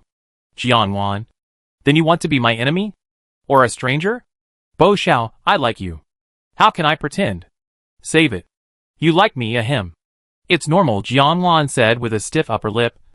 My ability is really popular, and I'm nice, otherwise. Why would everyone nominate me as the president? Bo Xiao, I love you. Jianlan fell into silence. Kneel. Kneel? Jianlan watched Bo Xiao kneel on one knee. Xiao Lu leaned against the door frame, seeing the scene inside the house. His arms were unable to hold him. What was going on inside? Bo Xiao took out a stack of cards from his arms. Each card had a storage limit of 100 million points. There were more than a dozen cards in it. He offered them with both hands. Will you be my girlfriend? He took out all his points and saved them on the card. He wanted to give all these points to Jianwan. He didn't have anything to show off. Only points. When pursuing a girl, you must be sincere. Where did the huge sum of money come from? Was he trying to scare her to death? His gift was too expensive, and she couldn't accept it. His request was too unreasonable, and she couldn't agree to it. Jianlan tried hard to find a way to refuse him. But we are not in the same guild. Since Bo Xiao has returned to Tianqi, it is impossible for him to return to the north with him. His roots are here, and his friends and brothers are all here. It is impossible for him to go to a place and start over. Jianlan was sure. But Jianlan forgot that. The place where they met was in the northern border. Ding! There is a new application for membership. Jianlan fell into silence. Bo Xiao said seriously, from now on, wherever you are, I will be there. I am your hashtag. Xiao Lu's face turned pale when he heard it clearly. This bastard. How could he say these words? I have never seen such a shameless person. Jianlan's face turned red. If someone else saw me like this, the key point is, if someone from Tianqi saw me, I would never be able to clear myself even if I jumped into the Yellow River. They wouldn't think that I had used some special method to abduct their vice president. Would they? Get up quickly, don't kneel here. Bo Xiao stood still. Do you agree? Get up first. Jianlan was going crazy. Huh? There was a sign yesterday, but it was removed today. Boss, is the boss here? At this time, there was a shouting at the door. Xiao Lu was in a bad mood. This group of people just happened to run into the muzzle of the gun. He glanced at the person who came coldly and said one word. Get lost. Oh! Seeing the boy who was guarding the door like this, they felt strange. He was not very capable, but he had a bad temper. No one dared to treat them like this in the evil fog swamp. Hey, are you looking for death? The man who was looking for death came forward and tried to grab Xiao Lu's collar, asking him if he was looking for death. As a result, before he had taken a few steps, he was grabbed by the person behind him. Leader? He was confused. In my impression, the leader never meddled in other people's business. But he was not afraid of trouble. He always ignored such bullying. Otherwise, why did they all go to jail last time? He intervened now. Probably because he was afraid of complications. After all, this store was a bit weird. This guy pondered for a long time in his mind, and didn't realize that he was almost offline just now. Bill Yuo stood in front. Let's find Jianlan. Another person looking for Jianlan. Huh? Are they all in a group? Xiao Lu had an extra weapon in his hand. It was a long hunting rifle. Although it was only of purple quality, Bill Yuo knew that if his ability exploded, all the damage he dealt would be real damage, no matter what weapon he used, or what kind of defense the opponent had. In front of him, everyone had one drop of blood. Bill Yuo couldn't believe his eyes. You're going to kill me? Xiao Lu will not kill immediately. He will give people some breathing space, and the opportunity to choose for themselves. Xiao Lu looked at Bill Yuo's face. She is not here. Bill Yuo fell into silence. I really have something urgent. I am not here to cause trouble. Can you stop going crazy? Just then, a clear female voice came from the door. I am here. Chapter 93. Hearing Jianlan's voice, Bill Yuo seemed to have grabbed a life-saving straw. Xiao Lu silently put away his weapon and looked into the room. Bo Xiao had already stood up, with a calm expression, neither happy nor sad. Xiaolu didn't know what consensus he and Jianlan had reached. However, just looking at his expression, it was definitely not something that would make him get what he wanted. Since that was the case, he was relieved. With Jianlan's approval, Xiaolu let him go. Biluo and his group entered the Shuguang bistro. President Jiang, what are you doing?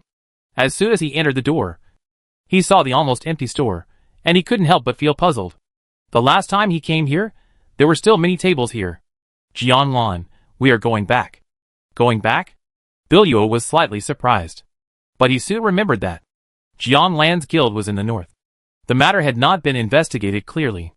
If she left, wouldn't the things he wanted to know become unsolved mysteries? Can it be cashed? Biluo took out the meal card Jianlan had given him before. Looking at the crooked words on it, Jianlan fell into silence. I wrote it. No doubt. This is a reward for Biluo telling her the whereabouts of the members of the Apocalypse Guild. The result is naturally that he can't leave. The store reopened. Even for Biluo, Jianlan has to stay for a few more days, until he uses up the free meal card. The people of the Dawn Guild waited for Jianlan outside for a long time, but she didn't call them back. Until the message came. What? Not leaving again? When they stepped into the Shuguang restaurant, they saw a group of ferocious people sitting in the room. Xiaolu and Bo Xiao were even more ferocious, like two door gods.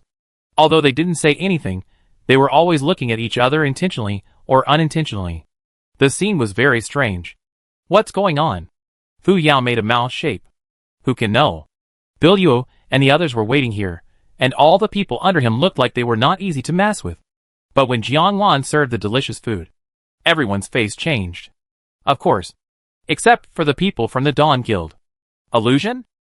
Ah. Delicious. A group of people meowed. TSK. Omi shook his head and sighed. What kind of life did they live before? Yen Lulu, vegetative. When they were almost done eating, Jianlan looked at her again. And she looked like she had discovered a treasure. Friend, do you want to come to Yeyue? Poaching right in front of others. Yes. Biluo couldn't help but remind him. She is the president of the Dawn Guild. There are a lot of people from the Dawn Guild here. Sure enough, looking at those people again, their eyes are full of hostility. How dare they snatch President Jiang? The last person who tried to snatch President Jiang has become President Jiang's dog. Some people invite with good intentions, while others are overbearing. Yeyue's most powerful relative Fan Zuzu, TSK, it's just a broken guild. What's so good about being the president there? A good bird chooses a tree to inhabit. Only by joining a big guild can you have a broader world. I really want to eat food made by the praying superpowers every day.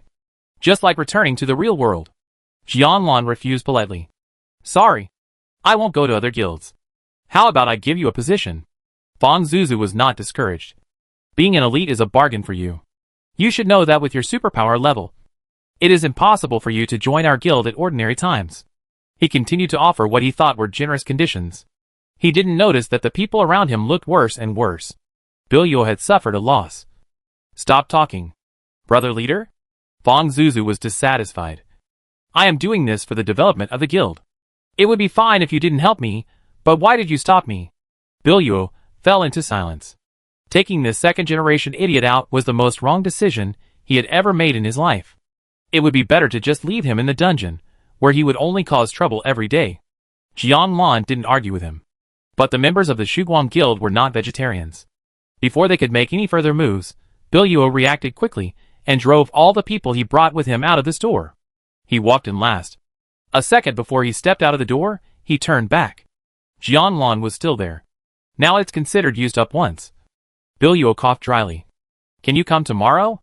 They almost fell out. But people should keep their words and fulfill their promises. Jianlan, of course. Biluo checked his status bar as soon as he left the door. When he saw the long list of buffs, he was as shocked as if he had eaten food in the real world. It was simply too outrageous. Later that day, just when the members of the Apocalypse Guild were gaining momentum and full of energy, the system sound came and whipped them again. Congratulations to the Huabi Guild for entering the front hall. Great racing game. Originally, they were slightly ahead of Huabi, without slacking off at all, but Huabi suddenly caught up.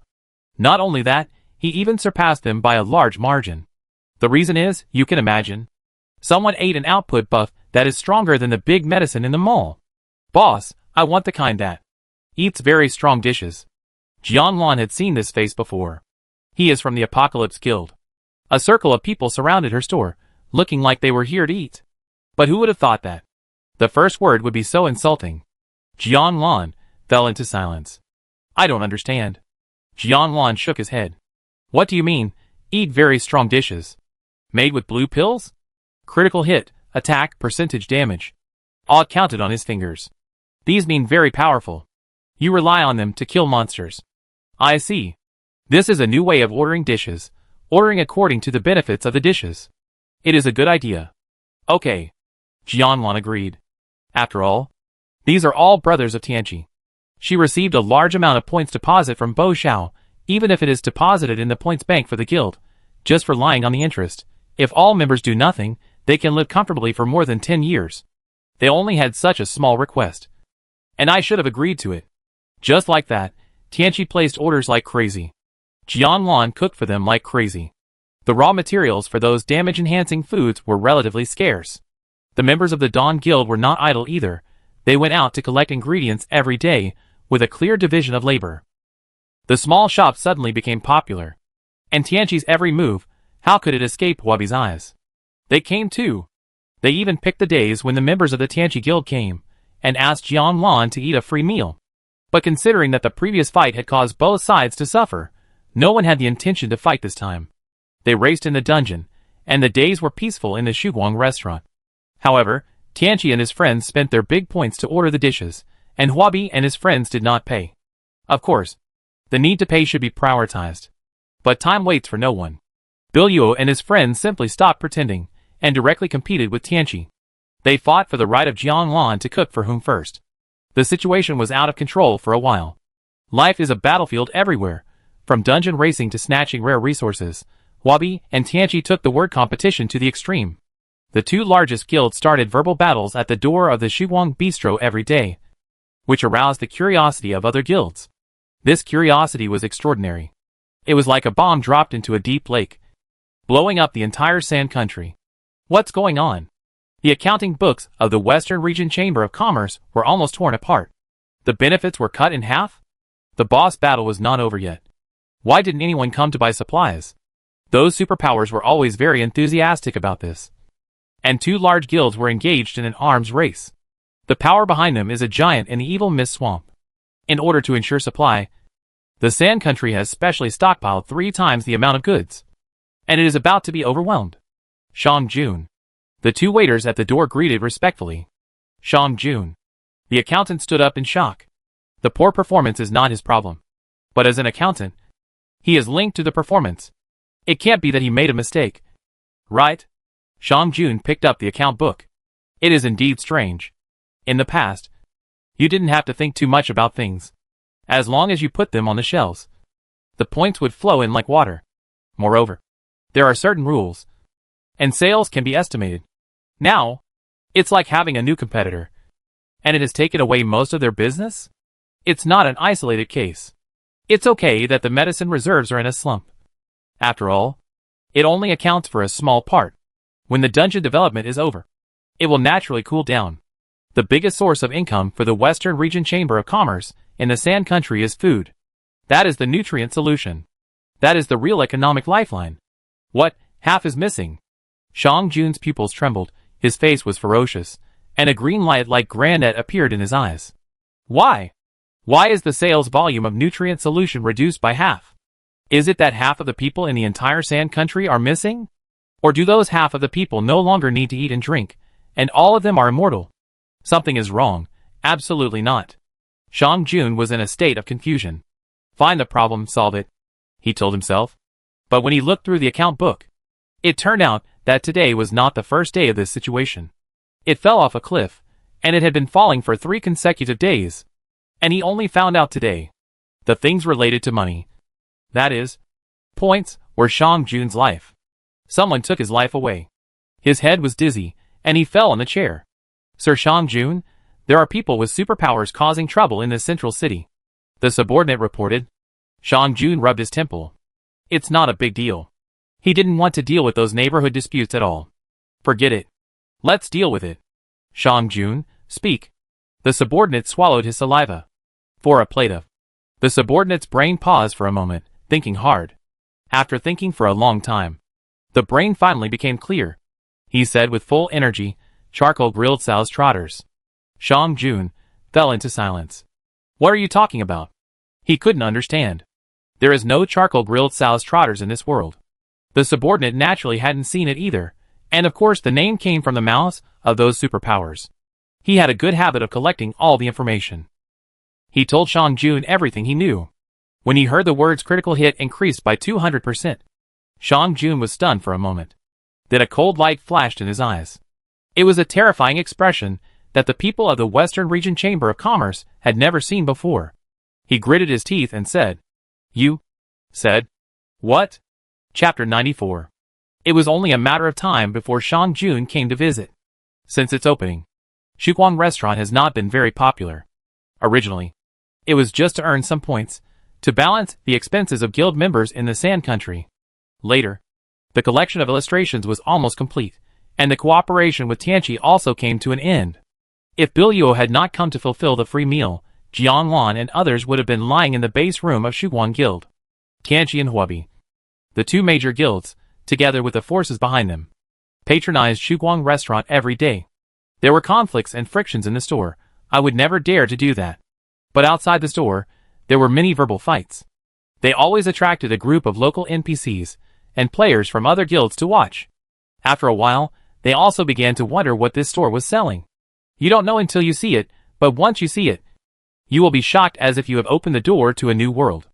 In an instant, one person spread 10, 10 spread 100. Finally, the Chamber of Commerce was finally alarmed. It was directly reflected in the income statement, and the boss of the Western Region Chamber of Commerce could no longer sleep peacefully. This superpower touched their cake. On the day Shang Jun went there, it was a coincidence that Lu Xian was there. When he first saw Lu Xian, he felt a little happy. He knew who Lu Xian was. She always ignored the rules. As long as she was unhappy, she would attack the players. She would not hesitate to be punished even if she was punished afterwards. So, when Shang Jun saw Lu Xian and recognized the face of the owner of this store, he was so happy that he almost burst into tears. If he hadn't been there last time, Jiangwan, the owner of this shop, would have become a ghost under her. They have irreconcilable conflicts. Why not try to kill someone with a borrowed knife this time? Shang Jun thought in his mind. Result? Oh, why do those people come every day? It's so annoying. Lu Xian took out a silk scarf and wiped the sweat from Jianglan's forehead. Are you tired? No. Jianglan smiled. It will be fine after this busy period. Shang Jun fell into silence. What kind of script is this? Wait. He was a little confused. What are you doing here?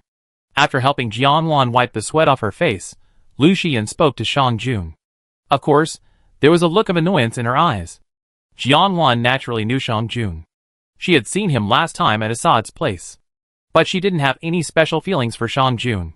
She just thought he was a regional leader. Sometimes he would protect the citizens, so he was a good person. I heard you have charcoal here. Shang Jun sat down by himself, but the words got stuck, thought for a long time, frowned, finally said it. Charcoal grilled sow's trotters. He was the only one in the whole store. The people from Tianqi and Huobi were all stopped outside by his men. He was also uneasy in his heart. What could the flag bearer have to do to find Jianglan? So he came to eat? Jianglan, yes. Open the door to do business. She said calmly, 100 points. Shang Jun's expression was choked. Shall see beside him. In the land of sand, it was their honor to be able to visit the merchants' shops. It would be fine if they didn't try their best to please him, but how dare they ask Shang Jun for money? Xiao Si was about to speak. Shang Jun raised his hand to stop him. Let's take a look first. Shang Jun, give me one. Okay, scan the code to pay. Jianglan pointed to the QR code on the corner of the table. Shang Jun fell into silence. Of course, he didn't have a personal account. And he never brought money with him when he went out. After all, he didn't need to spend money wherever he went. He glanced at Xiao Si. Xiao Si immediately understood and quickly scanned the code for him. He paid 100 points. After the account received the points, Jianglan went to the kitchen to get busy. Let them be patient. It only takes 10 seconds to serve the food. But she can't serve the dishes in front of them. For unfamiliar guests, it is better to keep some mystery. Let them wait a little longer. and it can also give them a sense of value. The dishes are all freshly cooked, not pre-prepared. Jianlan went in, and Lu Xian was still outside. Shang Jun put his hands on the table, and Lu Xian crossed her arms. Looking down, the two looked at each other inadvertently. Your relationship. I couldn't help it. Shang Jun asked tentatively. When did you become so harmonious? Shang Jun looked a little gossipy now. Lu Xian directly retorted, It's none of your business? Shang Jun fell into silence. Really no face at all. If someone else had offended Shang Jun like this, Xiaoxi would have loyally bitten back. But this person is Lu Xian. Can't afford to offend. There was only this one customer in the store. Jianlan didn't let him wait too long. 5 minutes later, she came out with a plate of pig's trotters. The smell came before the person. Shang Jun and Xiaoxi were confused. The game's natives, that is. These NPCs had never seen this thing before. They all grew up drinking nutrient solution. When she saw the two of them looking so ignorant, Lu Xian sneered. She almost cursed them as country bumpkins. This thing is very strange. If ordinary people have never seen it, they would definitely not dare to eat it. But he is Shang Jun. Even if it is for the reputation of the flag bearer of the Sand Country, he has to eat this thing. Shang Jun made full mental preparations and put it in his mouth. Tear off a piece and chew it slowly. The expected pain did not appear. The food was surprisingly delicious. He was stunned. What was even more unbelievable was yet to come. As the food entered his body, he felt his stats change. It was really as his subordinates had reported before. The critical hit was increased by 200%. If he was skeptical before, now the authenticity of the food adding attributes was confirmed. Without savoring the taste of the food too much, Shang Jun's face darkened for a moment. Did you do this? He looked up and asked Jianlan. Jianlan didn't understand why his expression changed so much. Could it be that the taste was bad? Yes. Jianlan asked. Any questions? Customer satisfaction is very important. What is this made of? Shang Jun continued to ask. He had never seen anything like this before. Since he was curious, Jianlan was not afraid to tell him. Even if others could find the same food ingredients, they would not be able to make the same food as hers. Jianlan introduced Shang Jun. The more he listened, the worse his face became. Not only did he hear about the critical hit attribute, even all the buff attributes in the Western Region Chamber of Commerce's medicine warehouse can be found here. What he didn't know was that even the things in the hidden weapon shop next door, Jianlan also had them in stock. He took a breath. This player. In an instant, millions of thoughts intertwined in Shang Jun's mind. When he realized the seriousness of the problem, it was almost a subconscious action. With the same potential energy as the crossbow arrow that pierced Lu Xian, without any defense, a copper coin went straight towards Jianlan. Clang! A gentleman's revenge is never too late. I had blocked his crossbow arrows, so today his hidden weapons can't get close to Jianlan. The copper coin was spinning rapidly in the air, but it was still. In front of where it wanted to go, there was a pair of slender jade-like female hands. A cold laugh sounded. Shang Jun took the initiative to attack the citizens? Lu Xian spoke word by word, without any fear. You are violating the rules. Come out, come out. A large circle of people from the Sand Country had already gathered at the door to watch the excitement. They saw Shang Jun go in aggressively, and come out in a rage. Get out of the way. All of you. Get out of the way. Don't block the way. Xiaoxi tried his best to evacuate the crowd. This group of people is getting more and more outrageous now. They dared to laugh at Shang Jun so brazenly. Shang Jun was so angry that he was shaking all over. His fists were clenched so hard that they made a creaking sound. After walking 3 or 5 steps out of the Shuang restaurant, he turned back and glared at him angrily. Wait for me. President. Are you okay? Coincidentally, Yushan, who had gone out to collect ingredients, came back, and was stopped outside by Shang Jun's people as soon as he arrived at the door. Looking inside the open door, Shang Jun was sitting inside, with many followers following him. It was unknown what he wanted to do with Jianlan, but from what the people around him said, it was probably not a good thing. Yushan was waiting outside, and his mood was also up and down. Shang Jun finally left at this moment, and he was able to enter the door. It's okay. Jianlan was still immersed in the situation where Shang Jun suddenly attacked her. She really didn't expect that another NPC would take the initiative to attack her. Moreover, this NPC is the flag bearer of the Kingdom of Sand. If it were in ancient times, this would be the emperor of the Kingdom of Sand. Tsar? Jianglan's thoughts were flying. However, fortunately, Lu Xian was here. Otherwise she might really die. Thank you. Jianglan thanked sincerely. Lu Xian really helped her a lot. Not only here, because of their similar appearance, she also had a good impression of the proprietress in the previous dungeon. Yeah. Lu Xian assured Jianglan that as long as she was there, Shang Jun would not be able to hurt her. In order to ensure Jianglan's safety, she said, "You go back to the inn first." She had to find out why Shang Jun wanted to attack Jianglan. As for Shang Jun, after returning to the Chamber of Commerce, he became more and more angry and frustrated. He turned into a desktop cleaning master. The servants were so scared that they dared not breathe. They had never seen Shang Jun get so angry. Of course, since coming to the Kingdom of Sand, Shang Jun had never suffered such a big loss. He could have solved this problem in one fell swoop today. Who could have expected that Lu Xian, who originally shared the same idea with him, would actually stand against him and protect Jianglan? Why was she so much of a hindrance? It would probably not work if we did it openly. Then we had to do it secretly. First, close the shop. The answer we got was, the shop was bought by Lu Xian, and all the procedures were legal and compliant. The second idea was to cause some trouble for her guild. The answer we got was, her guild was in the northern border, and the Sand Country had no authority. Vomiting blood. The last way, get some people to block that street and beat up anyone who tries to get in. Still failed. Because the store is closed. Closed? Shang Jun was surprised.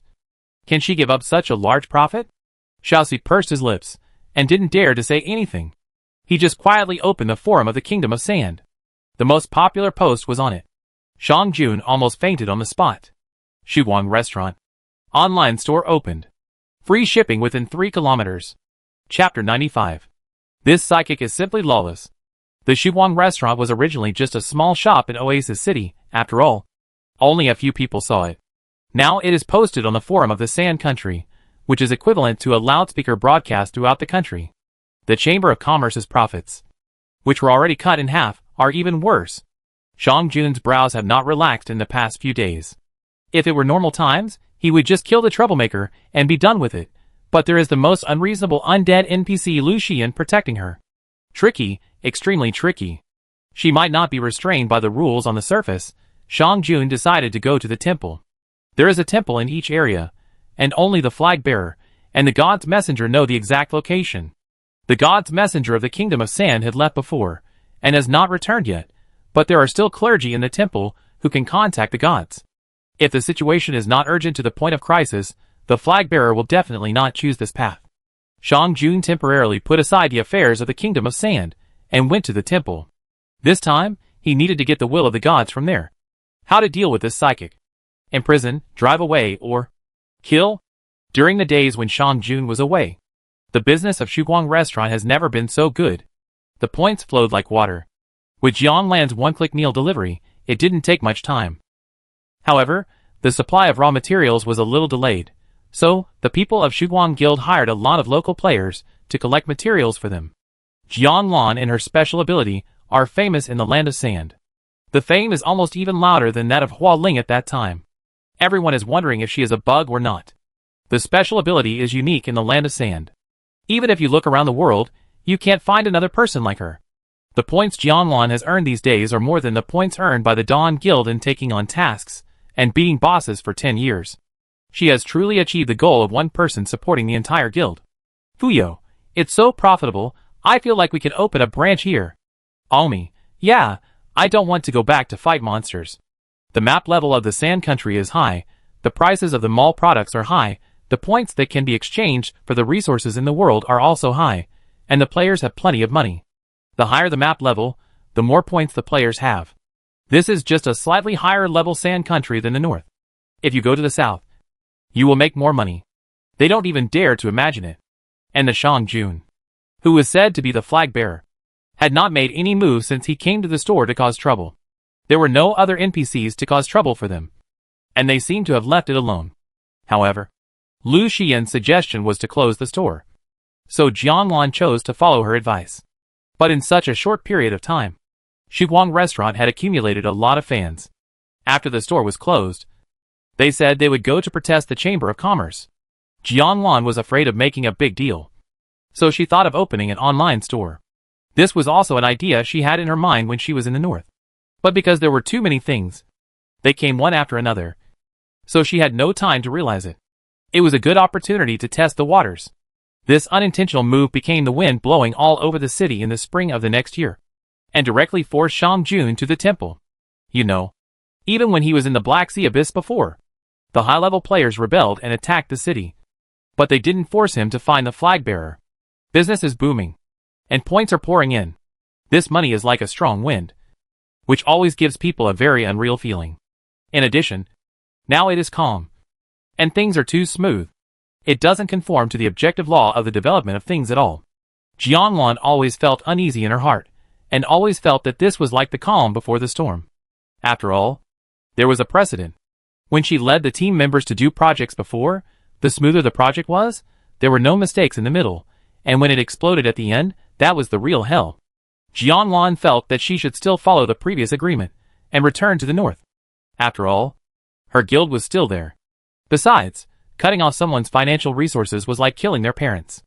Jianlan didn't think that the people from these chambers of commerce would give up easily after returning to the north.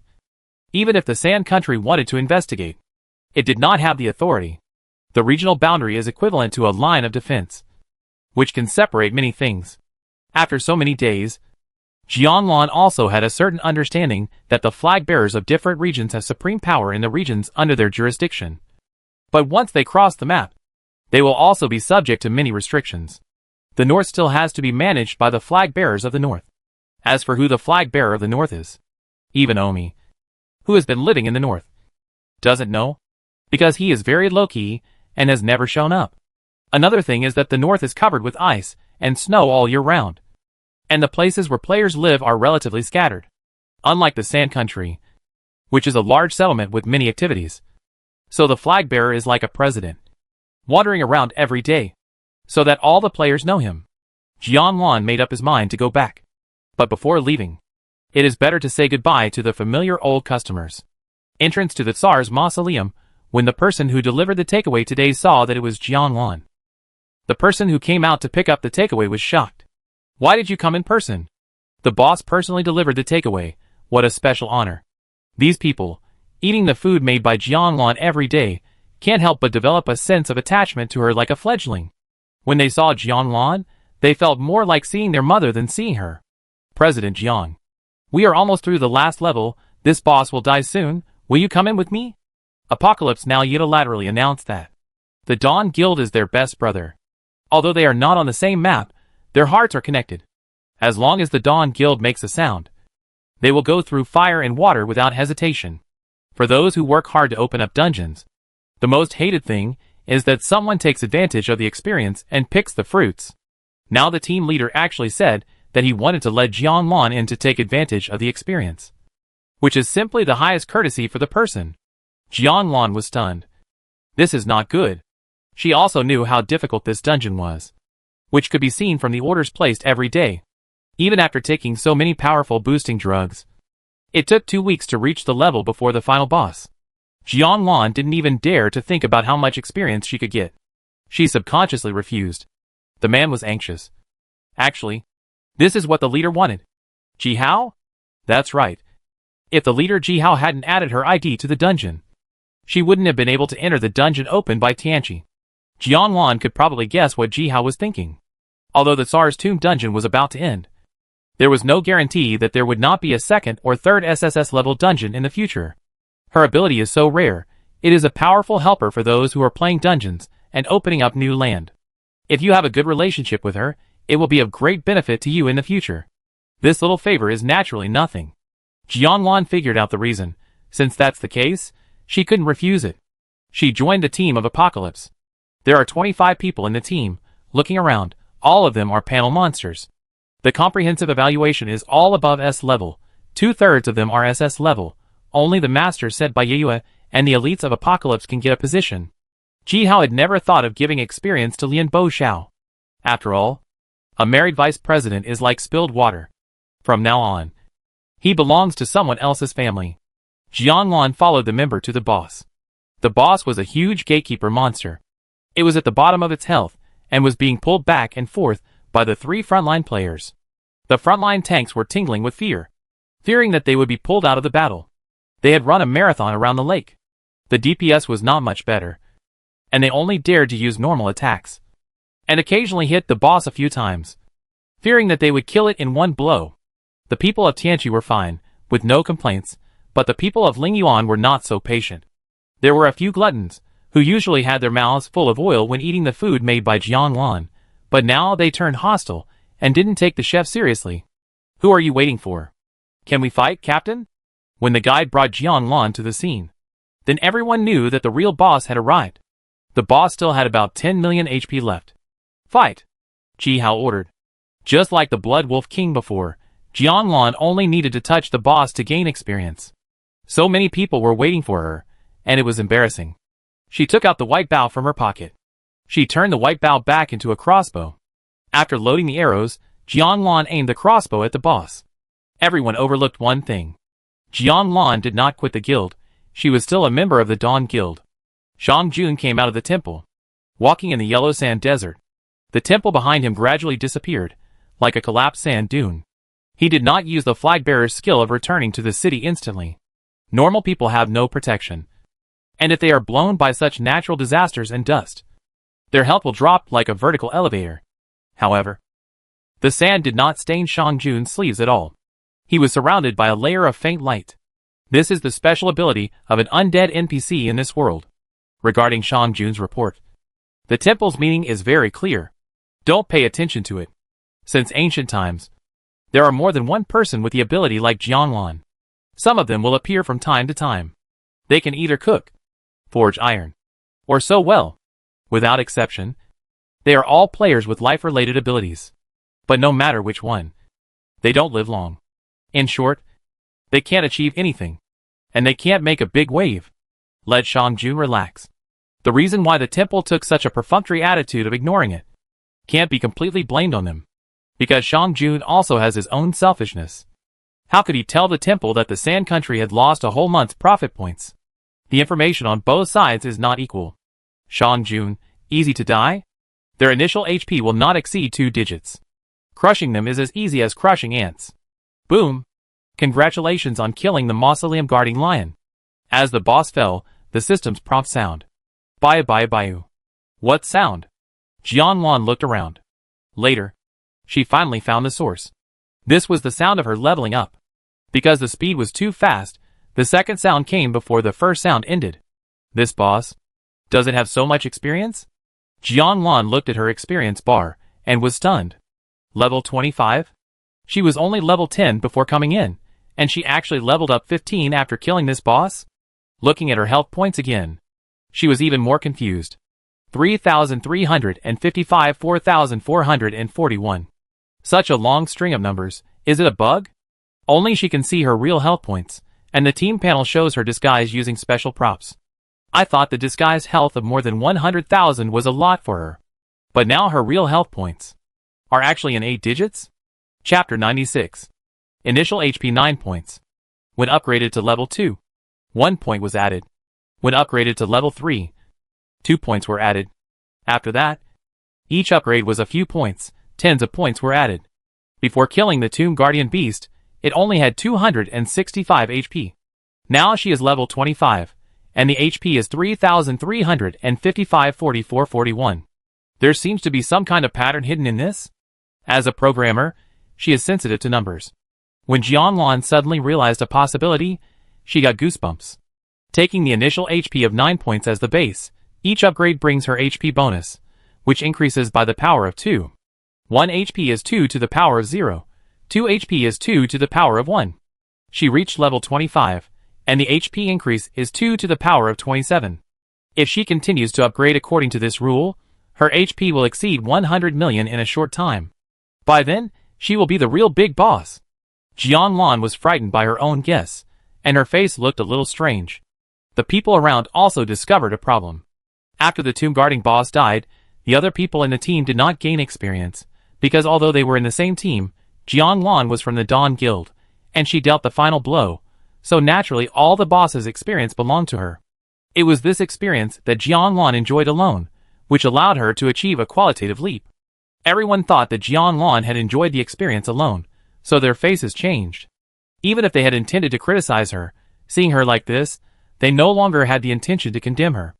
After all, it was just a small boss. And there wouldn't be much experience. And there would be no loot. If you were to make enemies with Jianlan for such a small thing, it would be a real loss. Jianlan, I'm sorry.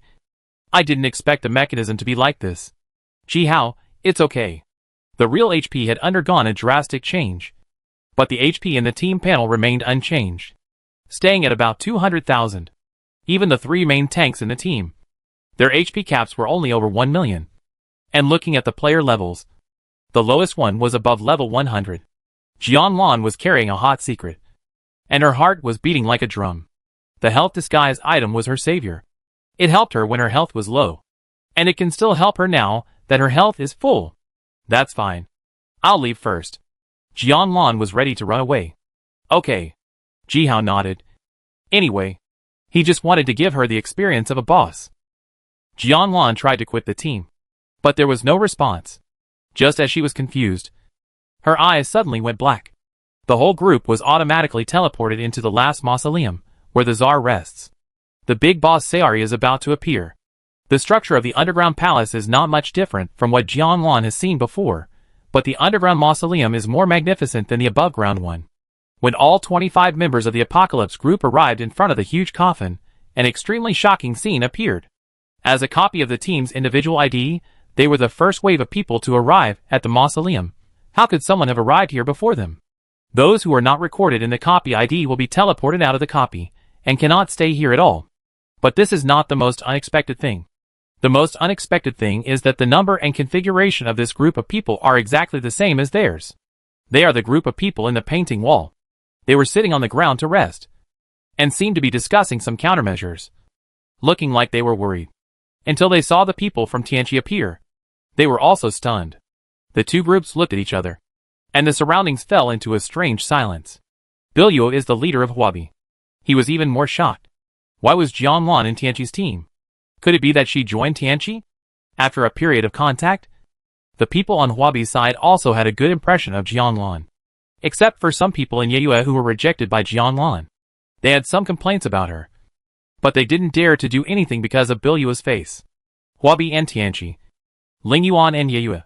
It seems that there are only two groups, but in fact there are 4 waves of forces intertwined here. Jianlan was sandwiched between them, which was no different from being roasted on a fire. Finally, someone figured out the reason for this situation. The underground palace in front was indeed a dungeon level, but the mausoleum was an open world.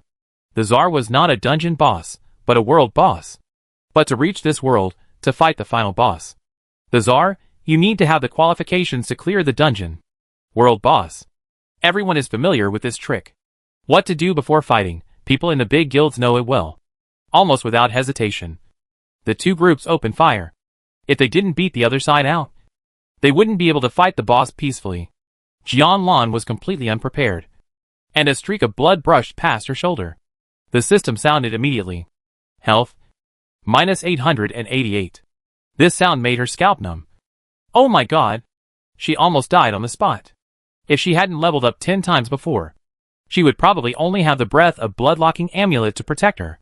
The men on the Huobi side were merciless, and the Tianqi side was not vegetarian either. The nurses were also very powerful. The HP was replenished immediately after the HP was hit. Everyone's HP was like a roller coaster. Only Jianlan saw her HP remained unchanged. Those S-level, SS-level top attacking psychics, hitting her was like tickling her. She felt that she could even be a front row now. Because even the tankiest front row of Apocalypse, with all the psychics turned on, hit only 2 million HP. The PvP confrontation between players is not like the players fighting the boss, where the HP is whatever it is. When hitting a person, the HP will be reduced to a certain extent. If the boss is hit with 100,000 HP, then when it hits a player, it will only be 10,000 HP. If it is a frontline player with high dual resistance, then it will only be a few thousand or a few hundred HP. Jianlan was unable to stop the melee between the two sides, and she didn't know what identity she should use to mediate. In addition, since she entered the game, her HP has been at risk. So she has been living cautiously and treading on thin ice. If she can avoid standing out, she will not stand out. This way of dealing with things also made her more restrained. And she always valued peace. In this world, you can quit the team and teleport. But if you quit now, would it be an insult to Tianqi? After all, there are 25 people on both sides. And once she leaves, Tianqi will immediately become 24. No. It will hurt the friendship between the two sides. Jianlan gave up this idea. There will be casualties in battles. And people on both sides kept falling. The blood-locking amulet exploded. Sister Lan, can you help take care of my brother? Ah Wu carried a man and put him next to Jianlan. Jianlan, okay. What else could she say? This man was only breathing. Looking at the wall. There was a familiar face. The one who often went to her store to buy things. Boss, help me. As he said that, he also carried his brother over and put him on the other side of Jianlan. Jianlan, falling into silence. Can we open a field hospital on the spot? Wait until more and more people come to both sides. Everyone realized that this couldn't go on like this. They had all eaten the special food items Jianlan had made. If they didn't use them to fight the boss but to fight people, it would be a big loss. If you want to fight, you can do it anytime. Do you have to choose when the boss is within reach? Finally, after another brother fell, the two sides reached an agreement and ceased fighting. Behind Jianlan, there was already a large pile of unlucky people whose blood-locking amulets had exploded. Come on. Drink some water. Jianlan lifted up Zhang Xian. Zhang Xian was one of the unlucky ones. Zhang Xian fainted from the fever. Woo woo, I want to drink Wangzai milk. Jianlan fell into silence. Why do you have so many demands? Ah Wu poked his head with his finger.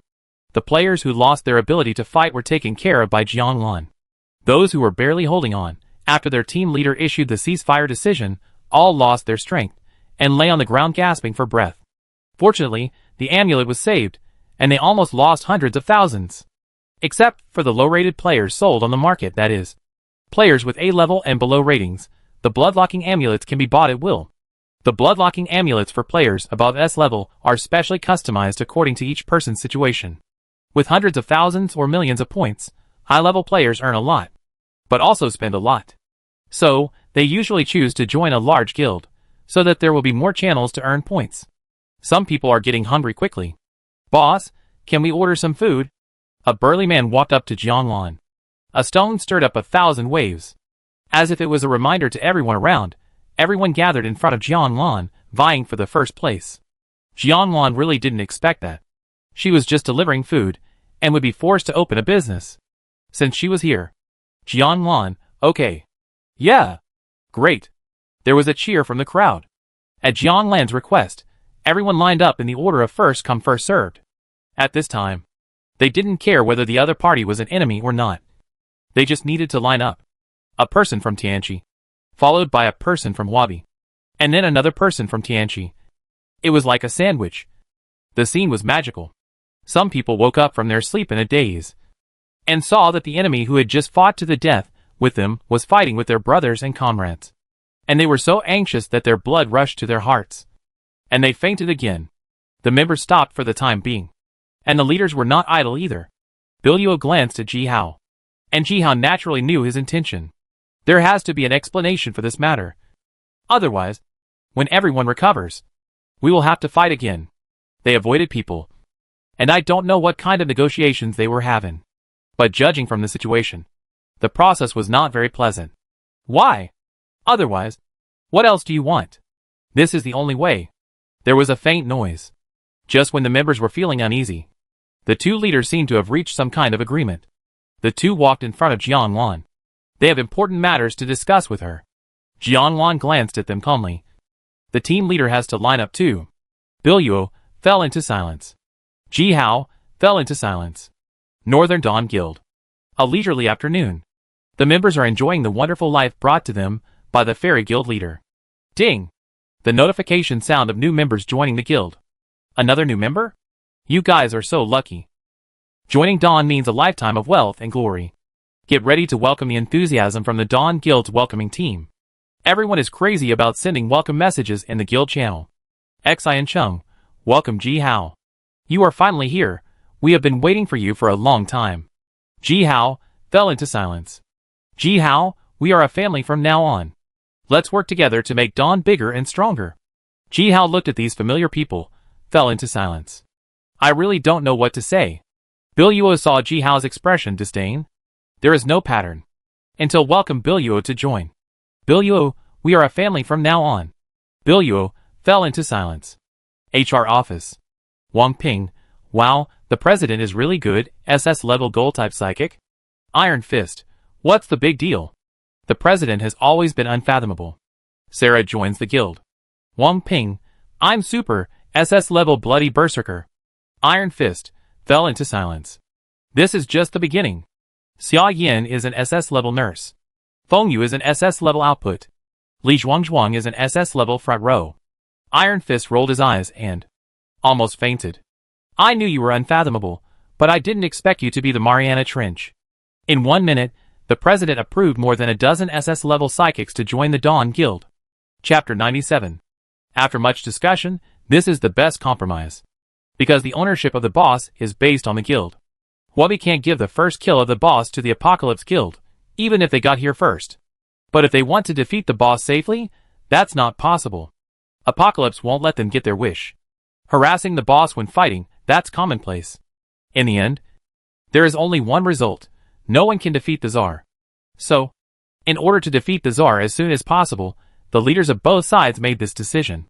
All members who are still capable of fighting will quit the guild and join the third-party Jianglan's guild. The boss spoils will be divided equally between Huobi and Tianqi.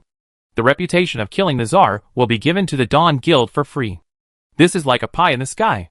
If it is really defeated, the Dawn Guild will be the first guild in the entire game to pass the SSS level dungeon.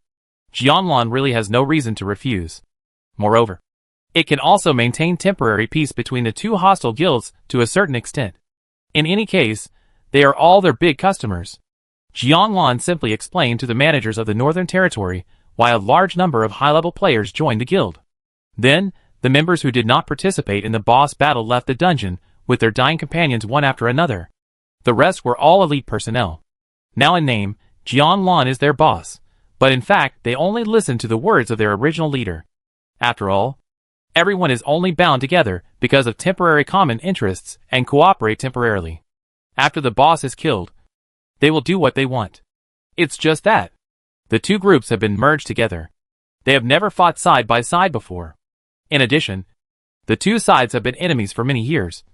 And the leader's combat strategy has a strong personal characteristic. There can't be two tigers in one mountain. There can't be two leaders in one group. The smoke of war still exists. And it continues in a gentle way. Huobi, we have tried many times before you came. Could we deceive you? Tianqi, you are indecisive and afraid of wolves in front and tigers behind. I really don't know how you can get the first place so many times with your personality. The two groups of people centered on their own leaders, each holding their own opinions, trying to make the other side accept their own ideas and plans. The most important thing is that after they quarreled, they would stop and ask Jianglan, showing respect on the surface, but actually trying to win her over. A president without real power is still a president after all. President, what do you think? President, their crude method will definitely not work. They are totally amateurs. The president flattered her, and Jianglan was caught in the middle. You know, she has never participated in a large-scale dungeon battle, and she knows nothing about starting a team. In fact, she is only a novice in this game. Force her to make a decision? What can she do? Jianglan was silent for a moment. Let each person command once. Rotation system. If one side fails, let the other side take over. When no one is willing to give in, this is a good method. So who should go first, or who should go first? Following the principle of first come first served, they should listen to the command of Huobi first. But Tianqi also has his own reasons. Huobi came earlier than them, and tried many times. After trying so many times, it still didn't work. Even when they came, they still couldn't kill the boss. It can be seen that there is a big problem with Huobi's tactics. That makes sense. After some doubts, Biluo was furious. Biluo held back her anger and didn't argue with them. These noobs don't know anything. They argued endlessly, and refused to give in to each other. They quarreled over who would get the command first. In the end, the president had to take charge of the situation. Whoever Jianglan said should go first, Then he would go first. They placed their hopes on Jianlan, and hoped that she would love them. But how could Jianlan be fooled by them? The palms and backs of the hands are covered with shur. Jianlan pondered for a moment. Traditional arts are online. Rock, paper, scissors, whoever wins will command first. Tianqi fell into silence. Huobi fell into silence. Both sides sent out their own masters who played rock, paper, scissors. Finally, Tianqi got the first command.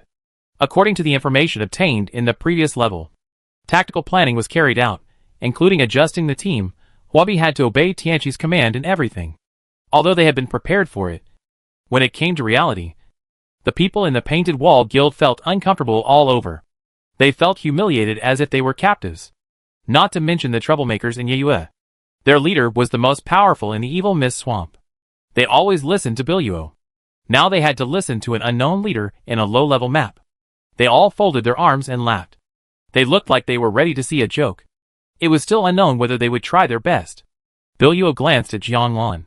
Jianlan sat in the position where she had just taken care of the wounded from both guilds. She took out a recliner from somewhere and sat on it leisurely. She didn't care about anything that didn't concern her. This boss battle had nothing to do with her. She could just pick the fruits after they finished fighting. Biluo fell into silence. She was so lucky. The authority of the leader was temporarily transferred to Ji Hao. Ji Hao deliberately assigned Jianlan to the safest team. That team was full of nurses. Even if the treatment splashed a nurse, Jianlan couldn't be hurt at all. After everything was arranged, they were ready to fight the boss. The Tsar was lying in a huge golden coffin. His body had rotted, and he looked creepy. He was 3 or 4 times taller than when he was a human. Like a giant. In the wide golden robe, there was dark and rotten flesh, and his face was unrecognizable. After the monster was killed, he crawled out of the coffin, which was quite creepy. The 20 or so players around him were as small as ants, and countless supernatural light effects were directed at the Tsar. Ahem. Jianlan choked on the water. This boss looks too disgusting. She thought about the Tsar she had seen in the previous copy. The modeling was quite good, with narrow eyes and a weird appearance. It seems that the preservation of this underground palace is not very good. Jianlan selected the boss's health bar. The specific value was not displayed, but the health deduction was decreasing at a speed visible to the naked eye. It must be said that the output of the top psychics is different. One person can play the output of 10 people. In addition, they also ate the buff food they made, and the damage was even more off the charts. It seems that this SSS level dungeon is not as difficult to pass as imagined. I just don't know what rewards I can get by killing this boss. The white bow in my hand was produced from the dungeon. The best props in this game are all in the dungeon. The boss's health is steadily decreasing, and the nurses are also very powerful. The group's health is stable. If we continue to fight, the dungeon clearance notice will sound in the game bracelets of all players in the Sand Country in 10 minutes. If nothing unexpected happens. An unexpected event happened. The front row of Tianqi found the problem first. The boss's health was at 50%, and it was stuck for 3 minutes. When the health line reaches certain points, the boss will enter the next attack stage, and the skills, attack frequency, attributes, resistance, etc. will change. But 50 is not the boss's next attack point. Why did the health increase instead of decreasing? Something is wrong. If they continue to fight like this, before they can finish beating the boss will go berserk and kill them all instantly. Pull away. Ji Hao made a prompt decision. Everyone stopped. The front row attracted the boss's hatred and left the battle boundary. The boss lost his target, everything was reset, and he lay back in his golden coffin. TSK. Sighs followed one after another. I thought you were so powerful, but it turns out you are just like this. The disappointment on the side of Huobi came, accompanied by more fierce disdain and ridicule.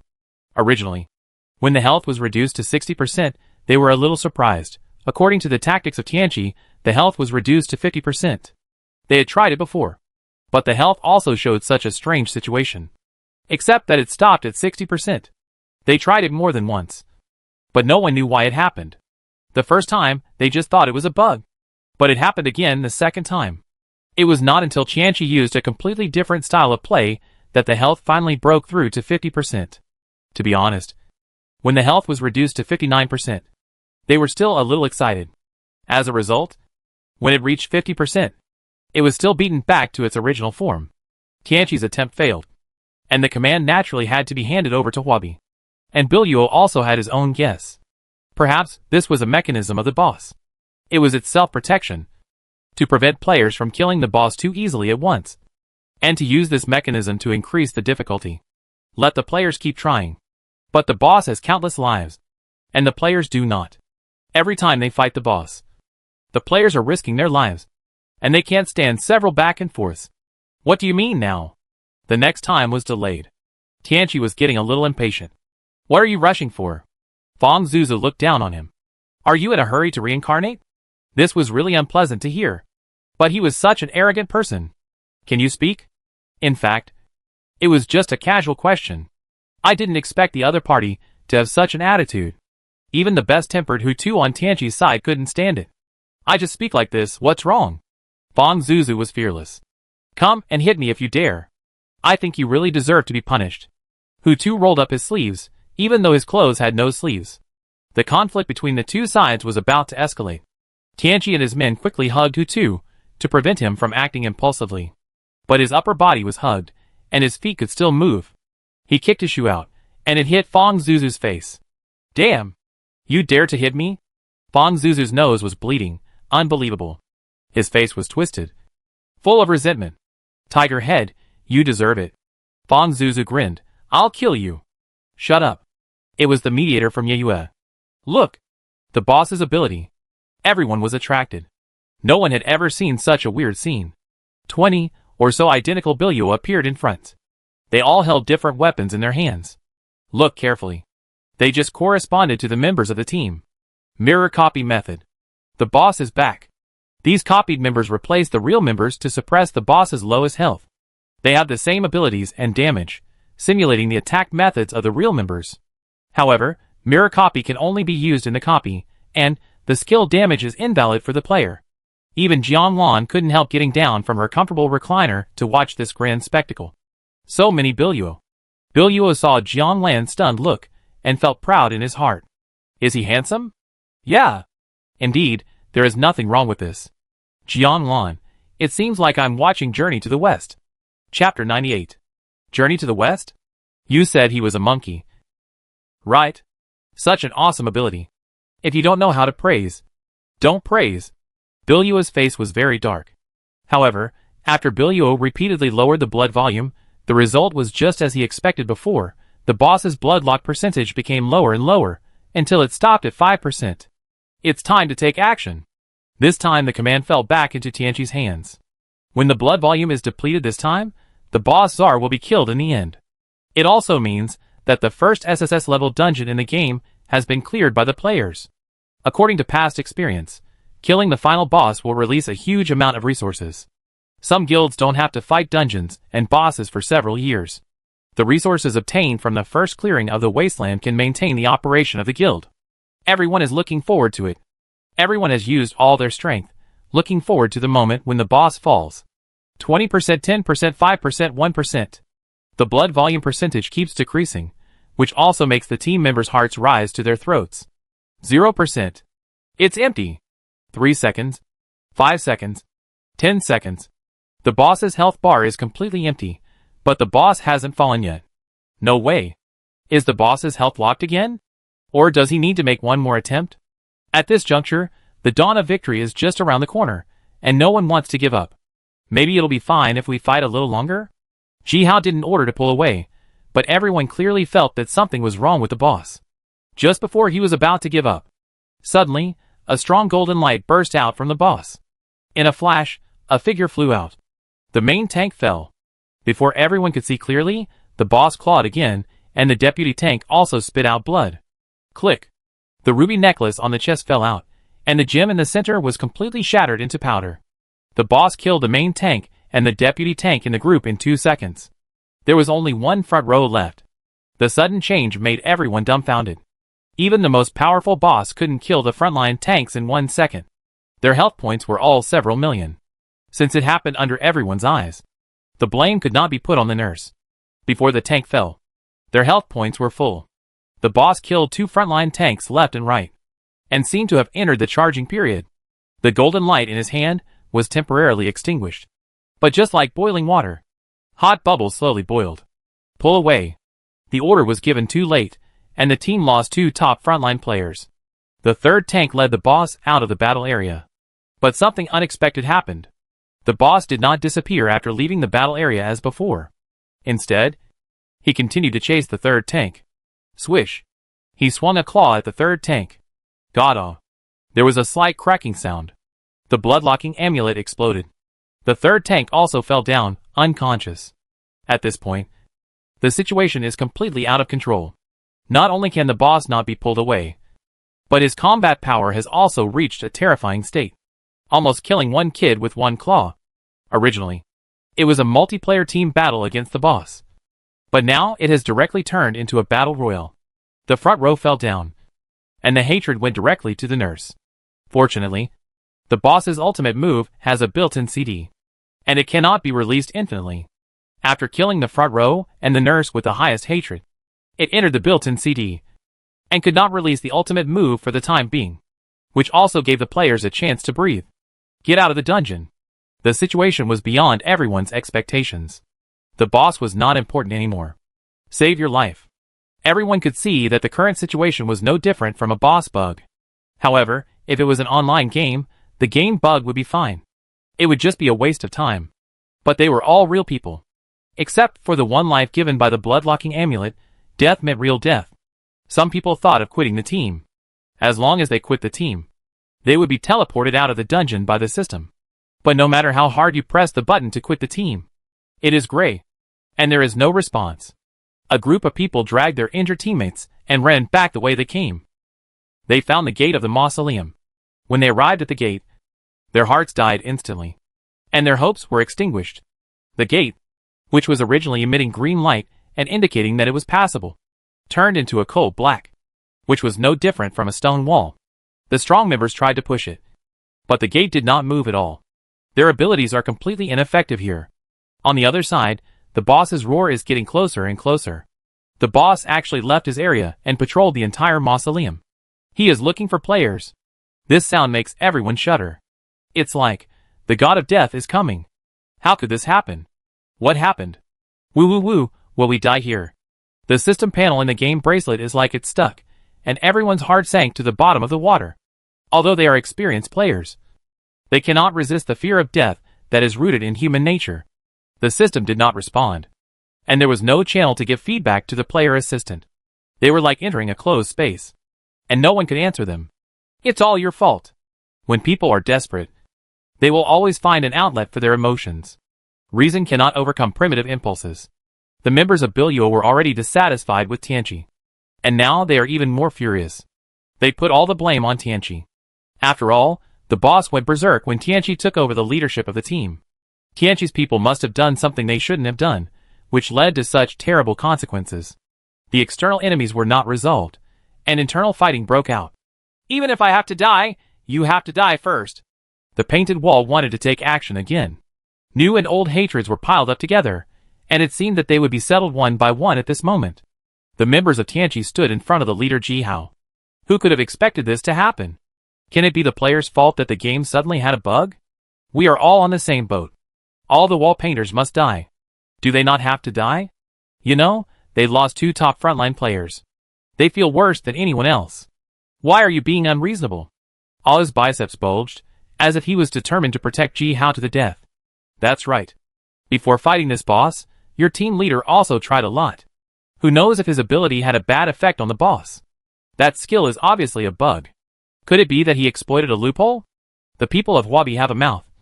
And the people of Tianchi are not stupid either. They are all trained through years of quarreling on the forum. But Huabi did not say more about these things to them. In short, it was just one sentence. That it was Ji Hao's command error that caused the boss to appear in a violent bug state. Since the boss couldn't be beaten anymore, why didn't you shout Lelouch at that time? A tall and thin man in Yeyue attacked fiercely, hitting the key point directly. This key point was also what Ji Hao had been hesitating about. He said nothing, because the tall and thin man was right. He didn't want to pull away. But if any one of them had made the decision at that time, the result would probably be the same. Victory was in sight. How could anyone give up so easily? The 2 groups of people didn't fight after all. Under the towering dome, the lights of the shark oil were shining. A huge black shadow was approaching. The boss found them. "Oh, look at me, look at me!" When the nurse on the painting wall found the red mark in her status bar, she was so scared that her eyes rolled back, and she was about to die. She was the second most powerful nurse. After the most powerful nurse on the apocalypse fell, the boss's first target was her. Instant kill. Come and protect the nurse. The nurse's boyfriend was also there. He was an SS level output. Unfortunately, he was a ranged mage, and his health might be lower than the nurse's. The appeal was made, but no one responded. Who dares to respond? In this situation, who can stop it? Whoever stops it will die. It is possible that they will be hit with a priceless blood-locking amulet. Even though this couple usually has good relationships in the Painted Wall Guild, usually willing to help others, and have saved many teammates' lives. But no matter how good the relationship is, it is not a life-and-death friendship. The boss can only lock one person at a time, and it swung its bloody claws at the nurse. She closed her eyes in despair. But the claws did not fall on her as expected. God-aw. Another person's blood-locking amulet was broken. Millions of points turned into smoke in the wind. Her boyfriend spat out a mouthful of blood. Xiao Ru. You have to live well. Farewell between life and death. No, no. Xiao Ru's tears were pouring down. She kept shaking her head. From high school to college, and then to graduation, the two knew each other and loved each other for many years. On the eve of entering the marriage hall, an accident occurred on the way to take thrilling wedding photos while parachuting, and they entered the game together. It is rare for a couple to travel in together. They are lucky that they did not die. They are all academic masters. They have never played games before. They did not know anything when they first entered the game. It is not easy for them to work their way up. After joining the big guild hobby in the Sand Country, their lives are somewhat stable and secure. They are the envy of everyone. Others are all alone. But they just live in a different place. But now it seems that there is nothing to envy. If one party leaves, the pain they feel is tens of thousands of times more than that of others. Shiru's boyfriend temporarily closed his eyes and entered a state of near death. He is now as weak as a vegetable. If he falls down, no one will be able to take care of him. Xiaoru fell into unprecedented despair. The red mark in the status bar has not disappeared.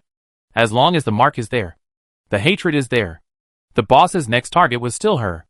The boss could attack twice in a row, seemingly to make them a pair of desperate lovers. Even if I die, I will die with you. Xiaoru closed her eyes in despair. This time, no one will come to save them. The boss raised his hand to attack again. Swish. As expected, the pain of a broken heart did not appear. Xiaoru opened her eyes in disbelief. It turned out that there was a woman standing in front of her. She took the boss's fatal blow for her. The woman had her back to her, so she could only see her back, but from her clothes, she also clearly recognized her identity. She was the president of the guild she had just joined. Jiang Lan. Chapter 99. Things happened too fast in a flash. Everyone was stunned. Jiang Lan actually died for someone she had never met. At least, in their opinion, this behavior was no different from committing suicide.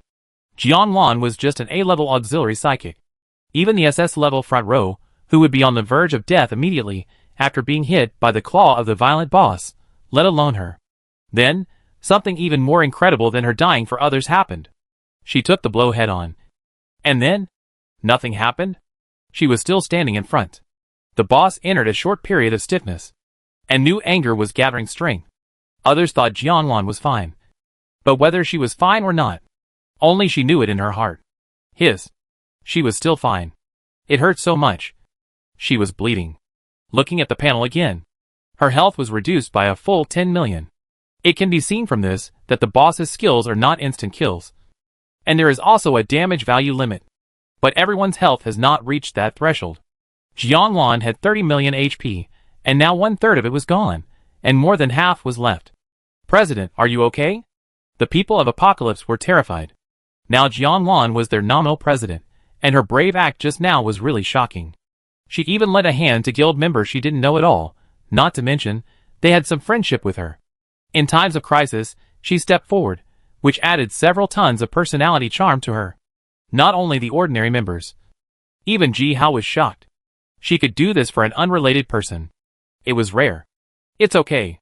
Jianglan covered her arm, and said to the member with healing ability, "Give me a mouthful of healing." After hearing this, the remaining nurses reacted and immediately healed Jianglan. Jian Lan's health bar on the team panel, according to reason, could be filled up with a few big additions. But they had added blood for dozens of times. And Jian Lan's health bar was still not full. The nurses were confused.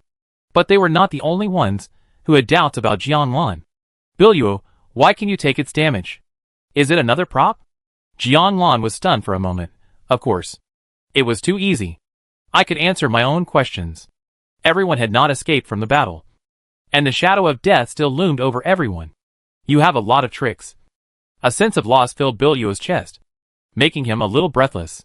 You know, with his unique ability, he can walk sideways in the dungeon. And he has a unique advantage. But at this moment, he can't think of a way to solve the current dilemma. He can't even guarantee the safety of his teammates. He can only watch the boss kill them one by one. Until finally, it's his turn. The lack of control is the beginning of a person's collapse. Do you have a way to solve this boss? Whether it was out of anger or some other reason. Biluo just casually mentioned. Use those unfathomable mysterious props of yours? It must be said that Biluo's words carried a bit of sarcasm. This reminded Jian Lan that maybe she could really give it a try. At this moment, the golden light around the boss was shining brightly. And its skill CD was ready. What was even more terrifying was that its hatred was still on Shiru. It was as if it was set. No matter if there was anyone messing with it. It had to follow the order. And no one could escape. How about giving it a try? Jian Lan was loading props into her white bow. Biluo was watching coldly from the side. There were a lot of white powders in the game, but it was hard to tell what they were just by looking at them. Unless you put it into the system backpack, you might be able to read some information. But it was limited to things that could be put into the backpack, and things that were recorded in the game system. President, don't worry about me. Shiru stood up. Her face was covered with tears. Jian Lan blocked the first attack for her. She couldn't let Jian Lan be her shield all the time. It's okay. Jian Lan took her to the back. Take care of your companions. The boss hit her 10 million. Anyway, she still had 20 million HP. The nurses also replenished her health. She wouldn't die if she took 2 more hits. The ammunition was loaded. She was ready to shoot. Everyone's heart was in their throat. Is this her special item? Will it work? To be honest, no one believed that it would really work. Before the boss fell, Jian Lan's bullet shot into the boss's wide sleeves. The moment the bullet touched it, it turned into a puff of white smoke, which completely enveloped it. Its dark and rotten face looked as strange as if it was sprinkled with a layer of flour. The white powder fell from its body and fell on the wet ground, which looked like a circle of salt. The boss's whole body was smoking, and the whole person seemed to be evaporating. Then, an incredible scene appeared. The boss's body gradually shrank, becoming the size of a normal person, and his skin gradually changed from rotten to elastic and white, as if he had been resurrected. His facial features gradually became clear, and he stared at the human who restored his original appearance. Jian Lan, with a cold look. This face. Jian Lan was too familiar. It was the one she had seen in the palace. At that time, he was still sitting on the throne, and he almost ate the last meal she prepared for him. After his body was reduced in size, his robe no longer fit him. The pair of feet that appeared from the wide robe were wet and white, just like the newly melted snow in the cold winter. Is it you? He asked. Then he turned his gaze to Biluo. The Prime Minister is here too? Biluo naturally recognized him. He was a little embarrassed. How could this NPC still have memories of the player? It was not right to greet him. Nor was it right not to greet him. After all, it looked like he had mixed up with the assassin and was plotting treason. Just keep silent and wait and see. The others present, who had never been to the world that Jian Lan had been to, had no idea what was going on, and did not know what was going on now. However, since the boss had returned to his original appearance, did it mean that Jian Lan's attack had worked? Jian Lan was also surprised by the sudden change, but she could roughly guess the reason. It was me. Jian Lan turned the gun in her hand. You are so brave, you dared to disturb the king's sleep, then you will be buried together. Sayari's face was ferocious, and his body gradually grew longer like ramen noodles. His body expanded several times. He was about to complete the second stage of transformation. By then, everyone would die here. What lonely king! Jian Lan was not afraid at all. She looked at the boss, whose body was almost as tall as the entire dome. He could crush them to death like ants with just a lift of his foot. Jian Lan said slowly, You are not Sayori. As Jianlan said this, the surrounding scene seemed to have pressed the pause button. Even the boss's body, which was constantly twisting in the wind, stopped and no longer fluttered. What did you say? The boss's voice was like a bell, coming from above, and with a 360-degree surround sound system, making the entire underground palace tremble. You are actually Sayori's favorite concubine. Right? Jianlan continued to criticize him. She smiled. That dancer with sweaty feet. As soon as these words came out, the underground palace was completely silent. Even the players held their breath, because as long as the panting sound was a little louder, it would be clearly heard by everyone. The silence lasted for 5 seconds. Bang! The sound of a balloon bursting. The second-level boss, which had not yet fully formed, became fragments, like pieces of ribbon debris in the air. The boss is dead? Have we cleared the level? What about the loot? Are there any loot? It was an extremely strange way for the boss to disappear, but it also disappeared. The boss's exit animations were different. Maybe the Sayori was like this. Without the threat of death, what everyone cares about most is of course the rewards for clearing the level. And, what is Sayori? What is the dancer? How come they don't understand what Jianlan said? Suddenly, the system that just couldn't be woken up, beeped by itself. Warning. Warning. The Tsar's Mausoleum dungeon has detected a serious bug. The dungeon will be closed in 5 minutes. Players please leave quickly. What? The dungeon disappeared? Will not only the boss disappear, but also the dungeon? The warning reminder rang twice in a row, and fell into silence again. No matter how hard you called, you couldn't pull it up again. Before everyone had time to digest the news, a red number appeared in front of everyone's eyes. The number kept decreasing, 300-299. This is the countdown for the copy to disappear. There are 2 ways for players to exit the copy. One is to quit the team directly. The system will teleport the players out, but this way of quitting the team has been determined to be unfeasible. The other is to exit from the same portal you came from. Looking at the portal next to him again. The green halo that symbolizes teleportation never lit up again. Not only that, everyone also found something unusual. The map in the game panel was shrinking at an alarming rate. This copy was under the yellow sand of the Sand Country. If the structure supporting the copy collapsed, they would all be buried in the yellow sand. This was only the possibility that the copy itself disappeared. If everything in the copy disappeared together, they would all become air. Thinking of this terrible guess, no one can remain calm. The countdown is still going on. Countless superpowers are heading towards the door. But when they hit the wall, it's like a fist hitting a sponge. And it can't do any damage. What did you do to the boss to cause such a serious bug? When things got to this point, Xian, the vice president of Huabi, couldn't pretend anymore. He rushed directly to Jianlan. He pretended to grab her collar, but the members of the Apocalypse Guild blocked him. So he couldn't get close to Jianlan at all. At this juncture, Jianlan had no mood to debate with him. Whether her operation had caused the bug in the dungeon. Could it be that, after the second form of the Tsar was formed, they would be able to survive? The bug had already appeared when the dungeon was born. They opened the wrong dungeon. The final boss of the dungeon was not Sayori. So he was destined not to die at the hands of the players. Her action only accelerated the detonation of the dungeon bug. But the consequences were so serious that Jianlan could not have foreseen them. But she knew that she could not sit still and wait for death. And she had to find a way to make up for it as much as possible. Jianlan opened her own power warehouse and frantically searched for props in it, trying to see if there was anything with special effects that could take everyone away. Xian was stopped. His face twisted, and he said harsh words. I should have killed you earlier. As soon as he said this, the faces of all the members of the Huabi Guild changed. Those who can come here to fight the boss are basically the elites of the guild. They participated in the plan to kill Jianlan to some extent. Whether they agree or oppose, they can never clear themselves. Now Xian has revealed his true colors, which is equivalent to proving that their guild is repaying kindness with enmity. Biluo doesn't know the grudge between Huabi and Jianlan, but he also can't stand such players who can't figure things out. Shut up. To say that Xian was originally the vice president of Huabi Guild, when he was outside, he had to take care of his face no matter what, and couldn't be too casual, but now, he was about to die, and his position as vice president was coming to an end. Who would care who you were? Let's just quit the guild and go crazy. Xian started a red name revenge against other players.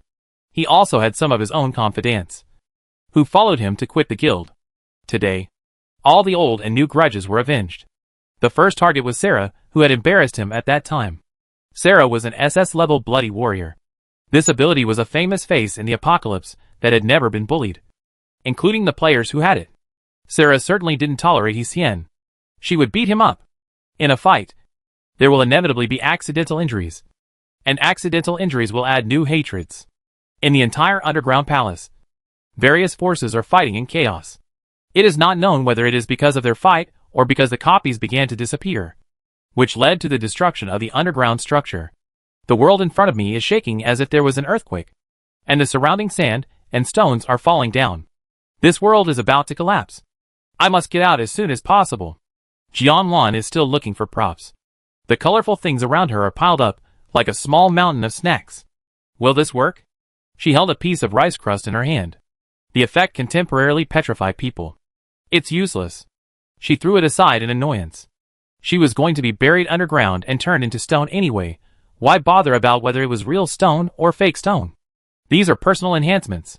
If she wants to get out of here, she must at least get some explosives. At this time, someone came to Jianlan.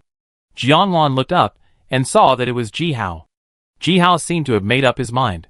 He wanted to ask himself, is there any food that can enhance supernatural powers? Jianlan was stunned for a moment, and immediately took out a piece of jelly from the box and gave it to him. Ji Hao looked at the jelly, and his expression froze for a moment. This is the best effect. Although Jianlan didn't know what Ji Hao wanted to do. Since he asked, it must be useful. Ji Hao silently took the jelly Jianlan gave him and ate it. Then, he came to a wall. Everyone was busy with their own things, and no one noticed his actions, except Jianlan. Jianlan walked over involuntarily. Ji Hao's hand slid in the air, and then, like tearing open the dark curtain covering the entire room, he tore a hole in the dark stone wall. A thin golden line shot in. Such a familiar feeling. Jianlan covered her mouth. You are not. She remembered Ji Hao's ability, which seemed to be related to reconnaissance. It was used as an auxiliary in battle, and could see the boss's health and skills. No matter how she looked at it now, it had nothing to do with exploration. Ji Hao's eyes were determined. The veins on his arms bulged. He turned his head to look at Jianlan.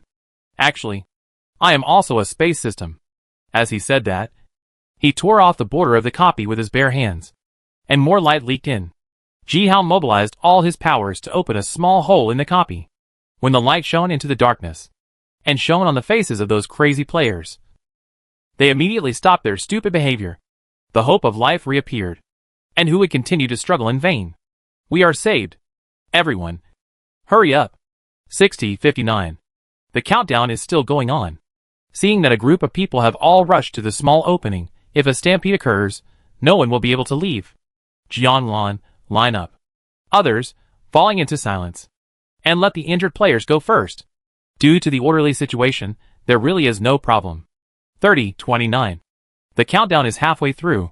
There are only a few more people left, and everyone can get out completely. At this time, the back became black, like a black hole that swallowed everything, swallowing all the dungeon scenes.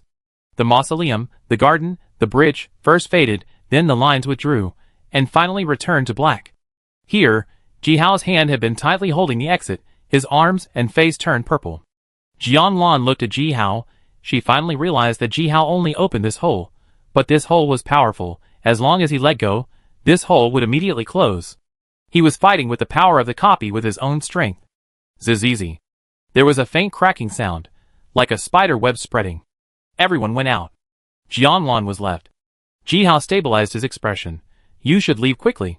The fear of death could not be faked. He was also a human being, and he would be afraid. However, someone had to stay inside, to ensure that the door would not be closed. No one present could resist this force except him. You have thought about it a long time ago, right? From the moment he asked me for the ability-enhancing medicine, he decided to sacrifice himself. Just think of it as me repaying your favor. Ji Hao gritted his teeth. The further the copy shrank, the greater the pressure it brought to him. The ruby of the blood-locking amulet on his chest cracked in large pieces. The hole of light was getting smaller and smaller, and he was about to collapse. 9. 8. Go! He roared. Jianlan climbed out of the hole. Someone was waiting for her upstairs. She suddenly thought of the second world. when she also helped the guild members escape and ascend to heaven in this way? Perhaps this is the natural duty and mission of being the president. Ji Hao. He is a good president. Seeing Jianlan go out, the string in Ji Hao's mind finally broke. Click. The blood-locking amulet shattered, and he could no longer hold on. After so many years, he was tired. From having nothing, to the growth of the guild, to the regional hegemony, the past scenes appeared before his eyes like a revolving lantern. The world was about to close to him, and on the ground under his feet, the color of the moss plants was fading rapidly, and the land was being eaten away.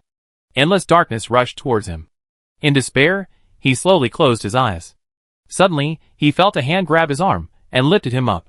The light spot above his head, which was gradually getting smaller, suddenly enlarged. The door to life was opened again. A second before the darkness bit his feet, Jianlan pulled him off the ground. There was no land under his feet. It turned into a bottomless abyss. Ji Hao looked at the sky in disbelief. Jianlan's two hands were as hard as rocks, one against the hole, and the other pulling him up. Anxiously shouted, "Hold me tight." Chapter 100. Ji Hao did not expect that. Besides him, there was another person who could open the cave entrance. And the people outside did not expect that Jianlan could actually rescue Ji Hao. President. Almost all members of the Apocalypse Guild could not hold back their tears of excitement when they saw Ji Hao. They called Jianlan the president, and of course they would not forget their original president Ji Hao. Ji Hao was the greatest president in their hearts.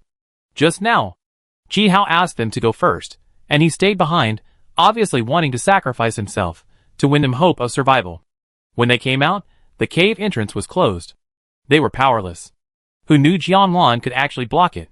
This action shocked everyone. Then, Jianlan reached out and pulled out an arm.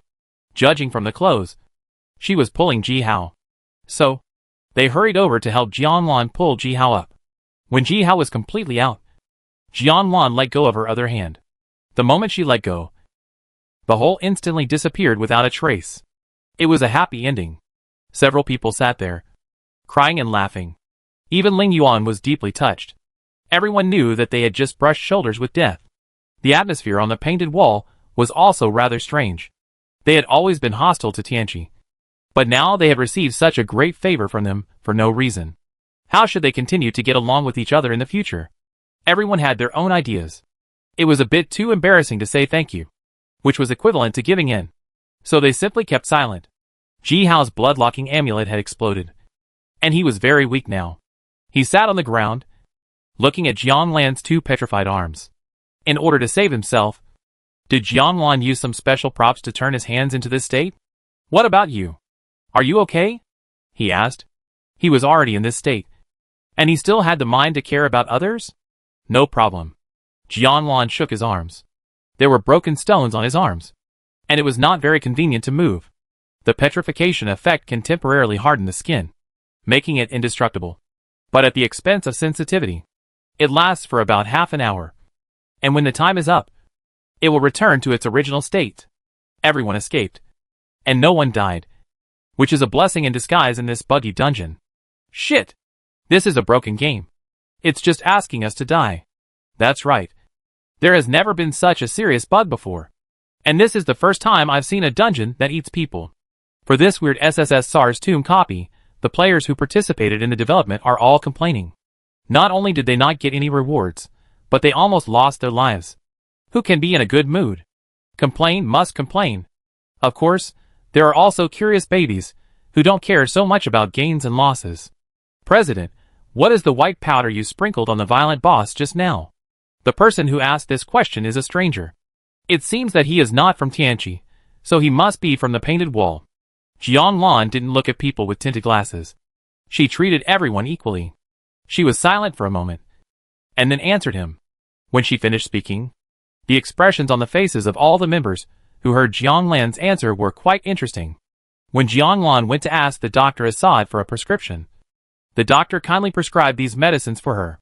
Moreover, he looked Jianlan up and down, thinking that she was a little girl who was too embarrassed to go to the pharmacy to buy medicine because she was sick. Even though Jianlan denied it again and again, it was hard to refuse his kindness. Assad packed her a large bag of powder for treating athlete's foot. Jianlan put it in her backpack as it was a handy thing. From that moment on, she began to suspect that the person she killed in the palace might not be the real Sayori. She hoped that she was overthinking, but she didn't expect that the final facts were just as she expected. As for why the dancer turned into Sayori, and whether he looked exactly like the Tsar, why the guards in the palace mistook him for the Tsar, Jiang Lan didn't know the answers to these questions.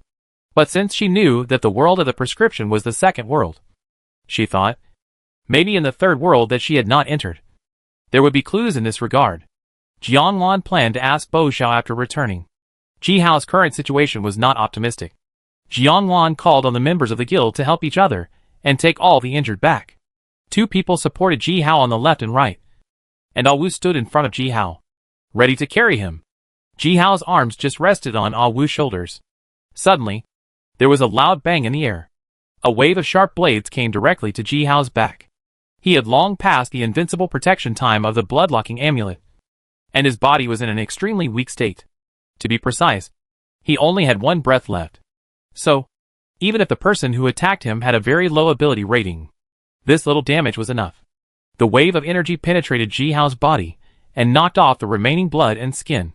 His health value returned to 0. Player Ji Hao died. He didn't even have time to make a sound before he closed his eyes forever. It happened too fast, beyond everyone's expectations. Awu was the first to notice, because the weight behind him was gradually disappearing. When Jiang Lan noticed something strange and turned around, Ji Hao's body was like a sand dune in the desert, being blown away by the wind bit by bit. Until the ground, a game bracelet with the light turned off fell. Jiang Lan was confused. What does this mean? At that time, she really didn't know what this meant. This was also the first time she saw with her own eyes someone she knew die in the game. The scene of Ji Hao's departure was not bloody. It was even very peaceful. But the shock it brought to Jiang Lan made her feel a dull pain in her heart whenever she thought about it for a long time in the future. Obviously everyone is fine. Right? Obviously everything has ended successfully. Why would someone still be hurt? She tried her best to save the hero who had saved everyone. But he could not escape the fate of death. She could not accept this reality. Who did it? Oh my God. President. The people of Tianqi were walking in front.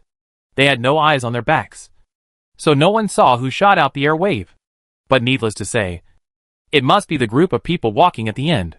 The people walking behind Tianqi were the people of Huabi. So, the members of Huabi Guild who followed Awe were stiff all over. For a moment, being stared at by so many eyes, he hurriedly raised his hands to prove his innocence. It's not me!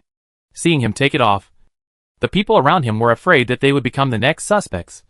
And they also followed his example to prove that they did not take advantage of others. Speaking of being a person, they are not usually so upright. After all, they came from a big guild, and they are cruel and ruthless. It is common for them to do some shady things behind the scenes. However, at this critical moment, who can kill someone who just saved them? Even though he was the president of his rival guild, he was a formidable opponent. If he wanted to eliminate him, now was the best opportunity. But if anyone really did that, then he would be unworthy of being a human being, and would be no different from an animal. He was an evil ghost who repaid kindness with enmity. Who is it? Awe was going crazy. He was almost losing his mind. The president turned into sand on his back. Who could withstand such a blow? In this game world, when a person dies, it is like a light going out, and no trace will be left. Ji Hao is dead. All his data is lost, and there is no way to trace the damage. This is why in the battle between Apocalypse and the Blood Wolf King of the Killing Guild in the extremely cold northern region, Apocalypse lost a scout, but could not investigate the cause of his death. We can only speculate the general situation based on the guild badge of Zhou Yao in his hand. The way players go offline is affected by the last blow of death, the region, and the characteristics of the player's personal abilities. Sometimes the body will remain for a long time, but more often, it will become a grain of dust in the world like Ji Hao. We are all in the same guild now. People in the same guild cannot attack each other. Finally, someone found the bright spot. Yes, we are all in the Dawn Guild now. The members of the Painted Wall Guild, who were suspected just now, seemed to have grabbed a life-saving straw.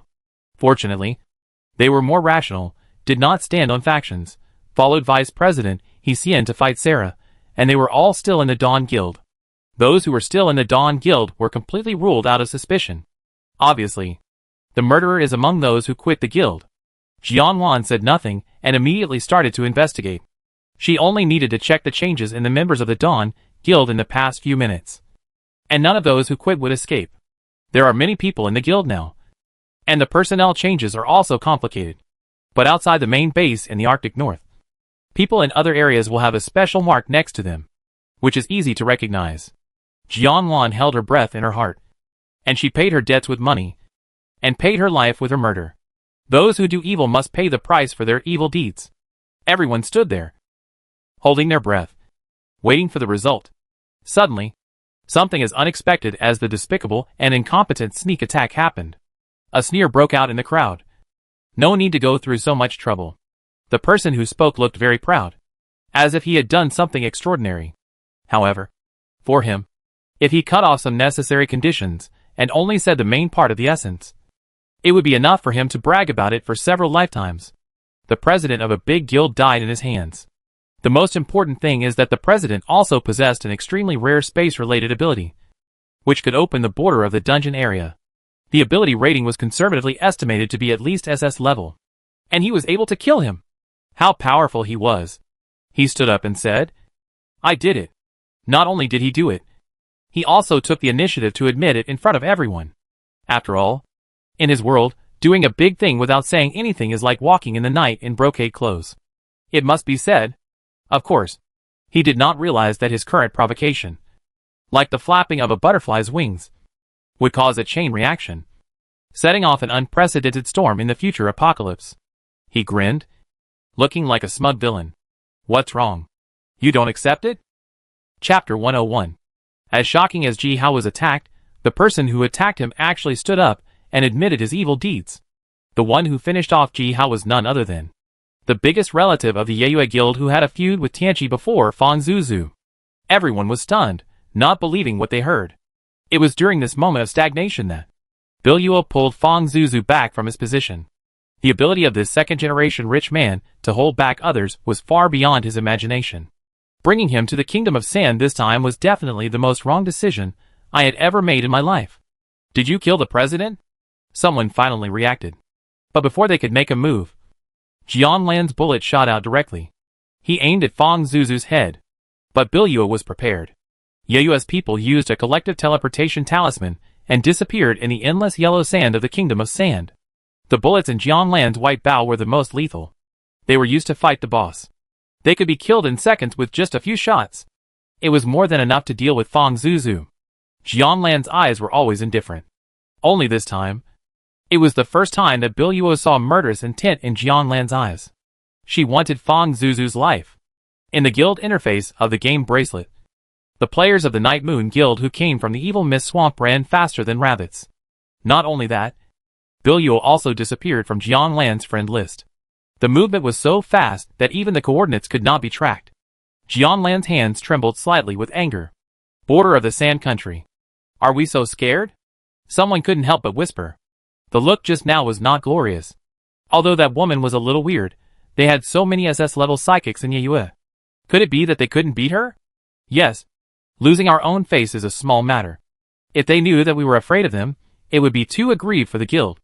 Once the issue of the guild's reputation came up, no one cared that Biluo was the leader, then naturally Yeyue's president was more important. Stop talking nonsense. Go back quickly. Hearing that some people had complaints about Biluo, another group of Biluo's loyal fans immediately came out to refute. We are not in the right now, do we still stay there and accept their judgment? That's right. As he said, the member also glanced at Fang Zuzu who caused this disaster. Of course, everyone knows that Fang Zuzu is a relative, and has a very reliable elder brother to look after him. So no one dares to criticize Fang Zuzu, and can only indirectly prove the rationality of Biluo's actions. I see that the people of Tianqi are like crazy, and they will fight to the death. We don't need to get entangled with them. A group of people just covered up the matter lightly with a few words.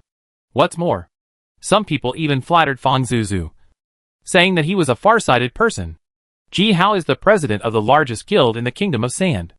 On the surface, he only has an A-level ability. If it weren't for what happened today, no one would know that he was hiding so deeply. No one has ever seen someone with the power to tear open the copy space. At least not in the Evil Mist Swamp. From another perspective, Ji Hao is simply a big threat. Since the people of Yeyue can come to the Kingdom of Sand, can't the people of Apocalypse go to the Evil Mist Swamp? You know, the things in the Evil Mist Swamp are much better than those in the Kingdom of Sand. As the president of a large guild, it is impossible for him to surrender to another guild. Since he cannot be used by them, he will definitely be a big trouble in the future. It is better to eliminate him as soon as possible. After a circle of analysis by people around him, Fang Zuzu had not thought of this level at that time. Now that he is flattered by them, he is even more proud and lost. Under the torture of this sugar-coated poison, Fang Zuzu became more and more ignorant and felt that there was nothing wrong with his approach. Fang Zuzu, Captain Biluo, how are you going to thank me? He is so powerful in the dungeon, but he is your strongest opponent. I will help you kill him. Biluo fell into silence. You might as well kill me. Let's not talk about whether killing Ji Hao is a wise move. But there is definitely an element of repaying kindness with enmity in it. But Biluo doesn't want to worry about whether it is moral. One thing is certain, Fang Zuzu is being targeted by Jianlan. Jianlan. When he thought of her, Biluo's heart sank. Every time he saw her, she would bring him a spiritual shock. However, it would never be as great as this time.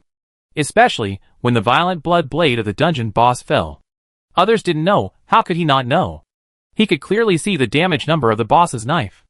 10 million. Jianlan took the knife hard, but she was not hurt at all. How high is her defense? If they really fight with her, can Yeyue's people hurt her in the slightest? So, the best choice is to avoid them. Yeyue's people set off to return to the Evil Mist Swamp. Somewhere in the dark, there was a sight watching them, until their figures disappeared at the end of the Sand Country. The Tsar's Tomb dungeon encountered a serious bug, and was urgently offline. With it, a large area of the dungeon also disappeared. Coincidentally, the team in the dungeon at that time was only Tianqi and Huobi. It was a fateful encounter. A duel with fate. There were no casualties in the dungeon. Except for Ji Hao, who revealed his trump card and saved everyone. It is worth mentioning that the new main city of the Rain City did not disappear, but was preserved. The announcement of the dungeon closure was played on the player's game computer. But there was no mention of compensation. As a game, its customer service was substandard, and it could even be said to be rotten. However, everyone was forced to join now, and it was still unknown whether they could see the sun tomorrow. In addition, this dungeon had nothing to do with 99% of the players in the Kingdom of Sand, so no one would make a fuss, but would just laugh at it after dinner. Those high-level players worked in vain. Not only was it a waste of time, but someone even lost his life. A major event in the Kingdom of Sand. The leader of Apocalypse, one of the two super guilds, died in this instance. There was no one in the Kingdom of Sand who didn't know Ji Hao, so it caused quite a stir in the local area. However, compared with the latter incident, this incident was not so topical. When Jianlan led the members of the Apocalypse Guild who participated in the Tsar's Tomb instance back to the base, many members were already waiting there. From a distance, Jianlan saw Bo Shao leaning against a white marble pillar with his arms folded. A group of injured members had been escorted back to the base earlier, and those who remained in the dungeon were all elites. They had learned from the announcement on the game interface that the Tsar dungeon was closed, and they were originally worried about encountering the painted wall in the dungeon. Now that the dungeon was closed and everyone had returned, there was no need to worry. But why? The faces of those who returned were all extremely ugly, especially Al Wu. His face was haggard. His features were distorted. The moment he saw Ji Qingqing, he couldn't help crying, which made Ji Qingqing look confused. That's right. Ji Qingqing was the one who was hit out of the Bloodlock amulet, was seriously injured and hit out of the base. After a long rest and recovery from the mall medicine, her condition improved slightly. As a result, Al Wu's tears made her at a loss. There were many people who had the same performance as Al Wu. Jianlan also came back with the people of Tianqi, which was the most unexpected. Today she was just delivering a takeaway. After Bo Shao received the notification from the Apocalypse people, he knew that Jianlan was with them. So he came here early to wait for her. Jianlan stopped in front of Bo Shao, and it was obvious that she had something to say. Bo Shao slowly stood up, and he had a bad premonition. Jianlan lowered his eyes. I'm sorry. Since then, the news of Ji Hao's death has spread throughout the guild, and Apocalypse has fallen into an indescribable atmosphere. Sadness is natural, but more of it is confusion and disbelief. And anger. The president who led them for many years died in the hands of a villain. The crowd was excited and clamored to avenge the president. But on the other hand, they have always been working under the leadership of the president. And now they have lost their backbone, like a pile of loose sand. Some cried, some made a fuss, and it was a mess. Bo Xiao supported his head and hid his face in the shadows. Having lost his best brother, his heart was more painful than anyone else. Now everyone unanimously proposed to make him the president. But in his current mental state, he had no intention of dealing with the guild's miscellaneous affairs. However, such a large guild cannot be without a president. Since Ji Hao quit the guild and joined Jiang Lan's guild to play the Tsar's Tomb Dungeon, the position of president of the Apocalypse Guild was temporarily held by Vice President Huang Jiu. Ji Hao died suddenly. Huang Jiu's face showed unbelievable shock and sadness, but his heart had already been ecstatic. Such a big pie fell on his head. If Bo Xiao doesn't become the guild leader, then the guild leader position is still in his pocket. Even if the order is followed, it will definitely be him. Huang Jiu was extremely excited. After years of dormancy, he finally had his day to shine. He wanted to soar into the sky.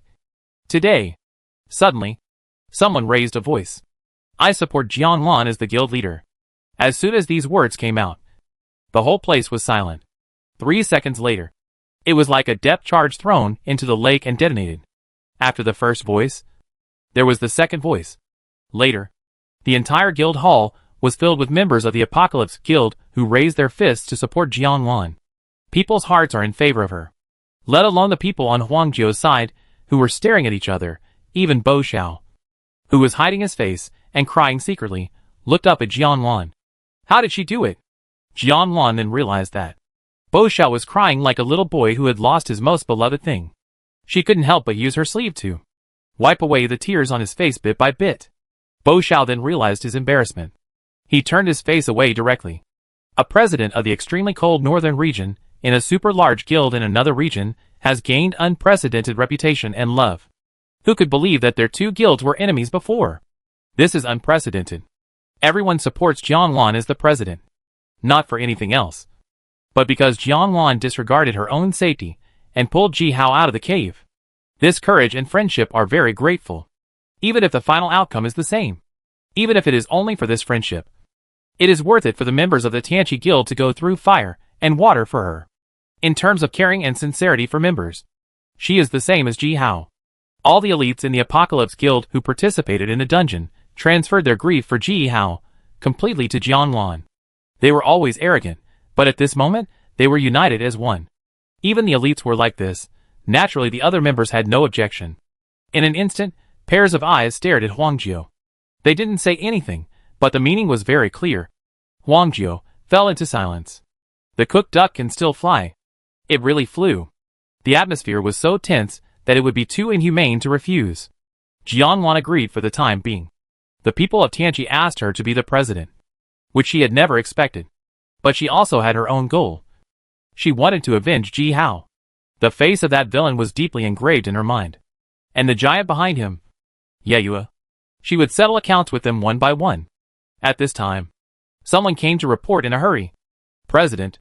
The one who came to report was Huang Jiu's people. Huang Jiu had only been the president for a few hours. This is the tacit understanding between them. The visitor ran to Huang Jiu to show his courtesy. But Huang Jiu's face was yellower than rice wine at this time. He was not happy. The new president is over there. Then, he pointed at Jiang Lan, who was sitting on the sofa. The person who reported was confused. She? Jiang Lan looked calm. What's the matter? All the people present were elites. They did not react to Huang Jiu's words. They must have reached a consensus. So, the person who reported simply reported the truth. President, someone is coming from the painting wall. Chapter 102. What became at this time? It must be with bad intentions. The relationship between the two guilds, in the Sand Country, has been like fire and water, and they have been enemies for so many years. Even though they cooperated briefly in the dungeon, after the dungeon, they went their separate ways. Their guild almost escaped unscathed, but their own guild lost a guild leader. So, the people of the Apocalypse Guild were on guard against Huobi's coming this time, and did not take it lightly. Everyone swore secretly that if Huobi wanted to harm Tianqi, they would protect the guild even if they risked their lives. A group of people followed Jiang Lan in a mighty manner, and came to the lounge where Huobi's people were temporarily placed. They found that there were only 3 people inside. This seemed to be too much fanfare. It was unclear what Huobi was thinking. Even if they fought alone, they were not afraid. So, Jianlan led 3 members of Tianqi Guild, Hu Tu, Wu, and Zhang Xian, into the lounge, and the door behind them gradually closed. When the person sent by Huobi saw Jianlan, he was extremely surprised. "Boss, why are you here?" He was in charge of Huobi's diplomacy. His name was Luo Jia. He had the same position as Su Rou. He did not participate in the Czar dungeon, but he often visited the Shuguang bistro opened by Jianlan. So he was very familiar with Jianlan. He didn't know why Jianlan appeared in the Tianqi Guild. Was he here to deliver food? Luo Jia's words were full of flattery. "Would you like to come to our guild and sit down later?" Hearing this, the members around Jianlan were not calm. "What, Hongmen banquet?"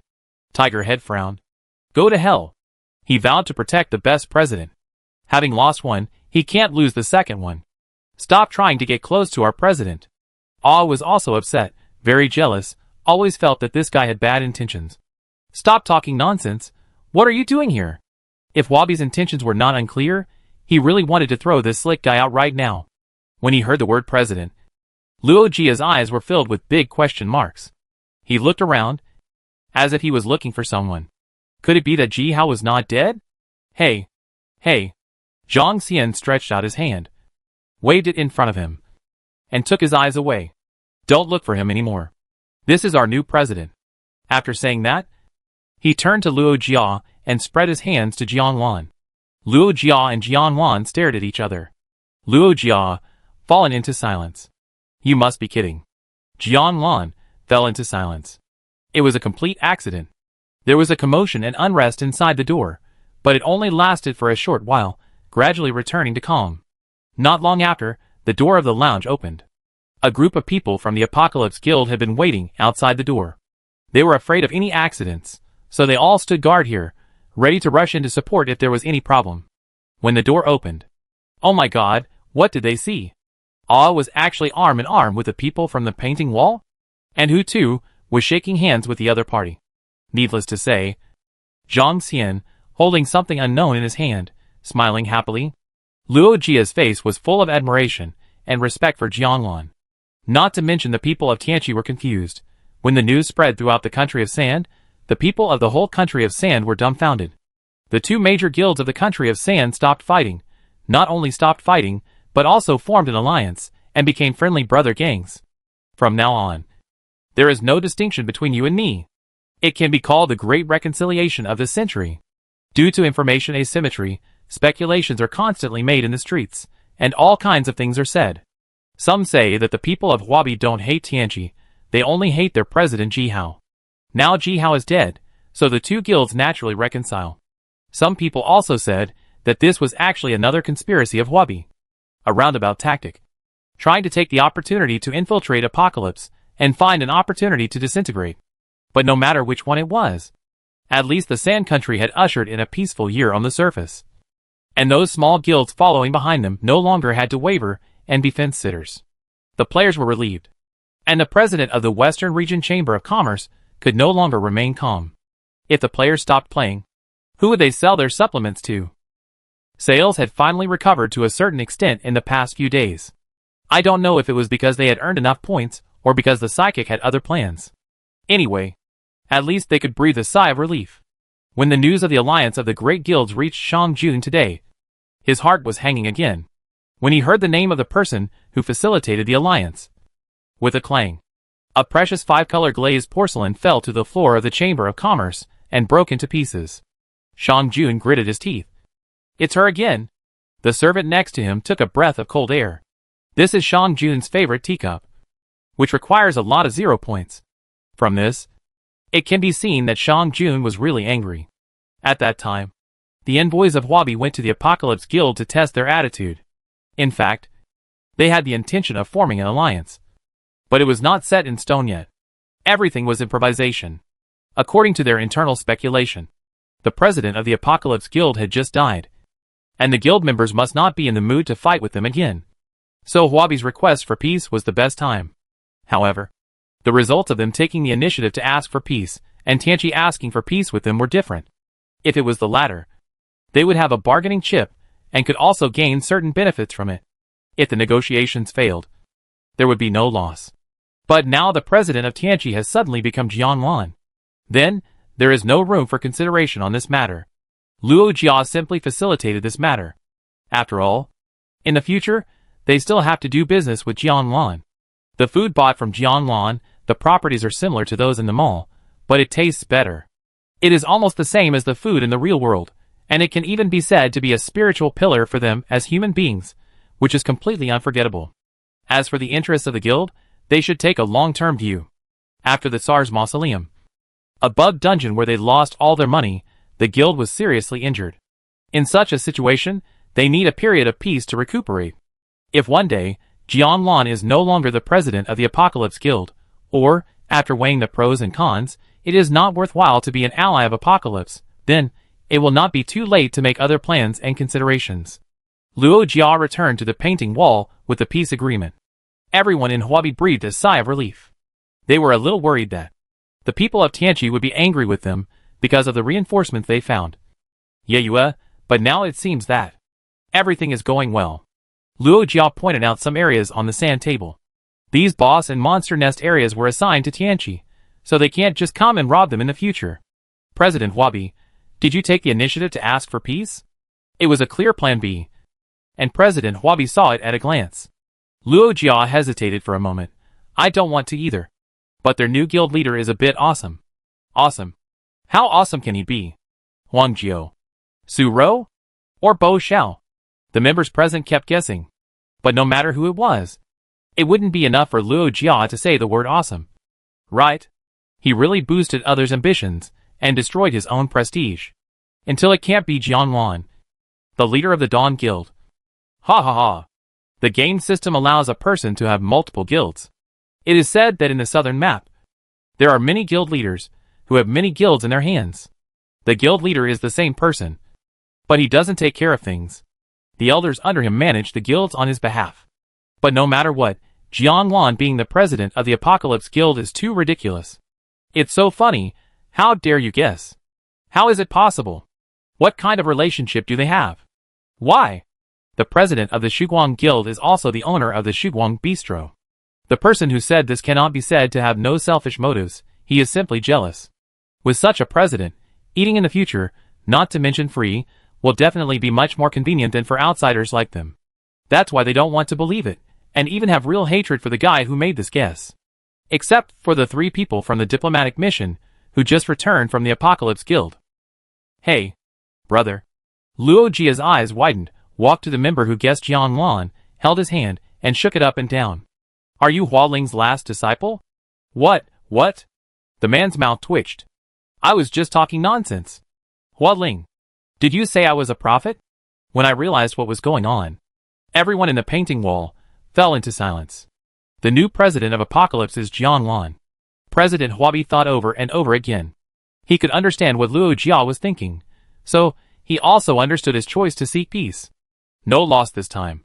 Then he picked up the pen and signed his name at the place where President Huabi signed the agreement. Tianqi, you may not lose, but I make a lot of money. In the far north, there is another group of people who don't know whether they make money or not. Mr. Ka put on his reading glasses early this morning and checked the financial situation of the guild as usual. In less than 2 seconds, he fell off the bed. HP. -8. No! This is impossible. Could he be blind? Or did he have some terrible hallucination? Emergency meeting. All the senior executives of the Dawn Guild gathered together. Except for the newly promoted ones. The others were all familiar faces. Even though they were far away, they were still shocked by the president's actions every time. The president. Is she actually a military strategist? Unfortunately, they were only shocked at the time. First, the vice president of the enemy guild joined their guild. Then a group of people from the enemy guild joined. And then, the high-level players from the enemy guild of the enemy guild joined. Until now, the enemy guild has been swallowed up. That's right. It's the word annexation. The members of the Dawn Guild were all thinking about this word. Although they were not on the same map, the words 2 guilds clearly appeared next to their guild. Clicking in, it was the Apocalypse Guild.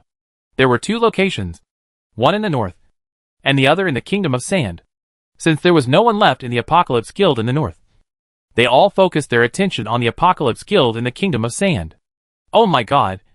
This is a level 20 guild. They were far away in the north, eating, drinking, and having fun every day.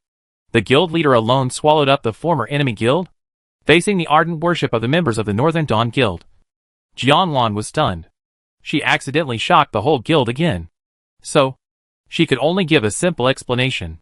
But, once a person reaches a certain level, he will not be able to come down for a while. No matter what she said at this moment. In the eyes of the members, she was a godlike existence. Everyone's admiration and love for her has reached an unknown level.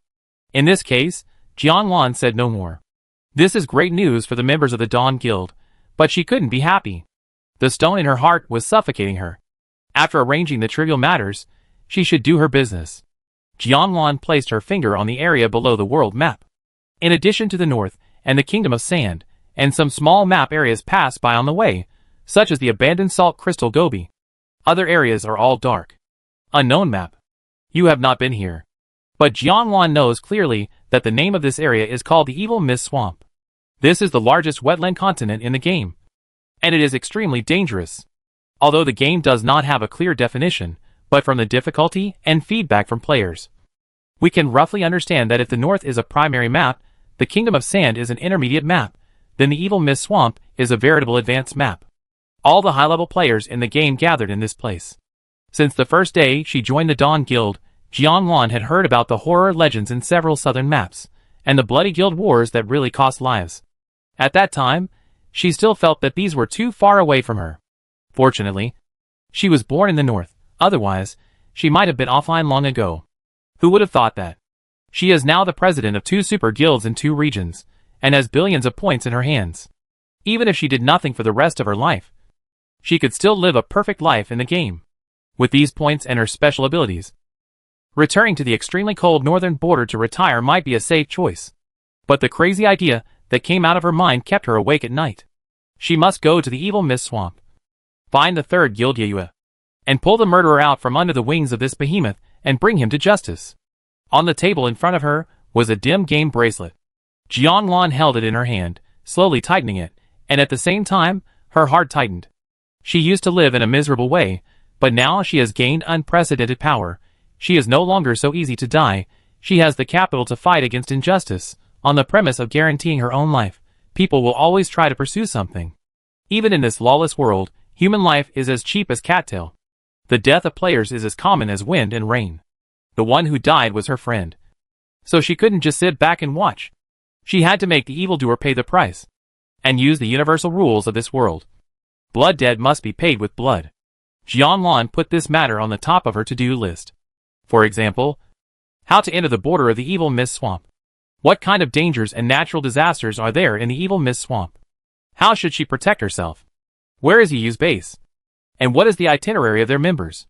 Is there anyone around Fang Zuzu to protect him? She needs to prepare for all these. Jianlan didn't tell anyone about her plan. She even planned to go alone. After all, other people had been in this world for a long time, and were used to this kind of thing.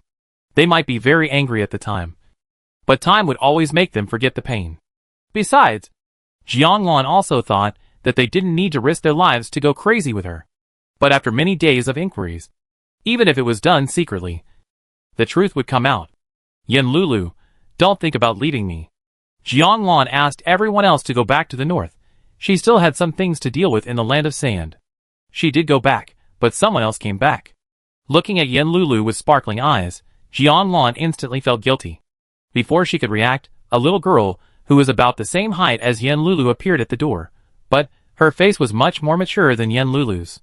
She said, "And me." Seeing this person, Jianlan's heart sank again. There was a sense of sadness in her heart. Ji Qingqing's eyes were swollen like walnuts, but there was a light flashing in her eyes. Her appearance was both unexpected and reasonable. Ji Hao was her brother after all. Jianlan knew that if she rejected Ji Qingqing again in this situation, it would be cruel to her. She nodded. Seeing that Jianlan agreed, Ji Qingqing breathed a sigh of relief, and her eyes fell on the game bracelet in Jianlan's hand. At the beginning, it was her brother who saved her from that terrible animal world despite the danger. Over the years, he took good care of her and never let her get hurt. Even if he died fighting a boss, even if he died fighting for the guild. She couldn't accept that such a great brother and the president of a big guild died at the hands of such a despicable and sinister villain. Yin Lulu turned her head and looked at Ji Qingqing, looking at Jian Lan with a confused and anxious look, pointing at herself. She didn't ask. But the meaning was, what about me? Jian Lan certainly didn't want Yin Lulu to take risks. But she left and then turned back, which showed that she was determined, thinking about her ability again. Although it was not the top output, it would not be a problem if she used it to escape. If she encountered danger, she would let Yin Lulu escape first. So Jian Lan agreed. Now, there are 2 confirmed people.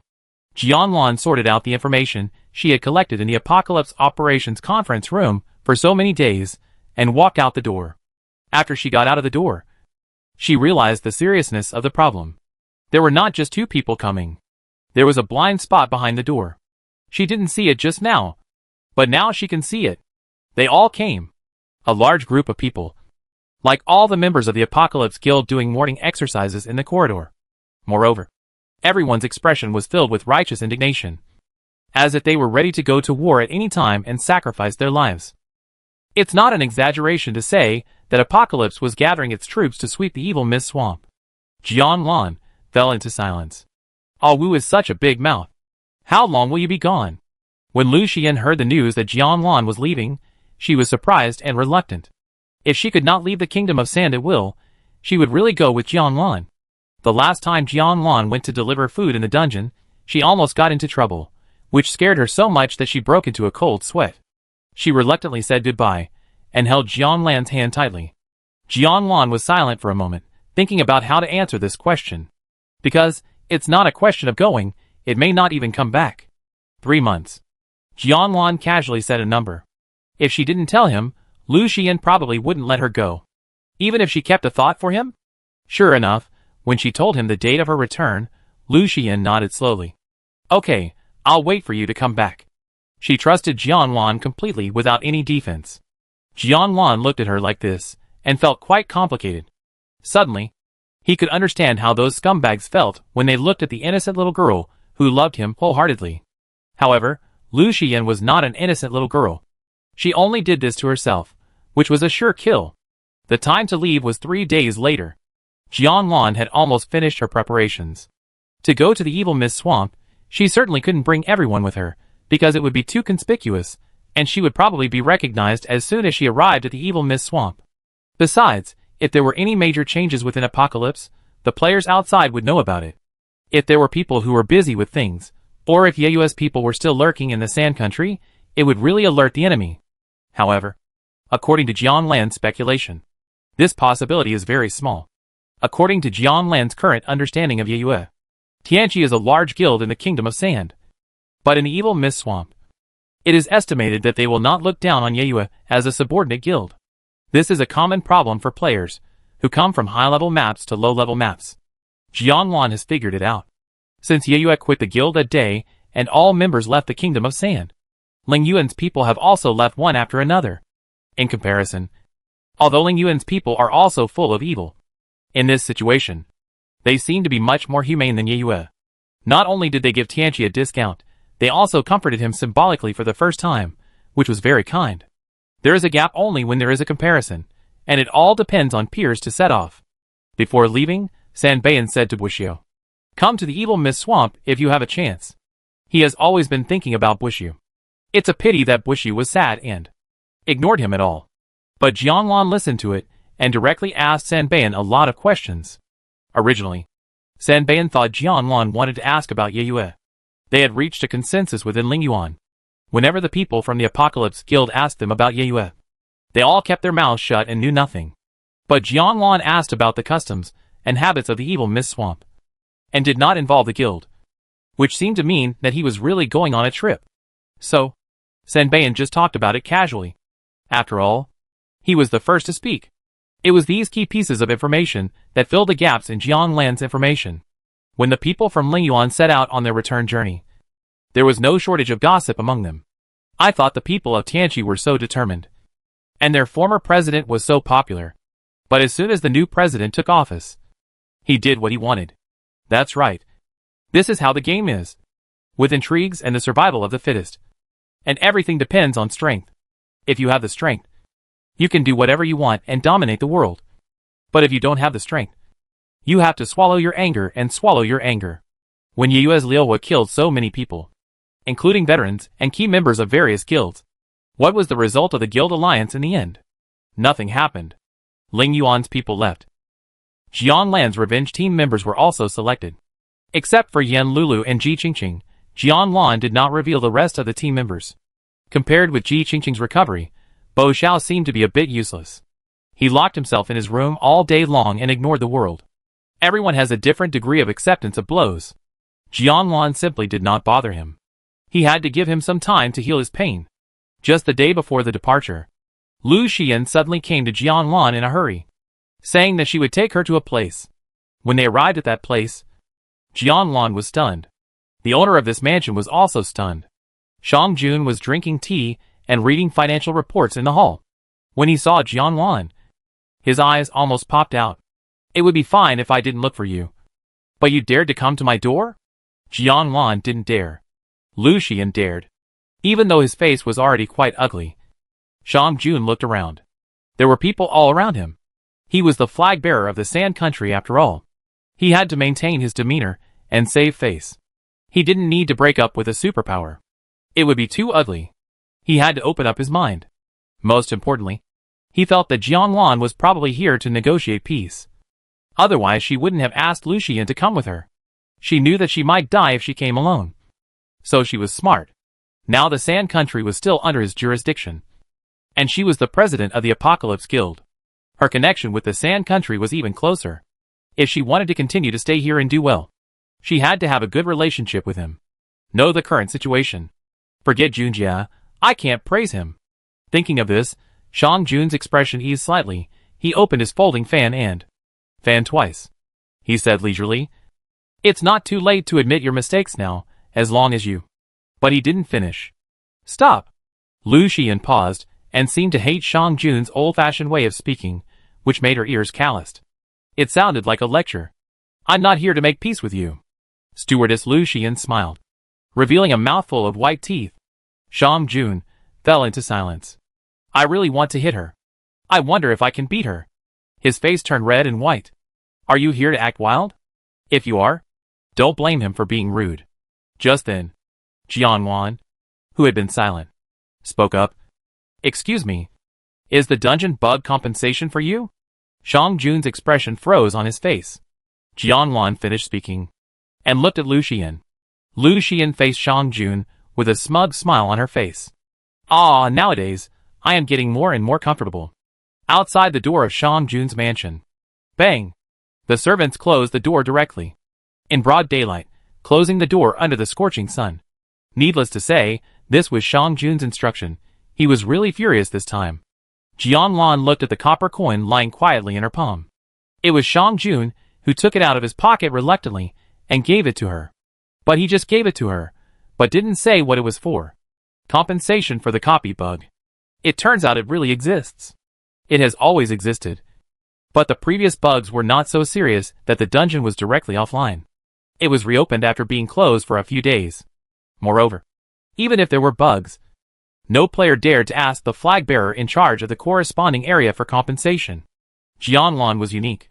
The sun fell on the copper coin, sparkling. The outside was round, with a square hole in the middle, symbolizing the roundness of the sky and the squareness of the earth. Through the square hole in the middle, Jianlan's palm lines could be seen. Palm lines are determined at birth. The left hand is congenital, and the right hand is acquired. It is said that they can represent a person's life fortune. Jianlan. Someone was silently reciting these two words. From her coming to the Sand Country with nothing, to becoming well known throughout the Sand Country. It only took a few months. Even those who once wanted to kill her became her followers, which shows how different she is. Why can Jianlan do this? The results of the last 3 divinations are still vivid in my mind. But these are far from enough. The person wants to know more. Human greed is insatiable, not to mention that she is a prophet with such a strong curiosity. From her actions, it can be seen that she has not learned a single lesson from her past experiences. She is almost using her life to spy on the way of heaven. What will Jianlan's future be like? The Jade Life Plate is running, and Hualing's supernatural power shines brightly. Sarah holds a bowl in her hand, and white cold air comes out of the bowl. She waited in line for a long time to buy it. Sarah is happy in her heart. She must like it. The Huabi Guild is decorated in ancient Chinese style. There are several wind chimes at the door of this room. When the wind blows, it makes a tinkling sound. This is the only room in the entire guild. Sarah stopped at the door and knocked twice. It was quiet inside, and there was no response. Is he not here? Sarah felt a little disappointed. She turned around and wanted to leave, but suddenly a clear female voice came from the door.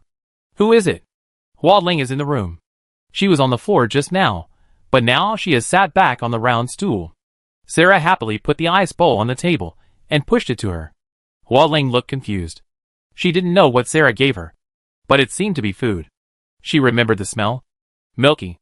Hualing, feed me.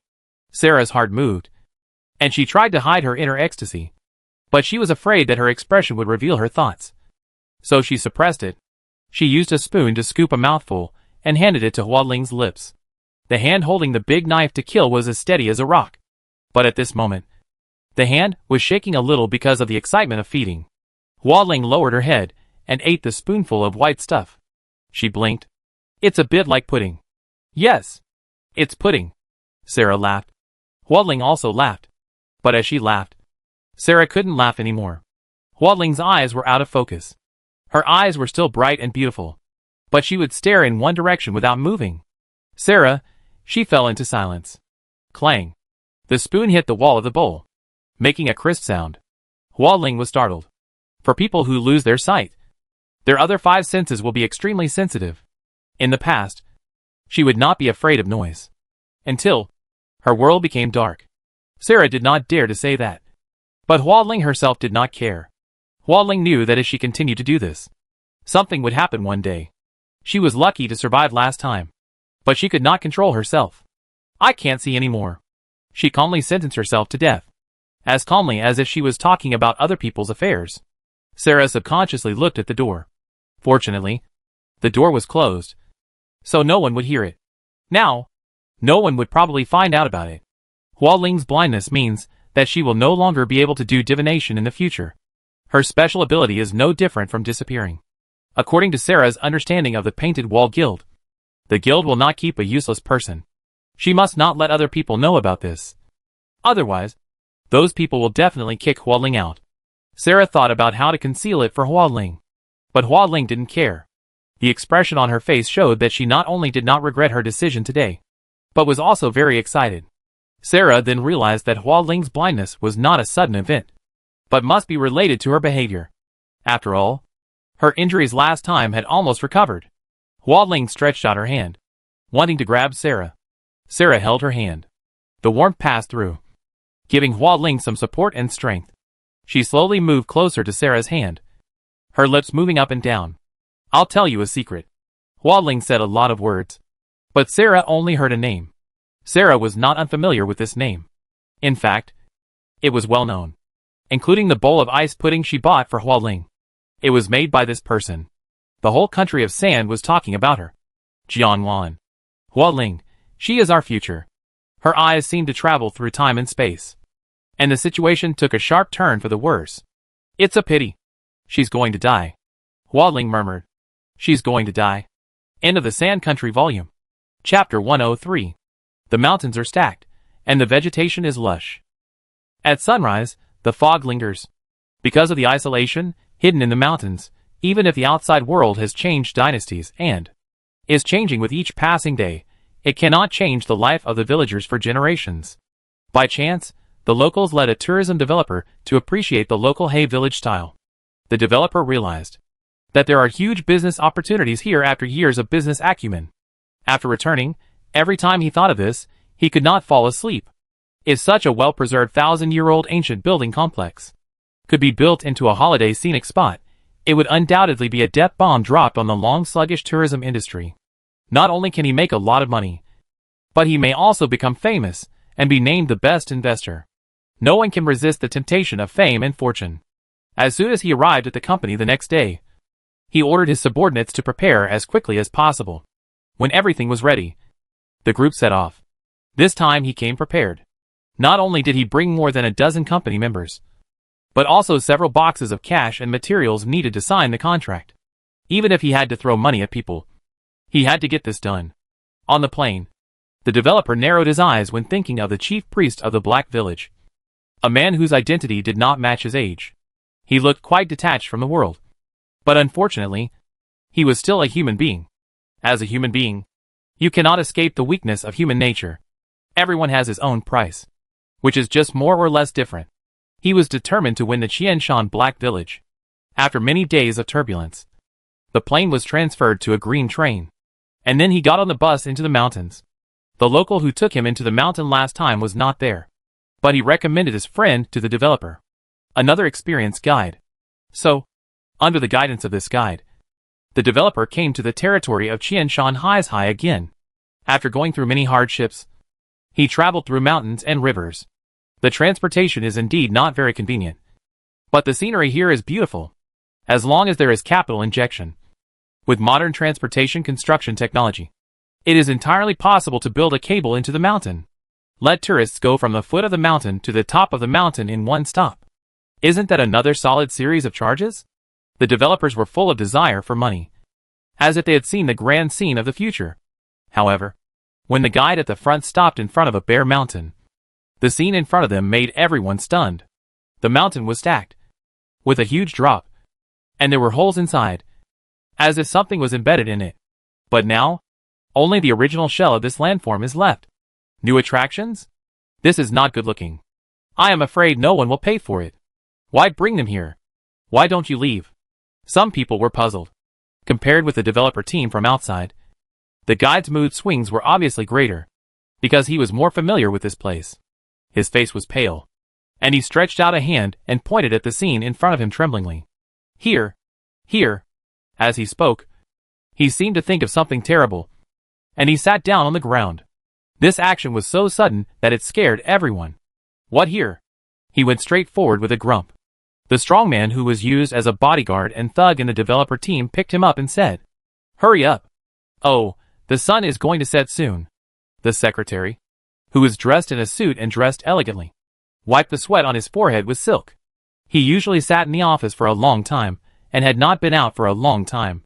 Just climbing up this way. He was exhausted. Thanks to the guide's kind reminder before, he did not wear leather shoes into the mountain. But at this time, he was also a little anxious and impatient. Climbing a mountain requires one to do it in one go. Once you stop, it will be hard to start again. So, the secretary kindly advised, Uncle, take us to the village first. It's not too late to visit the scenery later. Yes, take us there quickly. Don't dilly-dally. The secretary's words were echoed. Compared to the employees under him, the developer naturally knows some unspoken rules and tricks. In some remote places, there are some unwritten rules. Locals will only lead half of the way. When tourists are at a loss, they will be willing to pay for getting out or reaching their destination. This must be what they are talking about. You have to give some sweetness to make the other party do their best. The developer directly took out 100 yuan bills. Don't worry. After the matter is done, I will never treat you unfairly. Facing the bright money, the guide was very nervous. This money is enough for him to earn through hard work for several months. He could have wanted it, but this money, he really couldn't have it. On the one hand, he was dominated by fear, and on the other hand, he suffered the pain of being unable to spend the money that was so easily available. The guide swallowed hard. We're here. In silence, the guide's pupils trembled. Here is Qianshan Black Village. The large map visible to players in the apocalypse, from north to south, is the extremely cold north and the land of sand. Between these two areas, there is an over-isolation zone, a barren plateau frozen soil. At that time, under the leadership of the members of the Sand Country branch, they used many guild-exclusive speed props to skip this area. Therefore, Jianlan and his team did not suffer too much from the northern border to the Sand Country, because this was based on the fact that both areas were known and controllable.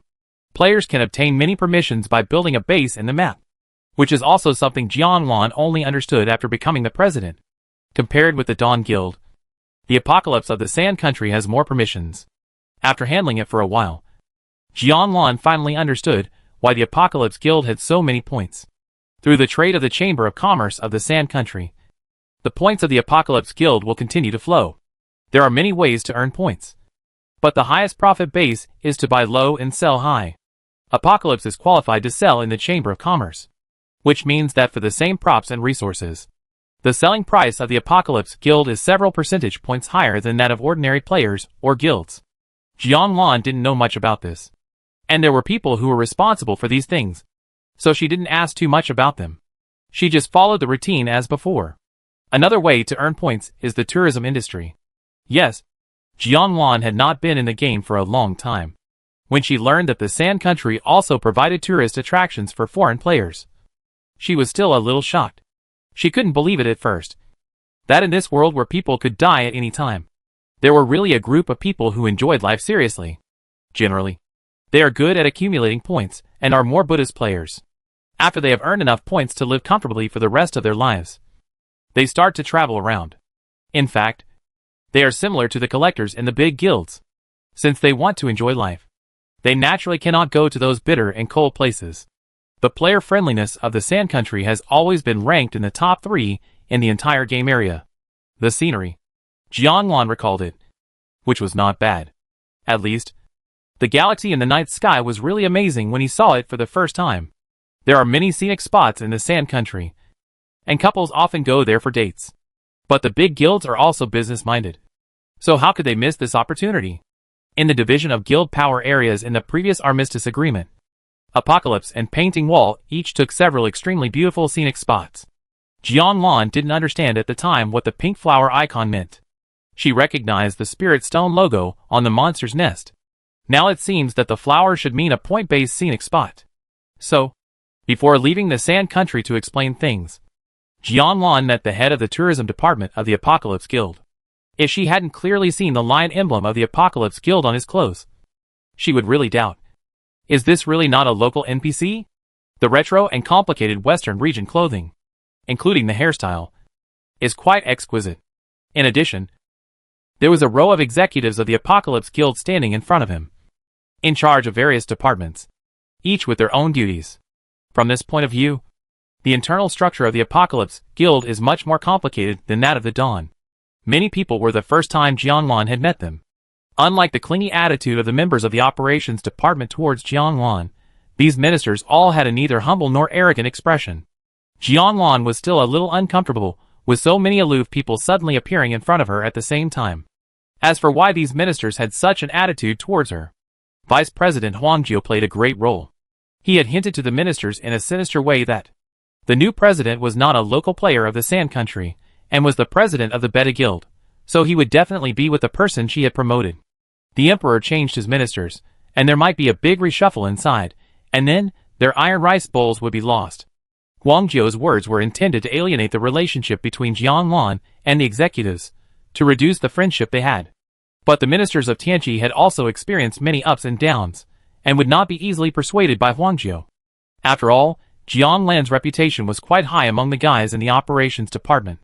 They did not oppose Jianlan, nor did they support him. In other words, these ministers were not very interested in who would be the president, they only cared about whether their positions were shaken.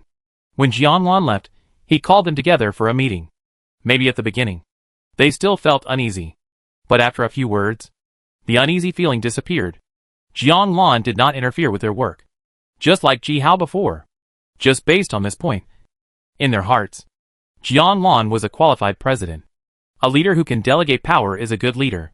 Several ministers, who were not so strong in their psychological tolerance, secretly breathed a sigh of relief. Everyone has been a worker, and the most annoying thing is that they are parachuted in, and they know nothing but have a big mouth and make decisions every day. At the first meeting, Jianlan won some favor from them. Everyone knew that the president was going to travel far away, but before leaving, Jianlan had to make some preparations.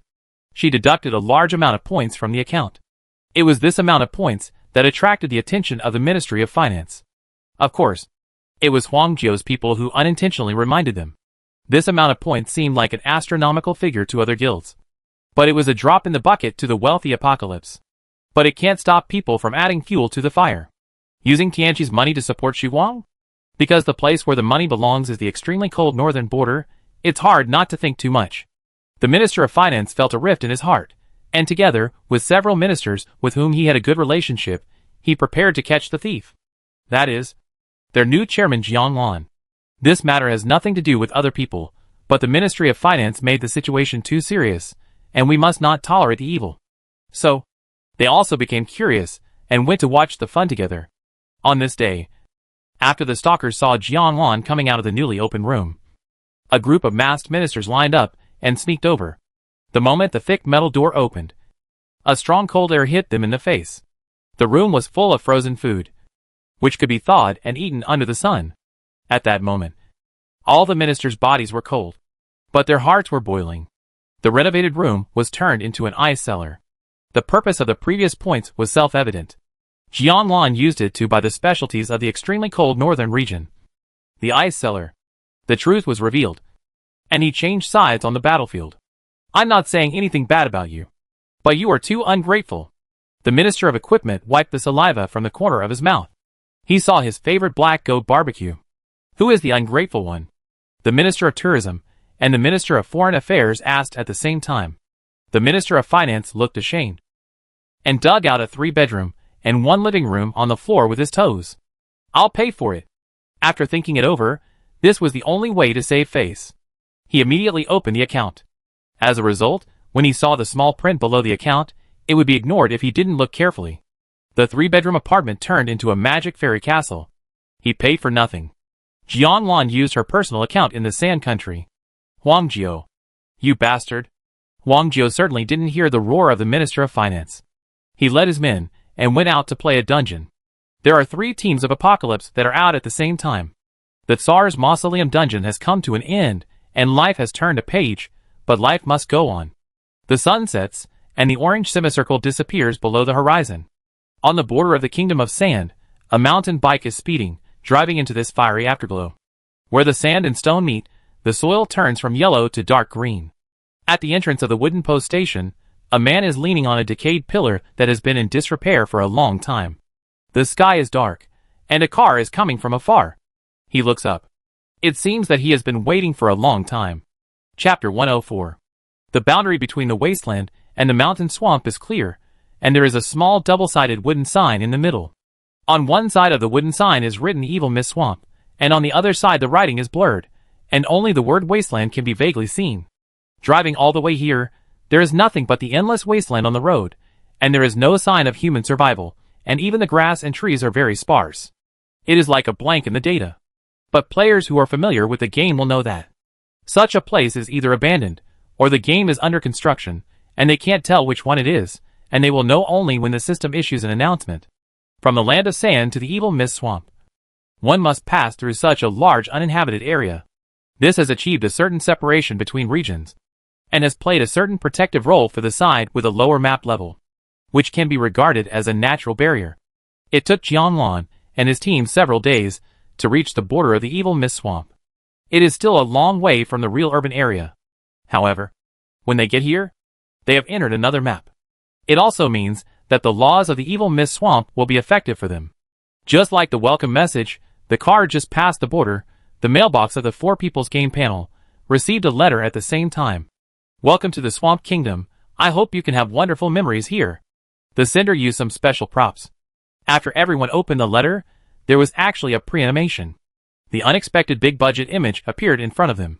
Dense forest swamps, alpine miasma, mysterious tribes, poisonous insects, snakes, ants, and mosquitoes as big as palms, unknown tentacles in the reed marshes, deep mud. The background music was gloomy and terrifying, and from time to time, it was accompanied by a man's sinister laughter. The whole video is shrouded in a weird atmosphere. The mountain bike is driving in the half-man high grass.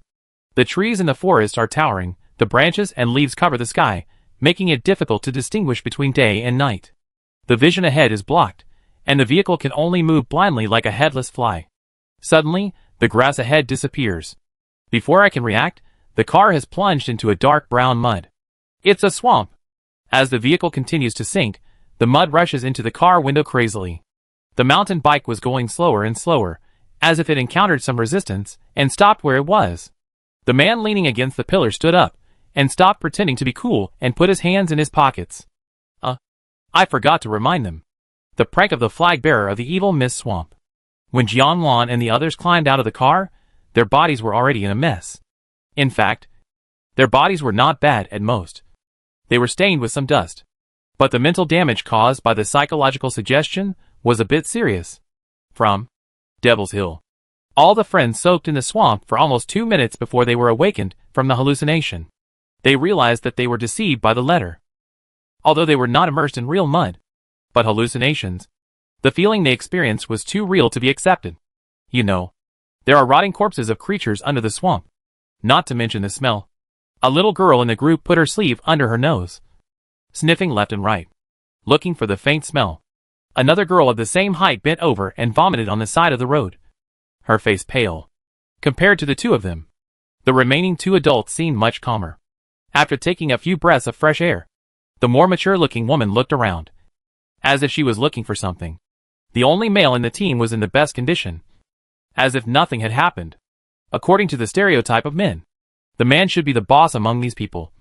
The guest who had contacted him before, Yang Huai, stepped forward and respectfully asked Xiao Lu, "Excuse me, is this Heilenbo?" Heilenbo is the boss's pseudonym. Xiao Lu was stunned for a moment, then turned to the direction of Jiang Lan's back and shouted, "Captain!" Jiang Lan was attracted by a bunch of orange wildflowers as soon as he got off the car. He turned his head when he heard Xiao Lu's call. Yang Huai fell into silence. Oops. I guessed wrong. The boss won't be angry. However, it's not his fault that he couldn't guess the boss's identity, because the communication was carried out through the training system, and the information of both parties was confidential. The name, information, and abilities are all unknown. One can only see the personnel's place of residence. Of course, this is a paid service. The boss of the training task that Yang Huai received is called Aquamarine on the system. The place of residence is a small map, Devil Hill. It is roughly located to the west of the Sand Country. There are fewer players.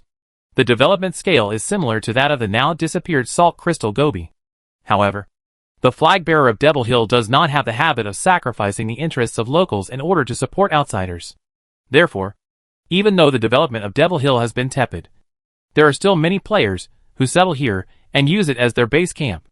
In addition, in recent years, the game content has been released slowly, and the surviving old players are familiar with the rhythm of the game and know how to improve the survival rate.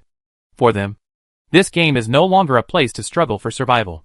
Therefore, many small maps have become popular, such as Devil Hill. It is a typical Buddhist retirement holy land, which is secluded and has a very slow pace of life. There are also many well-preserved ancient city buildings in the map, which can let people appreciate the style of the western regions. If you haven't traveled much in real life, choosing to visit Devil's Hill is a good choice. Of course, this is not the focus of Yang Huai's attention. He is not interested in those small maps that are not ranked. What impressed him so much about this Aquamarine from Devil's Hill is that the reward she gave for the task was too generous. Almost 5 times that of the task of the same difficulty. If you are in the training business, you can't find a second reason if it's not for money. Otherwise, if you have this time, you can just lie down and sleep leisurely in the base. Wouldn't it be nice? Without any hesitation, when the task announcement countdown became 00:00, Yang Huai resolutely pressed the order button. Congratulations, you have successfully received the order. You will be connected to the boss's chat dialog box below. Yang Huai patted his chest. Great, he got it. And then he looked at the number of people who grabbed the order at the same time as him. Haha, 103. A bunch of rubbish. 321 chat has been connected. Please use polite words. Wooden Ghost, hello boss. Aquamarine, hello Ghost. The communication is quite smooth. Aquamarine seems to be a boss who is easy to talk to, at least when we are online. The task requirements she posted are already written quite clearly on the order interface. Each item is clearly marked, and it is obvious that she is a qualified worker. Including the rigor of some words, Yang Huai felt that this person was quite rational.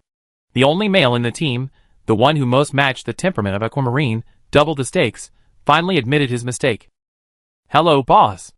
It's not too late to correct it now. Yang Huai nodded and greeted Jiang Lan, who came over with a bunch of flowers. Flowers refresh in time. After picking them, they will grow automatically after a period of time. There is no need to worry about damaging the ecology.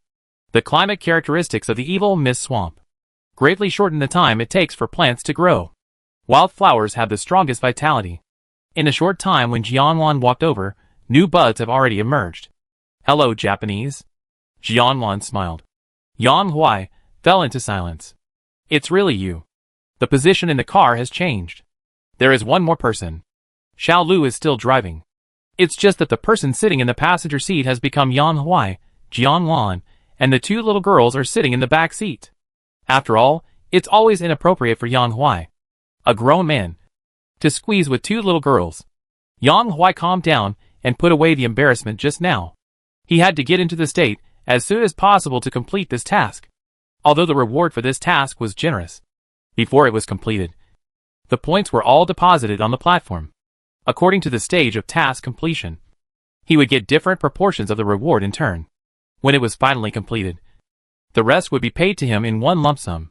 Of course, a deposit had to be paid to the training platform to accept the task, so as to prevent the trainer from accepting the task but not doing it, or perfunctorily doing it for the boss. Aquamarine posted the more common task of asking for help. There are many types of tasks, either upgrade experience, or special drops from dungeon bosses, or the achievement illustration unlocking and training that has become increasingly popular in recent years. The achievement illustration unlocking and training are usually posted by those bosses who have money and time. They have accumulated a certain amount of points in the game through various means, but they are not familiar with some maps, or even have never set foot on them, so their maps are all black. Each map has an achievement point atlas. After unlocking these atlases, the system will give some rewards, such as spirit stones, points, special props, pendants, etc. The more atlases you unlock, the more experienced the player is. Not to mention being awesome. You are definitely an old player who has a certain understanding of the game. This is also a way of showing off socially. As more people do this, the corresponding industry has emerged. The once most popular level training is not as popular as the current achievement training. The development of several fixed routes makes it easier for players from other areas to go to the new map to earn achievements. The more players there are, the more popular the map is, and the greater the economic effect it can bring to the map. Of course, it is not a simple primary map that can make people look for training. Intermediate maps, like the Sand Country, are the most popular. On the one hand, it can save the energy spent on exploration and realize one-stop service. You can hear the sound of achievement points lighting up while lying down. Secondly, having someone to guide you is more efficient. Without losses and detours, it might actually save money. When achievement training first emerged, the flag bearers of high-level maps were dismissive. Clown. When the economic points revenue and player vitality of the intermediate maps started to rise like a rocket, it was me? It's really good. It's late, but it's here. Don't miss this money. On a sunny afternoon, in the training system interface of the Evil Mist Swamp map, for fixed achievement point training routes were quietly added. It also considerately provides comic version boss and dungeon illustrations. Jianwan had seen it when she first entered the game, but the style of painting was very different. Even though the overall style of the game was unified, it also had the personal touch of the artist. The artist of the Evil Mist Swamp and the artist who drew the comics on the interface of the Arctic North Mall were obviously not the same person. Each of these 4 routes can light up 25% of the achievement map, adding up to 100%. The bounty price of the route evaluation was very different, which was determined according to the difficulty of completing the route. After all, in some copies, one person cannot open the internal mechanism at the same time. Unless he can split himself, it is impossible to let the boss do the work. Leading the boss requires the awareness of leading the boss. The boss only needs to lie down and rest in a safe place. Jianwan roughly looked at the 4 routes, and immediately chose one of them. There is no other reason. It is because of this route, when passing through the heart of the Evil Fog Swamp, you will pass by a mushroom forest. The name of this steel mushroom building that is as tall as a tree, eerie and creepy, and emits a faint light, is called Guild Night Moon. Chapter 105. Half a month ago. The most hidden room in the mushroom bush.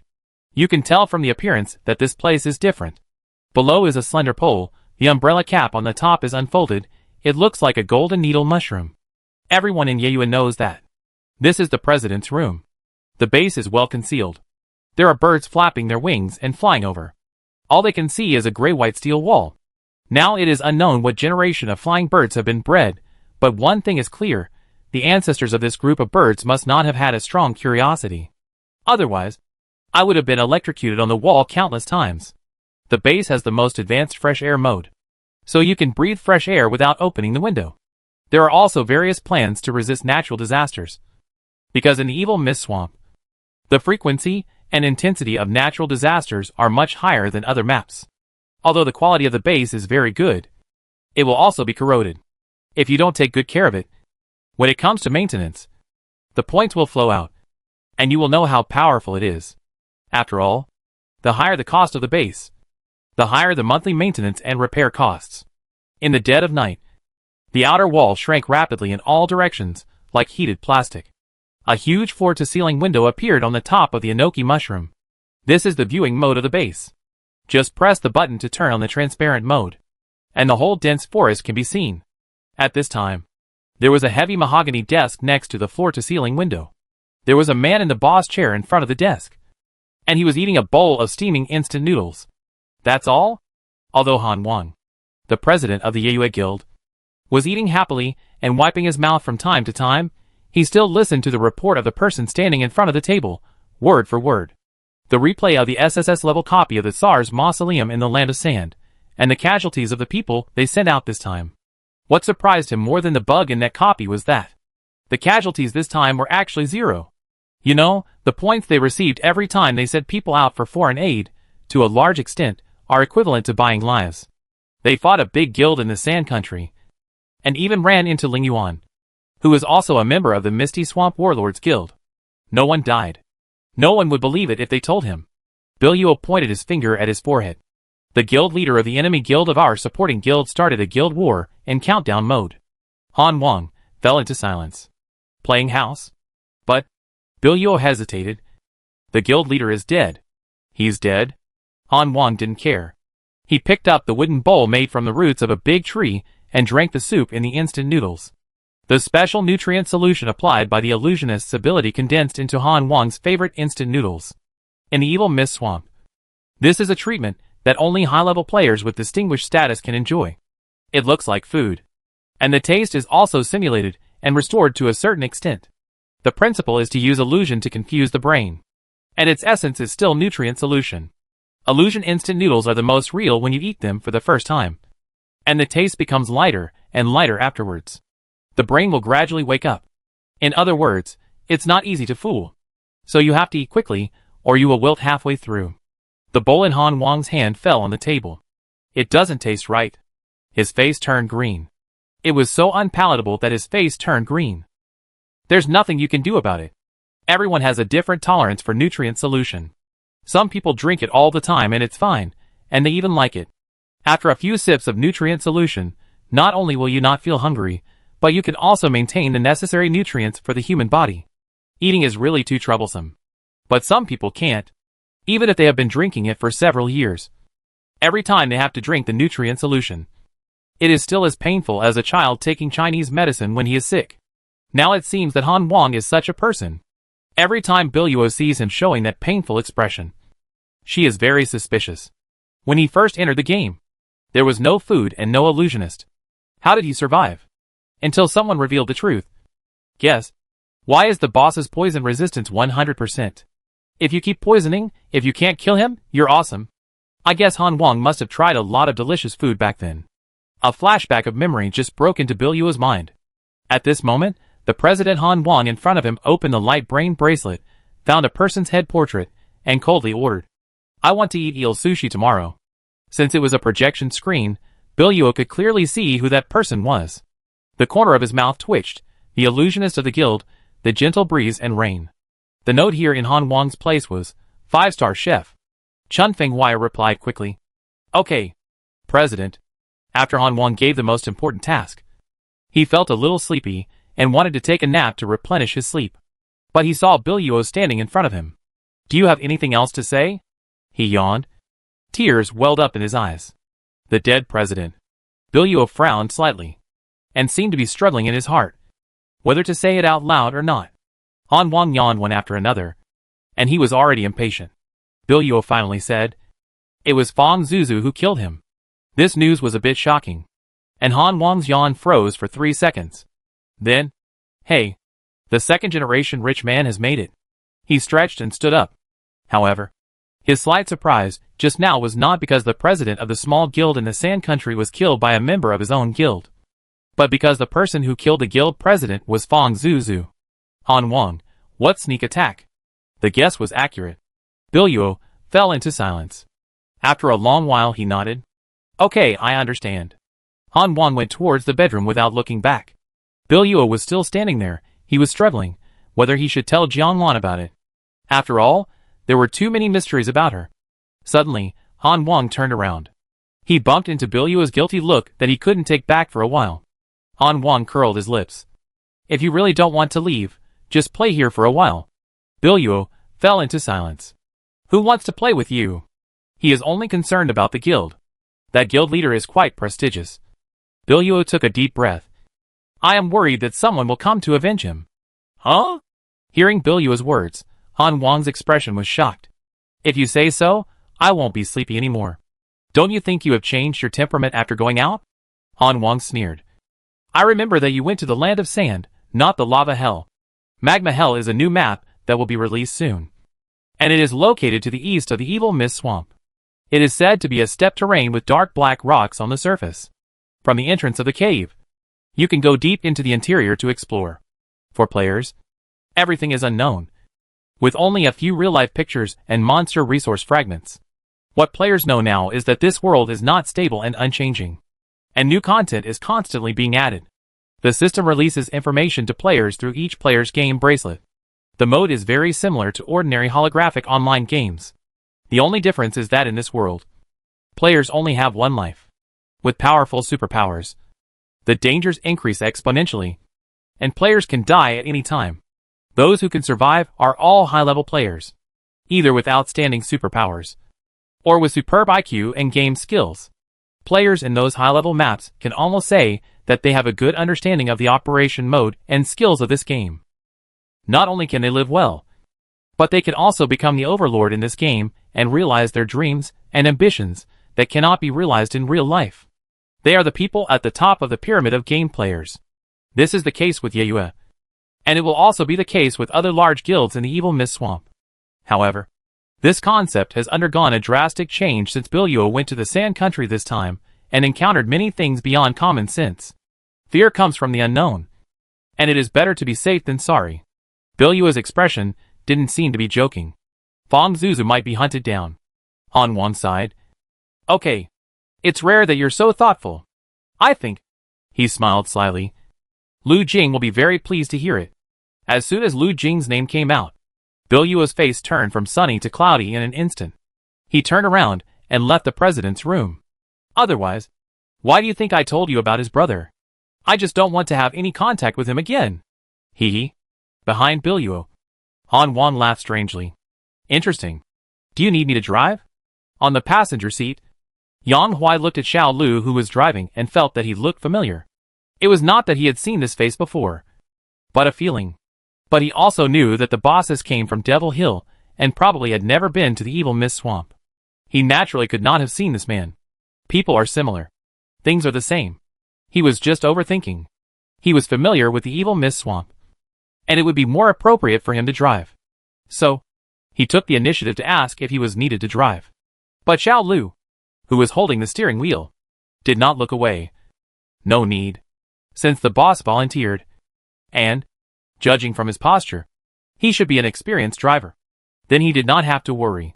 His fingers slid quickly on the black market interface. The mall is where the game system sells things to players, and the black market is where players trade with each other. In the past, there were only offline trading locations. Recently, a new black market NPC has been added. The NPC has connected the black market to the player's game system. However, this port is not open to all players. Only regular customers recognized by the black market can have membership and open the black market interface online. Other ordinary players cannot do it. Coincidentally, Yang Huai is such a player with a black market membership.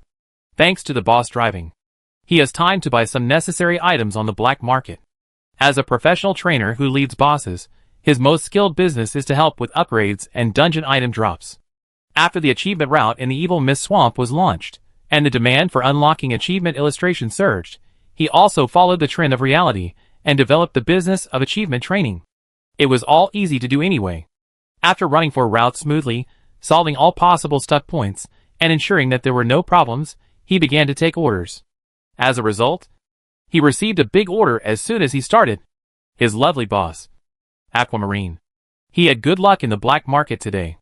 Some of the quick pass props he wanted were available. He bought most of them, and was in a good mood. Once people are in a good mood, they will start to talk. Boss, you guys want to come here to play, right? Yang Huai said. Although the Evil Mist Swamp is an extremely dangerous map, with frequent natural disasters and changes in plants and animals, the scenery is really amazing. The landform resources are rich, not only with towering mountains, but also with large tracts of virgin forests. There are also many rare animals in the swamps and wetlands, the kind that can only be seen in the nature reserves in the science and education films on Blue Star. When the weather is good, the sunset glow in the sky is magnificent, as if a color plate has been overturned. The sky and the red maple forest are reflected in the lake, making it difficult to tell which is the sky and which is the earth. When the dungeon passes through these beautiful places, the attentive trainers will take the bosses to see the scenery. Some bosses are more knowledgeable and can even get cameras, which is really no different from traveling. Lon Haibao is so generous, and they are all very quiet along the way, except for the time when the 2 little girls just got off the bus. They cursed the damn flag bearer of the Evil Mist Swamp, and there was no trouble. They often cursed in private, but it was okay. The bosses accepted the itinerary he gave them, whether as a trainer or a tour guide. It is super worry-free to meet such tourists. People are mutual. If the boss treats him well, he will also treat the boss well. He is going to ask the bosses if they want to see the most beautiful scenery in Shenmue Forest, Ainshua Lake. It's free anyway. The guilds in the Evil Mist Swamp are not as business-minded as those in the Sand Country. And most importantly, they focus on PvP fighting and competing for the resources that will win the guild. So, no guild will divide the territory into regions and send people to the scenic area to collect fees. Yang Huai was completely well-intentioned, but he finished his words. The car fell into a strange silence. His smile gradually froze on his face, extremely embarrassed. Yen Lulu and Ji Qingqing sat on either side of Jiang Lan. They looked at each other, not knowing how to react. Silence is normal, because they are here to kill people. Jiang Lan smiled. No need. Just follow the original plan. Jiang Lan's words relieved Yang Huai's embarrassment. Yang Huai blushed. Okay. It seems that I should not act on my own in the future. Xiao Lu followed the instructions of the navigation, and soon drove to the Shenmue Forest area. This is the outermost forest of the Evil Mist Swamp. It is already dark. Since the player's daily routines in the game are only restricted by the sleep value, therefore, players can move freely during the day or at night, as long as their sleep value is full. This is usually especially true for players who have tasks to do, or bosses to fight, all for efficiency. After confirming that everyone's sleep value is green, the achievement group is ready to set off. After entering the dungeon, the weather conditions and time in the dungeon are only affected by the dungeon background, and have nothing to do with the real world in the game. After arriving at the location, everyone got off the car. The team was formed, with a total of 5 people. Jiang Lan handed the team leader to Yang Huai, who opened the dungeon and issued a system command to enter the Demon Ape Cave. In the blink of an eye, everyone was teleported into the dungeon. This is an S-level dungeon.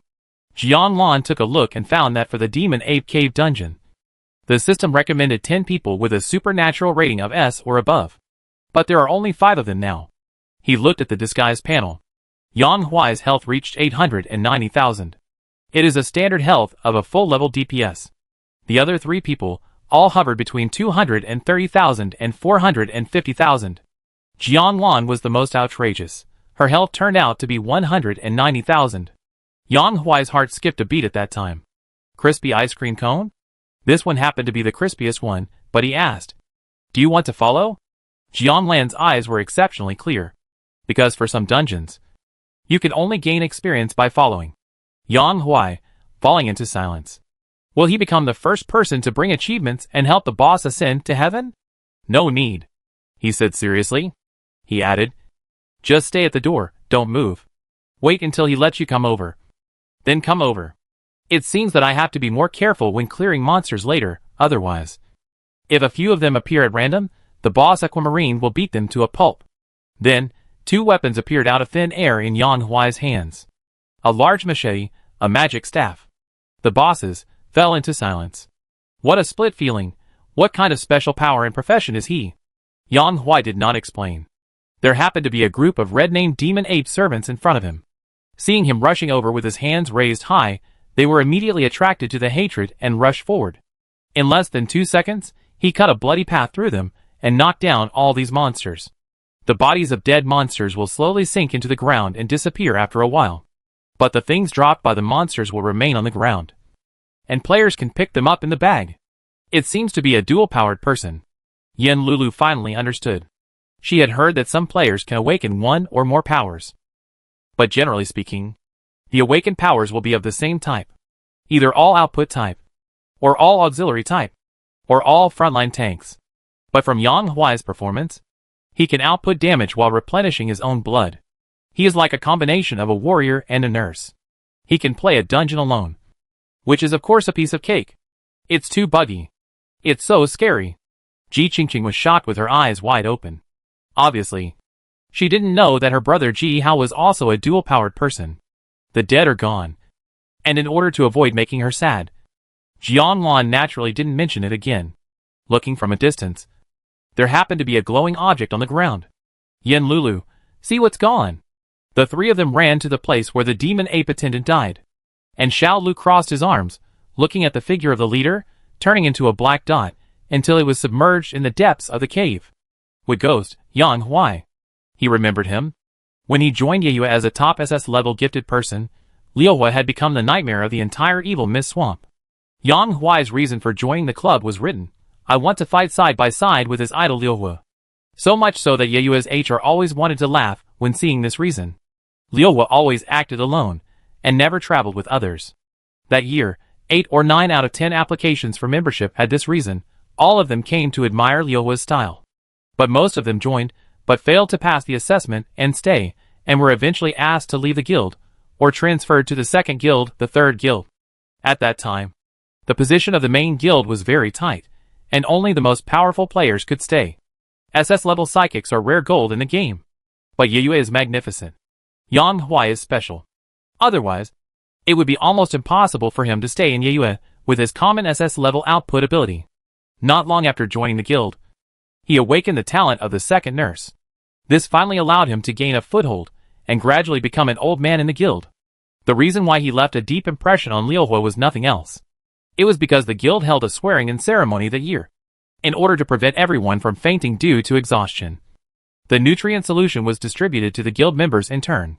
Usually, the newcomers who passed the assessment would do this, which would allow the newcomers to get familiar with other members of the guild and also help to dampen their spirits. After all, they would be more or less proud to be able to join Yeyue. What Yang Huai handed to him was exactly Liuhua's favorite flavor. If it was distributed in order, Liuhua would not have received pine needles. And he should have received Matsutake like the people around him. In fact, in the cart, there was only that bottle of pine needle-flavored nutrient solution. Liuhua was stunned for a moment, and took it.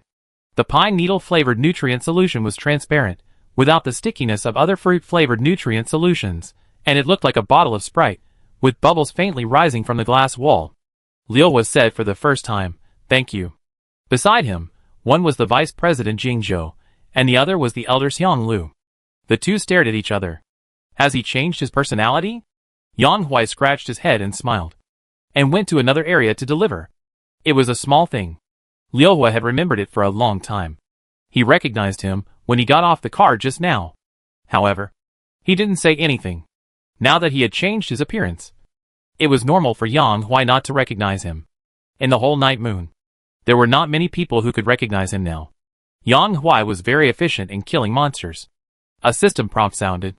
You have cleared the Demon Ape Cave. Monster Encyclopedia unlocked. Demon Ape Servant. Demon Ape Elite.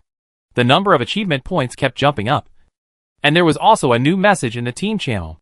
With Ghost, bosses, you can come over now. Aquamarine, got it. The group picked up things as they walked. Soon, Jianlan's package had several new materials. Ragged animal skins, mad animal blood, and broken animal teeth. All of them were related to the demon ape. It looked a bit disgusting, But in line with the principle that everything can be cooked, Jianglan still put them into his own supernatural warehouse. After leveling up in the Arctic North and the Kingdom of Sand, Jianglan's cooking system was successfully upgraded to level 50. It was much faster than her character level. The Demon Ape dungeon that she just cleared only brought her 3/4 of experience growth. It is estimated that she will reach level 26 in the next dungeon. The cooking system is now very complete. Not only are there a variety of cooking utensils, but even the virtual kitchen has been expanded 3 times. And it is more like a 5-star hotel kitchen. However, what surprised her most was the birth of the food compression room. But Jianglan prefers to call it the alchemy room. Sometimes, it is not convenient to eat. So you can use the big compression furnace to make food in the form of sugar pills. The taste and efficacy of the food will not change. The only difference is the appearance and the taste. Jianglan tried it several times.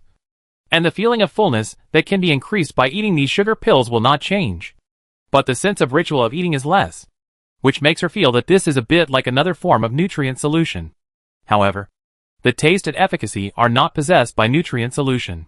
When there is no time to eat, compressed sugar pills are the best choice. Originally prepared to save time. Now, it seems to have a new application scenario. The 2 little lowly bosses turn their backs and quietly stuff something into their mouths.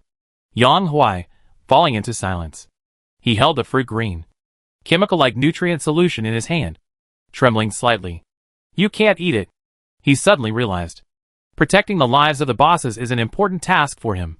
In the past, there were cases of people being poisoned by eating food in the world by mistake, because some fruits looked really delicious. But this basically only happened to players who had just entered the game. They shouldn't make such a low-level mistake. Eating it wouldn't necessarily kill them, but it would definitely be harmful to their health. After all, not everyone is their guild leader, who is immune to all poisons. When Yang Huai tried to stop him, it was too late, and the fruit had already been eaten. Yen Lulu even burped. Yang Huai's face turned green. The 2 adults were standing closer. Why didn't they stop them? He glanced at them from the corner of his eye. Right under his nose, Jianglan ate another one, and Xiaolu also ate one. Oh my goodness, everyone is poisoned. Yang Huai hurriedly checked the status bar. At this time, everyone realized that their behavior of eating alone might have caused dissatisfaction among the brothers who were training with them, because his face changed. Ji Qingqing still had quite a few in her hand. She spread her hands. Do you want one too? Yang Huai fell into silence. Real or fake? Go to hell together? Under the hopeful eyes of others who encouraged them to try, Yang Huai trembled and took the white sugar ball in his hand. Why? It looks a bit like a mothball. Eat it. Eat it. It's okay. The devilish sound pierced his ears. Lingering. Let's die. He closed his eyes and put it in his mouth. In less than 2 seconds, his eyes opened again. Tang Yuan? He was shocked beyond words. Jiangwan, who seemed to have seen through all this, smiled and nodded. Yes. As you can see, I am an illusionist. Oh, that's no wonder. Yang Huai's doubts were swept away. No wonder these bosses are so rich. Illusionists are very popular. Jianglan said this because she had learned about the characteristics of the evil Mist Swamp before. The higher the level of the map, the more top talents it can attract. Illusionists can attack and assist, which is a very powerful supernatural profession. But since the illusionist who was a chef before entering the game suddenly had an idea, the collective fate of illusionists started to turn. Life is not easy, multi-talented. The emergence of new gameplay and functions directly led to a surge in the success rate of this group's joining. Because in the interview before joining, the HR of major guilds will not ask about their specific supernatural information. The first question is, how many dishes can you cook? At the beginning, there were still some illusionists who were loyal to their original aspirations who were dissatisfied, and they made tearful complaints against the big guild HR's behavior of putting the cart before the horse. Later, everyone faced a cold winter of employment, and there were more and more people with strong superpowers, which was their unique plus point, so this group accepted it all. Even, they would be seconded out to participate in the guild union. The guild union is a rare annual truce period. It is held by the flag bearer, usually during the Chinese New Year. The invited guilds, no matter how much hatred there is before, even if the guild leader was killed by the enemy the day before, have to be polite at this meeting. Even if it is just superficial. When the meeting is over, it will be the same as before. The face of the flag bearer must be given. Of course, everyone who participates in this meeting must bring their own chef illusionist. Anyone who can't come up with one or two will definitely be laughed at. Therefore, illusionists became a popular profession in the evil Mist Swamp. Although there are many illusionists in other maps, they are not that important because the flag bearers do not have the special hobby of the flag bearer of the evil Mist Swamp. Boss Aquamarine is actually an illusionist. Yang Huai was completely surprised. He almost blurted out, "Whether you are interested in coming to Yeyue." After all, the food transformed by illusionists is very expensive, and he can't eat it often. But judging from the taste of the candy ball that the little loli gave him just now, it was too real. Then, Boss Aquamarine's illusion is far superior to any illusionist in their guild. If he introduces her, she will definitely join.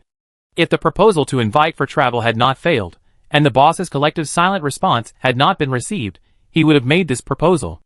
Unfortunately, the first time in his life, he was extroverted, and he was introverted for the rest of his life. Now, he is introverted. So before the task is completed, he will not mention it. Yang Huai pursed his lips, and had a plan in mind. Suddenly, a small hand appeared in front of him. "Do you want more?" Looking at the delicious food at his fingertips, Yang Huai almost burst into tears. It simply moved the world. The owner of Aquamarine is so nice. He ate with relish, as if he had never eaten in his 8 lifetimes. Jianlan sighed silently. These high-level players, their lives are not that good. After a short rest, Yang Huai felt full of strength and motivation. He strongly requested that he drive the car, and the bosses should lie down the whole time and be comfortable. Xiaolu looked at him strangely. Why did he seem a little excited? But since he was so persistent, there was no need for him to insist. So, under Yang Huai's accelerator, everyone came to the door of the next secret realm at a flying speed. The entrance to the secret realm was a big banyan tree. The tree hole was hollowed out and covered with a layer of light green waterfall ripples. As long as you passed through this layer of water curtain, you could enter the dungeon. Yang Huai suddenly seemed to remember something, and opened his backpack to look for something. The dungeon was red, and the moment the player landed, there were poisonous thorns. If you are touched by the poisonous thorns, you will lose blood. For someone like him, it is naturally nothing. But the boss's health bars are too thin, and he can't let the bosses get hurt. Fortunately, he was prepared. A lotus leaf hat. After putting it on, he will not be hurt. He was searching. Suddenly, there was a shouting and cursing in the distance. What bad luck. Why are there so many rookies here recently? Isn't it because the group of people who are leading the training wrote a letter to the flag bearer? They treat this place as their backyard. The people who spoke sounded like local players in the evil Mist Swamp. They have been here for a long time. They have joined the guild and have a sense of belonging. It is inevitable that they will be xenophobic. In addition, many boss groups who are leading the training have come recently, which has restricted their fighting in many ways. Because, where the boss is, a small safety zone will be marked out to avoid accidental injuries. This caused many militants to complain. In the final analysis, this matter is not good for them, so they hate and curse. It's so annoying, I get angry when I see them. Can Saibi go back to the north? Hearing the north appear in these people's mouths, Jianlan and Yin Lulu, falling into silence. Someone was cued. Haha, Sand Country is also okay. Ji Qingqing fell into silence. Sand Country is okay. It can't be considered a novice map. Someone corrected him. TSK, even if it's not a novice map, it's still a lousy place, and the players are very weak. Seeing someone speak for Sand Country, a smug voice interrupted. When this voice appeared, Jianlan's blood flowed back to her heart, and her fingertips were cold. That was a sound she would never forget in her life. A pistol slipped out of her sleeve, and was hidden in her palm. Xiaolu noticed it keenly. He knew that Jianlan would not miss the second time. The bullet was fired, and that person would die. And the voice in the distance had no idea how dangerous his current situation was. He continued his nonsense, indulging his arrogance. Surrounded by a group of people, Fang Zuzu shook his head. Do you know? The president of the largest guild in the Sand Country died in my hands. Chapter 106. Yeyue and his group were arguing loudly. Jianlan and the others heard it. And Yang Huai heard it too. He was a little nervous, but fortunately, the lotus leaf hat was found in time. He distributed the props to the team members, and then immediately clicked the button to enter the dungeon. When he entered the dungeon, he breathed a sigh of relief. But when he turned around, he saw only two little girls wearing lotus leaf hats. He was completely confused. When he checked the team column again, there was no trace of the two adults. Yang Huai was confused. No way. It was stuck? This had never happened before. There was only one reason. The yellow words in the system team column showed that the two of them had left the team. Ji Hao was killed by me. Fang Zuzu had repeated it countless times. Since the first day, he returned to Yeyue. Almost everyone in the guild knew it. But whenever he encountered something related to the Kingdom of Sand, he would bring it up again, never getting tired of it, and making others feel annoyed. But who made him Lu Jing's younger brother? In Yeyue, he was equivalent to a second-generation rich man. Even if everyone had complaints, they still pretended to be kind on the surface, all to give face to his brother. You are so awesome. He is the president of the largest guild in the Sand Country. Brother Fang is really farsighted. He solved a big problem for Yeyue in advance. There is no shortage of lackeys everywhere. Two people in the team began to flatter Fang Zuzu. They flattered him, and made him feel very useful. Fang Zuzu's heart was filled with pride again. After a few years, he finally did not rely on others, and did something worth showing off. Of course, he did not reveal the true situation in front of other people in Yeyue Guild, but carefully prepared another version. Those present knew what kind of person he was, and no one was idle enough to offend him. So they just pretended not to hear. At this moment, Yeyue's group went out to play the dungeon, specifically to help Fang Zuzu level up. A luxurious 10-man team, all SS level, with only Fang Zuzu at B level. Even if they were sent directly to play SS level dungeons, they could pass them in a very short time. This was Bilyuo's exclusive logging team. He was originally going to take them with him to Penglai, but they were intercepted on the way, and Lu Jing kept them. Bilyuo was naturally unhappy. But then he thought, Lu Jing didn't let him take Fang Zuzu with him this time. So he was thankful. Fang Zuzu was almost approaching the game's level limit. But the data panel was still a mess. The reason why this group of people brought Fang Zuzu out was to raise Fang Zuzu's rating to a level as soon as possible. The higher level can make up for the ability rating. Because, if he doesn't get to a level quickly, he probably won't be able to catch up with the new map. Lava Hell. The new map is based on the player's ability rating, and only players with an A level or above are eligible to enter. Lu Jing is so worried about his brother that everyone in Yeyue knows it. Usually, whenever there is a good ability-enhancing medicine, he will leave a portion for Fang Zuzu. But because he is too poor in talent and cannot be supplemented, most of them are wasted. The innate ability of the player at birth determines the upper limit. Fang Zuzu's health has always been set at 40W and cannot be raised. His defense is the value of a normal auxiliary. But even if his profession is not an auxiliary, but a front row, he cannot withstand Jianglan's fatal blow. In the dense forest, the sunlight was cut into several pieces by the lines of the trees. Like a solidified veil, a raisin flew at a constant speed in the air, heading straight for the back of a head in the crowd. Unlike the stun bullet that Jianglan fired at the player the first time, this bullet carries the murderous intent of revenge. The goal is to kill the person being targeted. As long as this bullet hits him, he will definitely die. The white bow is a top-level weapon that has never been seen in the game, and not many people have seen it. But in high-level maps like the Evil Mist Swamp, there are still many people who have seen the world. When they reacted, Elder Lu Jing's beloved brother was attacked by a sneak attack. It was too late. With a muffled sound of puff, Jianglan's bullet shot into the back of Fang Zuzu's head. Like a cigarette burning black paper, a black hole was rolled out. The bullet shot through his head. Jianglan slowly lowered her raised arm, her arm trembling slightly with excitement. Her heart was beating wildly. Success. Some people supported Fang Zuzu, who was about to fall, while others immediately locked onto Jianglan's position. The supernatural weapons appeared in the hands of those people, emitting a faint cold light in the dimness. She was surrounded. Yeyue Combat Conference Room. Combat conference rooms are standard equipment for every large guild base, and the level of the guild base determines the permissions that can be unlocked in the conference room. The Yeyue Conference Room has a suspended transparent light screen projection screen. On it is a large map of the entire Evil Mist Swamp, and different colored markers are used on the map to mark the sphere of influence of the area. Although the entire Evil Mist Swamp is in the midst of a guild melee, it is divided into three forces as a whole. The most powerful of these are the two large guild player forces headed by Yeyue and Ming Xianren. Ming Xianren is currently ranked second on the guild rankings, and he surpassed Yue to reach this position not long ago. However, its fate is probably the same as many short-lived new guilds. It just rushed up with a strong momentum at the beginning. After several waves of player guild wars, there was not much left. In the guild rankings of the Evil Mist Swamp, the first and second are changing, but the third is the Ironclad Yue.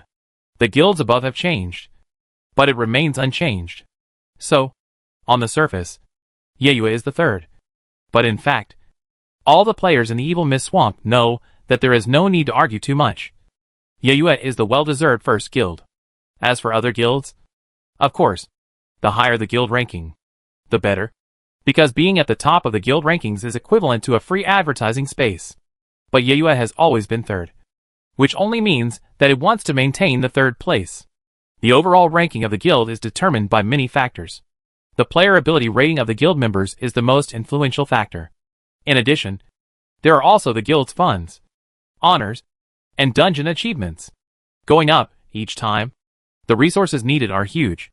If it doesn't work vertically, then go horizontally. Almost every big guild has small guilds under it. There are usually about 5 or 6, but there can be hundreds of them. So, it may seem that there are only 200 or 300 people in the main guild, but if all the people are added together, it can even be considered a small town. This is why individual players should not easily provoke big guilds, because they will never know that if they provoke one, they can shake out several carts of bread behind them. Yue can be said to be the pioneer of this form. In the early days, they used this form to develop rapidly in the Evil Mist Swamp, and penetrated every corner of this map. Like a spore army of mushrooms, they took root and exploded after the rain. When someone finally noticed this guild, it had become a force in the Evil Mist Swamp that could not be ignored. However, after so many years, everyone has seen through their tricks. On the one hand, they pretended that the guild was mediocre, while on the other hand, they pretended to be a pig and ate the tiger. The first SS-level dungeon of the Evil Mist Swamp was cleared by Yue. They also recruited many members with special abilities, many of whom were poached from other guilds by HR, and achieved remarkable results.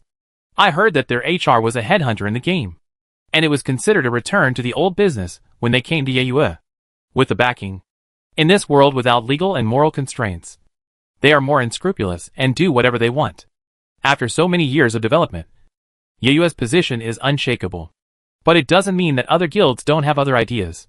Compared with the guilds in previous years, Mengxianren is already the most promising guild in recent years. In other words, it is the guild with the most potential to bring down Yue. Moreover, Yue's spies have also heard the news. Mengxianren has been secretly trying to win over many guilds on the rankings in recent days. He has no interest in the SSS-level dungeon of the Sand Country that was previously spread in the Evil Mist Swamp. This means that they must have something more important to do. And this matter is most likely a series of plans against Yue. At this internal executive meeting of Yue, how to deal with Mengxianren is also under discussion.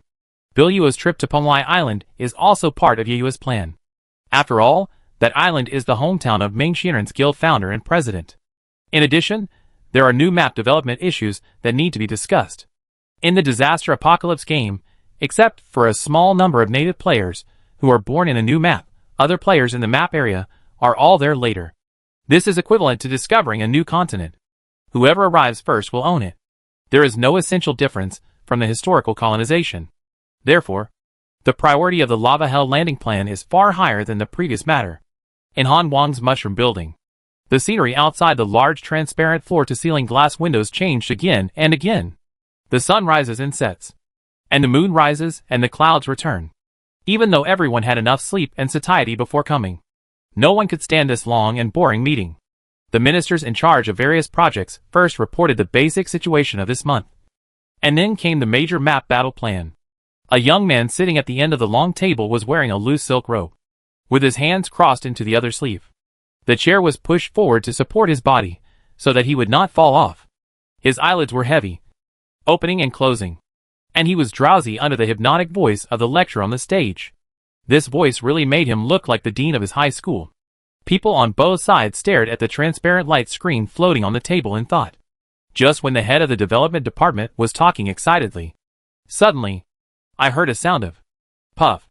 A large mouthful of blood sprayed on the transparent light curtain, and the blood was stained red, dyeing the territory of Yue. Everyone present was stunned, looking at the direction of the blood. The boy fell on the table, no sound. Seeing this scene, others couldn't help but hold their breath. But Han Wang, the president of Yue, who was familiar with the tricks of people spitting blood, knitted his brows and spoke in an unhappy tone. What is he crazy about again? I'm afraid it's a prank by the lantern ghost. Can you make such a joke? Get up, don't sleep. The attendee sitting on the left patted the lantern ghost on the shoulder. The person on the right had a more sensitive hearing, and the frightening sound just now reached his ears. After he verified his thoughts, his face was full of fear. President. His lips turned pale. The lantern ghost's blood-locking amulet. It exploded. Chapter 107. The meeting was forced to pause. It was quite strange that the light ghost's blood-locking amulet exploded.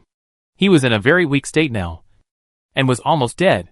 Looking at the light ghost with his eyes closed, Han Wang felt bad. The light ghost was usually annoying, but now seeing him dying, he felt quite pitiful.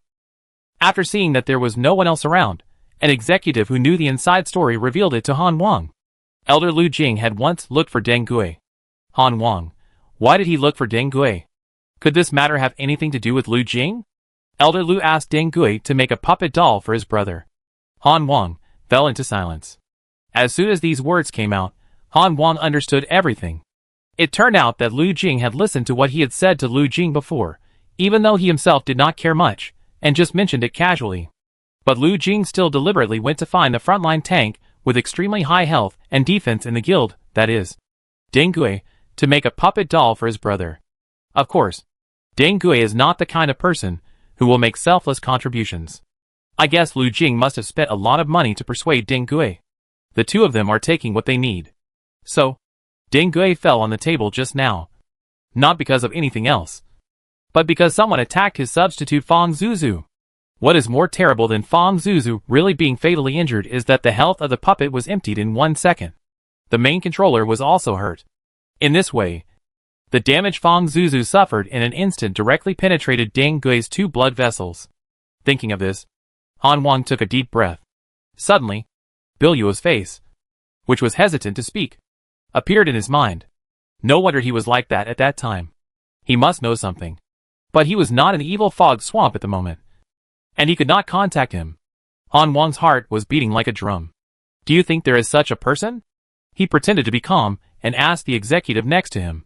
He wanted to get comfort from the executive, not to listen to him continue talking along with his words. They had not seen many people like this in the game for so many years. But there was one person. They used to see him every now and then. The executive was cautious. Liuhua. Liuhua could do it. In the Shenmue Forest, the elite team of the Night Moon Guild was divided into 2 parts, one of which took the frightened Fang Zuzu away. The bullet just now did hit him, but because of the existence of the Lantern Ghost puppet, the damage he received was all transferred to the puppet doll of the Lantern Ghost.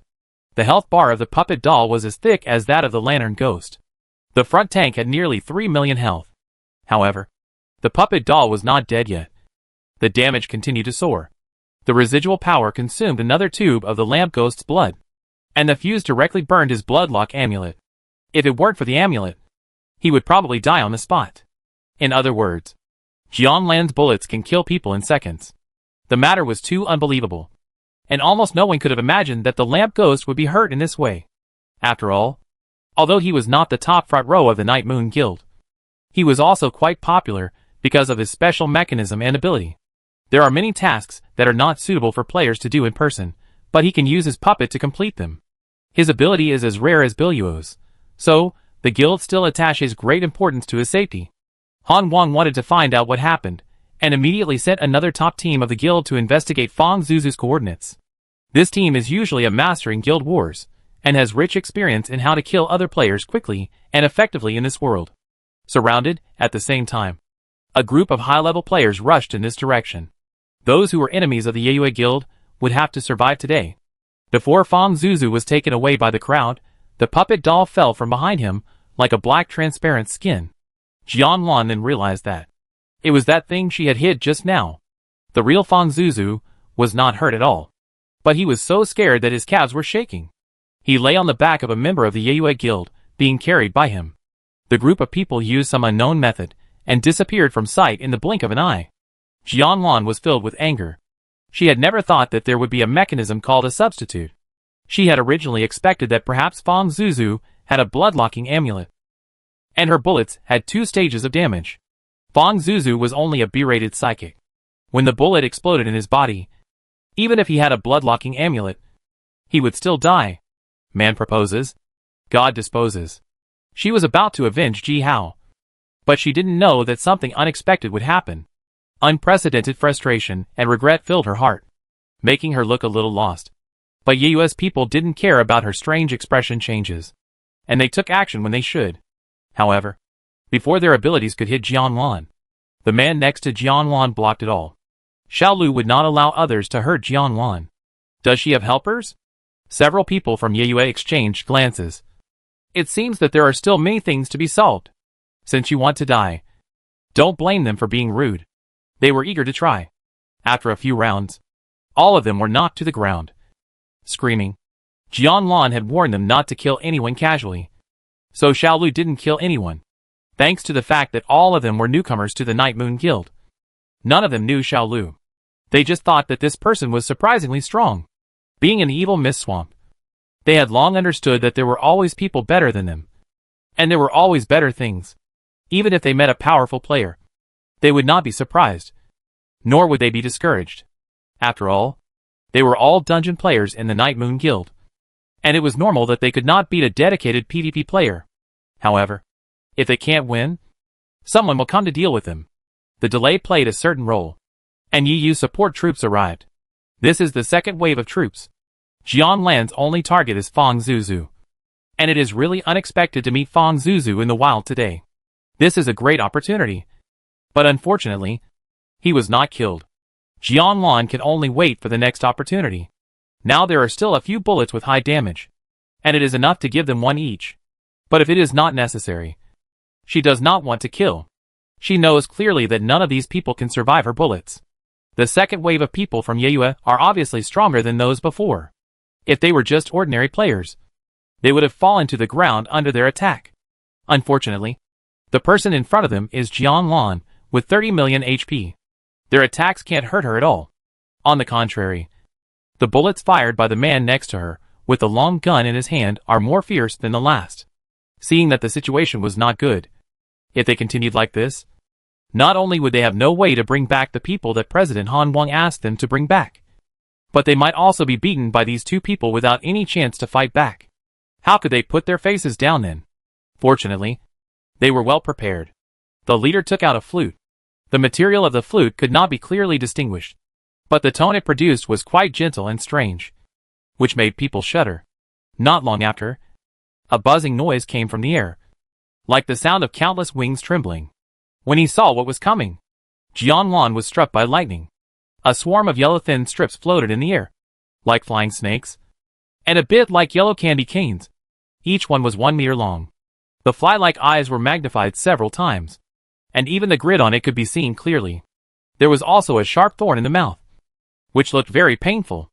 I was afraid of all kinds of insects in the Blue Star before, and there were no large reptiles in the north and the Sand Country. It turns out that all the bugs in this world are gathered in the evil fog swamp. Jianlan had been vaccinated before coming here, but when she actually saw it, she was still shocked. Her lips turned pale, and she almost couldn't stand. Fortunately, Xiaolu beside her supported her.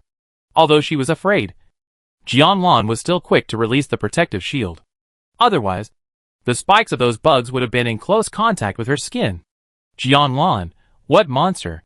Xiaolu, dragonfly. Dragonflies are not as poisonous as spiders and scorpions, but when they bite people, they will inject acidic substances. Specifically, the dragonfly's bite will make the skin red and swollen, and it will be extremely itchy, so people can't help scratching. The more they scratch, the redder it gets, until the skin all over their body ulcers. At the same time, people bitten by dragonflies will also be accompanied by a weak buff, which will be reduced to 30% of the usual level in battle. Of course, when dragonflies attack players, the players will also lose blood, but the negative effects of losing blood are so insignificant compared to the pain it inflicts.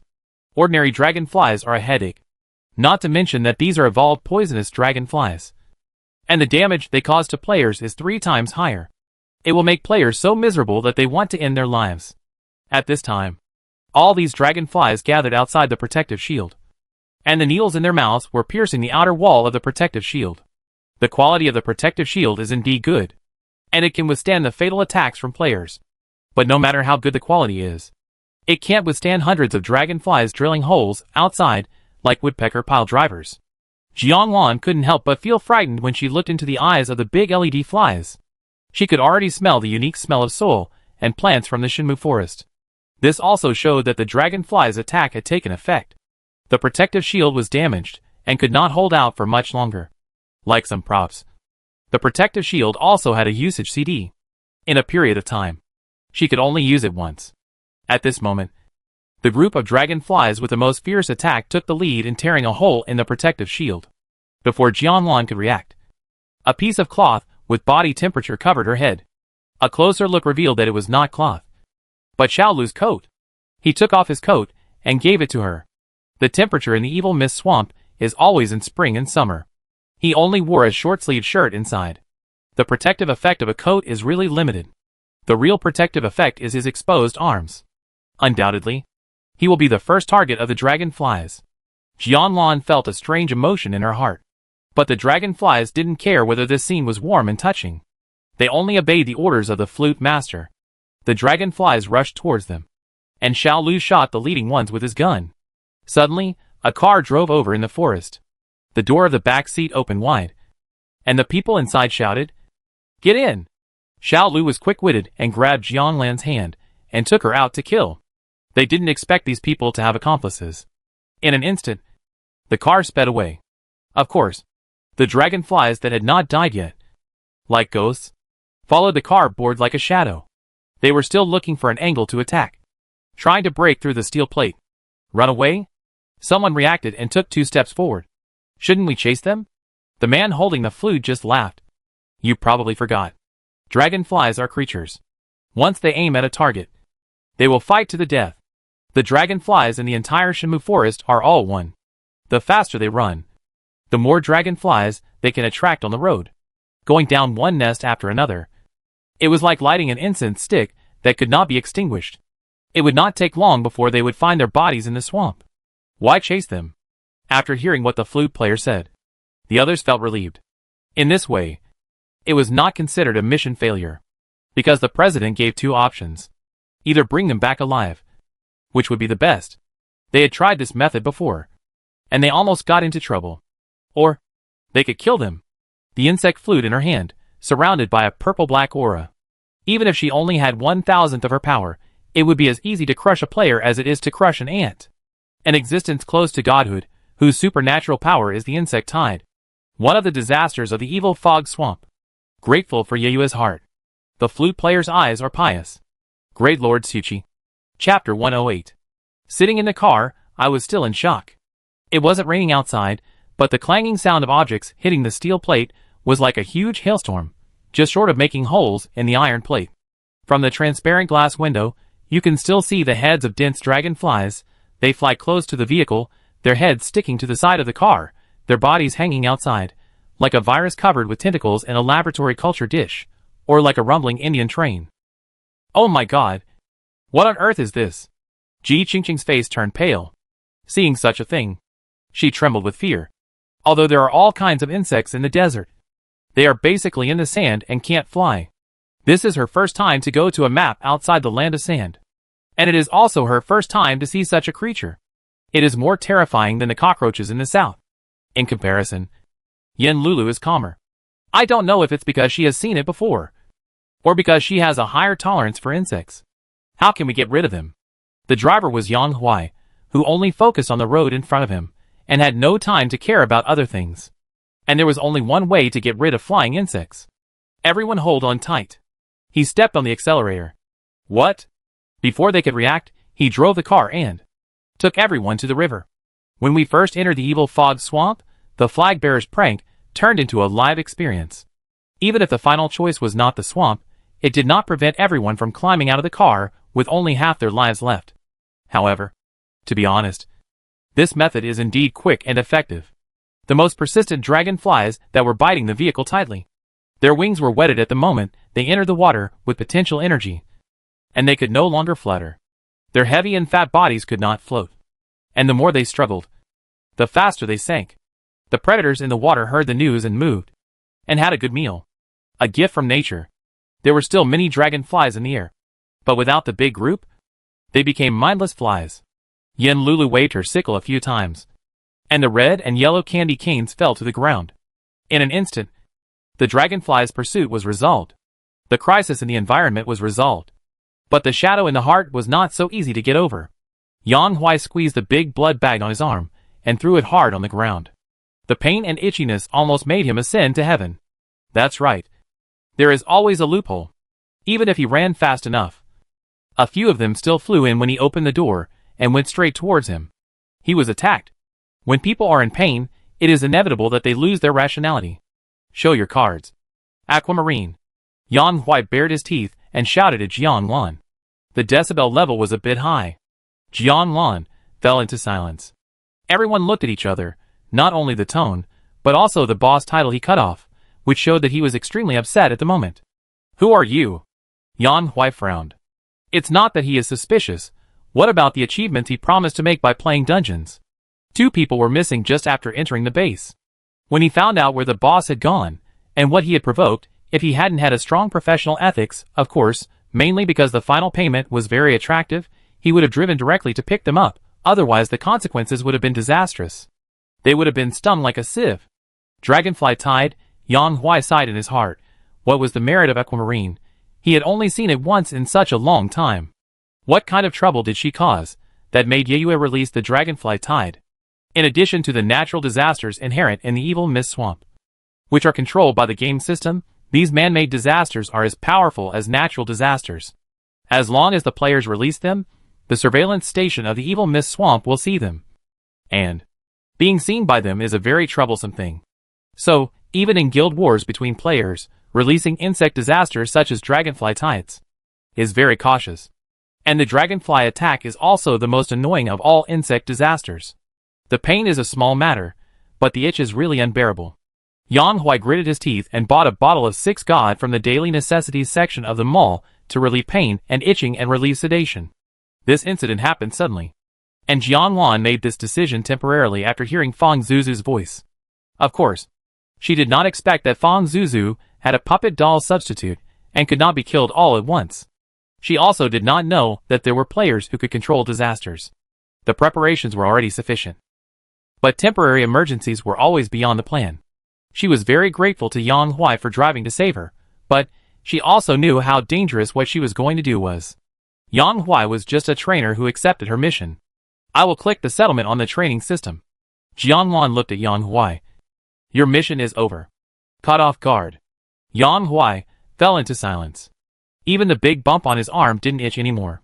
He was dumbfounded. No, he just said something to the boss, and didn't say anything radical, so he was fired? He really just wanted to ask, to ensure his own safety, and to plan better for the future. Not too much. Right? How could Aquamarine be so angry? Haha, Yang Huai became angrier and angrier as he thought about it. Yes, what could be wrong with him? It was Aquamarine who was too much. This boss is really hard to lead. Forget it, it doesn't matter. Since she doesn't want him to continue to lead her, then let her do as she wishes. Everything ends here. Yang Huai turned and left. Jiang Lan sat down on a big rock by the river. It was getting darker, and everyone decided to camp here for a night before making plans. The map showed the location of the nearest post station, but it required crossing a vast forest. Crossing the forest at night was risky, not to mention poisonous insects and fierce beasts, and miasma could also make people lose their way. Yen Lulu and Ji Qingqing went to collect food nearby, and Jiang Lan wanted to go with them, but her shoulders hurt so much that she couldn't lift them. So she stayed and built a fire on the ground. Xiaolu came back first, put the hair down, and saw Jiang Lan's face full of pain. What's wrong with you? Nothing. Jiang Lan naturally wouldn't tell him that when she got on the bus. She was bitten on the shoulder by a dragonfly. Because she had found the raw materials that could relieve pain and detoxify from the plants she collected when she entered the evil fog swamp, and used the alchemy furnace in the cooking system to compress it into pills. She also gave it a very appropriate name. Bubufen. At this time, Bubufen was looking for the source of pain in her body, detoxifying and relieving the pain. But this would take time. Seeing that Jiang Lan didn't want to talk to him, Xiaolu didn't ask. But there was one thing he really wanted to know.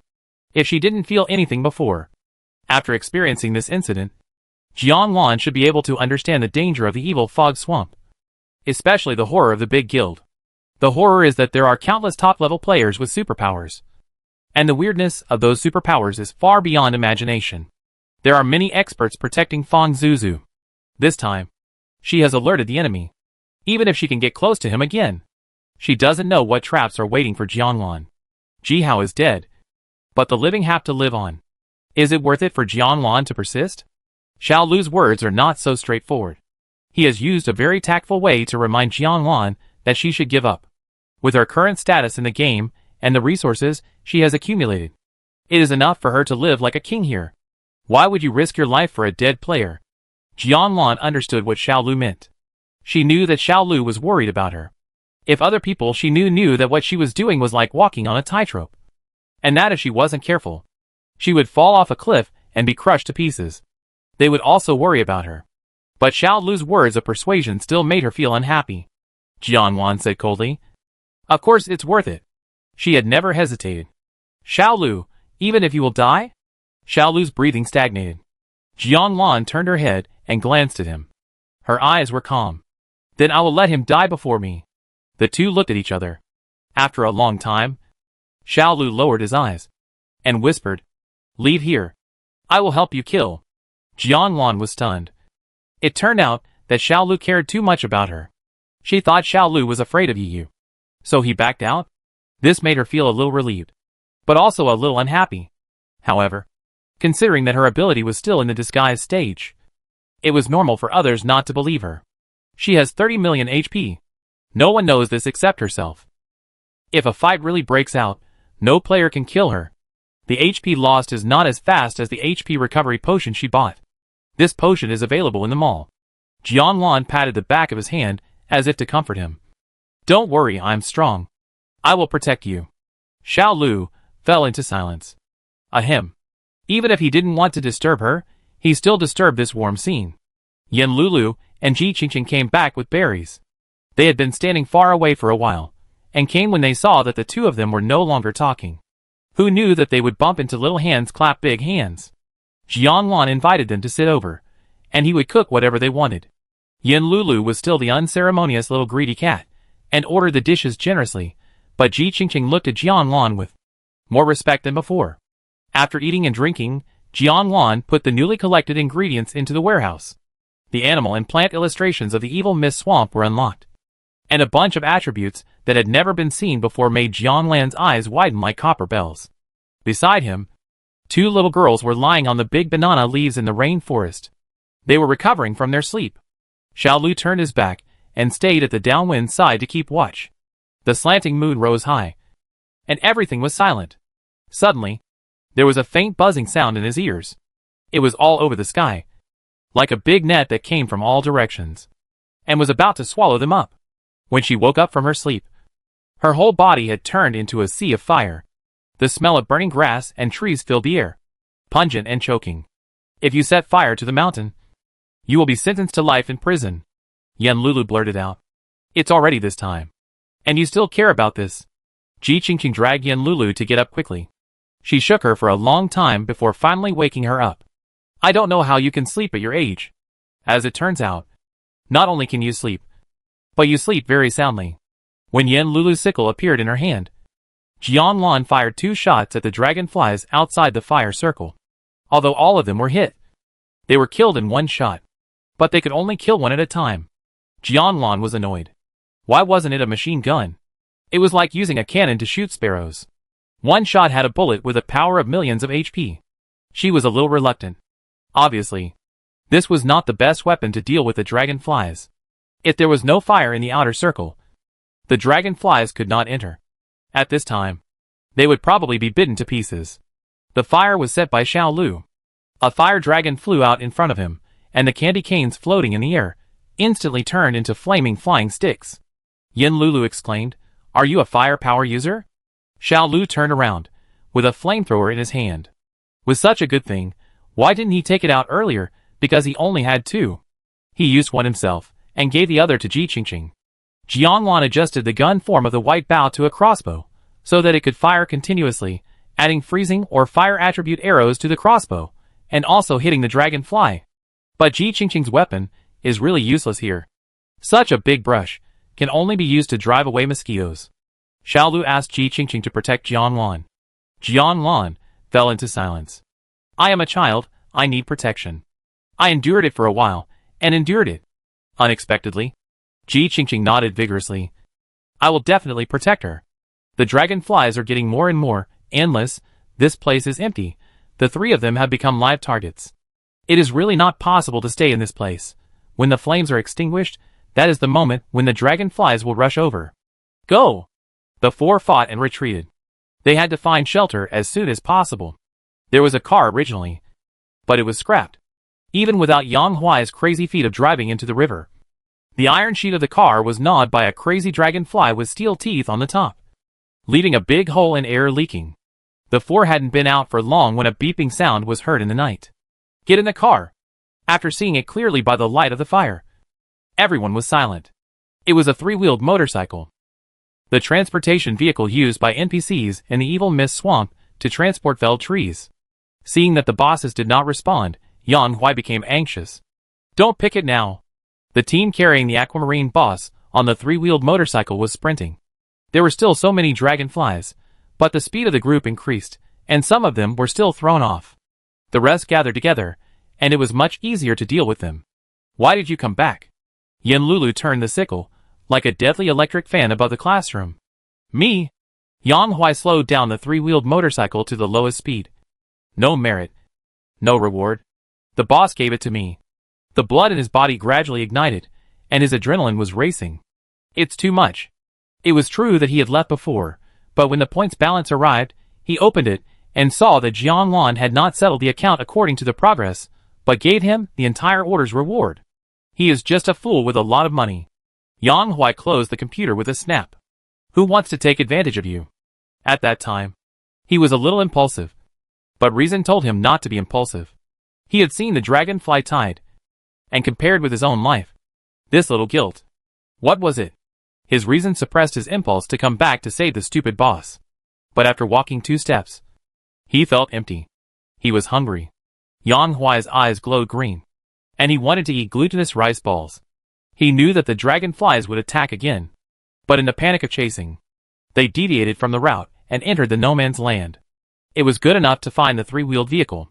He was now going to take Hai Lanbao and the others to another post station. Although this post station was far from the one in the dense forest, this route was safer, and there would not be so many dangers. Yang Huai led Jianlan and the others to race through the forest. The dragonflies around them suddenly decreased. Before everyone could relax their vigilance, a huge dragonfly appeared in the darkness behind them. It was almost 10 times larger than an ordinary dragonfly. Just like a flying dragon. Everyone was stunned. Jianlan raised his crossbow and aimed at it. At this time, a hand pressed down Jianlan's crossbow. This dragonfly was the queen of a nearby nest. If it was killed, it would alarm all the nearby nests. At that time, even if it hit people, it would kill them alive. Xiaolu jumped out of the car. Jianlan didn't understand. What are you doing? Xiaolu didn't look back. I'm leading it away. We'll meet at the post station. Jianlan watched Xiaolu's back getting farther and farther away, until he disappeared into the night. She stopped the car. The car was 3 times faster than before. She felt that Xiaolu couldn't be left alone there. The car showed no signs of stopping. Jianlan felt that the speed was even faster than the off-road vehicle they drove when they came here. The woods on both sides were retreating rapidly. Jianlan had a bad feeling in her heart. She turned her head and saw that the driver was not Yang Huai at all.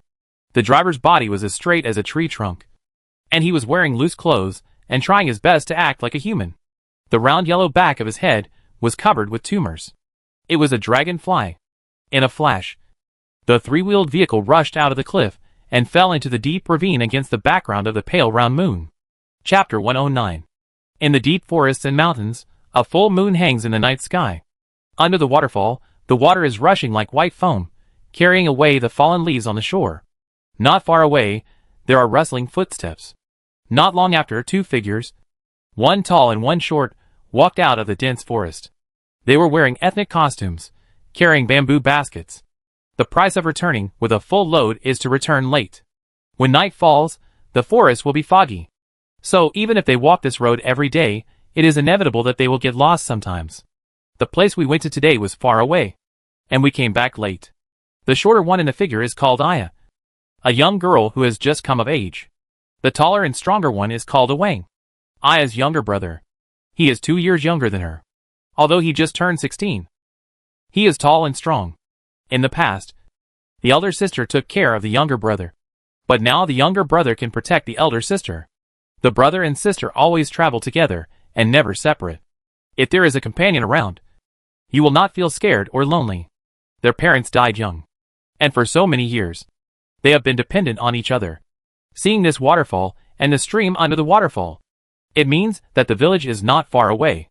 Although the resources in the village and the surrounding areas can make the villagers self-sufficient. However, if they want to obtain rare medicinal materials, they have to go deep into the forest. The last time they went out, my sister found a plant in the forest that can heal broken bones. As long as they dig one, they can go to the medicine shop in the village and exchange it for food and supplies that can sustain them for a month. The benefits of exploration are much higher than those of growing food. So, it is not their fault to take risks. However, rather than digging up every plant she saw, my sister thought more about transplanting a few plants and taking them back to plant. In this way, she would not have to risk her life every time and run so far. Most importantly, they had already exceeded the safe area designated by the village leader for the villagers. In other words, they ran away secretly. However, the division of the area is to ensure the safety of the villagers. Even if some villagers really violate the rules, it is not a big problem. After all, if they don't listen to the advice and get into trouble outside, they can only blame themselves for being tired of living. Everything is their own fault. In the blink of an eye, they arrived at the stream. My sister rolled up her trouser legs and prepared to wade across the stream. The stream water was cold at night, and it flooded over her calves. The water was turbulent. There were pebbles at the bottom of the stream. The pebbles were slippery, but the abundant rainwater nutrients in the rainy season made them covered with moss. The elder sister walked carefully, step by step, slowly. If she slipped, it would be no joke. Who would have thought that after she had taken 2 steps, she suddenly felt someone pulling her clothes? This scared her. The person who pulled her clothes could only be her brother. Even if there was something, she should not be distracted at this time. But the next second, she looked in the direction of her brother's finger. The elder sister was stunned. In the stream in the distance, there was a white thing blocked by a big rock. It seems, it's a person? After an unknown amount of time, Jianlan woke up from her coma. Losing consciousness in the game is not a good thing. After all, in this game, players only have one life, which is as precious as in the real world. Although there are superpowers and game props to assist, there are also various unimaginable fatal threats here, which can take the player's life at any time. The experience brought to Jianlan by this coma is like the cream mushroom soup with predictive function that she ate last time, but didn't know the effect until she woke up. At the end of that dream, everyone died. They died at the hands of Bo Xiao. Of course, Bo Xiao is very honest now, obeying Jianlan completely, and dare not act rashly. But even so, it cannot erase the psychological shadow it left on everyone. That was the first day Jianlan entered this game. Now, Jianlan has lived in the game for a long time, and has seen all kinds of emergencies. So, when she opened her eyes, and saw herself lying on a bamboo mat bed, with tiles on her head, she immediately became alert. What is this place? Are you awake? In the middle of the night, the person lying on the bed suddenly rose to life. The scene was a bit creepy. However, before carrying Jianlan back, Sister Aya confirmed that Jianlan was still breathing, and was not dead. So she felt relieved. Not only that, she also asked her brother Wang to prepare some food. In the kitchen next door, the chimney was full of smoke. Cooking in the middle of the night, only this pair of free-spirited siblings were there. Jianlan was shocked to see a girl with bright eyes. Because of Aya's outfit, he knew at a glance that she was different from the players, who were called superpowers by the natives of this world. And her temperament was not the relaxed one that a player who was struggling to survive could have. She looked at him with curiosity. Jianlan quickly judged that this was an NPC. The faint fragrance in the air made Jianlan more determined in his inner thoughts. I am in a certain copy, although I don't know how I got in. According to her past experience, in the SSS-level copy of the Tsar's tomb in the Land of Sand, there is food similar to that in the real world. But in the game's big map, food does not exist. Even if there is, no one will eat it. The natives also live on nutrient solution. Awang is young, but he is a good cook. Plates of delicious and colorful cottage specialties are served on the table. It can be seen that the life of the brother and sister is quite comfortable. This was their dinner. Of course, Jianlan was also invited to dine together. Jianlan was amazed at the affluence of the NPCs in the dungeon.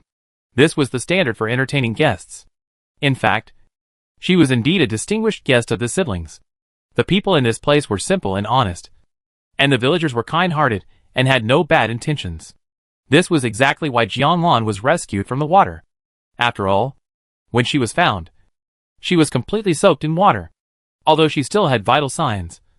The night in the mountains was very cold. If she could not wake up in time and leave that place, she would freeze to death in the stream due to hypothermia. Jianlan's clothes were also changed by Aya. If you don't look in the mirror, you won't know that she can blend in perfectly when she walks outside in the village's ethnic costumes. If you don't explain, you will really think she is one of them. The conversation at the dinner table was mostly between Aya and Jianlan. Awang, who carried Jianlan all the way back, didn't say a word and just focused on eating. This was very abnormal, and Aya immediately realized that something was wrong. After all, the first person to discover Jianlan was Awang.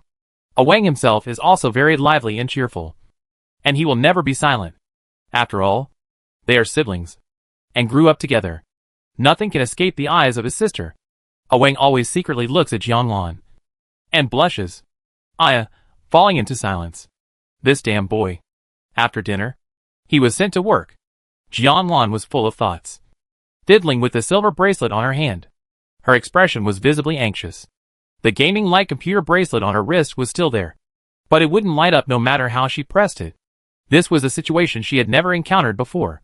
You know, the bracelet was almost equivalent to the life of the player. Without it, they would be as fragile as cattails. They couldn't use their superpowers, and couldn't see their health. They could only rely on their body's perception.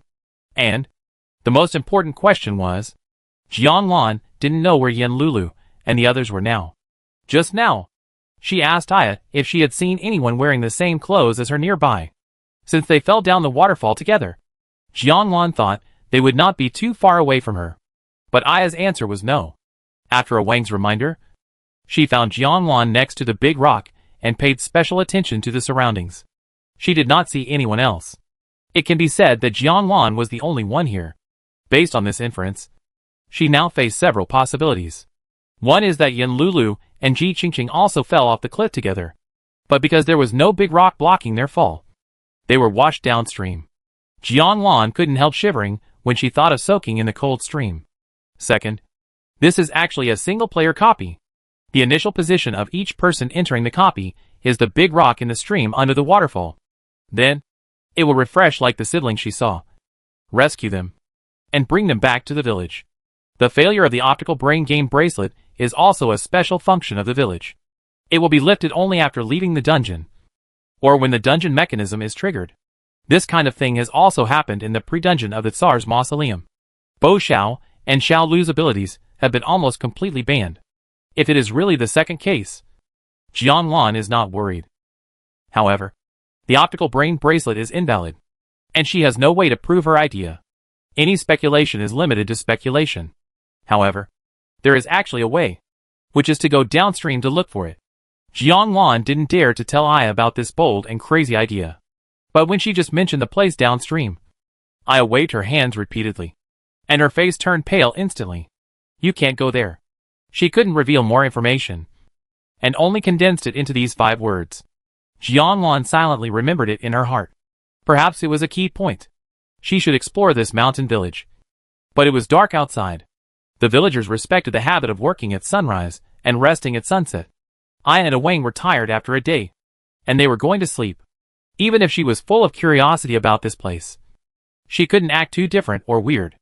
Lying down on the bed that Aya prepared for her, Jianlan thought she couldn't sleep. But the quilt was very soft, and there was a faint smell of sunshine on it. It actually made her feel like she was back in the university dormitory. The quilt was warm after drying, and she closed her eyes and fell asleep in a daze. This should have been a peaceful night, and she would sleep until dawn. But I don't know how long it took. Suddenly, there was a buzzing sound in her ears, a bit like a mosquito. However, this sound was like a death warrant for Jianlan. At first, she thought she was dreaming, but the sound became louder and louder, and clearer and clearer. Not only that, this sound was mixed with more chaotic noise. It seemed that tens of thousands of people were talking in her ears at the same time, noisier than the farmer's market near her home. When she woke up from her sleep, there was a red light outside the window, like a blood-red sunset. After focusing her eyes, she could see clearly. It was not the sunset, but the fire. The villagers waved torches to resist, and under the light of the fire, dragonflies were flying all over the sky, like hell on earth. Chapter 110. The dragonfly is chasing after her? How could this happen? Is it chasing after her? Is she not in the dungeon, or is she on the world map? For a moment, Jianlan's mind was filled with endless questions, but no one could answer her. However, one thing is certain, she seems to have brought trouble to the village that cannot be shaken off. Aya and Wang, the brother and sister, have already gone out with torches, and as a guest, she naturally does not need to join the battle to defend the village. But how could Jianlan hide in the room and ignore it?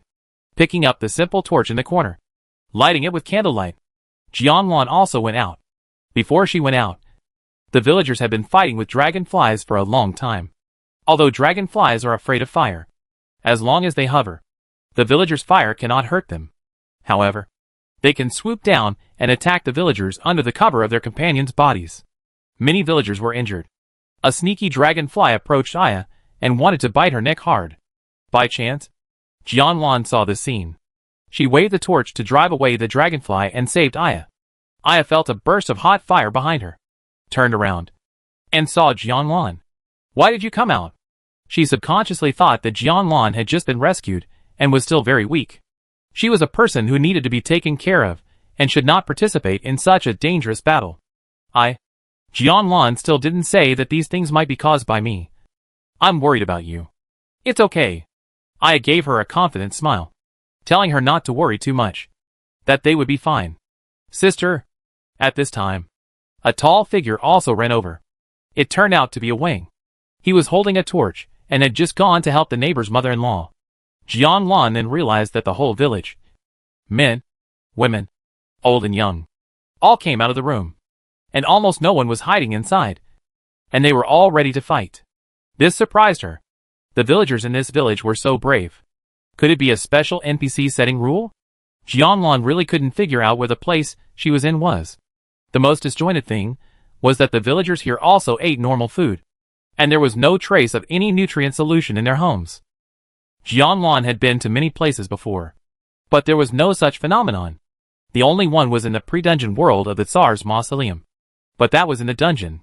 There was another possibility, that the dragonfly chased her into the dungeon. However, this is even more far-fetched than the possibility that there are actually villages that eat primitive food in the game world. Jianlan knew that it was not good to be distracted by other things in such a dangerous situation. But she just couldn't control herself. The most important thing is that her game bracelet has failed. So, of course, the universal white bow cannot be taken out. Otherwise it can be directly transformed into a super flamethrower, which is many times more efficient than a torch. Not to mention, there are still a lot of food for attack in her portable warehouse. And she will definitely be able to eliminate these terrible monsters as soon as possible. Slowly, villagers continued to fall. The number of dragonflies was actually increasing. The sky suddenly darkened, and swarms of dragonflies covered the sky and formed a thick net, which pounced on the villagers as if organized. The weak light of the torches was extinguished bit by bit, and the buzzing sound of wings flapping was all around her ears, which was creepy. Jianlan had been bitten before, and she knew how much pain the dragonfly's venom would bring to people. But she could only cover herself and Aya's bodies with blankets as much as possible. She thought, there are so many dragonflies, why don't we all go back to the house to hide? It should be much better to have a shelter than to be in an open place.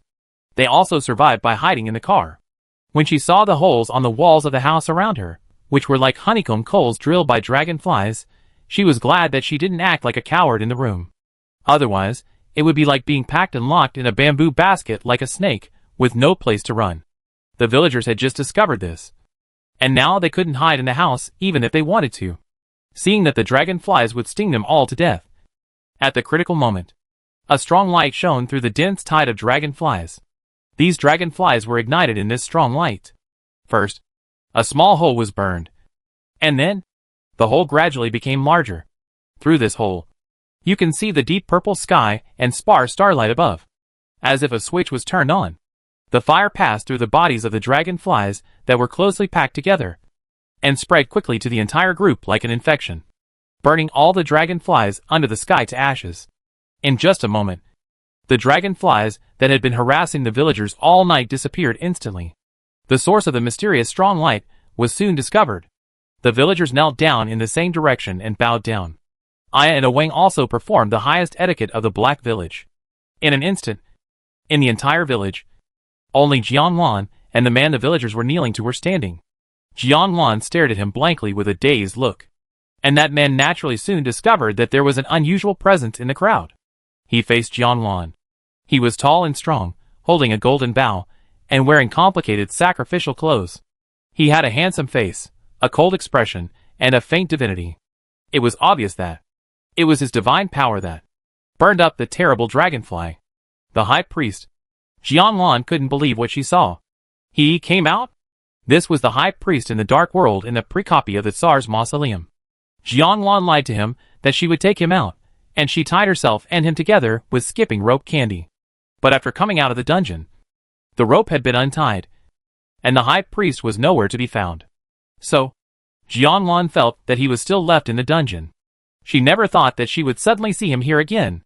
After the turmoil last night, she had confirmed that she was on the big map, not in the dungeon.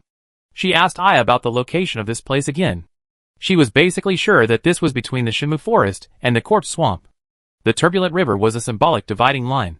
Since they were on the big map, her companions must not have entered the dungeon, and they might be nearby.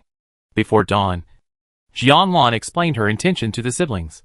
She had to go find her companions. Originally, Aya wanted Awang to help, but there were too many injured villagers last night, and they couldn't get away, so they had to help. Helping each other is also the tradition and folk custom of the village. So, Jianlan left the village alone. Although the villagers were still frightened by the strange phenomenon last night, they were not scared to death, even though they had brushed shoulders with death several times. This also indirectly confirmed one thing, that they must have experienced similar events before. Perhaps it was related to the insect plague, as a permanent natural disaster in the evil fog swamp. The insect plague occurred naturally according to the game settings, just like the villagers had experienced before. This also made them feel the need to find a way to actively resist as soon as possible. However, there are also insect plagues that are artificially summoned. Like this time, the dragonfly tide chasing Jianlan. Since the boundary between the two is difficult to define, the villagers classified this insect plague as a disaster that the village would encounter every once in a while, and regarded it as a test from God for their village. Only if the villagers unite and work together can they get through it. They have a positive and optimistic attitude towards this. However, the reason for maintaining this good mentality is actually not very related to life beliefs. The main reason is that they have someone they can completely rely on. The leader of the Black Village. The High Priest. As long as the High Priest is there, no one can harm the villagers of the Black Village. In the past, whenever an insect plague occurred, the High Priest was present and quickly used his divine power to quell the disaster. But this time the incident happened too suddenly, and the High Priest was in seclusion, so he came a little late, causing some losses in the village. As soon as he came, the village immediately became peaceful. This is the most serious insect plague in the history of the Black Village. However, there were no casualties. Most of them were injured. Applying a special ointment can relieve the pain. This relieved Jianlan's guilt. But she didn't know whether the dragonfly tide that was eliminated this time was really gone, or just temporarily calmed down. Because, if the target of the cursed caster was her, she was not dead. Then the dragonfly tide would be endless, chasing her endlessly. Before long, it would attack the village again and bring trouble to the villagers. This is something she absolutely does not want to see.